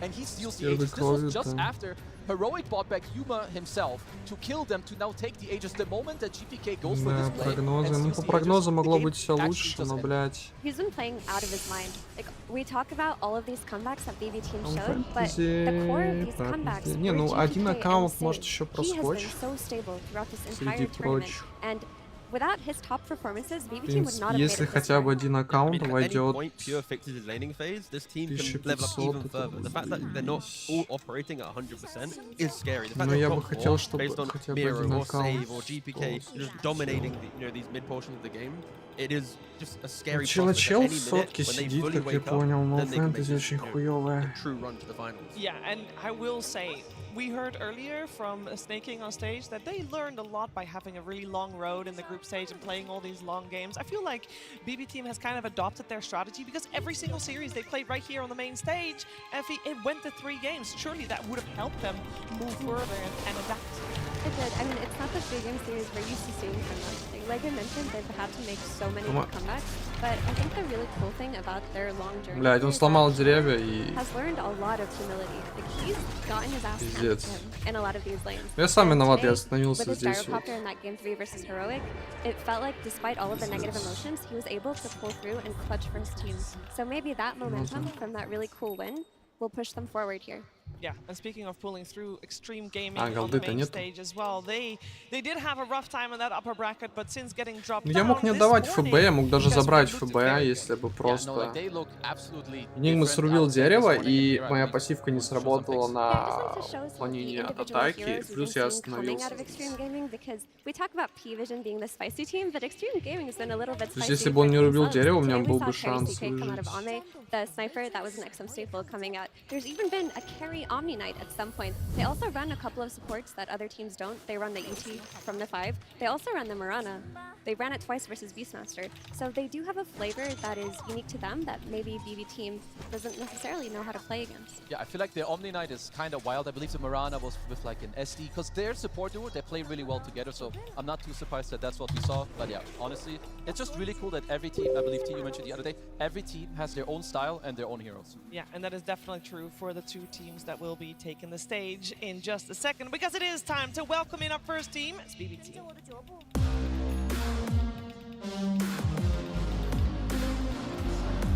And we're back.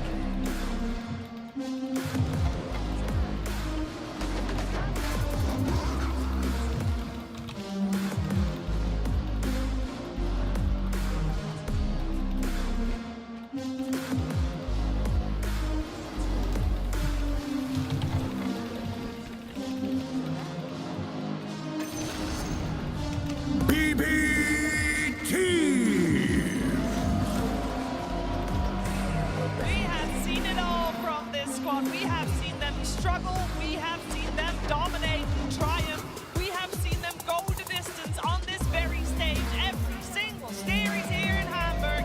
Can they do it here again? Can they make it to a 3rd game? Can they make it to we'll find out. Their opponents surely have something to say about Блядь, ну 7 прогнозов это that. пиздец, ребят.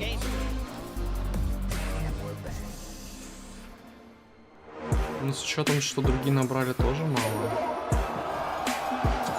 Но, с другой стороны, у кого-то может сработать. Фэнтези 96. Choose wisely and crush those responsible.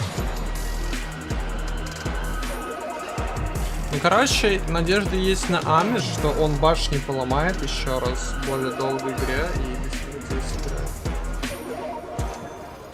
Extreme Gaming!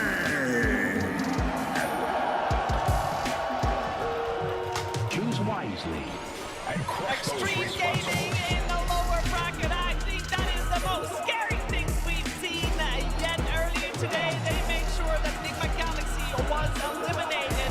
Can they continue their lower bracket run to reach the grand final? But so many people were expecting them to be in already.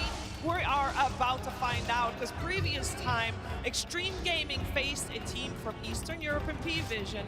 They got O2, and it looked rough, Kez. No, it looked real bad. I'm not gonna lie. But since then, of course, some time has passed, and I heard that they thought some of the item builds weren't as good. They got a little bit exploited when it comes to the map play. So this is absolutely a team that I can see. You know, they take a beating and they level it up. You have Xiaowei as your coach. Ну, короче, если я... Если Бадбума побеждают, то у всех прогнозы руинятся, скорее всего. Поэтому будем болеть за Бадбум, получается. Но, с другой стороны, Ами у меня фэнтези стоит. These Helm of Dominator creeps, and I think Xiaoi's picked some stuff up from yesterday to today. I mean, we already saw the CK come out today. We already saw the mid sniper. It depends on how Xiaowei wants to approach this draft. Блядь, какая скрипка пиздатая, вопросов нет. Базару Зира, блядь, это скрипка стоит своих денег. Like realistically, is BB as quick as a team as say P-Vision, right? I don't think they are. So I think the game should last a lot longer. We should see the real depth of both teams kind of shine. Now, looking forward to seeing that. And if we're talking about the depths of both teams, one thing that is not really deep for both teams is the Mars. It's quite on the surface, actually, Tito. Yeah, of course. Coming into this TI, we do have some incredible specialists on the Mars. I did look at these stats this morning, so I don't actually know if they include the XSS game you played, but that alone, we do have one of the best Mars players in the world, right? XSS. And I love the fact that throughout TI, both of Amar and XSS have played different styles of the hero as well. Like some are playing for more, you know, BKB, refresher, utility, going to the front line. Some are playing for other types of utility with Lotus. Like it's really different types of Mars, but it is a privilege that we do have two of the best Mars players still in the tournament, and I honestly hope to see Mars here with XSS, because again, that game earlier, I don't think I got the clip for it, but it was just iconic. So good in these arenas. I mean, this guy's Mars has been like famous for years, like ever since he started playing. His itemization, like you're talking about, he has like really clutch Lotus Orb, Lincoln Sphere, his spell usage. They're just very, very stable. Like this is an incredibly stable team, so I feel like they've got a pretty good shot in this series. And Extreme Gaming are very team fight heavy as well. Unlike other teams in this tournament, they haven't really been winning by, you know, split pushing and Helm of the Dominator. They've been winning by making it to late game, winning off of Ame's back, getting these clutch team fights. But what you just described there with team fight teams need time to get online, right? It's why pace hurts them a lot. So I think if BB wants to be competitive, they need to identify the scaling required and find new ways to play out the early game. Of course, we can entertain, you know, Nero playing the likes of Lycan, but he's probably not going to get his hands on this hero. Yeah, I'm sure both teams have had a lot of fights. You can easily read that too in the KDA records that we have, I believe. Yeah, like we've talked about GPK before, and I mean, if you're a mid player, this is the guy you're looking at.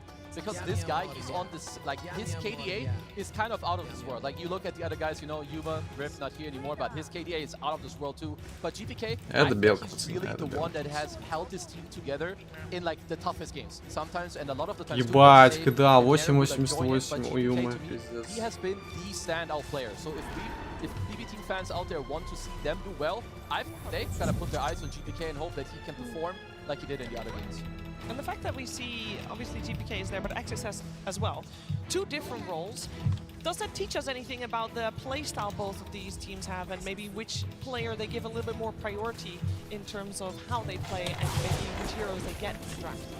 It kind of shows that one team plays through their mid lane, right, and the other team plays through their off lane. When you have an off laner who's picking up Beastmasters, Lycans, Undyings, Mars, right, from XG, you're naturally going to want to play around early timings of do they have Arena or Tombstones or Lycan Shapeshifter. It's also like one of the things that you have for XXS, for me specifically. Maybe I'm biased because I'm an offlaner, but I think this guy has played so well. Когда там фэнтези Like, the reason he has обновится? such a good KDA, I think this guy barely dies. Both him and XM to me have been incredible like standout players for Extreme Gaming. Yeah, and on the topic of XM, Мне главное, he's чтобы no топ joke. 100 вот talk about нижний GPK, порог but XM has был been поменьше. crushing a lot of his lanes this tournament, Потому что чем and ниже he's a very меньше particular нижний player порог, because тем выше he started шанс off playing mid by just playing попасть ghost в heroes. You know, he was playing the Vipers and the 99,9%. Razors and the Necros, and now he's just developed a regular mid hero Блядь, pool. Урс But he's какой-то still got бегун, this нахуй. crushing the lane mechanics that Бежит и GPK is бежит, famous for. блядь. So I am curious to see what kind of matchups we'll be seeing mid because XM cannot be underestimated. Yeah, like I remember, because you're right, it was around like, was it like KL with Azure Ray, he gets this like last pick Viper. He's like the anti-mid player. He's like, he doesn't care if he has top network, he's gonna make sure you don't have top network. And like then his team can use it, you have Ame, you're gonna carry me, don't worry brother, we're the A team. He's got a couple of standout heroes as well. You saw he was 3-0 on his Lush, 3-0 on his SF. Like, these are heroes that kind of carry from the mid lane, do a lot of damage for your team. And if you're talking about XXS playing heroes like Mars, these teamfight anchors, your mid player being a Leshrac capitalizes off of that incredibly well. And I saw a couple of heroes also overlap with GPK, obviously most notably the puck. T, does that mean that we're going to have the puck be very contested in this upcoming game? Yeah, I'd like to think so. Or maybe BB allow the puck to go to the other side and suddenly get a Shaker or a Void Spirit or a DK coming out from BB. I think what they're showing from BB is the fact that they are able to pick anti-puck heroes. They're not truly afraid of it. And yeah, mid lane, it is so critical for this series. That DK in particular, it looked solid yesterday. Yeah. They looked very comfortable running that DK plus Hoodwink, taking a page out of Falcon's book in that sense, and running a kill combo that makes your mid game a lot easier. I think if they recreate that today, that should work incredibly well against XG because you're going to be dealing with a lot less ghost push than if they were to run it against P-Vision or Falcons. Especially also if we looked at the graphic, they had picked Hoodwink 12 times. It's one of the first times I've seen like a double-digit pick order. Блядь, не успел. This tournament alone. So yeah, it would work really well. You got the DK on GPK, so absolutely, why not? Yeah, we also have these two teams that they are very familiar with each other already, so that might be something to come into play as well, unless you guys are thinking that maybe in the last month or so, or maybe in the last week or so, too much has changed. But overall, in terms of games, it is, well, in terms of series, it's somewhat even. In terms of games, not so much. It is BB team that normally, when they do win, they win 2-0, so the amount of games is 4 in favor of Extreme Gaming, 8 in favor of BB team, and that's quite a difference. But this was the previous version of BB team, the one that stomped their lanes. There haven't been that kind of BB 2 months ago. Yeah. Yes. I mean, for some reason, laning stage is not working out for this team, but that is why they were such a bane to Extreme Gaming. Extreme Gaming in the past were a team that really needed to come out of lanes even or at least doing fine because they played for that late game. But it's also Да, Дюрсу так и you're a team будет that бегать. just didn't show up in the entire year, right? Like coming into TI, it was like, okay, here we go again. Arme, you might get out of group stage if you're lucky. No one really predicted them to, dominate the group stage. So I think that, the TI magic is in the air for clearly both teams, it seems. Yeah, the pressure is on. Да All of ладно, these teams, блядь. of course, would love to reach Надо было чуть top раньше. 4. Sorry, top 3, because they have already reached top 4. The only player on the side of BB team that has done so before is Pure last year with Tundra. The rest on the side of BB team has never gotten this far to begin with, let alone be third.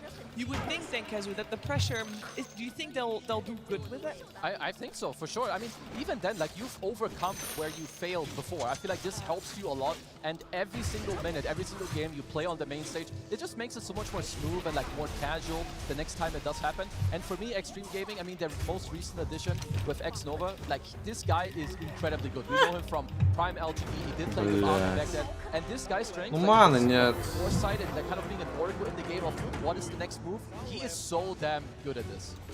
Quite an overlap here, by the way, between Ame and Pure in their Да, но в этой катке началось с того, что Enigma мне РФБ заруинил, я дал мне fact that РФБ, we've seen блядь. Arme go for the CK to try and counter the troll. We've got a Bristleback where maybe it didn't really work out. We went for the Battle Fury to deal with a Broodmother. Like, there's interesting ideas coming out from both teams and how to kind of break down the meta of TI. And that is, again, the treat that we have. We have 4 teams, very different identities. And, Arme has shown he's ready to go back into some very old tech in the hope to try and convert into a win.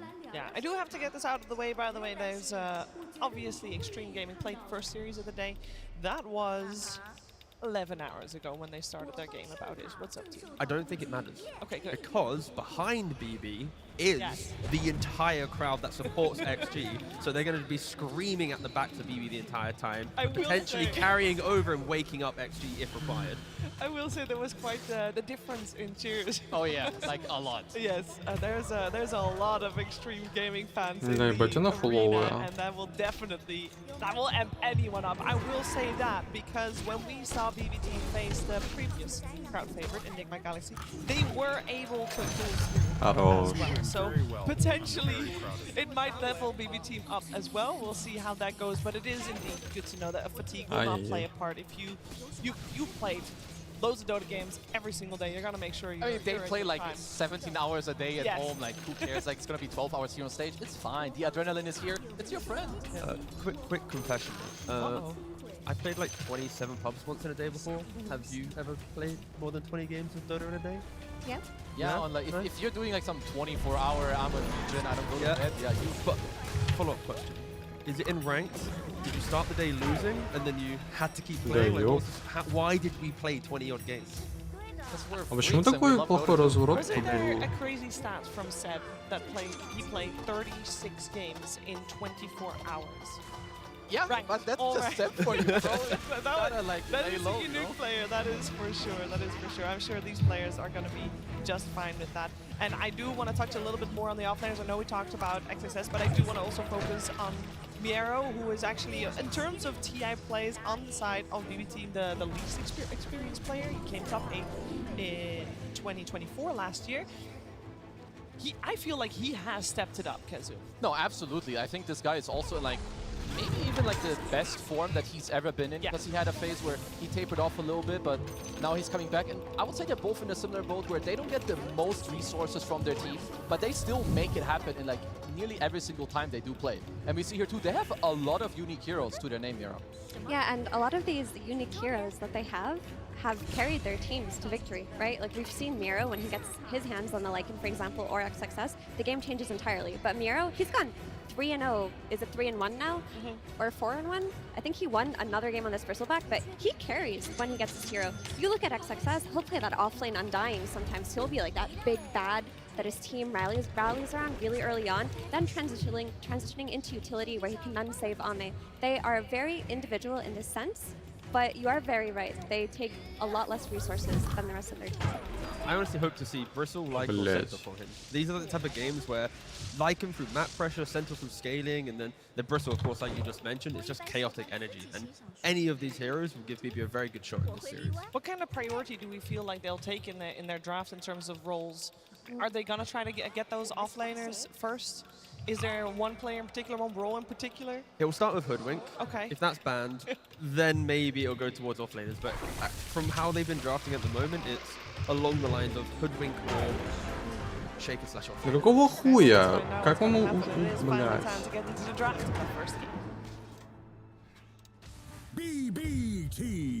Ну я вот это не попал, как долбоёб.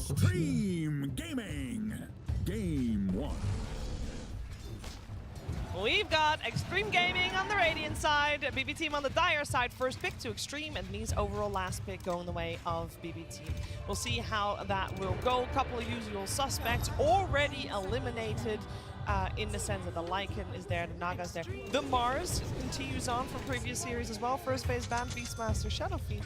And I will say, I feel like, you know, we see that Marcy on the banning side of Extreme, and we basically have not seen Marcy over the last few series, I feel. It's been kind of ignored, but they're putting it back on the map.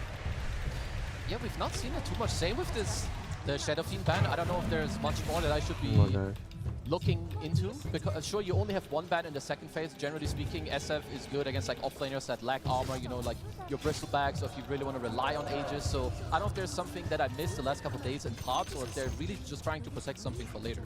Yeah, it feels like one of those type of bans where, like you mentioned, it's starting to set the foundation of if there's a Shadowfiend and they're flexing it, and maybe it's a carry and they dominate the safe lane.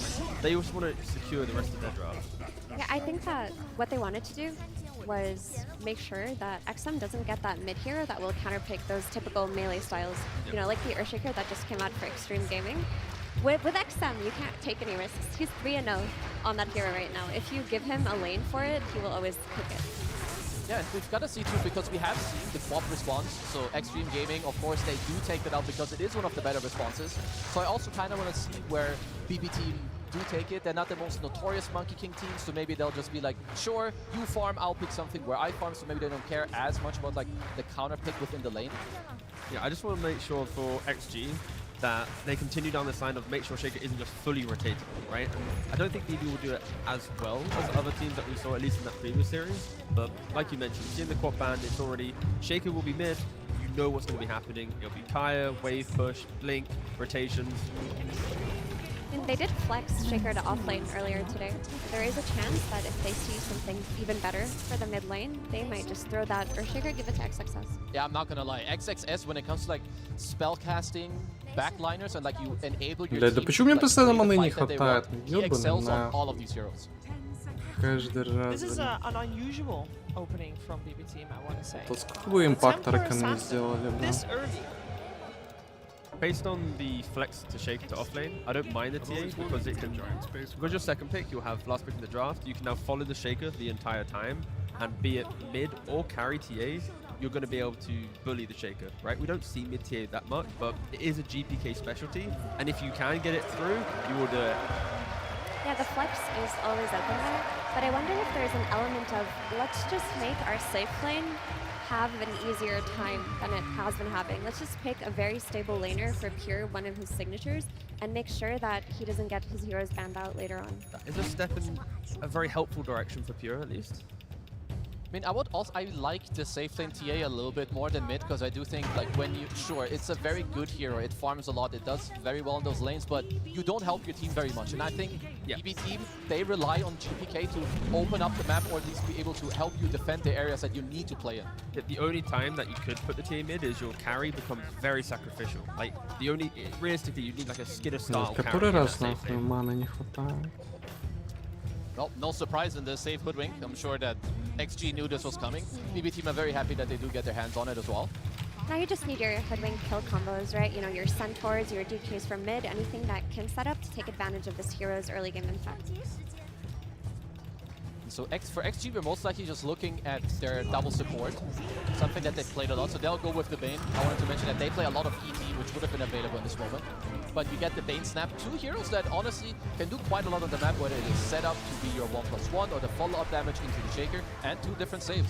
And when you want to look at like the regional differences from our top teams that we have left, XG always wants stuns. They always want ways to take fights. And like you just mentioned, that layering, you've got the Cookie for a save, you've got Nightmare for a save, you then have Cookie for a stun, you have Grip, you have Slam. There's so many ways for them to save, kite, and prolong engagement. Да ёбаный нахуй. Misexecute TA can be quite a volatile here when you blink in. If you don't have the pike and ways to disengage, if you're getting locked down, you can just get 100 to 0. Yeah, Pre-BKB, of course. By including Bane so early in your draft, you're making it an anti-carry draft as well. You're making sure that this TA that goes picked first does not go unpunished. I would say it's kind of a crazy silencer game, if that's something that BB Team would want to look for. You're good against both the subs, you combo break Earthshaker. But then if you do want to put your TA safe lane, I would say it's fine, like it's pretty good.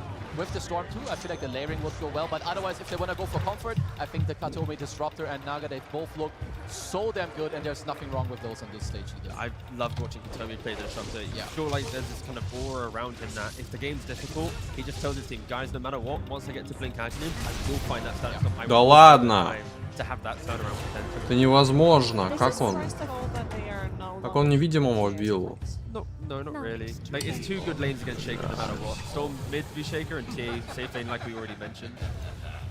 I just want to say this is the first Storm Spirit game for GPK this tournament. It's one of his signature heroes. It's one of his most famous heroes over the years, but we haven't seen it yet this tournament. They took a page out of P-Vision's book a little bit from that first game that they had versus Falcons, where they put the Storm mid, they get the Oracle to secure the runes, and they just play around him. It's very clear here that BB Team are wanting to play through GPK this game.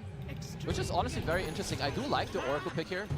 Uh-oh, we've got a, well, you've got AM against at least Oracle and Storm. Don't deal with this hero very well. I would say Hoodwink is like so-so. Yeah, TA can tempo, but, you know, giving Ame your 18th pick in a game where you're setting him up pretty well, I'd be pretty happy if I'm XG. what are the big offlaners though to deal with the anti-mage, right? There's Night Stalker, there's Slardar, there's Axe, right? Blink Blade Mail, Happy Days. Night Stalker's already out. Yeah, yep. LC, Huskar if you're Falcons. That's Falcons, yeah. We'll see. On the other side, we are of course looking for the bans. The BB Надо team было will do ультить. Может, mostly забрал also бы for кого-то. success, assuming that the Shaker's going mid. Do you still want to place the Shaker mid with the Storm there? We want to rotate it.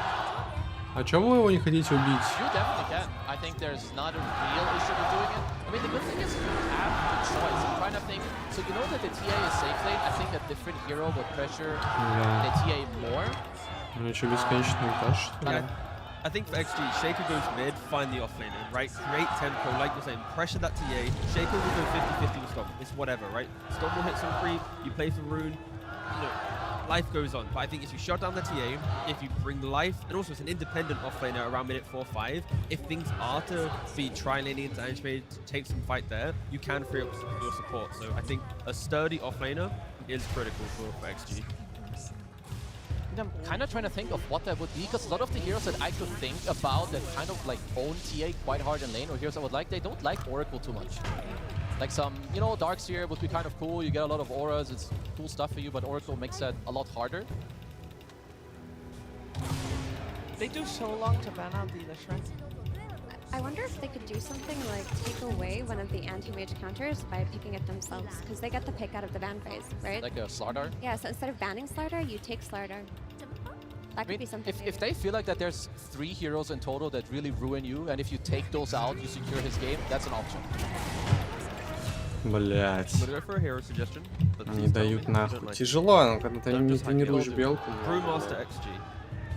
Chill off lane, you can be relatively independent, you just send in the clones, you kind of delay the game, you're anti-early game skirmish, you buy time. You don't see it too much, but with the Shaker, the Brew, so much team fight control, Arme will be the shining star of the draft eventually. It is. It's pretty. It's like an OG counter into Oracle, because you find the backline, you can lift up the hero.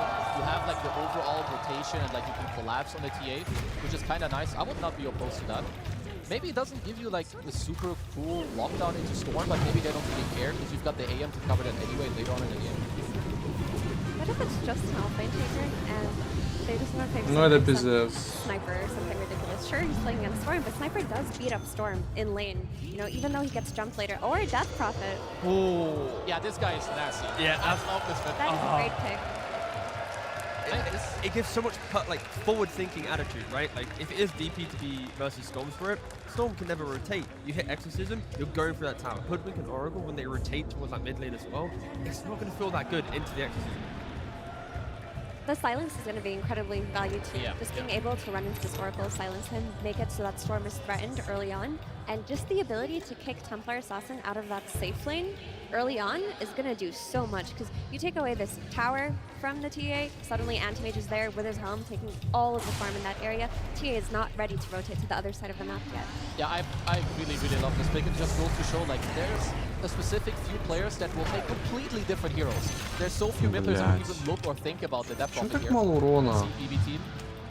Just a classic old chill Sand King. You know, you get your offlaner, you get your blink stun. I will say, like after XG banned out those 2 heroes, they should be quite happy to see a Sand King. I don't mind the Sand King for the fact that Mirror can go very quickly for Blink Dagger, and when Exum's going towards hands with Exorcism, if you do get that blow up, if you do get that 100 to 0, it kind of buys time for you to then smoke up, go find an anti-mage to get a kill. But it is, if you miss that spell, if you don't hit that 100 to 0, you're going to feel really bad into an anti-mage. It's like anti-mage for Sand King, also a pretty good lane for the anti-mage. Yeah, your lane is miserable against Sand King here. Like, you're putting him into a losing lane. You're basically saying that, okay, our supports are going to play with Storm Spirit. We know where the runes are spawning. Let's just throw a Sand King into the triangle and hope he catches up. That's kind of what Sol asked to do this time around, because that triangle is going to be needed by the TA and not the Sand King if she gets her tower taken from her by the Death Prophet. You guys are kind of painting a pretty Стоп, чё? for BBT, not gonna lie. Zhao Wei have drafted a beautiful draft. It looks great. It looks Ебать. amazing, and I'm not going to try and hide the fact that I just love looking at their draft. But the thing with BB is, like, even if their draft is weird, Блять, their а laning как is я в weird, they always него-то find these попал? moments. So on paper, I don't see it happening. But fast forward 35 minutes, I'm like, of course, they do that, right? So yeah, I'm just going to wait and see. But draft-wise, I think, yeah, there's so many layers to XG's lineup. I mean, the advantage in my mind that BB team should have is potentially some of the lanes, like if GPK lanes goes well, first Aegis should be theirs with the TA, but I'm on board. I think that XG found a really good way to slow down what BB team want, so I feel like the director kind of cooked this game. I think GPK has a lot on his shoulders. He's got to really pop off with his signature Storm Spirit because this draft was crafted around enabling the Storm Spirit. So if he can get off to a good start, crush these lanes, get these pickoffs, early timings before anti-mage is too strong, that would be their way in. But what's the solution if he can't leave his lane? Because the moment he does, the Death Prophet pushes his tower. Do you just give up the tower and hope you get a better trade? You can try to have someone else like pull the wave to the lane, or when XM makes this move into mid tower, just bring some heroes over. Like, be ready to make this move. T already mentioned Miro on the Sand King. Maybe he can be freed up. He can just TP mid if you overstep. You gotta do some things, be creative. Yesterday against the Huskar, they didn't show me that. Just shut down the Death Prophet, and then maybe there's a game in play for you. We're gonna find out what's gonna happen in the first game of this elimination best of 3. Before we see the game though, we're gonna head over to the stage where Tsunami is with Coach Bull. Thank you very much. Yes, I'm joined by Bulk of the BB team. Again, it's good to see you, dude. What you been up to for the last 4.5 hours? Привет, Булк. Чем вы занимались последние, эдак 4 часа? Поели, отдохнули, посмотрели игры. So, we ate some, we chilled some, we watched some Dota. That's it. What a coincidence. That's the same thing I've been doing as well, except now you've got another stressful game ahead of you. This is the first time you picked GPK Storm all tournament long, and then immediately they respond with an anti-mage. Were you expecting that in second phase, or maybe taken a little bit by surprise? Вы впервые взяли Шторма. Удивлены ли вы их ответу в виде антимага, или вы ожидали его? Да, мы не ожидали антимага. Yes, we did not expect the anti-mage. Now tell me, is he being serious? I feel like I'm sensing a bit of sarcasm here. There is some sass in there.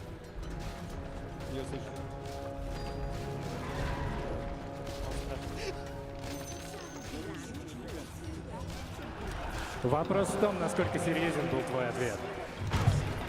Полностью серьезно. Мы не ждали антимага. Well, I gotta trust you then, and if you two were taken by surprise, let's see if your players were not. Bulk, let's see how you do in the second elimination series. At least pass it over to our casters for game number 1. Thank you so much, Tsunami, and of course the lovely translations. Love to hear it. Yes, I cannot freaking wait for this series. It's top 4, man. We're here. Yeah, we've been waiting. We got some game 3s. It's been a great day so far. I would like some more. Can we get another game 3, please? Keep doing it. Yeah, let's just do that.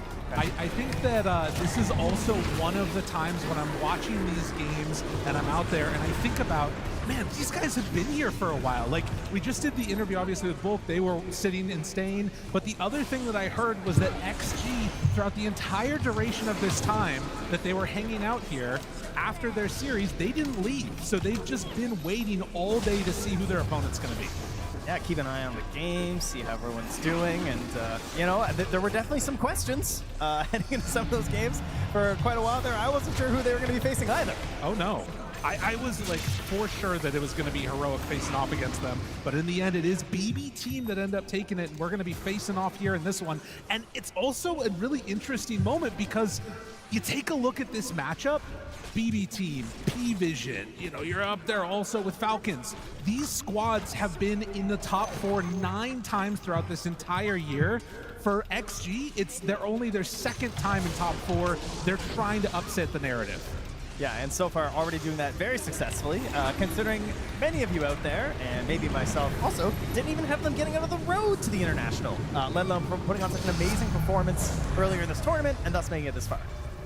Well, it does mean that we're going to be treated to an absolute banger here, I am sure, as already a Death Prophet coming in mid. I was wondering. That hurts. Yeah, that was a nice little uphill miss there. I was wondering if we were going to end up seeing the Shaker bit pushed over towards mid, but deciding to put it on XM, a hero he is somewhat known for playing it on. And an XXS is going to be the big money maker on the Earthshaker this time around. Yeah, XM is bringing out a few of the hits today. You know, we got the Sniper coming out here. Maybe the Viper later, perhaps, you know, if we really want some dirty XM. But speaking of the hits, speaking of signature heroes, I always say, if you're in trouble, and GBK's on your team, you break that glass in case of emergency and you pick up the Storm Spirit. He really is just a phenom on this one, and so far already taken a few hits from the Death Prophet, but you can see sitting pretty in the laning stage. Of course, the big question mark is going to be how do they deal with the elephant in the room? We haven't been talking about it yet. Ame on Anti-Mage in full anime mode here to the top 4. Yeah. Well, there'll be plenty of time to talk about him this game, I'm sure. One way or another, you know, either winning or losing, the game often comes down to a lot of conversations about what is Anti-Mage doing? As you are pinning a lot of your hopes on this hero, but it is certainly a favorite for Ame, so not too shocked to see him play it here and getting it in this matchup that the hero does love, as he gets pressured under his tower right now by a Sand King. Getting some good early harassment in there and making things a little bit uncomfortable. Can see Save just throws out a few of these little buckshots at him and forces back. And actually even gonna glyph the wave here. This is over towards mid happening. Ame is somebody that's a little bit vulnerable on that Anti-Mage here in the early levels. See GPK getting in a little bit of trouble there with the Siphon coming out, but head the distance. And yeah, I mean, Death Prophet, like you said, a hero that XM certainly has played before, but not a hero we've seen a lot this tournament. Definitely, I think the first time we've been casting it, so it'll be interesting to see just, you know, the classic is just how much are you getting out of each Exorcism. And that was a big one. Pure's Courier goes down. Was a very tough situation there. Or was that Ame? No, Ame's just coming on out to him. He's going to be fine. I think for me, speaking of someone else we haven't talked about this game, one of the best individual performances of today was Xingqiu on Snapfire earlier this morning. I feel like he absolutely dominated in one of those matches, so I'm sure he's feeling very good being back on this. And likewise, I mean, it was XXS as well, right, when he was playing on the Shaker. So they've already kind of warmed this up and are feeling very good about this. Right. Well, and that's going to be the other thing to watch for is obviously when, you know, XG was playing before, they had that tough series against P-Vision and able to come together and put some solid results in this morning. But BB Team, a very different type of opponent to be playing up against. And want to see if they can sort of push this to the more late game scenarios. Obviously going to have a really strong team fight around this Sand King too. If Miero can get off to a hot start, and already you can see across the lanes they're eking out just a little bit of an advantage. Yeah, I think this morning XXS had a 10-minute blink. It was like right around the 10-minute mark. He busted it on off lane, which is just crazy. You can't really assume that you're going to get that again. Xingqiu also just had an insane amount of kills that game, so not off to such an explosive start in this one. Still 0-0 at 5 minutes. And not a whole ton of roaming around. You got a freaking Oracle support here. The benefit, of course, is it does mean that more likely to be able to set up your Storm Spirit for good runes with that prognosticate. Yes, very important thing to point out there. That innate is just crazy good on Storm Spirit. We're always talking about how runes run the Spirit heroes, and I would say that Storm Spirit is the most susceptible to losing runes and having a really bad early game. But here it is, the first Exorcism forcing down this tower. They've got supports on each side. Save's trying to pull this off here, but like GBK's in the jungle doing stacks. He now returns, but this is oh my god, a lot of damage. I mean, it's a siege wave, and yeah, 6 minutes, and Xingqiu making that move over to get the little shredder debuff on the minus armor, and look at that, a 6-minute mid tower gone. Really, the only good news is that it was a shield room that they couldn't contest during the Exorcism, so GBK can take a slight Pyrrhic victory in that at the very least. У меня 7, у чуваков типа 8, 9. That is going to really open up the map. And I think the biggest thing also that this Death Prophet is going to give you as we see those camps blocked out is this sort of like countdown easy timer to take buildings consistently, right? Every single time that ulti's up, going to be trying to make some moves with it. Yeah, and one of the more important things too, as you heard the panel mention, was this idea of the Sand King relying on stacks this game. Already you can see not having an incredible lane, obviously, versus the Anti-Mage. It's hard to really bully a whole lot. Like, you're doing okay, but you know, you're not just dominating Sand King. You're hoping to get these stacks there. You might contest with the Exorcisms. Does have boots on Xingqiu and making his way over. Is he going to be able to get there in time? Oh, just barely. And Katomi going to be shut down from that one as he will be eventually brought down. There it is. The first blood drawn by XXS. Oh man, if that body block had have worked, that would have been awesome. Oh yeah. Not quite able to do it there. Dude, this crowd right now chomping at the bit to just get going. honestly. I feel like they are prepared for this game to go wild in the field. They're very organized. They have tools over there already, as you were mentioning. I know, I saw that. Yeah. It's like a little brass plate they were hitting. Getting the chanting organized here. Well, there is no agreement this time for 0 helms or anything, obviously, as it is finished up here for Ame. Our go-to build on this anti-mage this tournament. As has happened time and again, and XM does not get the benefit of knowing where the rune is, so Storm bottles up the haste, and XM realizing it's going to be gone, but does have ulti ready. Want to see what XM decides to do with this. Is he going to play for a more farming-oriented gameplay, or is he going to try and sort of bully down these lanes? I mean, it would be nice to just move towards your Shaker, I would think, you know?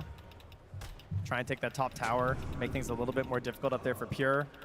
On the other hand, you could just say, hey, the lanes are going well. You're already just kind of chilling on the wave right now as a success.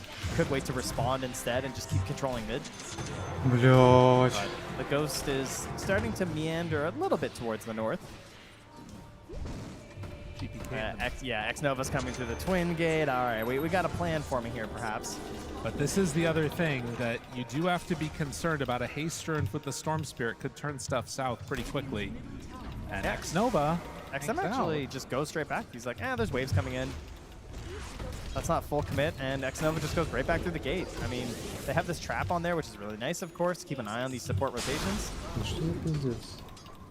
Burrow strike the helm, tries to do some damage. Nice. Was not able to get there in time to take over another one, so the gold is handed over. And while this is happening, while the Ancients were blocked, GPK was able to take out 2 triple stacks over in the jungle. So he is building up his own net worth to try and contend right now with that Death Prophet. Yeah, unfortunately though, you know, trying to get your Galvanized going. Those do come from kills alongside levels, and not able to get one with the haste rune is a little painful. Nero is calling for a defense here. And Да, блядь, ну все мои центры поломал, шлюха. Level 6 there, the cookie. They got Oracle gets the stun, but it is going to be Bane in trouble. Now the turn on to Miro, but the save is there. Oh, false promise doing some work, but XM does have the ulti ready and just has to TP out with 1.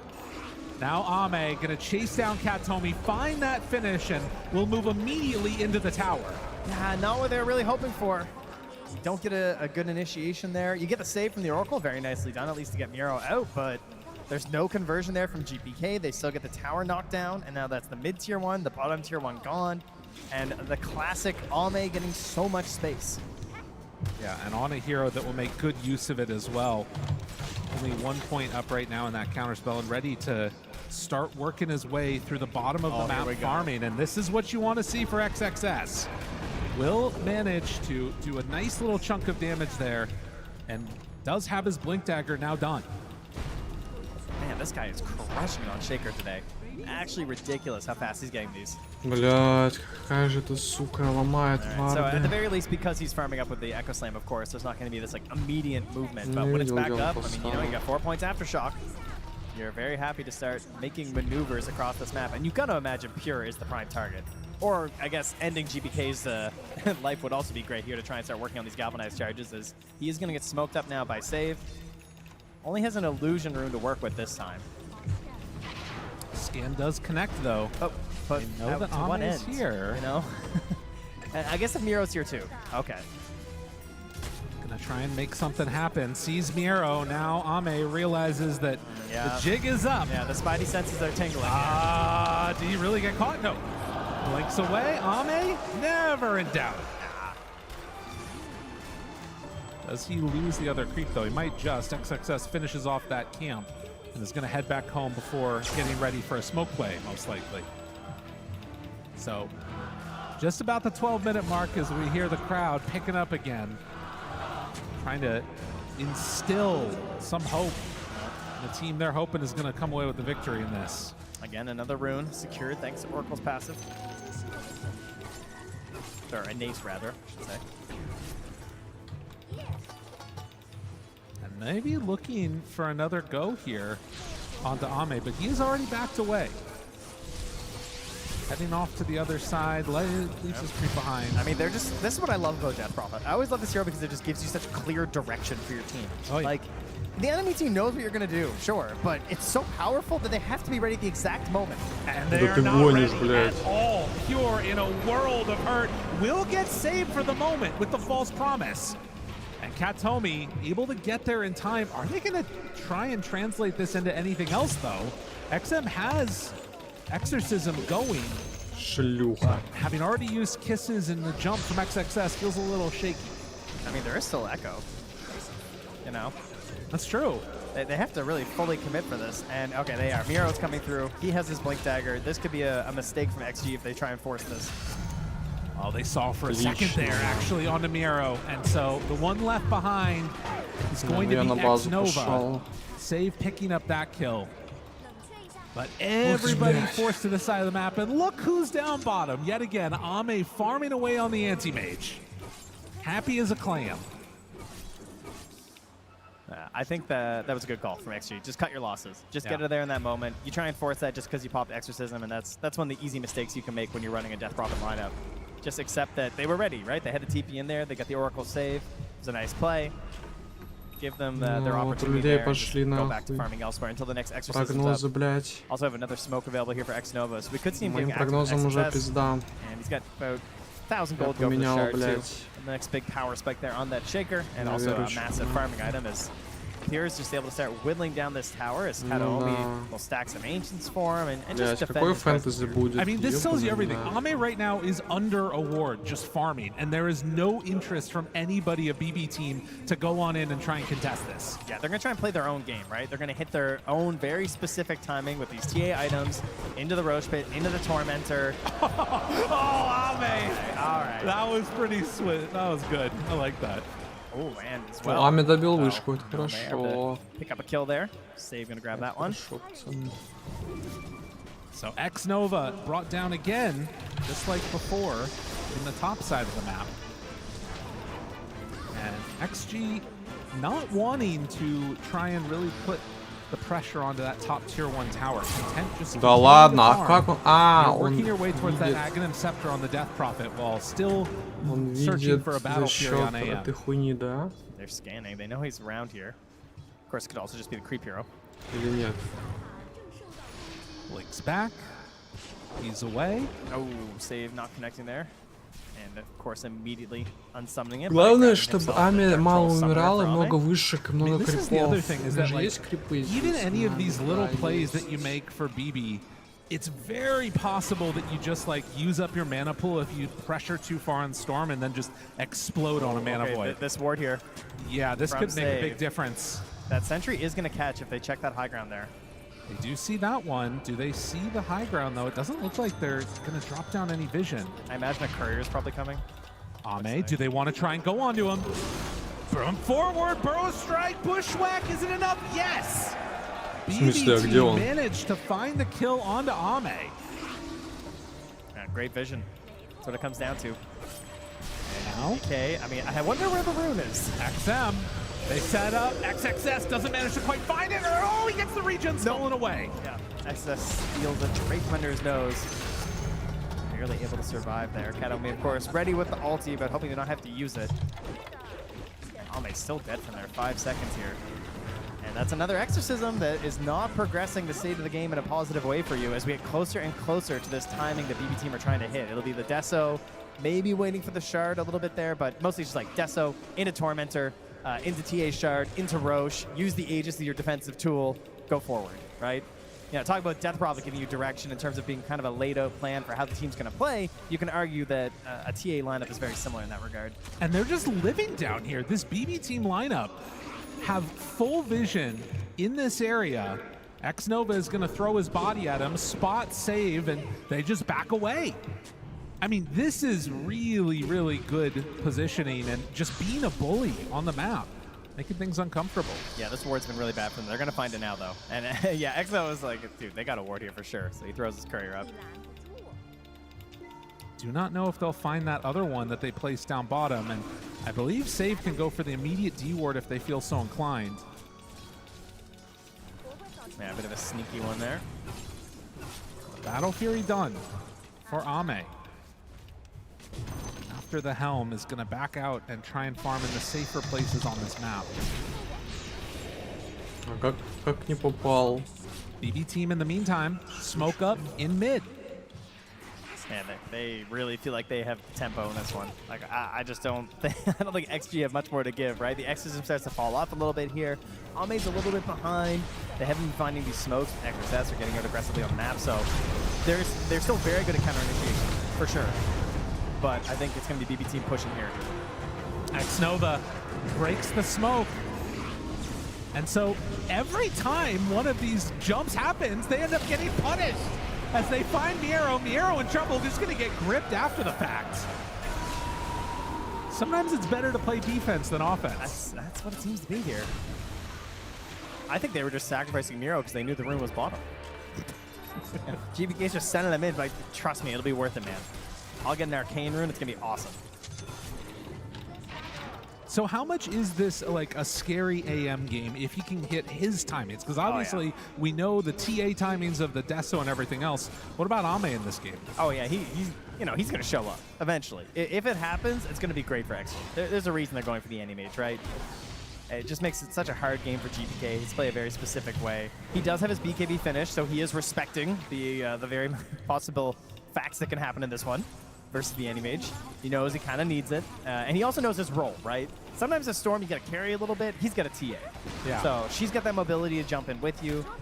You just need to make sure that you're getting the grabs and you're able to get multiple moves through the fight to give this good vision for the TA to perform the task that she's trying to do.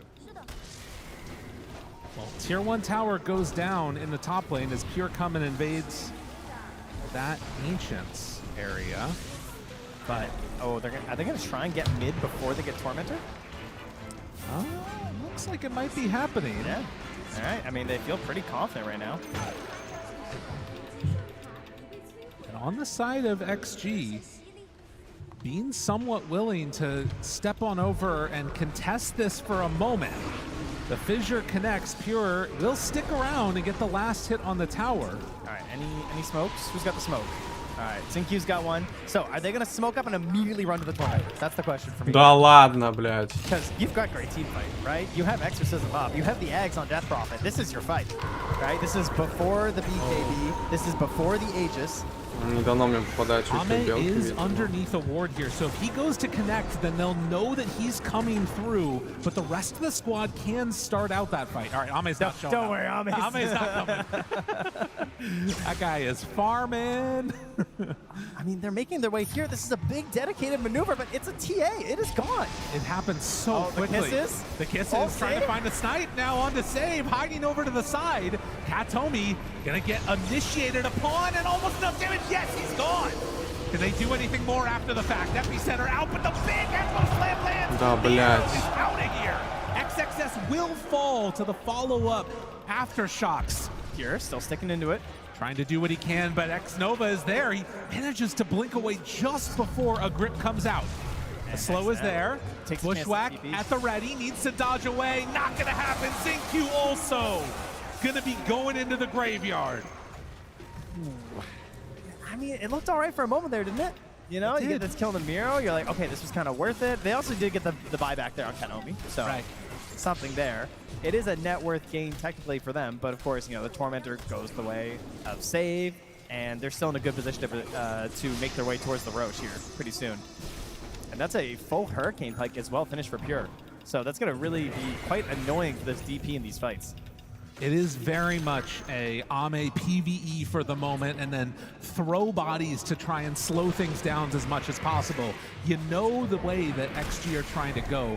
The question is, are BB team building up enough of a lead right now to sort of mitigate things for when the anti-mage comes online? Yeah, it's kind of annoying when your carry is just farming creeps and theirs is farming more creeps and heroes, you know? Yes. It's a bit of a tough one. Not wrong there. Nova getting some good wards down around the map, but it is an Aghanim Scepter now completed for the Sand King. They have so much damage. Yeah, they hit hard. And they, like, you're not going to have an Aura hero, right? Like, you've got, I mean, I guess technically sometimes DP, but not happening in this game. Oh no. Just going from that Ags into the BKB. Now considering a Ghost and a Plate Mail. Ooh, Ame just barely getting out of that one. Miero's still on the hunt, but chasing an anti-mage is not really going to put together good results. No, and of course, they are largely magical damage outside of the TA, but we do have that break. So if Save gets the right shot, they can still explode Ame. Manta done. To try and match the tempo. Is underneath a trap right now, though. Sees the silence now onto the Hoodwink, who backs away under the Glimmer Cape. XXS scouting things out. Pure is there. Fissure not going to connect. BKB out from GPK. X-Nova trying to stay alive. XM, low HP. Pure now getting hit by the kisses. And Ame right on top of him with the save at the last second. Will it be enough, though, with the Echo Slam to combo it out? They use so much damage, and Pure is able to survive through it. But the cookie to back away, and XXS chased after by GPK with just the smallest amount of mana in the world, but the hits.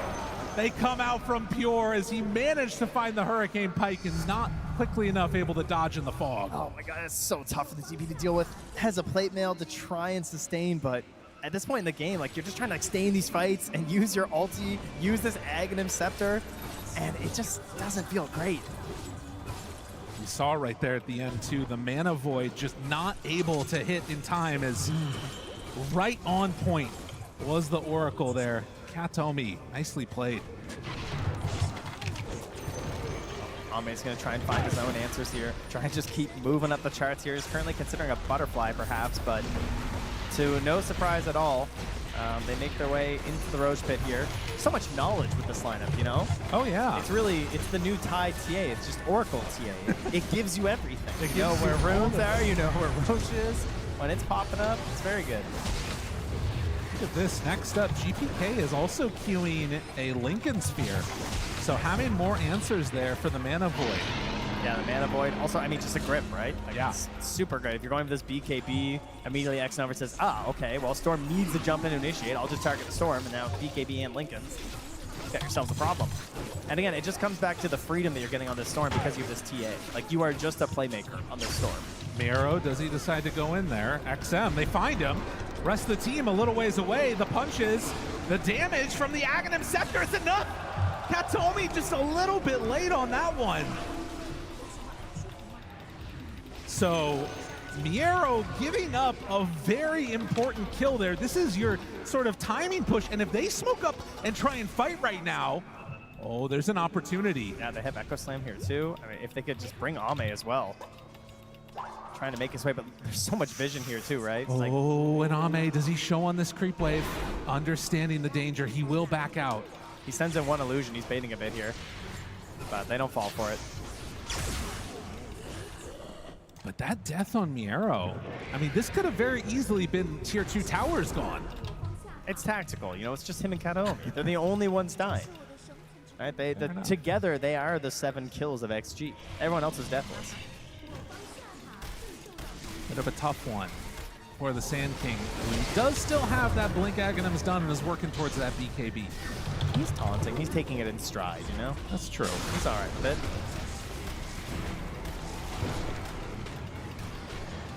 So now with still 3.5 minutes left on Aegis, you got to imagine that BB Team will still try and take advantage of this window to put the pressure on.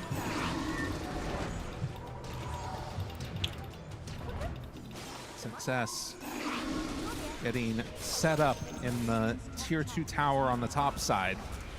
Just trying to delay things. I think this is their best chance at a fight because it's Ame right on top. Pure in trouble with the save. The bushwhack is there, and he's in trouble. Ame with a nightmare save. Can they keep him alive? Almost. Yes, he's out of there. Unreal.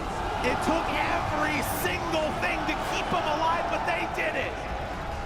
Ame survives through that, and now an attempt at Pure. They're going to go in with Miero, but I don't know, this fight already feels a little bit lost unless they can salvage this Burrow Strike off the mark, and now Nightmare pulls him back in. The cookie is out. Oh no, Miero, not like this. The false promise is there, but he's already taking so much damage. They lose the Oracle. They're gonna lose the Sand King, maybe? No, wait, for now. Oh, he's trying to get out of there. The arrow glimmer caped. Ame's still on the hunt. They hide off to the side and, well, see the sandstorm fissure out. The arrow in trouble and gone. An odd sentry, the spot you try to flee to. He does notice it thanks to his own sentry that's down, but it's not gonna help him now as he's certifiably dead. And what I was about to say, as they jumped in there, that was the best time to fight because he was just a couple hundred gold away from that Blink Dagger on Oracle. And if you have that Blink Dagger there, it breaks that whole initiation. Such a big moment in this game. You go from Aegis wanting to push tier 2 towers, Sand King dies mid, then you try and push top, they all die there too. And that's, I mean, it's such an important Aegis that it's supposed to be at least one tier 2, if not multiple, with that Aegis on this lineup. That is certainly the goal. But XG, they just spot a little weakness there, noticing that, you know, I don't think they're quite tight enough right now. I don't think they have the defense for this pure TA at the moment, and they just quickly jump on him. A great TP in from Ame to start that off. Working towards that butterfly. 28 minutes in, the Wisdoms are around. And for BB team, I mean, you still have an incredibly farmed TA. She's top net worth by 3,000 over this anti-mage. You still have so much physical damage that, as we saw right before that, he can have trouble dealing with. But do you feel confident enough now to try and make some solid move? Look at this, damage is nothing on the AM. That's probably going to change soon. Yeah, he's certainly hoping so. Ame is almost into the butterfly. It'll be a bit of a small window before the MKB appears, but if he's forced to go for this MKB first on Pure, that also means he's still not getting in towards a BKB, which, I mean, there is a lot of just random magic damage and control in these fights, so it's a pretty hazardous game to not have a BKB, but of course that's because he is an Oracle, so he's counting on Kataomi to make up for the fact that he does not want to buy this BKB. Kataomi going to be the one to watch for. And now with the Blink Dagger, like you mentioned, most fights, Pure is going to be able to be saved. Yeah, you got to turn into a bit of a tree and protector when you're an Oracle with the Blink, right? Just become one with the trees, okay? You got to know all your little nooks and crannies that hide the vision, where your opponents can't see you, and you're not going to get randomly fissured into Enchant Totem and Chain Stun into a kill or something. The one thing that is a little bit concerning, though, is that if you do manage to burn all of TA's mana, that's where you can run into some serious issues. That's true. She does rely on that for a lot of her shenanigans, doesn't she? So if Kataomi is a little bit late to get in there in time, could be an issue for Pure, but we will see. As XG still feeling comfortable, not really risking much in this game. They're farming out waves, shoving them out when they need to, and trying to take it to the late game. Yeah, I was concerned about the lack of auras that could be coming out here, but as we get later and later, you know, XM gets over that hill, can get into the Shiva's Guard. Great item on this hero, very helpful against everything that you've seen on the side of PV team. That'll be a very good helper, and then of course we start getting into this Refresher Shaker, which has just looked so nasty at the main event. It's been nuts. Well, and you can see now also XG at this 30-minute mark, they're going to head on up and try and find a Tormentor of their own. And at the moment, BB are not in the area to come and contest this. So this one should be a freebie. Although, I wonder if they feel a little bit scared of taking it, not seeing anybody. No, they're just going to go right at it. So Tormentor for X Nova. Yeah, they scan around them just to see if they're safe. Feeling all right.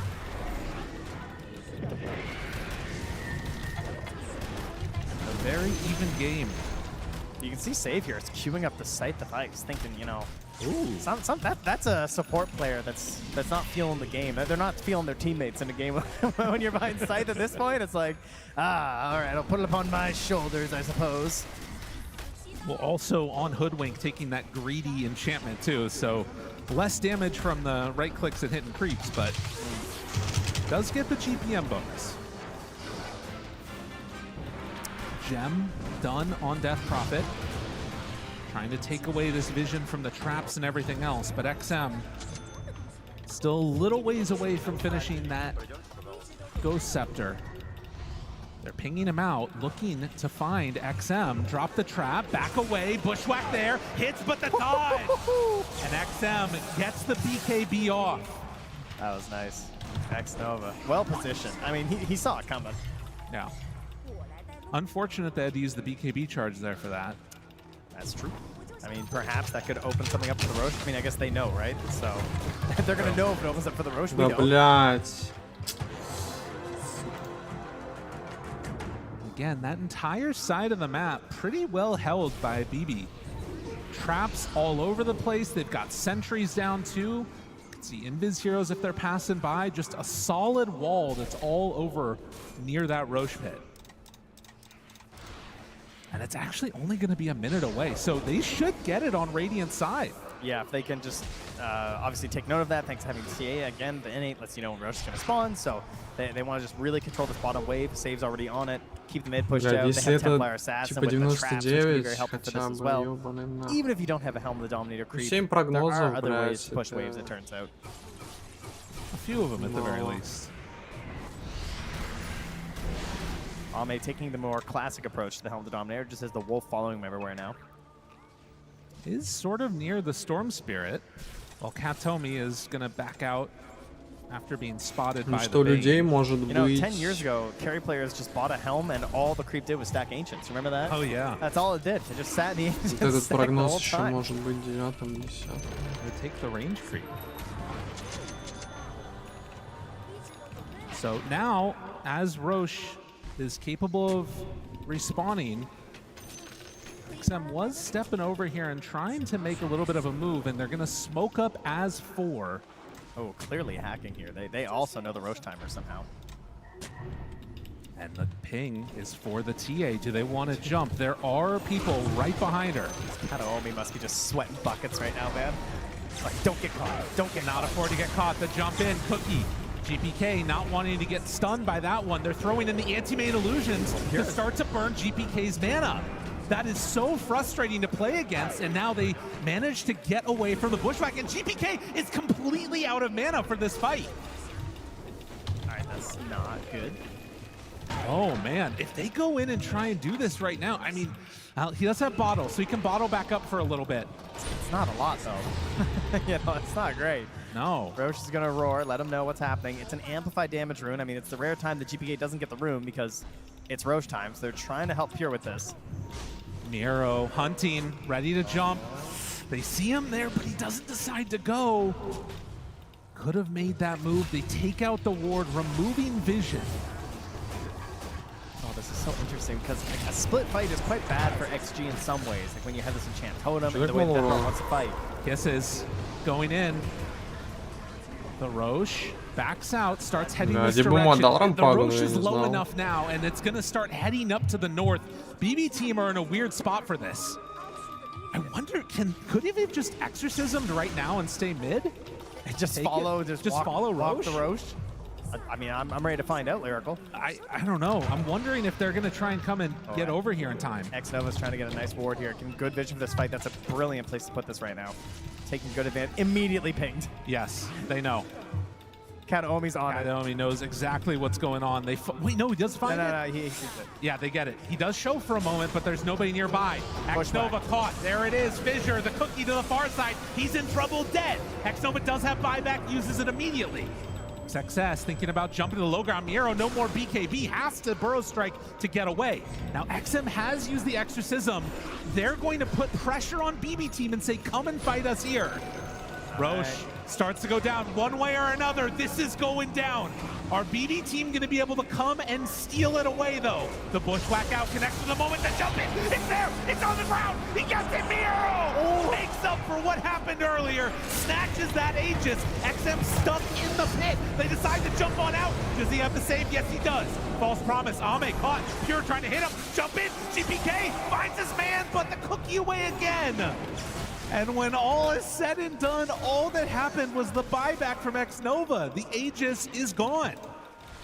Okay, and we get ourselves a little bit of a Radiant bounty as they're the ones who get the kill, and we reset. All right, this is a sign. I feel like we're going late on this one. This is how it's happening. God, we have some massive items, though, for 37 minutes. Oh, yeah. Like, look at Pure. He's just a beast. The timing look. here. I mean, again, this vision plays down. Really good vision control this fight coming out from BB team. Oh, as back in the world of the living not so longer, Miero is gone. Can't tell me. Able to make his escape. He is level 24 now on the anti-mage. Oh, he's dancing now. Watch out, everybody. Hamburg, it has been a long day, but I need to know, are y'all still up right now, ready for this game? Who here feels like XG is going to come away with the victory? Oh, it's getting louder. They're realizing you said XG. They're like, oh, those guys. Oh, yeah. And can I hear from any BB fans who feels like they're going to be able to come away with this series? I feel like XG had it, maybe. I'm not sure. That was close. Tell you one thing, it's full in here. Oh, yeah. Y'all are very impressive. That's what happens. Get here on the weekend. Stay, watch some Dota. Have yourselves a wonderful time. Well, I mean, I hope these players are having a wonderful time. I know if I get to play Dota all day, I have a pretty wonderful day. Generally, you know. Well, there's ups and downs. I was going to say, based upon the games we play together, I'm not sure that's not true. But you see right now, this next couple of minutes, they're saving on to the greedy. I think that they're recognizing that they're going to need to be able to scale into the later stages. And that is a sort of a weird scenario to be in, I feel like, particularly for an Oracle, right? Because you basically need to like wait for things to go wrong and then save the day, and often you're still ended up in a bad spot. Save the day. That's right. He's trying some secret agent maneuvers down there. Almost runs into XXS and XNova. That ward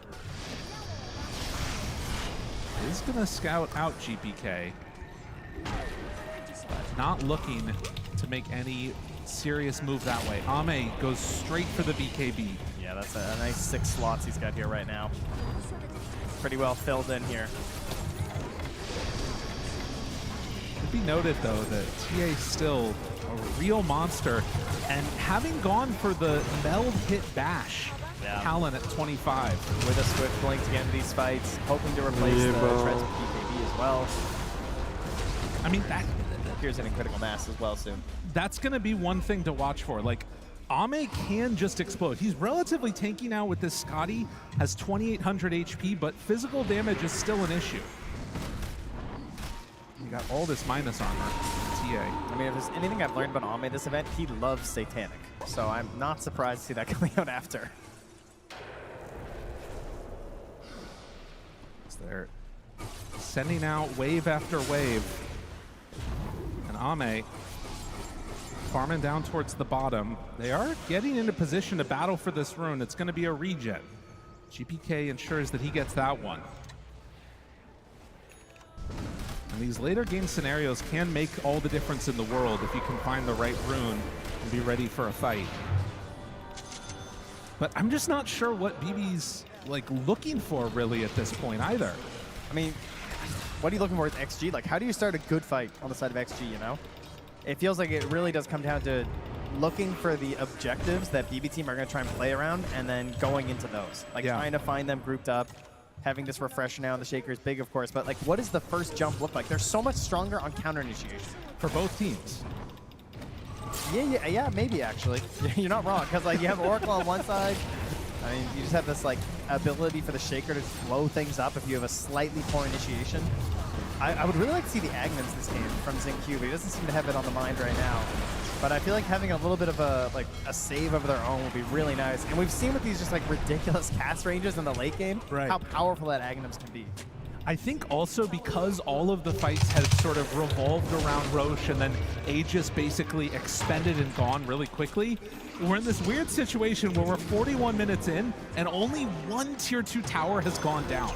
Yeah. Like, they're both kind of just chilling, waiting for them to get 6 slotted. Yeah, we've talked about this before with a lot of the teams, and we heard 3-3 mention in the interview, this idea of just like risk. Yeah. People don't like risk very much throughout a lot of this event. If they don't feel super safe doing something, they don't want to do it, and a lot of times that comes down to having the Aegis, having the cheese, having the refresher shard. And if you don't have those things, they don't want to really go for anything too aggressive. Well, and this also has been like a classic BB team scenario. I feel like at multiple TIs, we've had them get pretty far and, you know, look towards making it to the finals and just sort of push the game later and later and later and think they're going to be able to outskill their opponents. The question is, will they be able to do that here?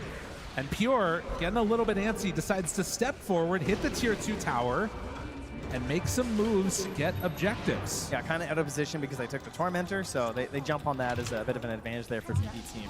And the Shard going to XM I think is great, just because he's getting tankier, it's going to become more relevant, BKB timers are getting lower and lower. If he had gotten it earlier in the game, it doesn't really feel like there would have been a great moment to actually make good use of the fear, but the way these fights are going to start to break down now, I think it could actually have an impact. Right, I mean, he's got massive armor now. Yeah. And they've also, started to pick up some of these other things of Pavis for the Bane. Going to be working probably eventually towards the Solar Crest.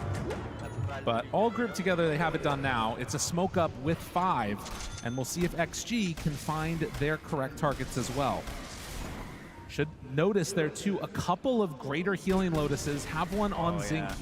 Those are very important to keep an eye on. Either on being used by that hero, or more importantly, passed over to a core who's in trouble, right? A little bit of playing footsie here through the river. There is a ward which is going to be scouted, not taken out yet. Zinq decides to remove it and then immediately jumps away. Like that, if that doesn't tell you what's going on right now, I don't know what will. They're very afraid of each other. 40 seconds till Roche is capable of respawning. Yeah, there's another smoke down though. Yeah, this is definitely. And I mean, you just think about like if you step out of position just one little bit, for both of these teams wanting to make it to play on the final day of TI is everything that you've ever dreamed of. Chance to have your fate in your hands. And could all be taken away by just random positioning. Is that why we're losing our games? That's the only reason. Oh, okay. It's just, we could be a TI too. Yeah, it's all just random, it turns out. All right, cool, thank you. I'm glad we finally figured it out here. Another Arcane Rune for GPK. And with that smoke not succeeding, does kind of leave them in a bit of a weird spot now on XG. So I don't believe they have any more in hand. Could set us up for a weird Roche fight. Save is bringing one out. So they have an ability to make a jump if they want. They know Roche is back up in 30 seconds. And it's also going to be up on the north side. A lot of drawing on that mini-map.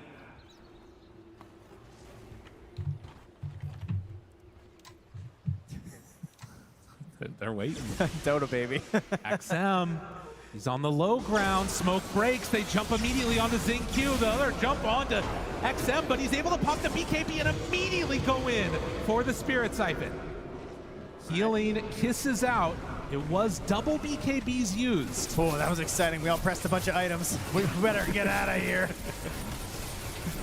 And Roche appears in the top pit. GBK still nearby, still has half an Arcane Rune.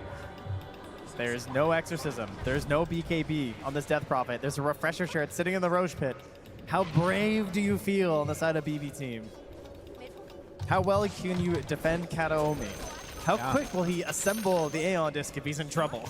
These are the questions we must ask. And a Butterfly now done too for Pure means it's not even an easy jump and kill for Anti-Mage. Well, no MKB yet. He does have the Abyssal though. Oh yeah, good call. So that'll be interesting. And buyback status at this pivotal point in this game, you only have it on DP, Snapfire, and Hoodwink. Most of the rest of it is for gold.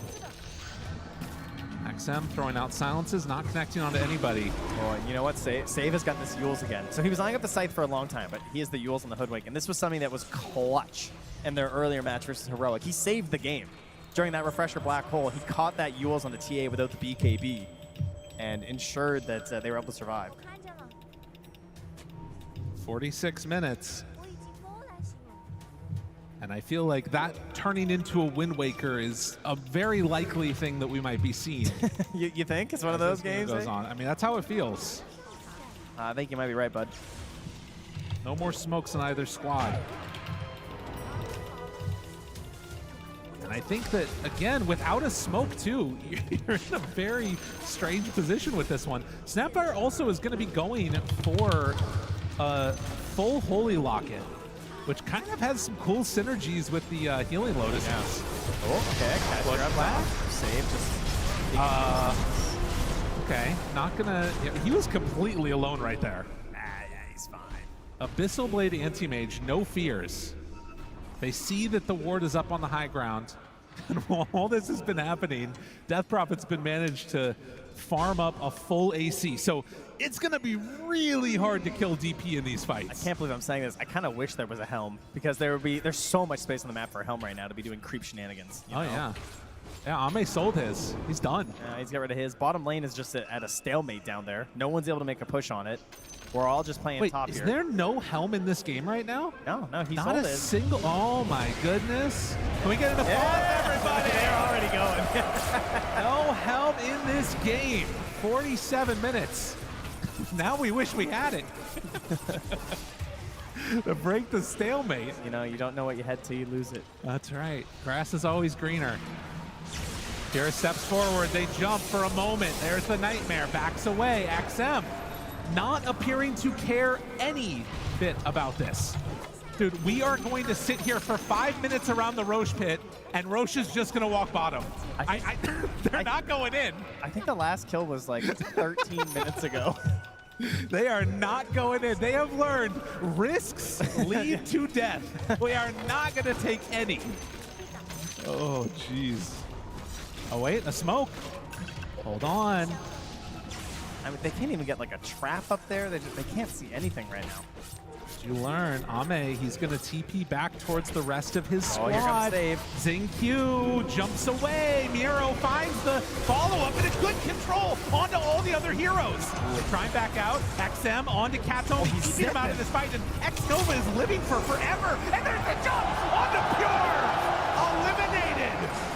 What? Oh, no. Oh, no. Not like that, Miro. As the Sand King gets brought down, GPK low on mana, hoping to escape from here. But they're going to take what they came for. XG onto the Roche. You know, these teams, they're hydrophobic. Don't cross the river. It goes very poorly for you, it turns out. And the way that started, to right save, he gets aggressive and he plants off sentry on the high ground. That's what gives him this kill right on the Xingqiu, and you're like, okay, looking good. Gets annihilated. Double grab in the back by GPK. But look, where is it? Wait, where's my TA? Where's my Oracle? There's Cat Omi. Just being walked down by XM. He can't get back in. He can't use False Promise. TA needs you. She's counting on you. Oh, and Miro just burrow strikes. Okay, it's better than it looked, but it looked really bad. I will say he burrow strike to the low ground, but he didn't get halfway across that little valley there and just ended up getting pushed back in. And you can see Pure right now just looking. Hand in his face, trying to figure out what do we do now. 30 seconds without this TA, and buildings starting to fall. XG, they were patient. They waited. They stood on their side of the river. Yeah, there is a tier 2 bottom. They knew. Save has pushed this out. They're not going to give up quite yet. You know, I don't think XG can get a dominant finish here yet. Oh, no. No, it's still not an easy go with TA respawning, but a lane of racks in the mid, I mean, it causes some issues. Oh, it certainly does. Total Plus still doesn't believe. 50-50. I don't know, guys. I can't figure this one out. All right, never initiate. Never. They thought they'd learned it. They forgot, and then that's what happened. Little jump there. Quite the swing. My goodness. Well, 9K gold lead. Oracle realizes there are heroes there. That is a infused Aghanims coming out here now for Ame as well. Oh, nice. Grows stronger. So we're blinking all over the place now. Decides not to go right into the MKB either. Feeling like he can do it with just whatever chances he has to hit. I mean, he definitely has some slot issues, you know? Yeah. Infused feels a little nicer. And Pure, understanding the job, has queued up a rapier. Yep. Yeah, you're definitely at that point. You were just trying to, again, you got to count on Kataomi. Sure, he got caught last time, but what's the chances he gets pushed and zoned out in 2 fights in a row, you know? True enough. Pure, the question is, I mean, if you're thinking about buying a rapier, you're probably not worth saving for buyback anyways. But it's a question of, does he actually need to do that? He's just flirting with the idea of it right now. 52 minutes in, and still very much comfortable on XG. Sitting back. They have 2 minutes left on Sage's Pure. They see him there. He jumps in. Echo Slam, refresher, combo. Ame's coming. Ame's coming. You're in trouble, Pure. That was 6 seconds of control. No chance to play the game. There is a reason that every year Earthshaker comes back when it's TI time. The crowd believing in what's going on right now as they are trying to will their team into a top 3 finish at the very least. All right, now Lyrical, do they go? Is it time? Are we gonna send him in? Ame thinks so. They're thinking about it. The Bushwhack connects. There's the control. Miro out, trying to bring him down low dead. Okay, that's a good Can start. you do it again? Ame, not dissuaded, steps forward, takes the buildings. Even popping that Manta. He has his BKB if he needs it. Steps away, creeps, moving into the mid lane. They have another lane of racks. And BB team saying, we don't want to buy back on the TA. No. They don't feel like they can take into that fight, even though there's no Echo Slam. So, you know, that could be one factor, but it's just the idea of, hey, we still have the tier 2. Let's play for that. We'll wait for the respawn of TA. I'd rather have a Rapier TA than a buying back TA right now. Yeah. Can she get it in time, though? And does Pure want to fully commit for it? That's the other question. I mean, you think about what just happened right there. You're just passing over the Rapier at that point.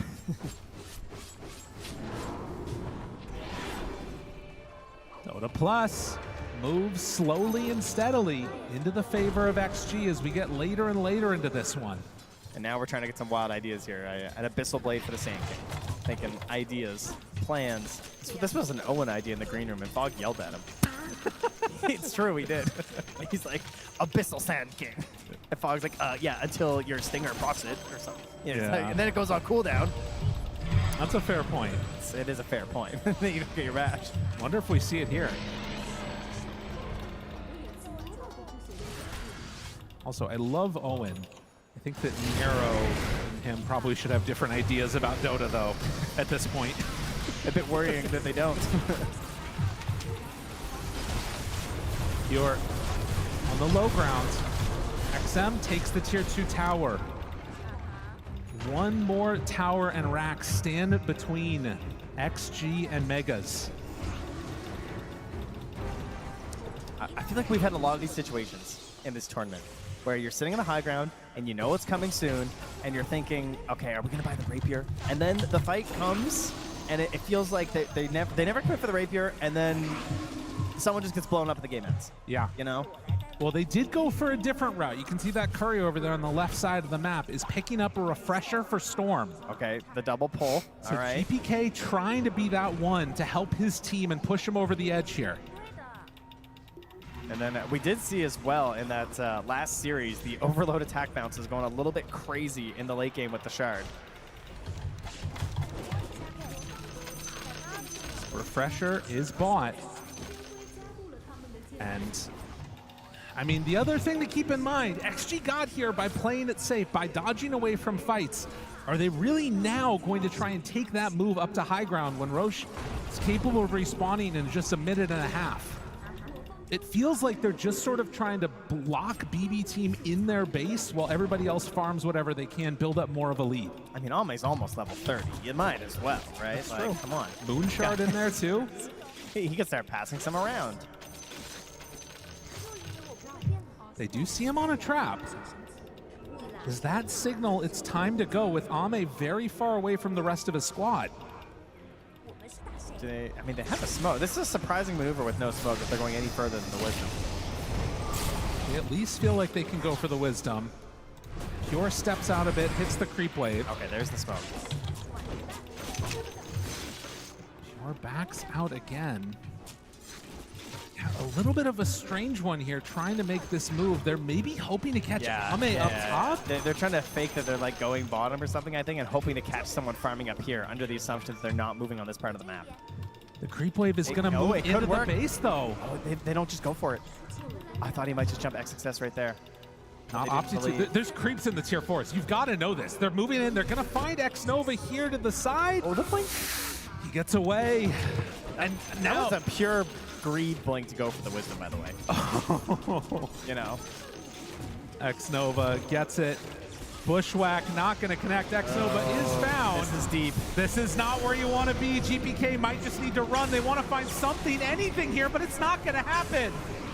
And so BB have to back away. They will lose save. Abort, abort. And XG find themselves another pickoff. Yeah, GPK actually has no TP right now. He's grabbing these Lotuses, chomping them down. Got to get back home somehow. And in the meantime, a Roche, a quick spawn. It goes into their favor. Maxed out anti-mage now. Fully 6-slotted. Okay, so we already have a shard on the DP. I mean, we already have refresher orbs in queue. Just thank you. I get to get myself a refresher shard. That's great. Dude, Pure, you got to buy it, man. I think it's time. He's got 10K gold. He's got 6K surplus. Like, damn it. Oh. It's so risky, though. You know that, like... Isn't it better to have loved and lost than to have never loved at all, Gabe? I don't know. I've never been at the TI before. It's a tough one. 16-11, and Pure not going to pull the trigger on it. I mean, to be fair, it's really hard to run into that area now. You can't do it. No, it's true. And is going to be sending the Oracle Courier up along the north side of the map. I mean, all my reasoning is purely selfish. Oh, yeah. I will admit, I just want to see him buy one. I don't even know if it's good. Ame hitting the tier 3. They force out the glyph. The banner is down. I mean, the damage is just not quite there. Pure showing for a second. Starts to hit away. The jump in. The Abyssal is there. But the Yules save. Nicely done with that Wind Waker. Pure completely out of mana. Save, but can he really do the damage that's needed? The Mana Void is out. The Grip is still there. Pure, he's going down. He doesn't stand a chance. Tries to blink out and get back to the well. Will he survive? Yes. Maybe a chance here for a turnaround. GPK making big moves for his team. Do they have enough to kill Ame? No! Ame, he stays alive. Where's Pure? XM jumps in. Pure is back. Trying to hit on the XM there, but it's not enough damage.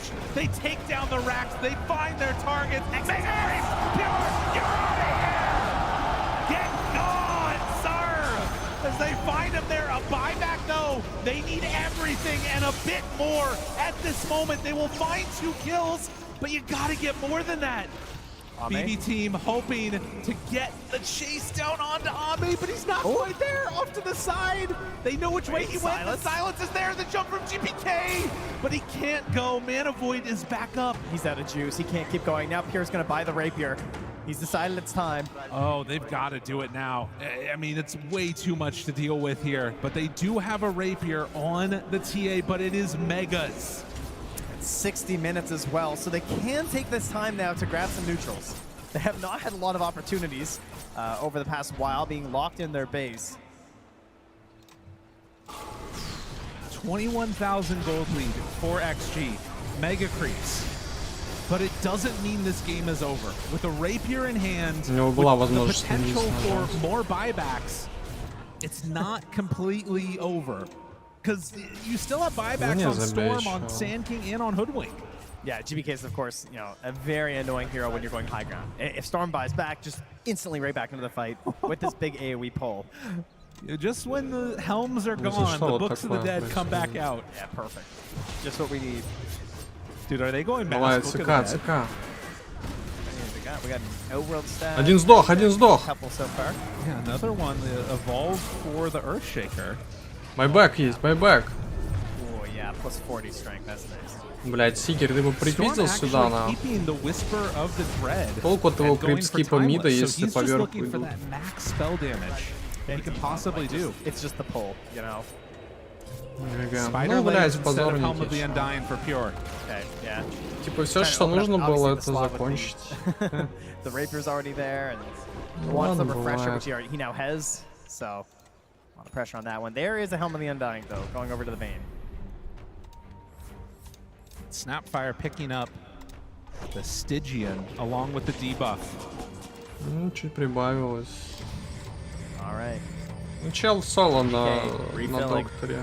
the side of XG, moving up the mid lane behind some mega creeps. XXS, he's lurking, baby. They've got all of theirs right now on XG. Still only 2 on the Dire. And a refresher picked up now for Pure on top of everything else. Control onto GPK. GPK in trouble, save. Now the pullback. There's the Burrow Strike. How much do they have in the tank? He's gone. Ame, 1 life. GPK gonna go back to Fountain. That was a very good hold. XXS is waiting though. If they try again, the Shaker lurks. Save, picking up a Divine Regalia, so he's actually going to have some damage now, potentially. Ну да, надо было на саппорта мне Extreme Gaming ставить. Is it enough to save their towers though? They're going down quick. Yeah, they need to come back in. The Book's the dead. Miero very, very low as he killed off those creeps. They find him now on a Zinc but there's the jump. GPK able to back away. Roach low, but Pure. Oh, XXS! He did it to him! GG is called. They have had enough. XG. Come in, wait for their timing. Did they ever wait? And end that game. They waited, and they waited, and they waited some more. And BB team, well, they were happy to oblige. You know, we had this giant stalemate around the Roche. BB team decided it was time to go, and unfortunately, it did not work out well for them. That one is one of those games that for BB, да, если бы я их снова поставил. It was like they got most of what they wanted. I do think that first Roche, that was a tough one. Miero had a rough game on Sand King, and that one death that he had when they were moving in towards that mid lane, it felt like that threw off so much of the tempo that was coming in. But the crowd appreciated what they said. Zinco tried to go out the wrong way. That's the problem with glass doors, you know? It can be very confusing. It's like a bird over there trying to come on through a window, but Zinco able to get out. That was one of those matches where it felt so many times like they just could maybe pull it away, but that Aegis fight, oh man. Things broke down because we have 2 lineups that very clearly tell you what they want to do, right? Like we have these exorcisms, they're just rolling from tower to objective to tower and going through, and you have a TA that's trying to go for this Tormentor into Roche, and when both teams know what they're doing, and we just stand around for a while, and both get solved, it's just like, what are we gonna do? What are we gonna do? We'll have to find out in game 2 before that. Если у меня в фэнтези стоял вот чел из Икснова, я бы тут чел больше набрал.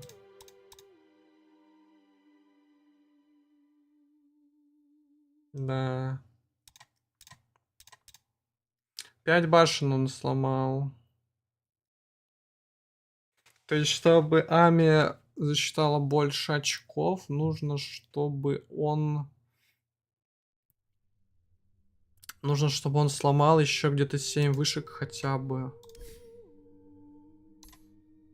Терзателей сколько раз? 2 терзателя, да, забрали.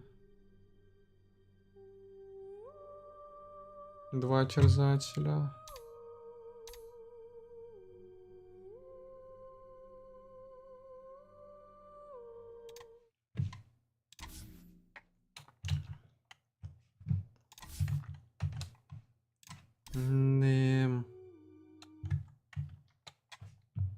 Were to be aggressive on the map, concede some additional space, then BB would just flood the game and just take over absolutely everything. So I think that's why they slowed it down. This was the 3rd worst game in regards to kills per minute, by the way. Like, this was like one of the slowest games that we've seen so far at this international.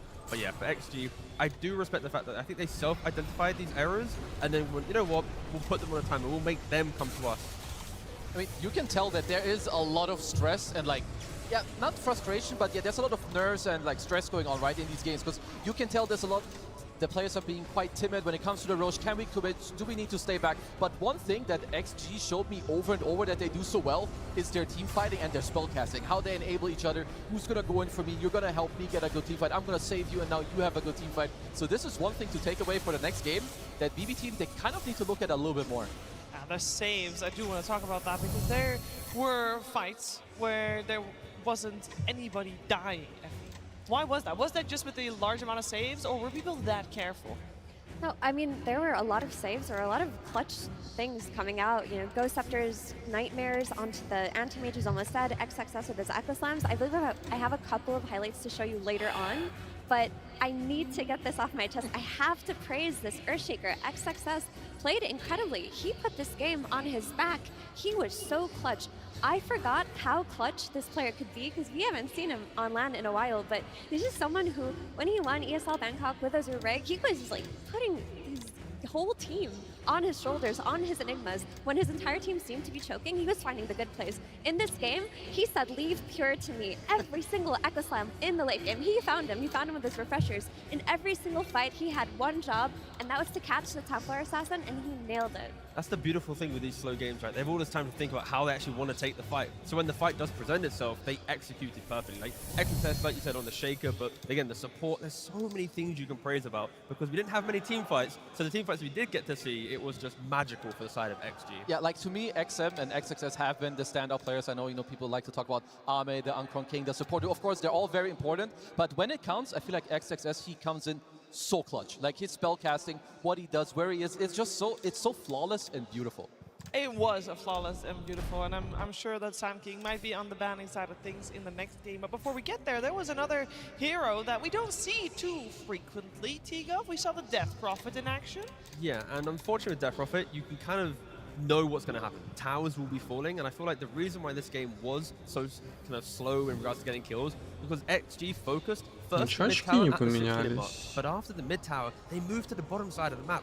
I was expecting them in the draft to move to the top tower, pressure Pure, make him overlap his farm with the Storm Spirit, but they wait for the third Exo to go to top, and when they do move to top, they jump Pure, Katomi's in a beautiful position, they keep him alive, they kind of keep this tower, and then when you fast forward throughout the game, this tier 1 tower survives for so long. It's why Pure was able to have such an exceptional game with his farm, with his economy. If that Exorcism, that second Exo was top, this game could be very different. They could have snowballed the game, they could have built up this lead. So I think a couple Exos not used correctly does make the game difficult, but still, props to XG, identifying the mistakes that they made and scaling into the better team fight. It's also kind of crazy that, so they do go there, and I agree too that they could have gone there earlier to like kind of secure it, but they go there with the Exo, with the Snapfire ult is like running down, and just a TA with Refraction, but Katomi being there, with the Oracle, which seems to be gaining a little bit of pace from the last тут вообще вон есть два прогноза allow Pure to be there and have a good game, потенциально здесь he did have a good game for, what, 60 minutes? Yeah, Ну, he мало had верится, a good game. конечно. Anti-Mage maybe had a little bit of a better game though, Effie. Yeah, we need to check out these highlights because I call them saving Private Ame, because if BV Team had had these fights go their way, we would have been looking at a different game. But here there's like a really big team fight building up. You see Pure just going on XM here. He's eventually going to get ulted by the Oracle, but this is dangerous. This is when Anti-Mage joins the fights, and it looks like it could be good, but Miro comes with the double stun. But here he is, XXS with the Echo Slam to save him. And sure, it doesn't turn into any big kills, but making sure that your Anti-Mage doesn't die there is so clutch. Of course, he gets cookied away here. A lot of tools in the arsenal of XG to relocate the fights, and in the next highlight, we're going to see the same thing. Pure pushing a tower. Ame goes then, what? Bushwhack? Oops, he's broken. Oh no, Storm is going to jump in. He's almost dead. Here comes the X-Nova with the clutch Nightmare into the Glimmer, and yes, another beautiful Echo Slam by XXS. And sure, this turns into like 1 kill, 2 kills. Not a game-winning team fight in the sense that you wipe them, but if the Anti-Mage had died there, this game very well may have been over. Yeah. And also like top-level Dota, sort of, you're one-upping each other. You're like, okay, I'm going to go here and bait because I know I will live with 10% HP, but maybe the enemy does like the one step better. Suddenly they have like a new item you don't expect, or one guy clutches out a spell, and suddenly you're like, oh, I thought I could bait, but I couldn't. And it's like all these things that like layer on top of each other where a small mistake here could change the entire game. Yeah, the same thing can be said for other ways of saving, maybe with the Lotus? I think so. I'm a big Lotus enjoyer, as people who have been listening should know by now. But these items are very important, especially in kind of a snoozer game like this, where you can go to the side lane, you pick up some Lotuses, because not only the Lotuses, but also look at their neutral items. All they want is cast range. X-Nova, he has 3 different slots of healing Lotuses. Same with Jinkyu. You have the Monocle, they also took the enchantment with even more cast range, because all they need, they're not going to get gone on first. They're going to save each other, or even when they did get gone on for the one time, there's Greaves, there's Lotuses to each other, and suddenly you bait in your team further. We saw it in the triangle fight. Now they get to turn the fight around because suddenly BBT they get dragged in. And yeah, it's all from small things leading up to this. That's why their cores play with so much confidence. Yep. Like, the amount of times we saw X7 Death Prophet walk up into a high ground, it's like, what are you doing? And then suddenly out of nowhere, it's like, eat the loaders and go! And then they're crushing the fights. It's just, I love watching that game. I feel like that was a great animation. Like, eat this now. Yeah, exactly. Oh, man, just like, God, I'm sorry. It was full faith the whole time. Yep. And again, XXS on that Earthshaker, like we forget how good he was when he won that ESL Malaysia with Azure, but he was just clutching it the entire time. I mean, this Shaker, it's got to go up in priority for heroes that you look at when you're drafting against XG now. It's a hero that could go mid, but you could also just give it to XG's offlaner and he could win the game. Yeah, we're going to see what's going to happen in that second game of the series. But before we do so, we are going to hear from Purge because he checked out the other team fights. That's right. There were so many good fights that I just had to look at more of them. Here's the Tormentor fight at the 20-minute mark. Part of the reason this game was so close is because both teams did such a good job avoiding deaths. And as a result, there wasn't that much of a gold advantage that was able to be attained from these fights, and it just kept the game close and close and close. So fun to watch. The Oracle does die at the start of this fight, though. He's going to buy back immediately and jump into this fight. Miro is going to get shredded. XXS almost survives, and watch this follow-up here, because Pure's kind of sensing blood. He really wants to get this kill, and he's frankly got the damage.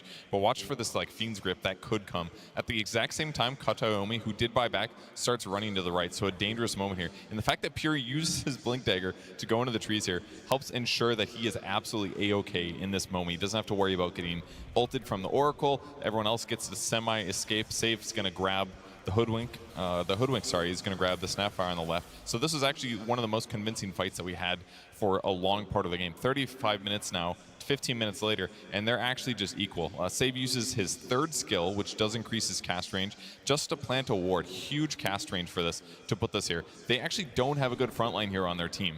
They're basically all squishy heroes. Makes their lineup very difficult to play, but they do have the Oracle to defend at least. But when they do get a good catch like this, they can kill the supports quite easily, but then they're going to resume kind of playing in a kite way, because they can't really find the good goes until they can clean up all of the backline.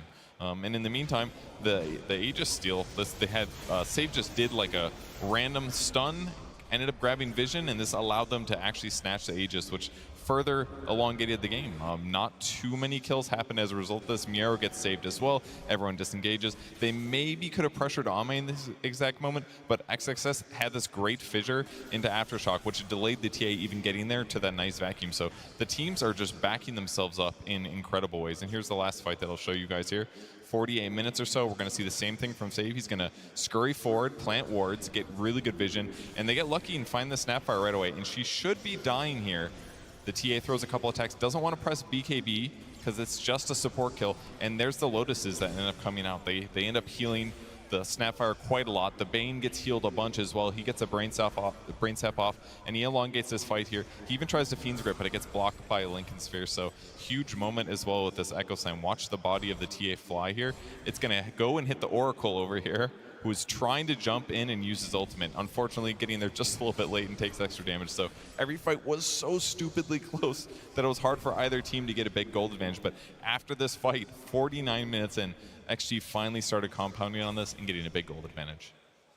And with that gold advantage, they took the game eventually. BB Team definitely made a strong stand still from their base. Some might even say it was their last stand, which leads us to our final submission for the short film contest, aptly named Last Stand.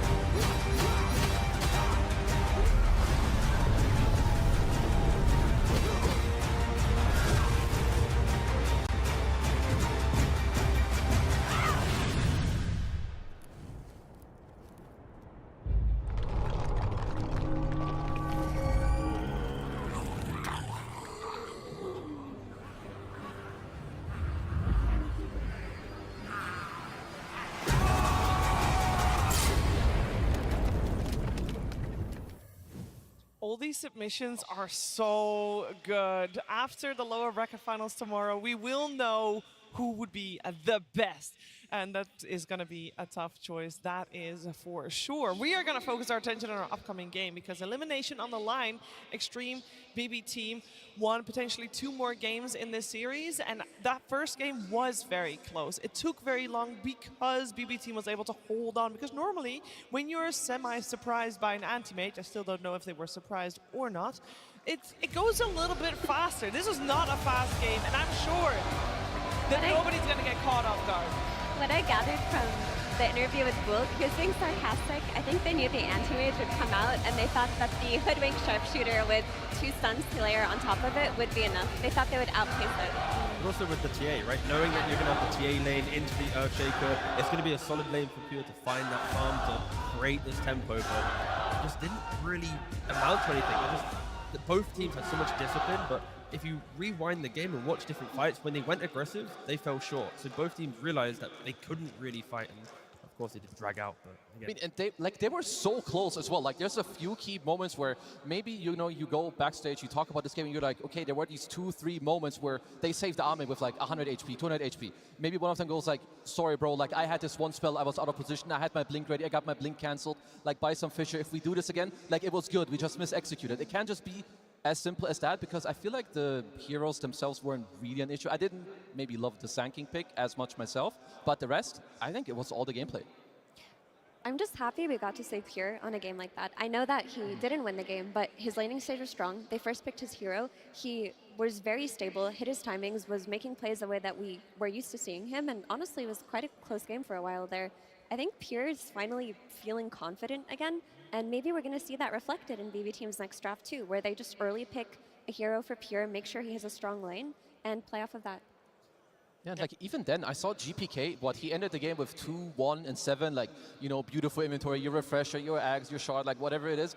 They know that they can still all count on each other. Sure, maybe a slight off game on Mira. I don't think he was really set up for success, but this also gives you confidence, you know, for the next game. Everyone, you had the strategy you want, you overall played well, some small mistakes here or there, and that's about it. So go into the next game, be confident, trust in each other, and just let it happen. Yeah, and for everyone that would think that maybe BB Team doesn't have the momentum behind them, obviously they lost game 1. They have done this before, losing that first game and then coming back in both of the games afterwards.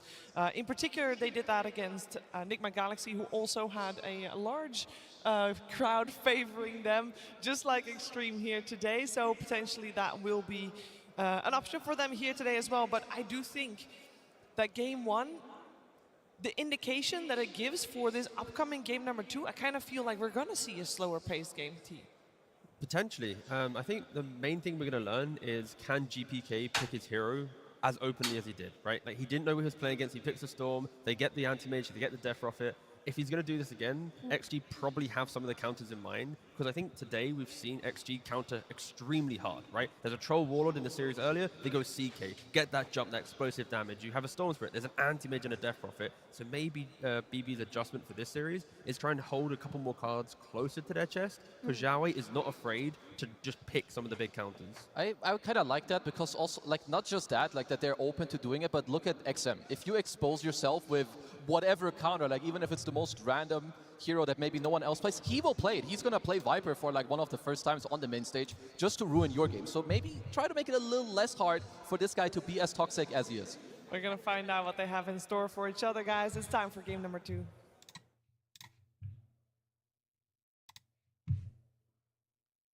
BB Team versus Extreme Gaming. Game 2.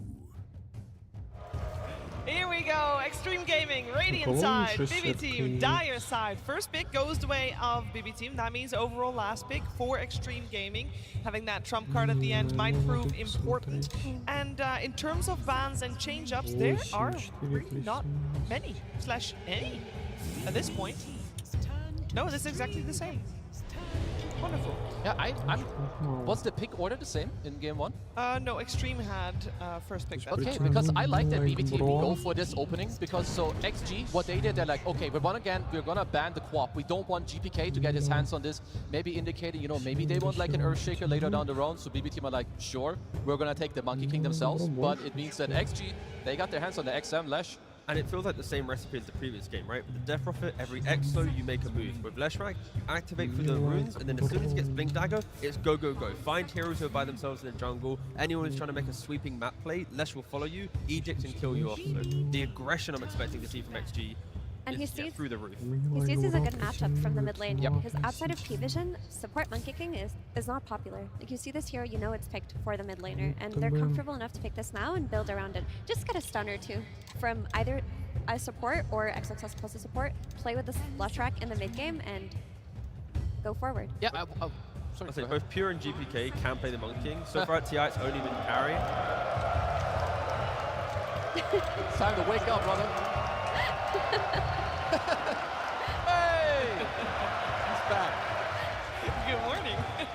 Yeah, I do wonder if Extreme Gaming want to try to corner BB team here with this Monkey King, because you are first pick. It is not that easy for you to flex this hero around and like try to hide where it goes. Lesh against Monkey is already Leshrac favored. Now, if you're gonna play it carry, there are a lot of options that you can put in the offlane that don't make it that nice for you either. And you've got Zhao 8. This guy knows what heroes want, what heroes don't want to see, and he's gonna make it happen. Coming out of the phase, I'd really hope they go back for the Elder Titan, like more buff up supports to throw into the mix. If you have ET spirits going around the fights, Leshrac as well, like all this damage is so hard to deal with.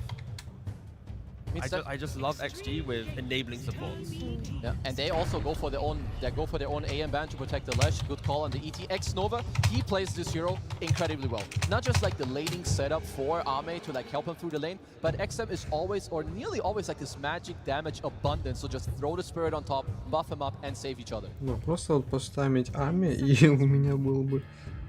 I do feel like with the opening, even though we only see 3 picks, it does feel like both teams are doing something completely different. So in terms of expecting a similar game to game number 1 is no longer the case.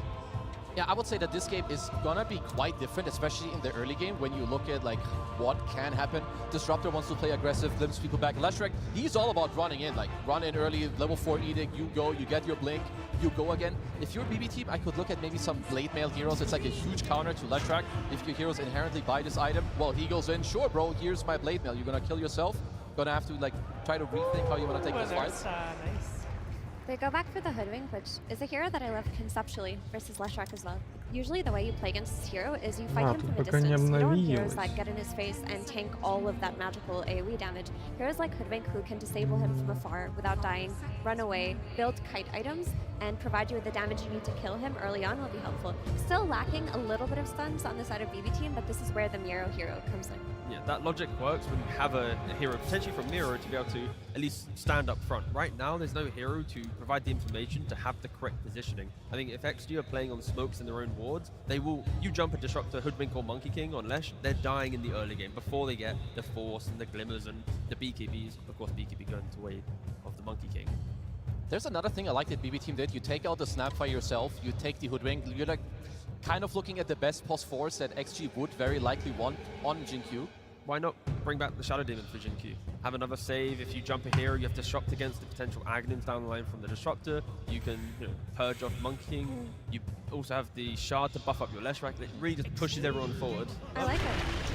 It's, ooh, okay, tying Batrider. I like this a lot. We went from like the 3rd least amount of kills per minute in a Dota game to now just a full-on bloodbath. This is super, bro. And if you're a BB team, I am afraid for this Monkey King, like maybe try to put it off lane. You're going mid against the Lesh, and like other heroes are just some random avalanche, you get stomped here. If you lane against Batrider, good luck to you, my brother. This is like top 3 worst matchups that you can run into. But it's a really fun way to draft against.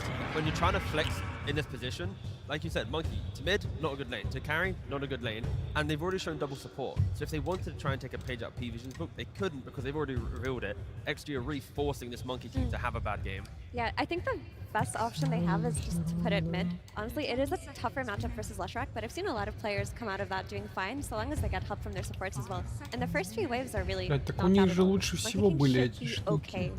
You can also buy Mage Slayer to weather the storm a bit, at least have some type of front line for your team, but yeah, still. Monkey King playing from the back foot. Давайте, ребятки, ломаем BB team, they have to вышки. pick out of phase, so you need Purest Hero, which is 99% sure. If they do want to pick a new carry, you're going up against Tiny Bat. So Batrider is kind of in the, case where you don't want to pick too many types of carries against it. Ooh, so they're banning mid still because they don't think it. Covering their You base. know, cover, I was saying they're gonna go. I was thinking Lifestealer, but they ban it out. So I think Abaddon's too slow. We're like laying against Batrider, sure it's okay, but I think the pacing of the game might hurt the Abaddon immensely. I would like maybe like a secondary or a semi-carry. I don't know if it's too much in like the house of what Pure wants to play, but I can see a hero like Weaver, just because he does well against bad. I think you have an okay lane Disruptor, you can buy Lincolns. I don't know if you guys see anything that he would like. Keep it more generic and go Gyrocopter, shove the wave, just play for the fact that your team will have a cohesive lineup. Yeah, I was thinking of the Gyrocopter as well, because the issue is you're also playing against Slushrack. Your Centaur is going to be in the middle of the Slushrack, and so will your Monkey King. And you don't want your carry to be a hero like Faceless Void, who would be good on lane because he has a way to disengage from the top если я поставил spot, туда but then he would suffer Фалькона, versus Slushrack.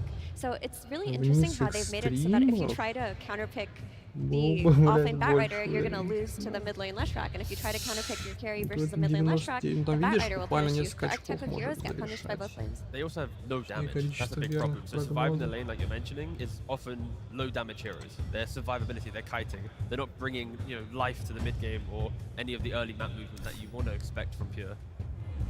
I mean, I wonder if there's anything else, like, because I think at the end of the day, you have to accept that Monkey King won't have a good lane in one of the two lanes. So where do you feel like you can get the more valuable pick out of it? Is there, I don't know if there is a GPK pick on mid where you feel like, yeah, I'm going to take over the game, you just take the L in the same lane with the Monkey King? Because I personally would also prefer if it's just the mid Monkey King itself. They went for the Faceless Void anyway. The issue with this Void is it's really good against this fat, tiny offlane because once he gets tossed back, he can gap close. He can get away from that. He just blinks away. But if this Lushrack is having a good game, and he's getting on top of this Void, that's not pretty. That isn't fun for him at all. That's a Sven. You have a lot of go-in potential on XG. If Faceless Void, yeah, if you get there, we've seen it many times before. Void does very well with a couple of slots, but the first 4 picks of XG alone, it gets me pumped. It gets me excited for the game, for what they can do. Now you have a Sven, high damage, you can jump in. And BB have done an incredible job at finding comebacks in games, and this is the type of game for it. How can GPK enter from all the aggression we expect to see from the first 4 heroes, activating Arme's farm? GPK needs to itemize to play for the fight. If he doesn't, Void will farm, Center will farm, Disruptor, Hoodwink, they need heroes to play into the game. So my eyes are on GPK bringing any life for this game for BB. Yeah, the thing is, Pure on his Faceless Void, if it gets to the ultra late game and he has his BKB and his items, he will carry this game. The issue is, of course, XM on the Slushrack can do a lot of damage. He can really hurt this map. So if they can slow down the Slushrack a little bit, and if they can get Pure to that point of the game where he's strong enough, they've definitely got a shot. Yeah, I need BB team to do some miraculous things in this early game. I don't think it's an easy task, but they can do it. For me, XM Lushrack, I think he might go crazy this game. We do know that BB team has had a little bit of a track record for not being too strong in the old laning stage, but it hasn't really slowed them down because they still got to this point to begin with. Yeah, and that aside, it's been a tough kind of tournament for Pure, and I feel like if they are to get to game 3, it is because of Pure stepping up and finding his rhythm in the game and becoming the true carry. So a lot of pressure on Pure, but if there's ever a time for him to step up, it has to be in this game. How long does a Faceless Void normally need? Too long. Oh. He needs, I would say before 25 minutes, he doesn't want to do too much. You join with some Chronosphere, but if they can weather through 25, 30 minutes with an okay net worth, they're going to be okay. I'm just afraid that early on, they're going to lose some map and it could get hard. Okay, it looks like Extreme Gaming has got a pretty good draft on their hands here. And I'm sure that Zawade does agree, and he's on stage right now with Tsunami. Thank you very much. Yes, I am joined by Zawade of Extreme as we prepare for the final game of the night. Now, I know BB Team have been your rivals all season long, but last month you finally beat them at Snow Rui. I have to know, what have you learned about them that you finally have the upper hand? 就我们也一直知道 BB 战队是超级战队的宿敌，然后呢，但是你们在上个月雪瑞的比赛当中呢，已经成功的战胜他们一次了。那想问你们是学到了什么，来让你们现在能取胜了呢？BB 战队特别厉害，然后我们上一次是侥幸战胜他们，最近训练打他们从来没赢过，所以这是一场很艰难的比赛。Well, BB team is a really strong team, and honestly, in all our scrims, we have never beaten them. So it is pure luck that's going on right now. And I mean, this is going to be a very fierce match as well. And we are going to have to give it all we got. Some say luck, some say skill. How about in the mid lane matchup? I know XM has had trouble with GPK in the past. Last game, you gave him last pick Death Prophet. This game, you gave him first pick Leshrek. Are you prioritizing him or letting XM figure it out himself? 那我们也知道 GPK 一直以来是毛哥的一个比较棘手的一个对手，然后呢，就看到你们上一把你们是最后一手才选了一个中单英雄给毛哥，然后这把呢，你们却是一手就选了这个拉希克给毛哥。那我想问你，现在就是这个中单的这个优先度是多少呢？你们是否会更加考虑这个毛哥的这个属性这个兑现呢？其实这2把。毛哥应该是把 GPK 拿捏了，2把英雄都是被我们读到了，而且是都被我们选到我们最想要的英雄。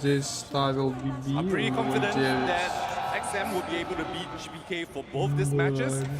Like last game, we predicted what they're going to pick for mid, and I think that our final pick countered them pretty well. And the same here as well. I think our Leshrek will do fairly well against the Monkey King. So I'm pretty confident that XM is going to shine in both games. Makes sense to me. And now, real quick, I can hear the crowds are awake over here, but it's 5 a.m. in China. You got anything you'd like to say to all the Chinese fans who may have fallen asleep after last game to wake them up? 现场观众呢，我们都能听到他们都醒了都在为你们欢呼。但是国内的观众呢，因为那边已经是凌晨5点钟了，可能有一些看你们前面一场太憋了，都已经睡着了。那有什么话来唤醒他们，来给你们来继续支持你们呢？我们会尽力冲上去的。We will continue winning and going further. Let's see it happen in the game then, as we get into game number 2. Thank you so much, Neil Xiaowei. It's wonderful to hear that there is still a lot of life left in this arena. And I do have to mention as well, if you were looking there on the camera shots of the crowd, that entire section of Chinese fans are right behind the BB team play area. So a little bit of intimidation sitting in there behind them. Indeed. And intimidation here again with the XM Leshrek. Yes, a very frightening hero coming out in this one. And I don't know, the answer is that I'm feeling kind of what the panel was putting down there. It's looking a little tough in the early game here for BB team. Well, luckily we don't have to worry about the early game because we're going to 60 minutes again, surely. Right, okay. Well, that would be good news, I would say, for BB team. I also do think that Ame on this Sven, it suits him really well with how the team has been playing, and he sort of has gone a little bit back and forth throughout this event in terms of being like full-on AFK, and then we had this morning when he played that Ursa game, and he rotated the mid when it was really good to try and go on Sumail, to try and shut down that Shadow Fiend. So I think Sven's an excellent hero because he's great at AFKing, but when you have those moments when it's time to join in, having that stun can make such a big difference for you. Well, and certainly can help out a lot in the laning stage too. Save, hitting on a nice bushwhack there to get some separation, but Miero is going to be probably offering some pretty nice saves as this game goes on later and later. We've seen that cart just make like all the difference in the world. You can get to a good timing on the Ags. Well, I mean, I'm sure we know what's coming up first though. Oh yeah. All right, we got to get a Helm of the Dominator here. All right, we need to have one. It is tradition, and you know it might not be the only one. Of course, Pure looking at one, and also XXS on the Batrider currently considering it as well. Yeah, I mean, I think that has continued to be just the thing that's going to keep coming up. Раз, два, три. I will say that when you've got a lot of potential here in this game for stacking, XG has a huge amount of potential to not just take their own stacks they build up, but also steal them if BB teams start to build a few. Between Sven, Lesh, Batrider, like it's all looking good. Yeah, I think they might want to take a page out of XG's book and not make too many stacks on BB team because they don't have the best heroes to farm them. No. Like, at all. So I would not be looking to make those because I think you're right. I think they would simply be vulnerable to any aggressive maneuvers by XG. And the panel as well bringing this up, right? The Space is Void, good in the lane, right? You can see it right there. He's able to time walk away. I mean, you're being pressured by this Batrider who doesn't even have Sticky at this point. It's just the idea that he could be stuck on top of you thinks this toss and avalanche. If you don't have that, you're going to have a terrible time in the lane. But that mid game, it can be so awkward initiating on a Leshrac sometimes. I mean, I have seen a Void jump in Chrono and simply die to a Chrono Lesh, right? Yeah, no, for sure. And particularly if you like get to the later stages and you get to the Nihilism, coming out with an Aghanim Scepter, you can maybe even save your own allies by turning them ethereal. There's a lot of potential ways that that could go. And Lesh, one of the heroes coming into this tournament that people were talking about as just one of the strongest heroes out of the mid lane. Ame, not easy to come on up and contest these last hits at the moment, but does have the help of Xnova on the ET, a hero that we haven't seen a ton, but does still provide some great like objective control, good laning stage. I think almost all of his games have been in the main event, at least for me. Like, I feel like we didn't get to cast much from during the Road to TI, but looking through a lot of these main event games, ET is starting to become more and more popular. And if the game goes anywhere like last game, he's a fantastic hero in stalemates, right? Scouting out situations, controlling objectives by just walking the spirit around and having the threat of the stomp the entire time. Really excels in that. Pure backs away as the damage starts to rack up a little bit onto him. There is going to come a moment where XingQ and XXS could just go for the all-in play onto one of these heroes. But another one of these games where we're at the 5-minute mark and no first blood. Will that change here? Pure decides to start hitting XingQ a few times. Katomi keeps the pressure on, but not really any more mana here. An Avalanche, a toss back, XXS onto Katomi, but is going to get pushed away. And again, all that little action for nothing. Yeah, nothing doing up here. Mid lane going quite well for GPK. Of course, this is what you expect out of him, doing very well in his laning stage, but no threats of rotations with how busy these side peaks are. XingQ glimpsed back in. Still standing fine. Throws out the Avalanche and the toss. Good damage, forcing out the time walk from Pure. Yeah, he'll do a little walk here, but it's at a good time. I mean, the wave's already dead. His is pushing into the tower, so there's plenty of time for him to run home right now. And XXS is actually still going to get the Lotus. XM. They are going to back out, and even dropping the Wukong's command, Xnova will retreat out of this. All that for a bottom rune as Save moves down to secure it now. Xnova not going to be able to make any serious play to stop this from happening. I guess you could go for a stomp here if you want, but no, the Katomi is just going to take the regen rune for himself. He needed a little bit more, you know, than GPK did. 32-31, very even, but with the deny advantage into the favor of the Monkey King. And Miro able to stop the Ame pull that was going in, takes away one of the range creeps. But 7 minutes and nothing doing. Yeah, but both teams just feeling the effects of last game, perhaps feeling the effects of the late night air here as we move past 11 o'clock, chilling their way through this game number 2. I will say, I don't think this game will be quite as chill. This looks a little bit more explosive in the mid game for me. I feel like there's better initiations. I don't think the counter initiation is quite as intense as the last game. I feel like there are some advantages to actually moving first this time because we don't have such powerful saves on either side. Right. Really, the best thing for disruption on the side of XG is probably the ET, and on the side of BB team, it's like what? Not too much, right? No. It's like an eventual cart, perhaps. Yeah, that's pretty much it. But if you jump a target on the side of XG, as long as there's not like some big chrono threat or something, you do have the opportunity to actually finish the play. Of course, for BB, going to be looking to see if GPK can make some solid moves around in this one and set himself up for success. I will say that for the Monkey King, this new facet, the changing of the guard, is super annoying to play against these melee cores. You think that you got the Monkey King caught, and suddenly he's just able to jump away. And you can see up here that it's XingQ on the lane. Well, that's because XXS was back using his helm. He clears out one of the camps and brings a Hellbear Smasher up here to help out. Save. Waiting for somebody to show up. The Lesh is there. This could be chance here. Has a Fairy Fire, a bottle, and spotting him out. They jump on in, able to do some good damage, but XM living for the moment. Then the Avalanche, the jump away. GPK down low, but manages to draw that first blood. Now XXS wants to hunt, gets him there with the lasso. Is going to get glimpsed out, and the heal, is it going to be enough? No. GPK goes down to the combo, and a 1-for-1 there. Yeah, slight edge to the BB team, but very important that you come back and at least get some sort of a punish there. But man, I don't know, XXS, he's looking pretty solid. Like, he's gonna really start accelerating right now. He's stacking up both of these camps. He's got his helm creep. He is in a position to get very large on this Bat Rider, and he's going for that aggressive build on the drums. Unfortunately, he doesn't get the ancient stack, but still has quite a bit to go back for.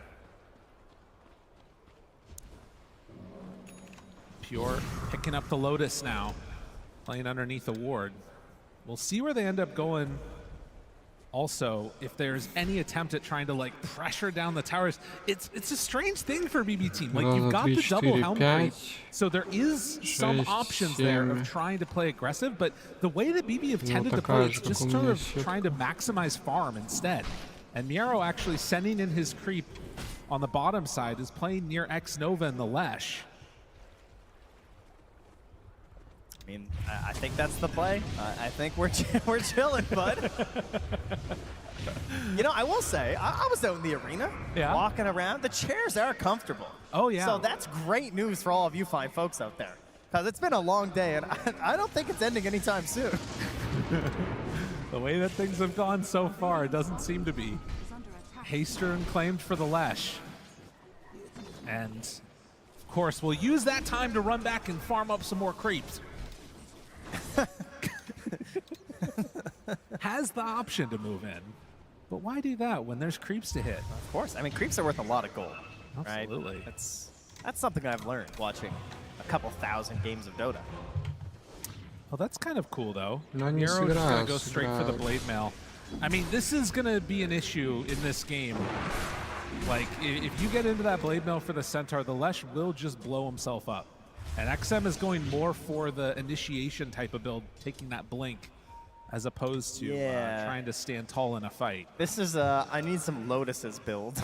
Yeah. I need a little bit of help. As God, I have to agree with Kezu. T-Gub's animation was fantastic. Oh, yeah. That's exactly what it looks like when you're shoving. Like, that's how I envision it when I'm just shoving the Lotus down my course throat. Like, live, damn it, live! You know? You can tell that T is... It really hurt him going on that big air grind, you know? You can tell there's some trauma there. There's always some left over. The core just won't do what you want them to do. Absolutely. Gotta do it yourself. Блять, вот какого хуя? Просто вот здесь Ами поставить. Do you think that's why the core players are building И so уже many здесь helms? было бы под 40, It's like a то есть support that just listens to 94. you. It's like you can actually just control your support and tell them, go stack this. Oh, hey, could you go catch that wave? And you get all the gold. Okay, Exactly. This all makes a lot of sense. Now I'm understanding the meta's true meaning. As soon as they saw that creep hero, they were like, okay, we got another hero. We're ready. Success taking full advantage. Lose a tower, don't care. E-farm Ancients. Yeah. Oh, yeah. Diffusal Blade done. XM might be in some trouble there. Drops the Chrono down. Pure kind of killing himself, but it's not going to be enough. Ame. Stun. The combo. The toss. Oh, he gets out just barely. Now Kanomi. Able to live. Ah! They take down Run, XM. Kanomi. X-Nova is way deep right now. Unfortunately for him, will not be able to take down Katomi. Dude, not dropping, they're trying to kill me right there is criminal. Come on, buddy. I know you got him. They're ready. Man, I feel like this is now also what we were kind of hoping to see. Helm creeps running down lanes. Okay, do not say that. Oh, that's what we were hoping to see. Helm creeps running down lanes. Well, that's what I was hoping at least. It was either that or them farming, one or the other. Yeah, you're right. I guess we don't really have a great option here, do we? Ame unbothered, getting towards that echo. And you can see that ping down lane. It does feel like GPK wants to head on in and start hunting. Okay. I mean, he's got his Diffusal Blade.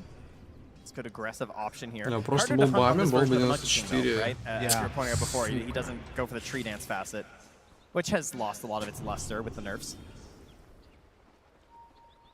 I guess with this combination and Static Storm up in a second, save Katomi could, combo together to take down Ame, maybe even themselves.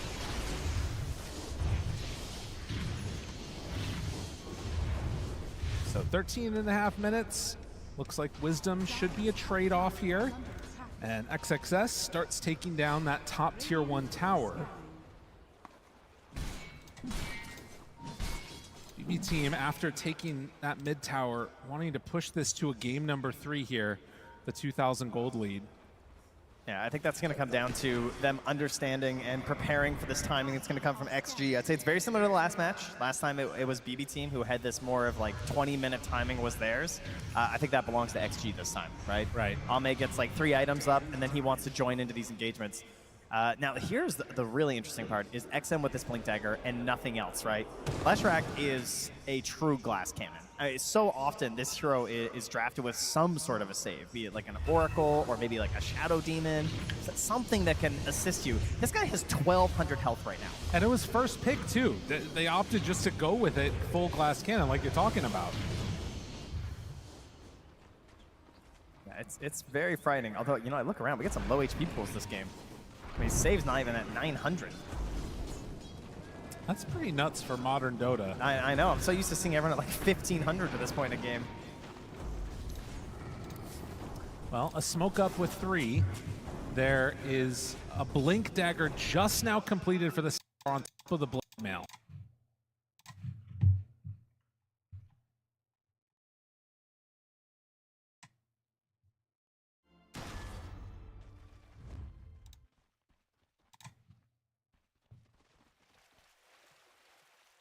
Now. And finding a kill on the XXS would be a really big boon for them there. I mean, they're looking for XM right now because Miro sees him here. Starting to look. But his smoke pops. Oh, Sing Q. Yeah. That is not the kill they wanted, but they will be happy getting something at the very least. And so. this is why he was standing here. Yeah. Right? He knew this was a possibility. A turnaround, Static Storm, XM onto Katomi.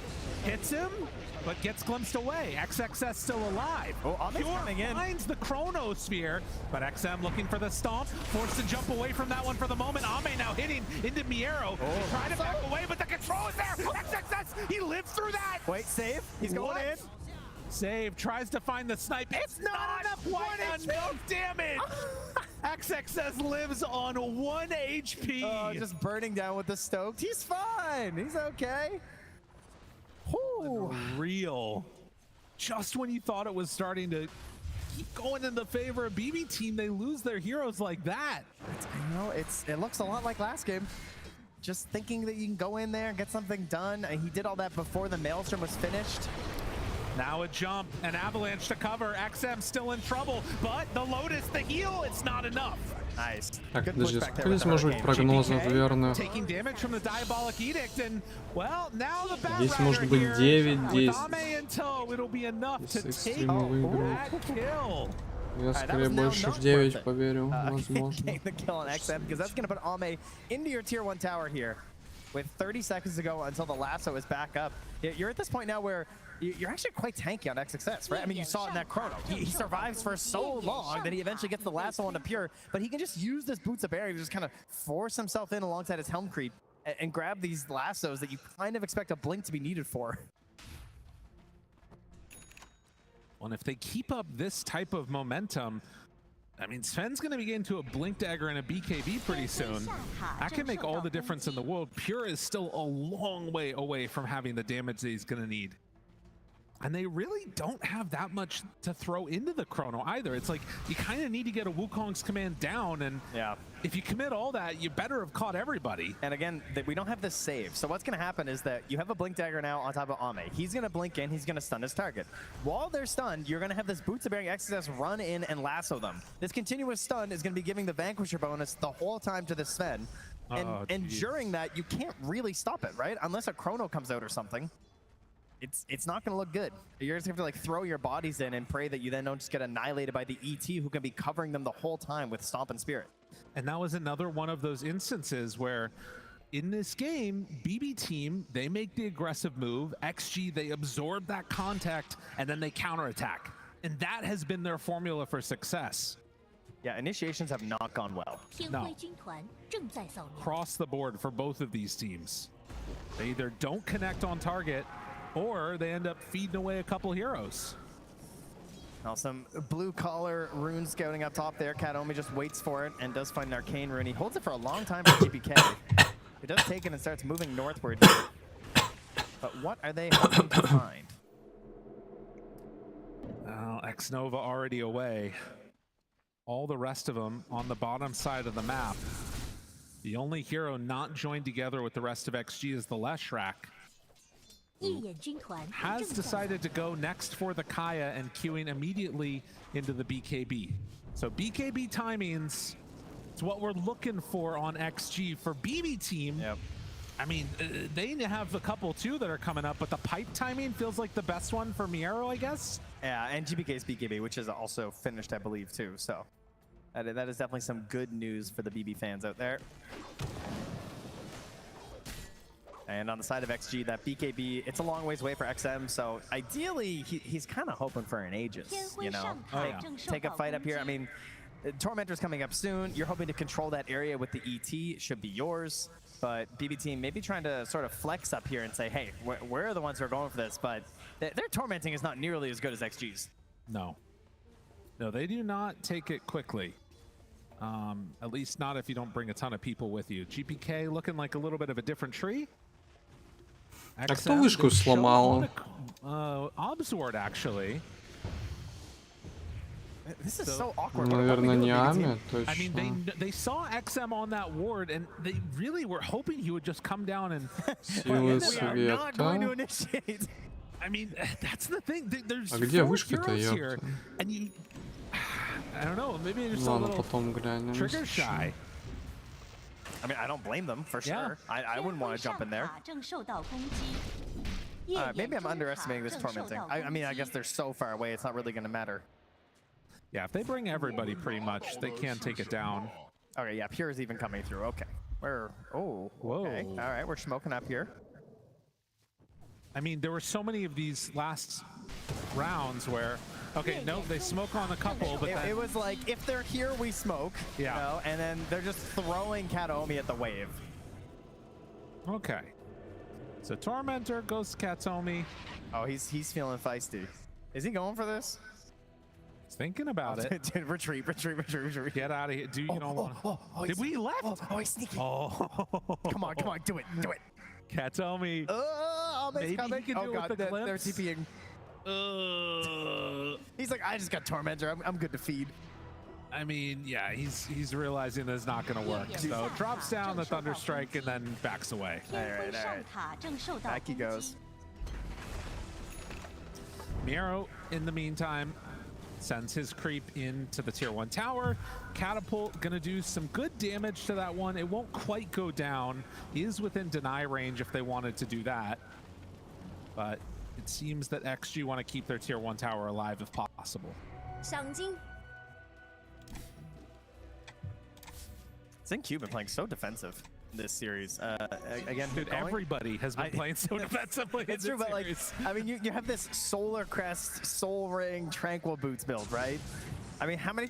Like, it's just so tempting to go Blink, but Blink really wouldn't help him that much in these situations. Yeah. It's going to be very valuable once the fights actually begin, but we're not there yet, and he recognizes that.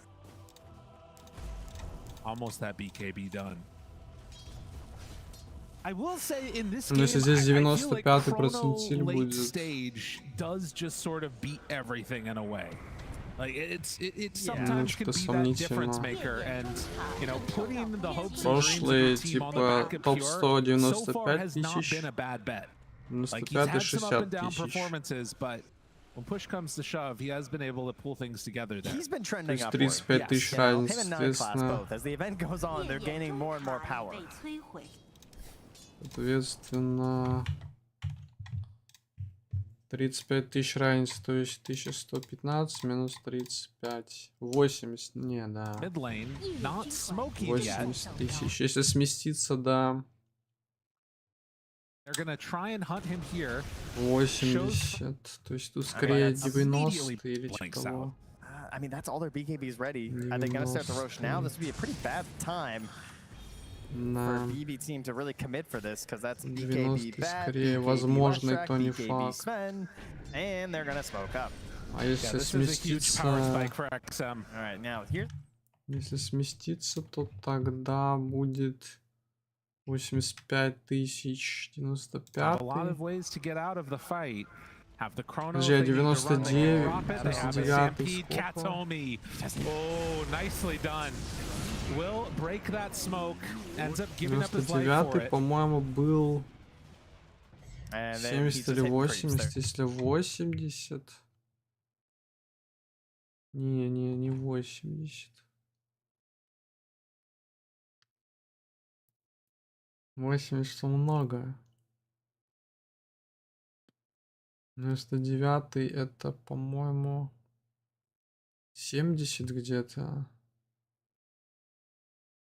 Давай типа 75.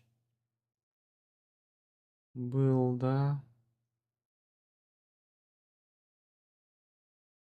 То есть 20 тысяч разницы. 115 минус 20, 95. So kind of hard to get this like super secure. 95 тысяч. Listen, crowd, I'm going to ask you to do one more thing. We don't have Lycan anymore, but can on 3, can I get an AU? 1, 2, 3. Wow. Oh, thank you. I did it to come back for just a moment. Yeah, that's good. That's all I needed. It kind of works, you know. Nighttime's coming in 30 seconds. That was the signal too for listen, whenever anything gets a little bit dull, we'll just howl and then things will start happening. They went into hit Roche. Ну, мне здесь надо, чтобы была типа долгая игра, при этом чтобы Амя поломал вышек побольше. XG. Oh, there's a good one though. The old basher on the monkey. Obviously not as broken as it once was, but still going to be a useful tool in this game. уже 300 крипов, кстати. Okay, and nighttime falls. They're smoking up. Dude, that spot right there that Katomi is by has had so many wards dewarded in this series. It's a graveyard of wards. Oh, Zinq, does he just go? He plants the jump. Avatar onto 3. Oh, but then the BKB reaction jumps away. Dude, this is all just for a tiny. They've used everything. Just so much. XSS pulls on Impure. The stun is there. He's gone. Oh, and XM is there with the follow-up. Now on to the Centaur. Tries to TP away. No.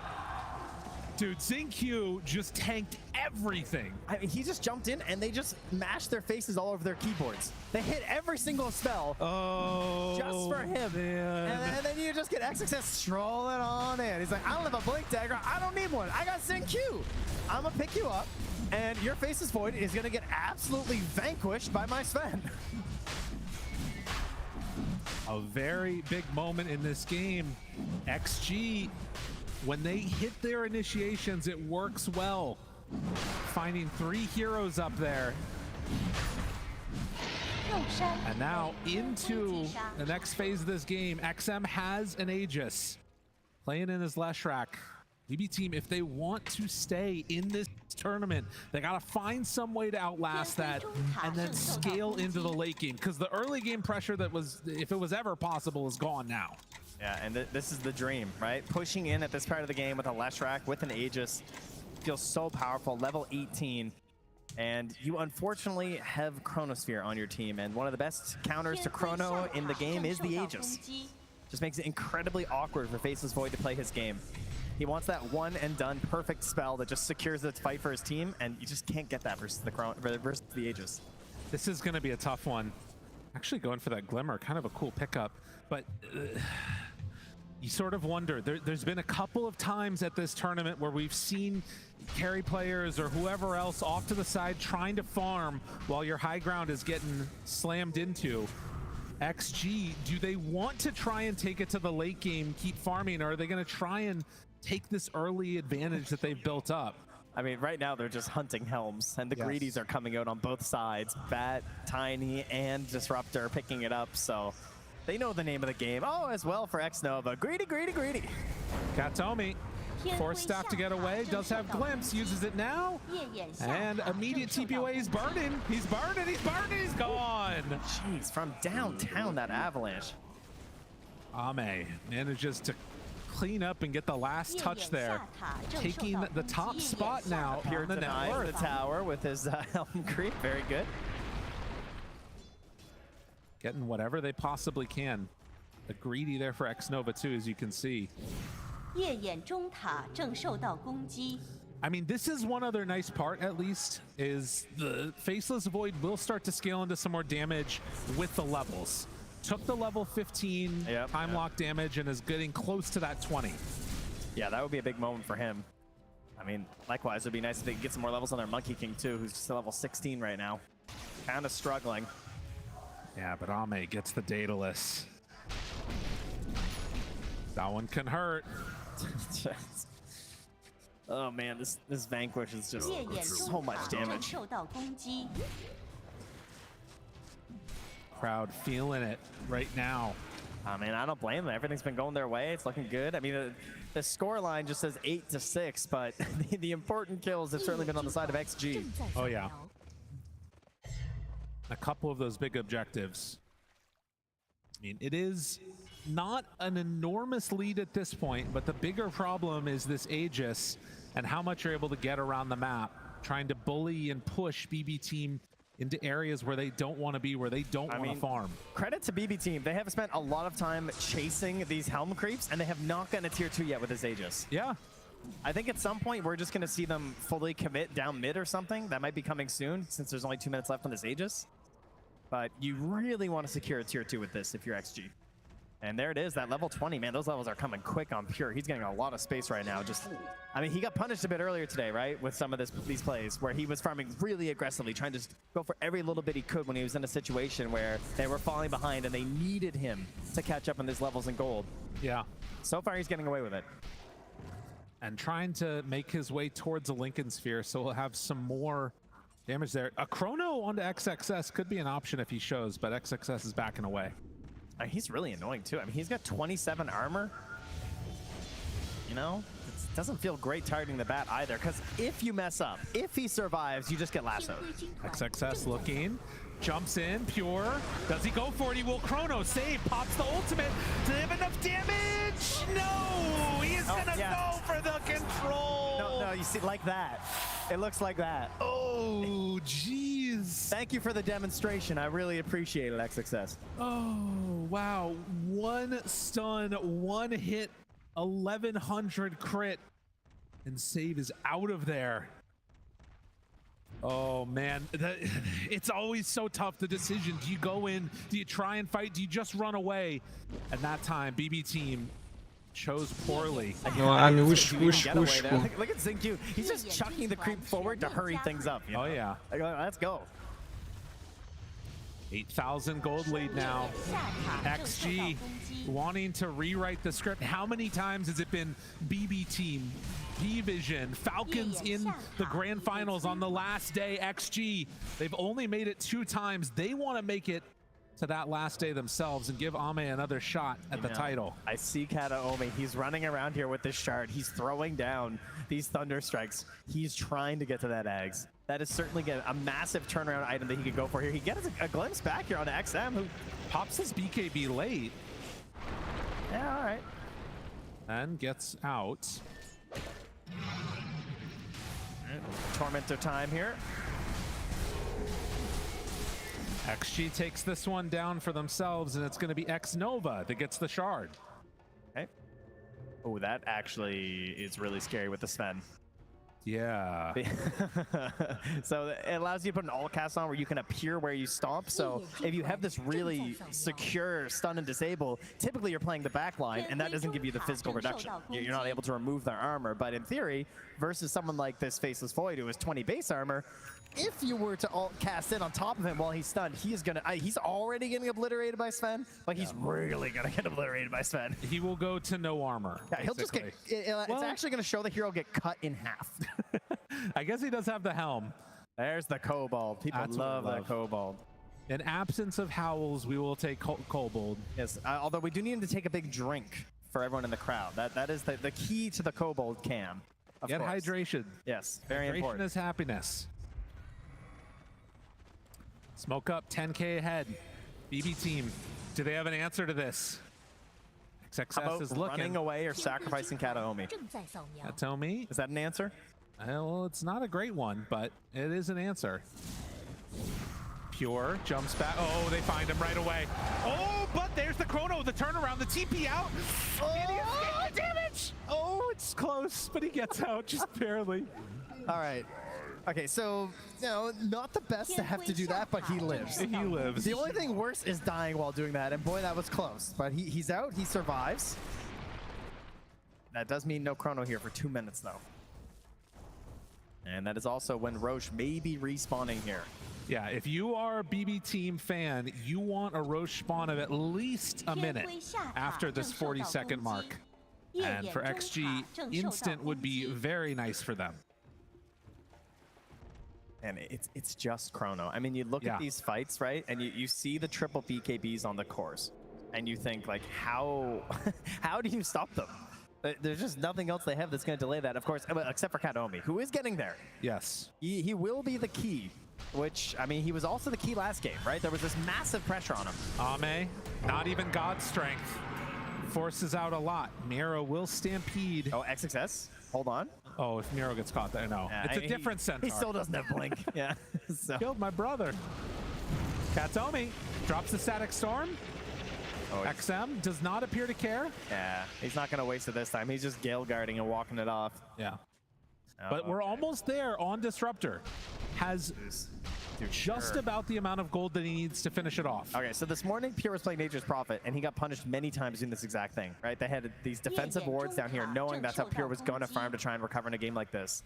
Currently, XG, they don't have those wards. They don't have the vision down here, so he's going to get away with it for now. On the other side, GPK, while Ame takes this tower, is going to go for a bit of a sneaky play, trying to get the wisdom. Xingqiu is like so ready for this. And yeah, GPK realizing what's going on is just going to TP out. Oh my god, and not a second too soon. Yeah, that could have been a bit hazardous for his health, so he'll get out, and XSS is going to grab the other. So double Shrines of Wisdom and activate an amplified damage rune as well for XM. Things are looking all up for XG as Roche will appear in the northern pit.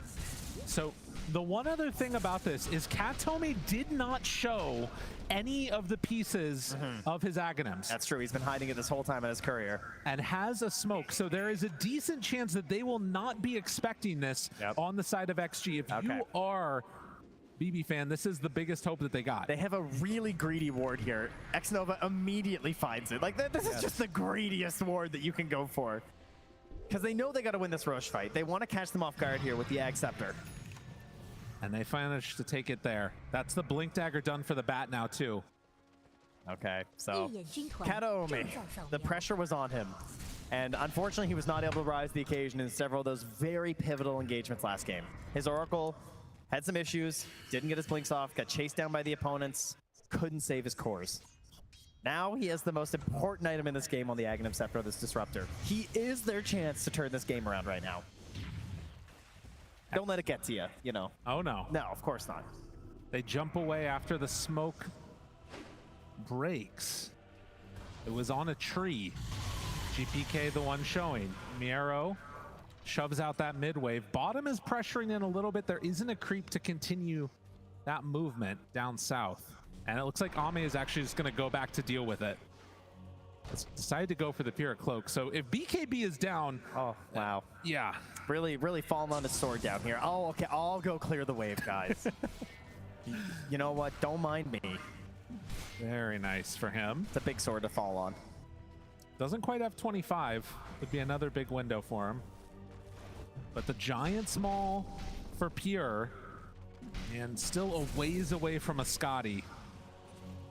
It's about 4,000 gold behind the Sven. Crippling Crossbow maybe could make the difference. Xnova has drawn a wraparound play here. He's got big ideas. I think Katomi is still not shown this Aghanim Scepter. Well, it's being very sneaky. And they'll go for another smoke play now. He does have another one after as well, in case this one doesn't work out. They've been saving them. That's a swift blink on Ame, my goodness. Miro sends out his creeps first. Vision is really good for XG here. They break on Vision, jump forward, stomp, not gonna connect. Do they have anything else? Xnova backs away, XXS jumps in, lasso out, the sleep is there. Pulling him out of position, Ame, he goes in, immediately caught there. Oh no, it's XM. Yeah, they got Chronoed and dead. Now trying to back out, they've used Chrono, they've used Static Storm. Ame's still pretty far back. He can't get in. So there you go. They had to double drop it onto XM, but it did secure the kill. He does also have buyback on XM. And the cooldown's not that bad, right? Like, by the time Leshrack's back, you've got Static Storm again. This is not Chrono, right? So even if the Chrono's not back, at least you're going to have that Static Storm available. And they don't have the confidence to go and control this Roche Pit without the Leshrack. That's going to delay things to the point where it might move down south. Yeah, they're already starting to send themselves down to the bottom side of the map. GPK farms up a bit. He's working towards a nullifier. They're going to see Ame here. No one's going to join him, though. It's just pure and Miro's creep. I do think if they catch wind of this on XG, I would like to see these bottom wards, because like it was so pivotal in the earlier match for BB team. I think it's something they should be thinking about. Finding those catches down here south. Yeah, like Pure is going to greed for these. In fact, there's even a ping from Ame. He's like, hey, you take care of that. Help me out here, please. So I think this is going to be full Scotty done. I didn't know if he'd get there. He's almost, he's level 24 now too. Trying to find another Chronosphere after this by going for a refresher. Another one of these games with low kills, going late. Both sides very afraid of just making one step incorrect and throwing away whatever advantage they might have. Interesting choice here from XinQ. He's gone for the Wind Waker. So he's probably going to need a cast range assistance, right? It's a little tight, depending on the spacing of the Chrono. He might not be able to get the save that he's envisioning if it's layered over top of the Static Storm again, right? Yeah, that is an issue. And then the other problem, I feel like we almost always see backtrack get taken for the Faceless Voids nowadays, but I wonder if there's any world where, because you've got like such weird positioning and save, that you take the bigger Chronosphere. It's hard to imagine. It's just like if you just dodge one Sven hit, though, it's there's just too much value. That's true. And again, every minute that goes by, I feel like this is into the favor a little bit of BB team. They're getting into this next tier item. They will find a lasso, but the stomp is there for the counter initiation, and XXS is in trouble. XXS is gone. XinQ, he might be next. Do they have any way to get XinQ out of here? Under control, Wind Waker to try and back out. BKB! Nice, oh, Miero with the reactions in GPK! Oh, the Chrono! It's perfect! It catches Ame off to the side! XM is very far away! Ame down! Ame gone! That is 3 dead, huge kills, and BB team finding their way back into this game here have just gotten a team wipe. Okay, Miero struggled in that last game. He did not have a good time. That was a sick BKB. Oh, perfect play, like perfectly in time, and have completely brought down this lead. They want to push this to a game number 3. 8,000 gold swing off the back of that fight. You know how that started too? Is that we had this scouting by the creep there of XXS. He's running his purge creep through, and they're all smoked up there on BB team, and he kind of scouts out. He's like, yeah, this looks like a free rune. I think I'll go and take this rune. It was not free. In fact, it was incredibly costly. It's a full-on wipe. Unreal. I mean, and we just said it, right? As this game goes later, BB team have some answers. And particularly when the fights slow down, you get all your big ultimates again. Let's watch it again. Oh, this is, like, and then he just spots GPK. He's like, oh, I can grab this guy. And then it's almost like a defensive Static Storm, right? Because it stops XinQ from helping. And this is the issue with the Wind Waker, right? He can't actually help. He's thinking, oh, maybe I can do something here. And then this BKB. Oh, my goodness. Oh, my gosh. And then the Chrono, too, like, it's just, you needed to be so perfect with your spellcasting here. This is what they were talking about on the panel. This is an ease of execution thing where, like, things just look a little bit easier for XG. You gotta play like this on BBT to win these fights. They have a hard challenge ahead of them. They've got to be perfect, but that last fight they were. And another one of these moments where it's the counter initiation that wins, and for XXS, a little bit greedy not to pop his BKB right there, right when he jumped in for the lasso, but not anticipating everybody was just going to be sitting behind that Monkey King. And now it gets easier for Kataomi. He finishes off that Blink Dagger. Yeah. Huge for the Disruptors throughout this entire tournament. One of the most popular heroes for a good reason. I will say, The other thing you got to be careful about right now with BB Team is not letting that last win get to your head. It could turn just as quickly the other direction, and Sven could end your dreams of moving on right here if you take a bad fight. That's true, but they got better chances at it now with the refresher finished here for Pure. He's got 2 chronos to go for. Do they have what it takes? It looks like first they're going to be going up, and a smoke as 5 feels bad to just go for the Tormentor. But XG is already retreating away. They can take the easy objective if they want it, but they were hoping to find a little more there. Yeah, I mean, game 1, it was the same thing where they just had save running around the map, and he didn't even die in game 1, despite them losing. But he was consistently playing super aggressive, running around the map, trying to get this vision, trying to find where they were at. So again, they send him out here to ensure that they can grab this Tormentor.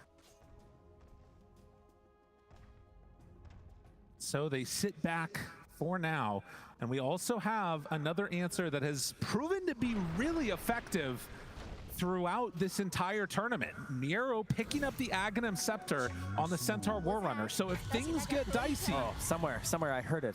Yeah. I heard Sunsfan yell. He's so excited, the workhorse. There it was. There's one random woo. Can we get a woo for the workhorse? Oh, they're into it. They're so excited. That sounded a little bit like a howl, too. That's a little bit of both, you know. All right, getting aggressive here. XXS up on the high ground, finds the backline. Oh, he gets away. And Pure, thinking about dropping it, decides not to. Interrupted by XingQ. A little bit of hesitation there means that XXS gets out. That's the nice thing about Workhorse. It's only a 24-second cooldown. You know, it's not, no worries. Pop that whenever you want. Outpost taken. And XXS just happy he survived. Yeah, his BKB's gone, but he lives for another attempt here. Very scary to even think about going high ground for BB Team, even with the Aegis. They do not have good tower hitters. Eventually, you have that ability to go up there with Monkey King Big Ring and like do that thing. But, you know, with the Bat Rider in this game, it's very spooky. No, they are killers. They are not building destroyers. No. I would not want to be risking that. I mean, look at this high ground. Although, what are you thinking? Pure, he's up there on their high ground now. Deciding they'll take a chance. He is an Aegis. I'm okay with this. Jumps in, jumps out. They've got the banner down. Catapult's going to work. All right, could XingQ find some crazy toss play? Maybe if he wasn't getting hit by Maelstroms constantly. I mean, if they can find a toss back into a lasso, he could go in the fountain, hypothetically. Why didn't we see one right there, actually? There it is, the toss back into the Hex, and now the stun. The control is there, Pure. He jumps away, but look at it. They just rip him apart. GPK now also in trouble. Never go high ground. Never. Do not go high ground. Always go high ground. Oh, it's so good. From Pure, he's amazing. The greatest to ever do it as he jumps back and tries to get away. Oh, nice blink by XXS. Baits him over to the side there. Ame still here, still scary. TP in their face. It's a bold move there by Miero. That was never going to work. Another TP. It's under reward. Okay. It actually was still really bad for BB Team. It was still quite bad for BB Team in spite of the turnaround. XG win that one. They didn't finish the melee racks either. You can hear there the calls, echoes of ROTK, Jayo from the crowd. And Ame searching for a refresher.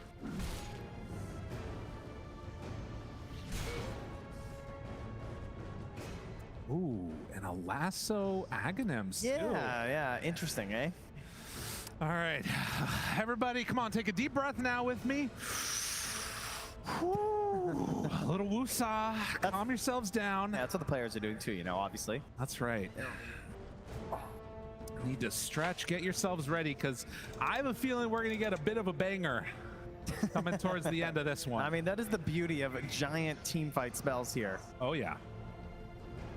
Yeah, Aghanim Scepter on the bat. Very interesting. I mean, there's so many items you can go for in the situation. But this one can really clutch things up, you know? It's always an interesting one, though, because it relies on your opponent's positioning. Right, and you can sort of mess them up a lot. Like, it can have insane impact depending upon where you're able to find it. And if he does finish off a refresher, just lasso the whole damn team, you can take them all out. But again, at this point in time, up 4K net worth, BB team on the verge of elimination if they make a few too many mistakes. They have a strong late game team fight lineup, but XG, they don't need that many to really completely swing this on its head. Ame can find 1 to 2 big crits playing on this Sven, and everything could fall apart. 13 to 13. And back and forth, the net worth graph swings. Ame racking up fantasy points for all y'all out there that believed and made the switch after the road to the international.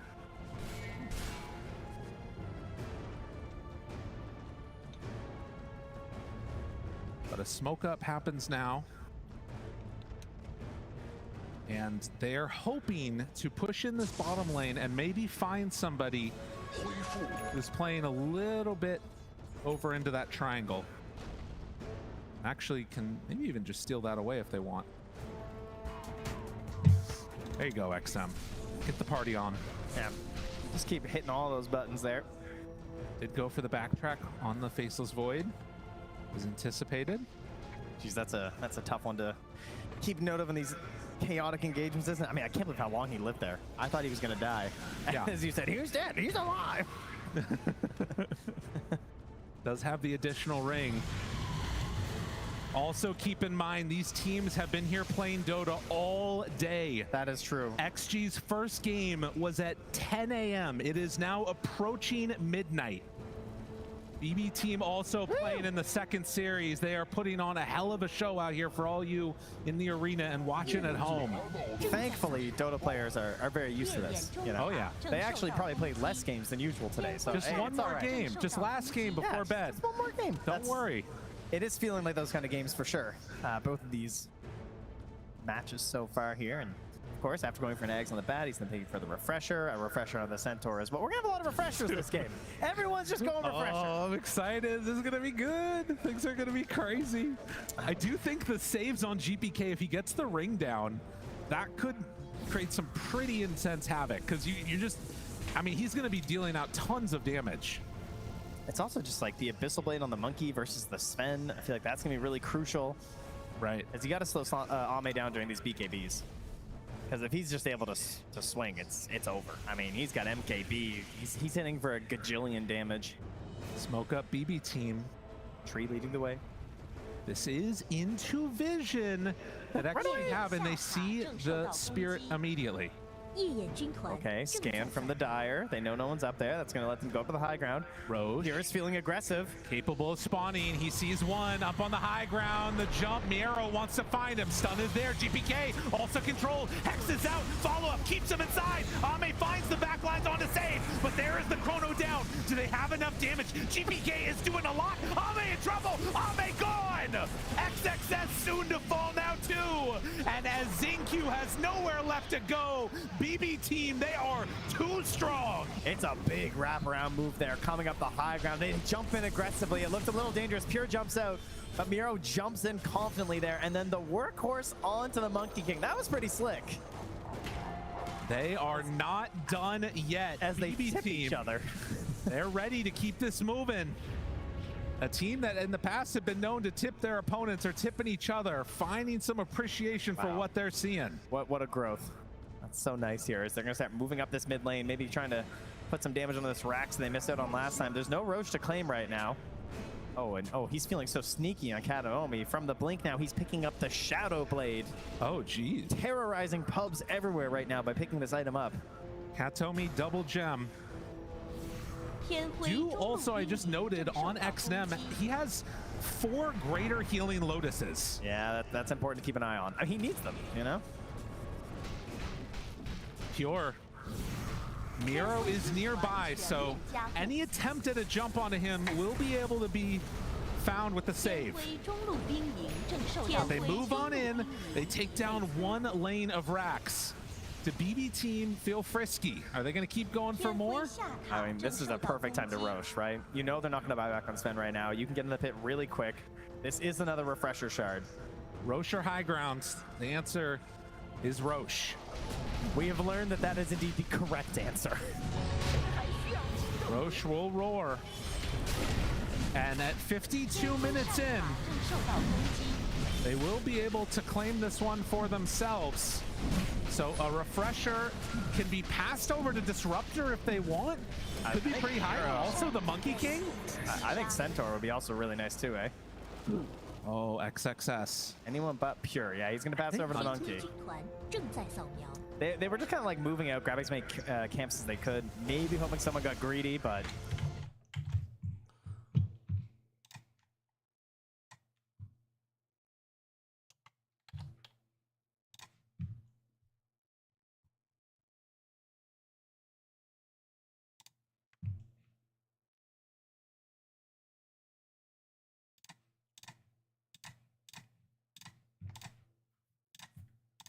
Well, it's kind of scary. Oh, absolutely. And has the in tow now too. I mean, this is a pretty damn good push now. You drop down the Wukong's command, you got the Savory Shield. He's almost level 30 on Void as well, so we could still even get to that big chrono that you were hoping for earlier. And did also go for the linked up Aghanims. So Pure now has that one ready for himself. Does not have buyback, notably. No, he does not. That is true. I mean, one kill he has it, surely here. Ame has not gotten to play the game here. All right, now this is a Bat Rider thing, right? If you're lazy setting up on this positioning, XXS will strike, and we saw it before, right? The toss back. Jumps, toss back, got him caught, stunned, controlled, in trouble, Pure gone. Oh, the card's too late. Oh, this is dangerous. This is really, really dangerous. The Static Storm is down. Pure in trouble. Slap. Oh, the sleep is there, but Ame in trouble. And Ame dead. Do they have enough damage? Miero low. Miero gets out. And the Chrono now. They find XM. Pure has him in their sights and looking for more. He's still going. They do both have buyback, though. Pure pops the refresher. PKB goes back again. Pure, he smells blood, but does he have enough to take him down? Oh, he's still in pretty far. And now ZinQ looking again for the tossback. They get the Hex now onto the Monkey King. Pure, no more Chronos ready. XM, he's doing a lot of damage. Isn't it enough with Ame there? Yes, it is. Ame, he ends his life. GPK has to run away. Ame trying to chase the Avalanche. The toss, the control. Oh, they got him. GPK is going down. XG somehow they hold. They didn't even get the freaking tower. They went for it all. They tried to end the game right there. That's what that play is, right? That's just, I'm done. I don't want to go late again. I'm finished this match. But XG, they say no. We will drag this on. You're coming with us, and we are going to get some 60-minute items whether you like it or not. It is also going to set up a win condition now. It's very much buyback from Lesh. Ame does not have buyback. But they burned through everything. The Scrumptious Shield is gone. Oh, that might be still around for another couple minutes. It comes back, don't worry. But no more refresher. The Aegis is out. It was this right here. Yes. Because he's like, I'm swag. Refresher BKB. And then suddenly, there's more heroes that you don't really want to deal with. Yeah. Oh, good play by GPK to catch XM over there, but it didn't end up mattering. All this damage from the last track too, just standing. And of course able to Pure dodge a bunch of it, but then Ame came in for the finish. And we're back sort of at a weird standstill in our actual game. Yeah, it's an idea now in terms of like how aggressive are you willing to be on the side of BB team? Because you've got to punish these buybacks, right? Surely. Surely. There are no buybacks on XG now. They are all gone. 56 minutes and 17K net worth lead for BB team. And we've got ourselves a refresher coming back in 40 seconds for Pure. That's really the only thing they're waiting for. He's got these giant chronospheres. I can imagine he's ready to end this game. You've just got to find a way to survive through the double chrono. And it's fine, right? Simply survive. They also need to find a way to actually let Ame swing and do some damage, right? Because the problem is he hasn't been able to do that. Like, he died immediately with his God Strength in that previous fight. So even though he did come back out and help get the stuns and stuff, he's not big spend. No. Hasn't been able to hit hard enough. I mean, there are a couple other things that could be interesting in there. Like, I saw the, Miero getting slept by the Elder Titan, which meant that he couldn't pull him into the cart. The first death for Pure has been pretty consistent, that, like, he goes down before there's any help that's able to come and save him to make sure his Aegis doesn't burn out. Yeah, they were really close to having a hitch a ride play to, like, try and save him, but it was just a little bit too late for Miero. He was just a bit too far back, unfortunately, for them. Savory Shield wearing out soon, but you can see how much it has swung into the favor of BB team. Gaben thinking that we're going to a game number 3, and that amplified damage certainly makes me feel similarly. Oh, yeah, come on, you gotta. I mean, I can't imagine resisting this. They're going for the tier 2 top. They want to make sure they can end this game. Oh, save. Is he feeling feisty? Maybe with a scurry ward placement, perhaps? Oh, that's a sneaky one. That range is so insane. That's so sneaky. Yeah, if they catch somebody there. Also worth noting, though, that Tiny double toss charges. I mean, he's been very good with them. Xingqiu making the moves. Jumps in. Finds Pure. Big chrono. There it is, the Aeon disc for the moment. One chrono down, no chance for a kill. Double lasso! They got him! Oh, damn! GPK, you gone! Miero now not able to get in for the save. XXS wants to hunt. It's all falling apart. Pure, no, not like this. The stun, it's not enough. The curls him out of the court with a second salvo. Pure's gonna start to die to this, though. In the duration, is BKB wearing out. He finds the kill onto XM. Now turning to Ame. Pure, he's got to do so much, but the buybacks in mass. The Lotus stun, he's just stunning himself. Xingqiu has a stun. He's out. That is full power Ame. He's getting his chance to swing, and you are indeed decapitated. An unreal play. Pure again goes a high ground for seemingly no reason, and then ends up getting punished. Oh my goodness, big hits. It was a good attempt. If you find that kill onto XM, the game is just over at that point. If you manage to get out after. It's a risk. How many times have we talked about that? This TI, taking these risks. I mean, the Aeon disc. Yeah. Right? Clutch. He assembles it here, and now he keeps going. We don't have a nullifier, and just like, help him out. And then XXS. Again, game 1, he was insane on the Earthshaker. Able to pick apart the initiations and try and ruin whatever fight is planned out by BB team. He does it again. Jumps back in, boom, another grab. Really, honestly, the biggest thing about this is less any of the plays, going bad for BB, but XG waiting for that perfect moment to punish. What a beautiful sack there from Miero as well, eh? To blink in and keep Pure alive. They find the stun. All it took was 1, 2, 5, 6, 5, and you know what it was? It was X-Nova, like you were talking about. Him being there and having the natural order meant no armor. One hit that did 4,280 damage. That is insane. Just very casually, The rest look like pretty small numbers compared to that, don't they? If X-Nova can stay alive, he's a win condition. He's making sure that he's next to Ame when these fights go on. Oh my gosh, we got refresher orbs, we got Aeon discs all over the place. Because that's the other thing. Yeah, Pure has no plus armor right now. Yeah, you're right. He hit some earlier, but with the helm changing gone. of the build as we move,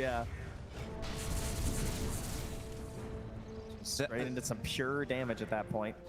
60-minute items. It is indeed that time. We need to be guided. We're just like dogs, just being led around here by the observer. Oh, by the way, guys, it's 60 minutes. Thank you. Thank you. I'm losing my mind here.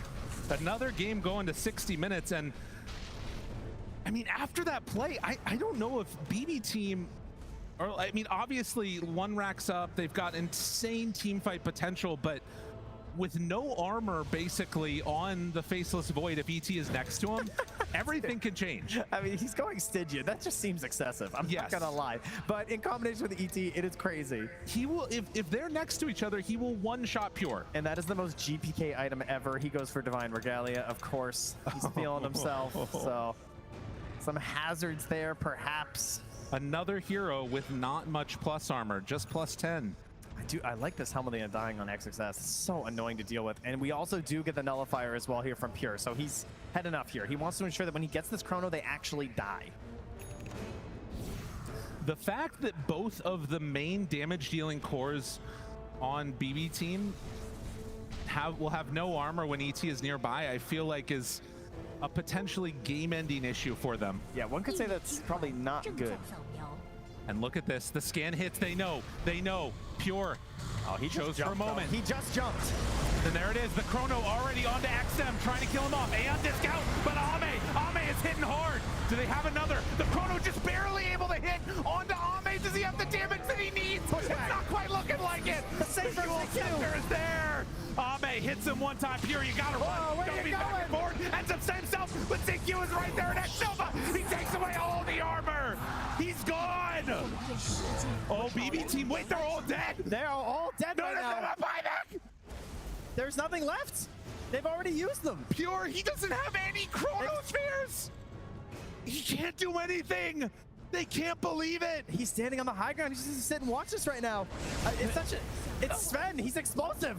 There is no buyback for time. They know. Ame, he wants to go to grand finals. He's hitting the tier 4 towers. And Pure, he does not have an answer for this.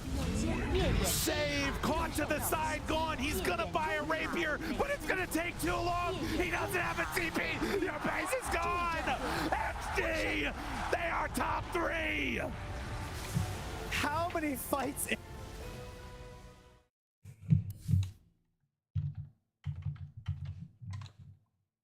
Let Ame play when he is not controlled in a chronosphere. He will end the game. So А close как so он many не times успел there. Things с getting very рапирой? tense in that last moment. I mean, we're going to be able to break that down in so many different ways because there's just spells flying everywhere, refreshers abound, Aeon discs, and I mean, that's some late game Dota. That is some late game Dota. Так, If you don't know, графики, now you know. башни. Dota, when you get to 60 minutes, is damn good. Силы An света, unbelievable XXS, performance Pure. from XG as they managed to Ame secure раз their вышка, place here, два going into the вышка. final day. Does mean we will have an exit for BB 4 team who have вышки, played да, so well. всего. Another one of their great performances Ну, 9 on the башен main event получается. of TI. But today it's going to be XG that are moving on. I can't believe it. I didn't think it was going to happen. I didn't think it was going to happen. I thought we were going to get that game 9 3. вышек получается. But XG said no. Ame said no, and the fans cheered, hell yeah! 90 seconds ago, I thought they were out, or at least going to a game 3, but we have the man, the myth, the legend, ZQ down on the floor. Lyrical, we certainly do. Jinkyu, what was the communication like in the final moments of that game? Was it calm or was it crazy? Q 哥就想问你，当时在最后一把、最后这些时刻里面，你们当时对内的沟通是什么样啊？是很冷静的呢，还是都在狂欢了？就是大家比较激动啊，就是狂欢吧。Everyone was super excited. Everyone was super hyped. We were gonna win this. Well, your coach said that in scrims you guys don't do too well against this team. What changed? 前面我们采访小巴的时候，他当时是说你们在训练赛就是一直都输给 BB 战队。那想问你现在到底是什么东西改了呢？就是我们做的比训练赛更好了吧，然后他们那个狼人特别厉害，我们就ban掉了。Well, we have performed a lot better than we have in our scrims, and the fact that we know that Lycan is kind of like the super weapon, and we made sure that that was banned. Excellent stuff. And in this game number 2, were you always confident of the win, or did you ever doubt that you weren't going to be able to take this one? 就要问你当时，第一把的时候，你因为节奏也比较慢，当时你们是想就是是不是有点不敢犯错呢？还是说是你们觉得胜券在握，然后只要慢慢打到后期就完事了？我们觉得我们有一点放不开吧，但是大家就是互相提醒，就大家不要太怕了，就会做得更好吧。we were a little tense.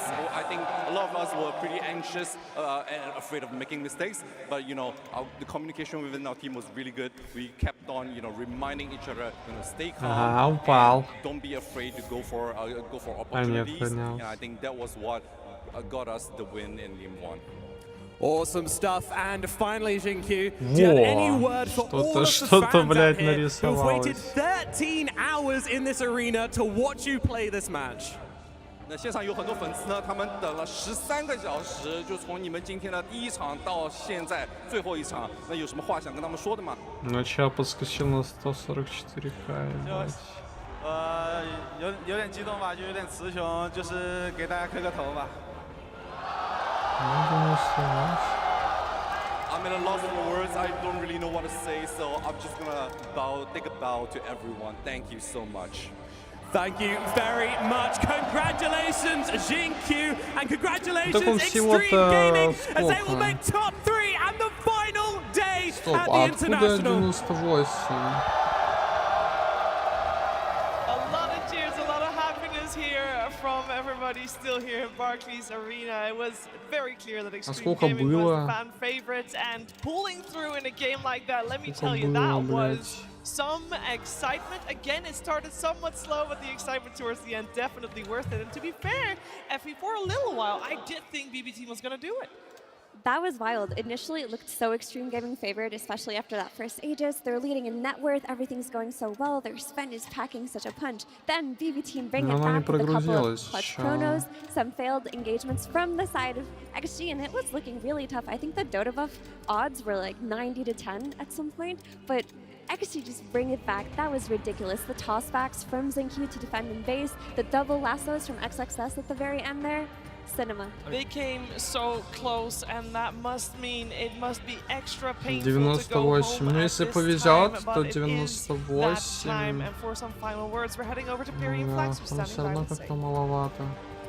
Thanks, Sheebs. I am here with Save. Save, a very long and hard day for you guys. You must be exhausted. We're very sorry to see you go home. You've already played today, now you've had to play another brutal series. Mentally, how tough is it to stay focused in these games?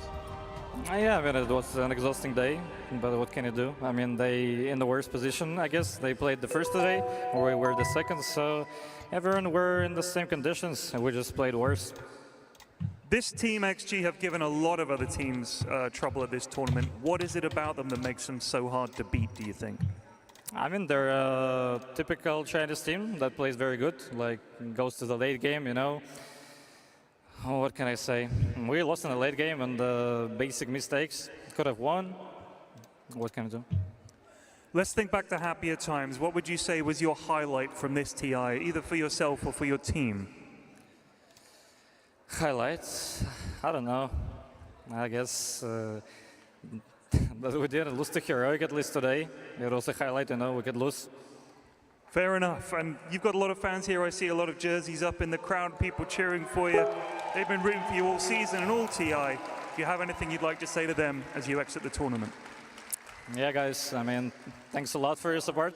We appreciate it so much. And yeah, I'm just sorry that we played that bad.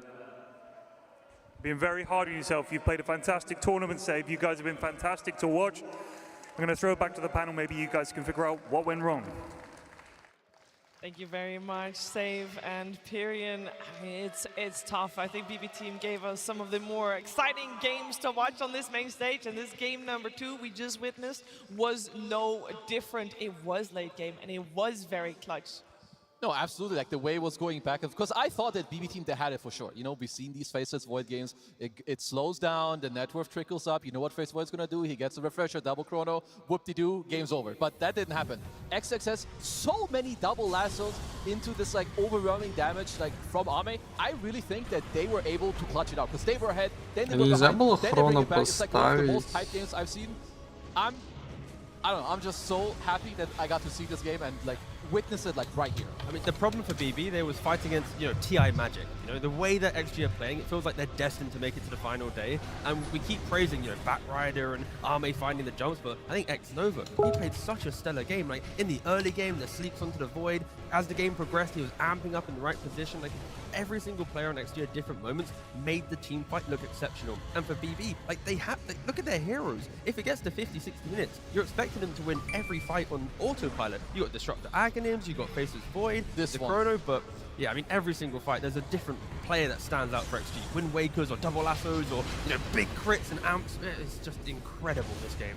Yeah, before this fight, BB team was almost 20k ahead, and one fight can just make him lose it all, it felt like. Yeah, I mean, you go for like a risky play, you go for the one-man chrono onto the ledge, but XM, he has an A on this, ready to disassemble, so he lives. That's not the kind of play that you want to jump the gun onto, like take the initiation. You need to make sure whatever play you go for here, especially when you're up 20k gold and you have the Void, you know you've got the game in the bag. This is a huge risk to take, and honestly, it really came back to bite them. 58 minutes into the game, like, ну, что я могу сказать, пацаны? В принципе, я не знаю, можно было бы, конечно, попробовать хронотрон сделать, вот. Но, смотрите, из плюсов, что могу выделить, это то, что теперь у меня... То есть у челов, которые здесь ставили... Как объяснить-то вам, блядь, сейчас?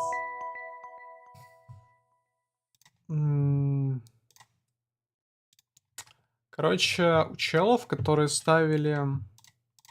Бэтбум. Здесь вот, то есть там была сетка, где вот здесь бэтбум выходит. У них получается... Вот здесь руина прогноза снова. И те, кто ставил на победителя бэтбум, тоже руина. То есть, смотрите, мы сейчас имеем шансы на блядь, не знаю на что. Получается... Короче, вот у меня на другой сетке стоят здесь Экстрим, в финале Экстрим и в финале Экстрим. Соответственно, если Экстрим побеждает завтра пари, тогда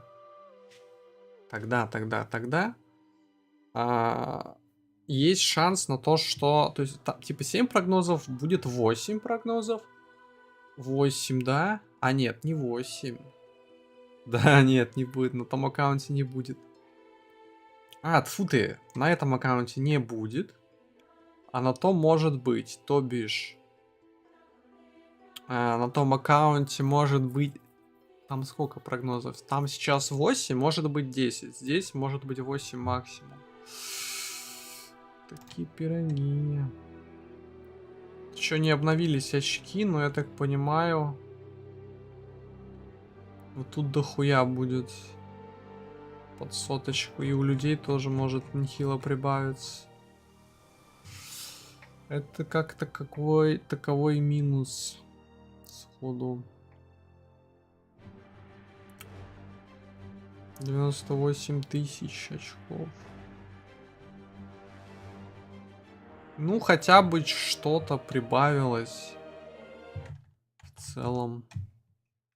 У меня была какая-то мысль, я что-то хотел сделать. Забыл. Я уже, блядь, немножко не вдупляю. Если честно.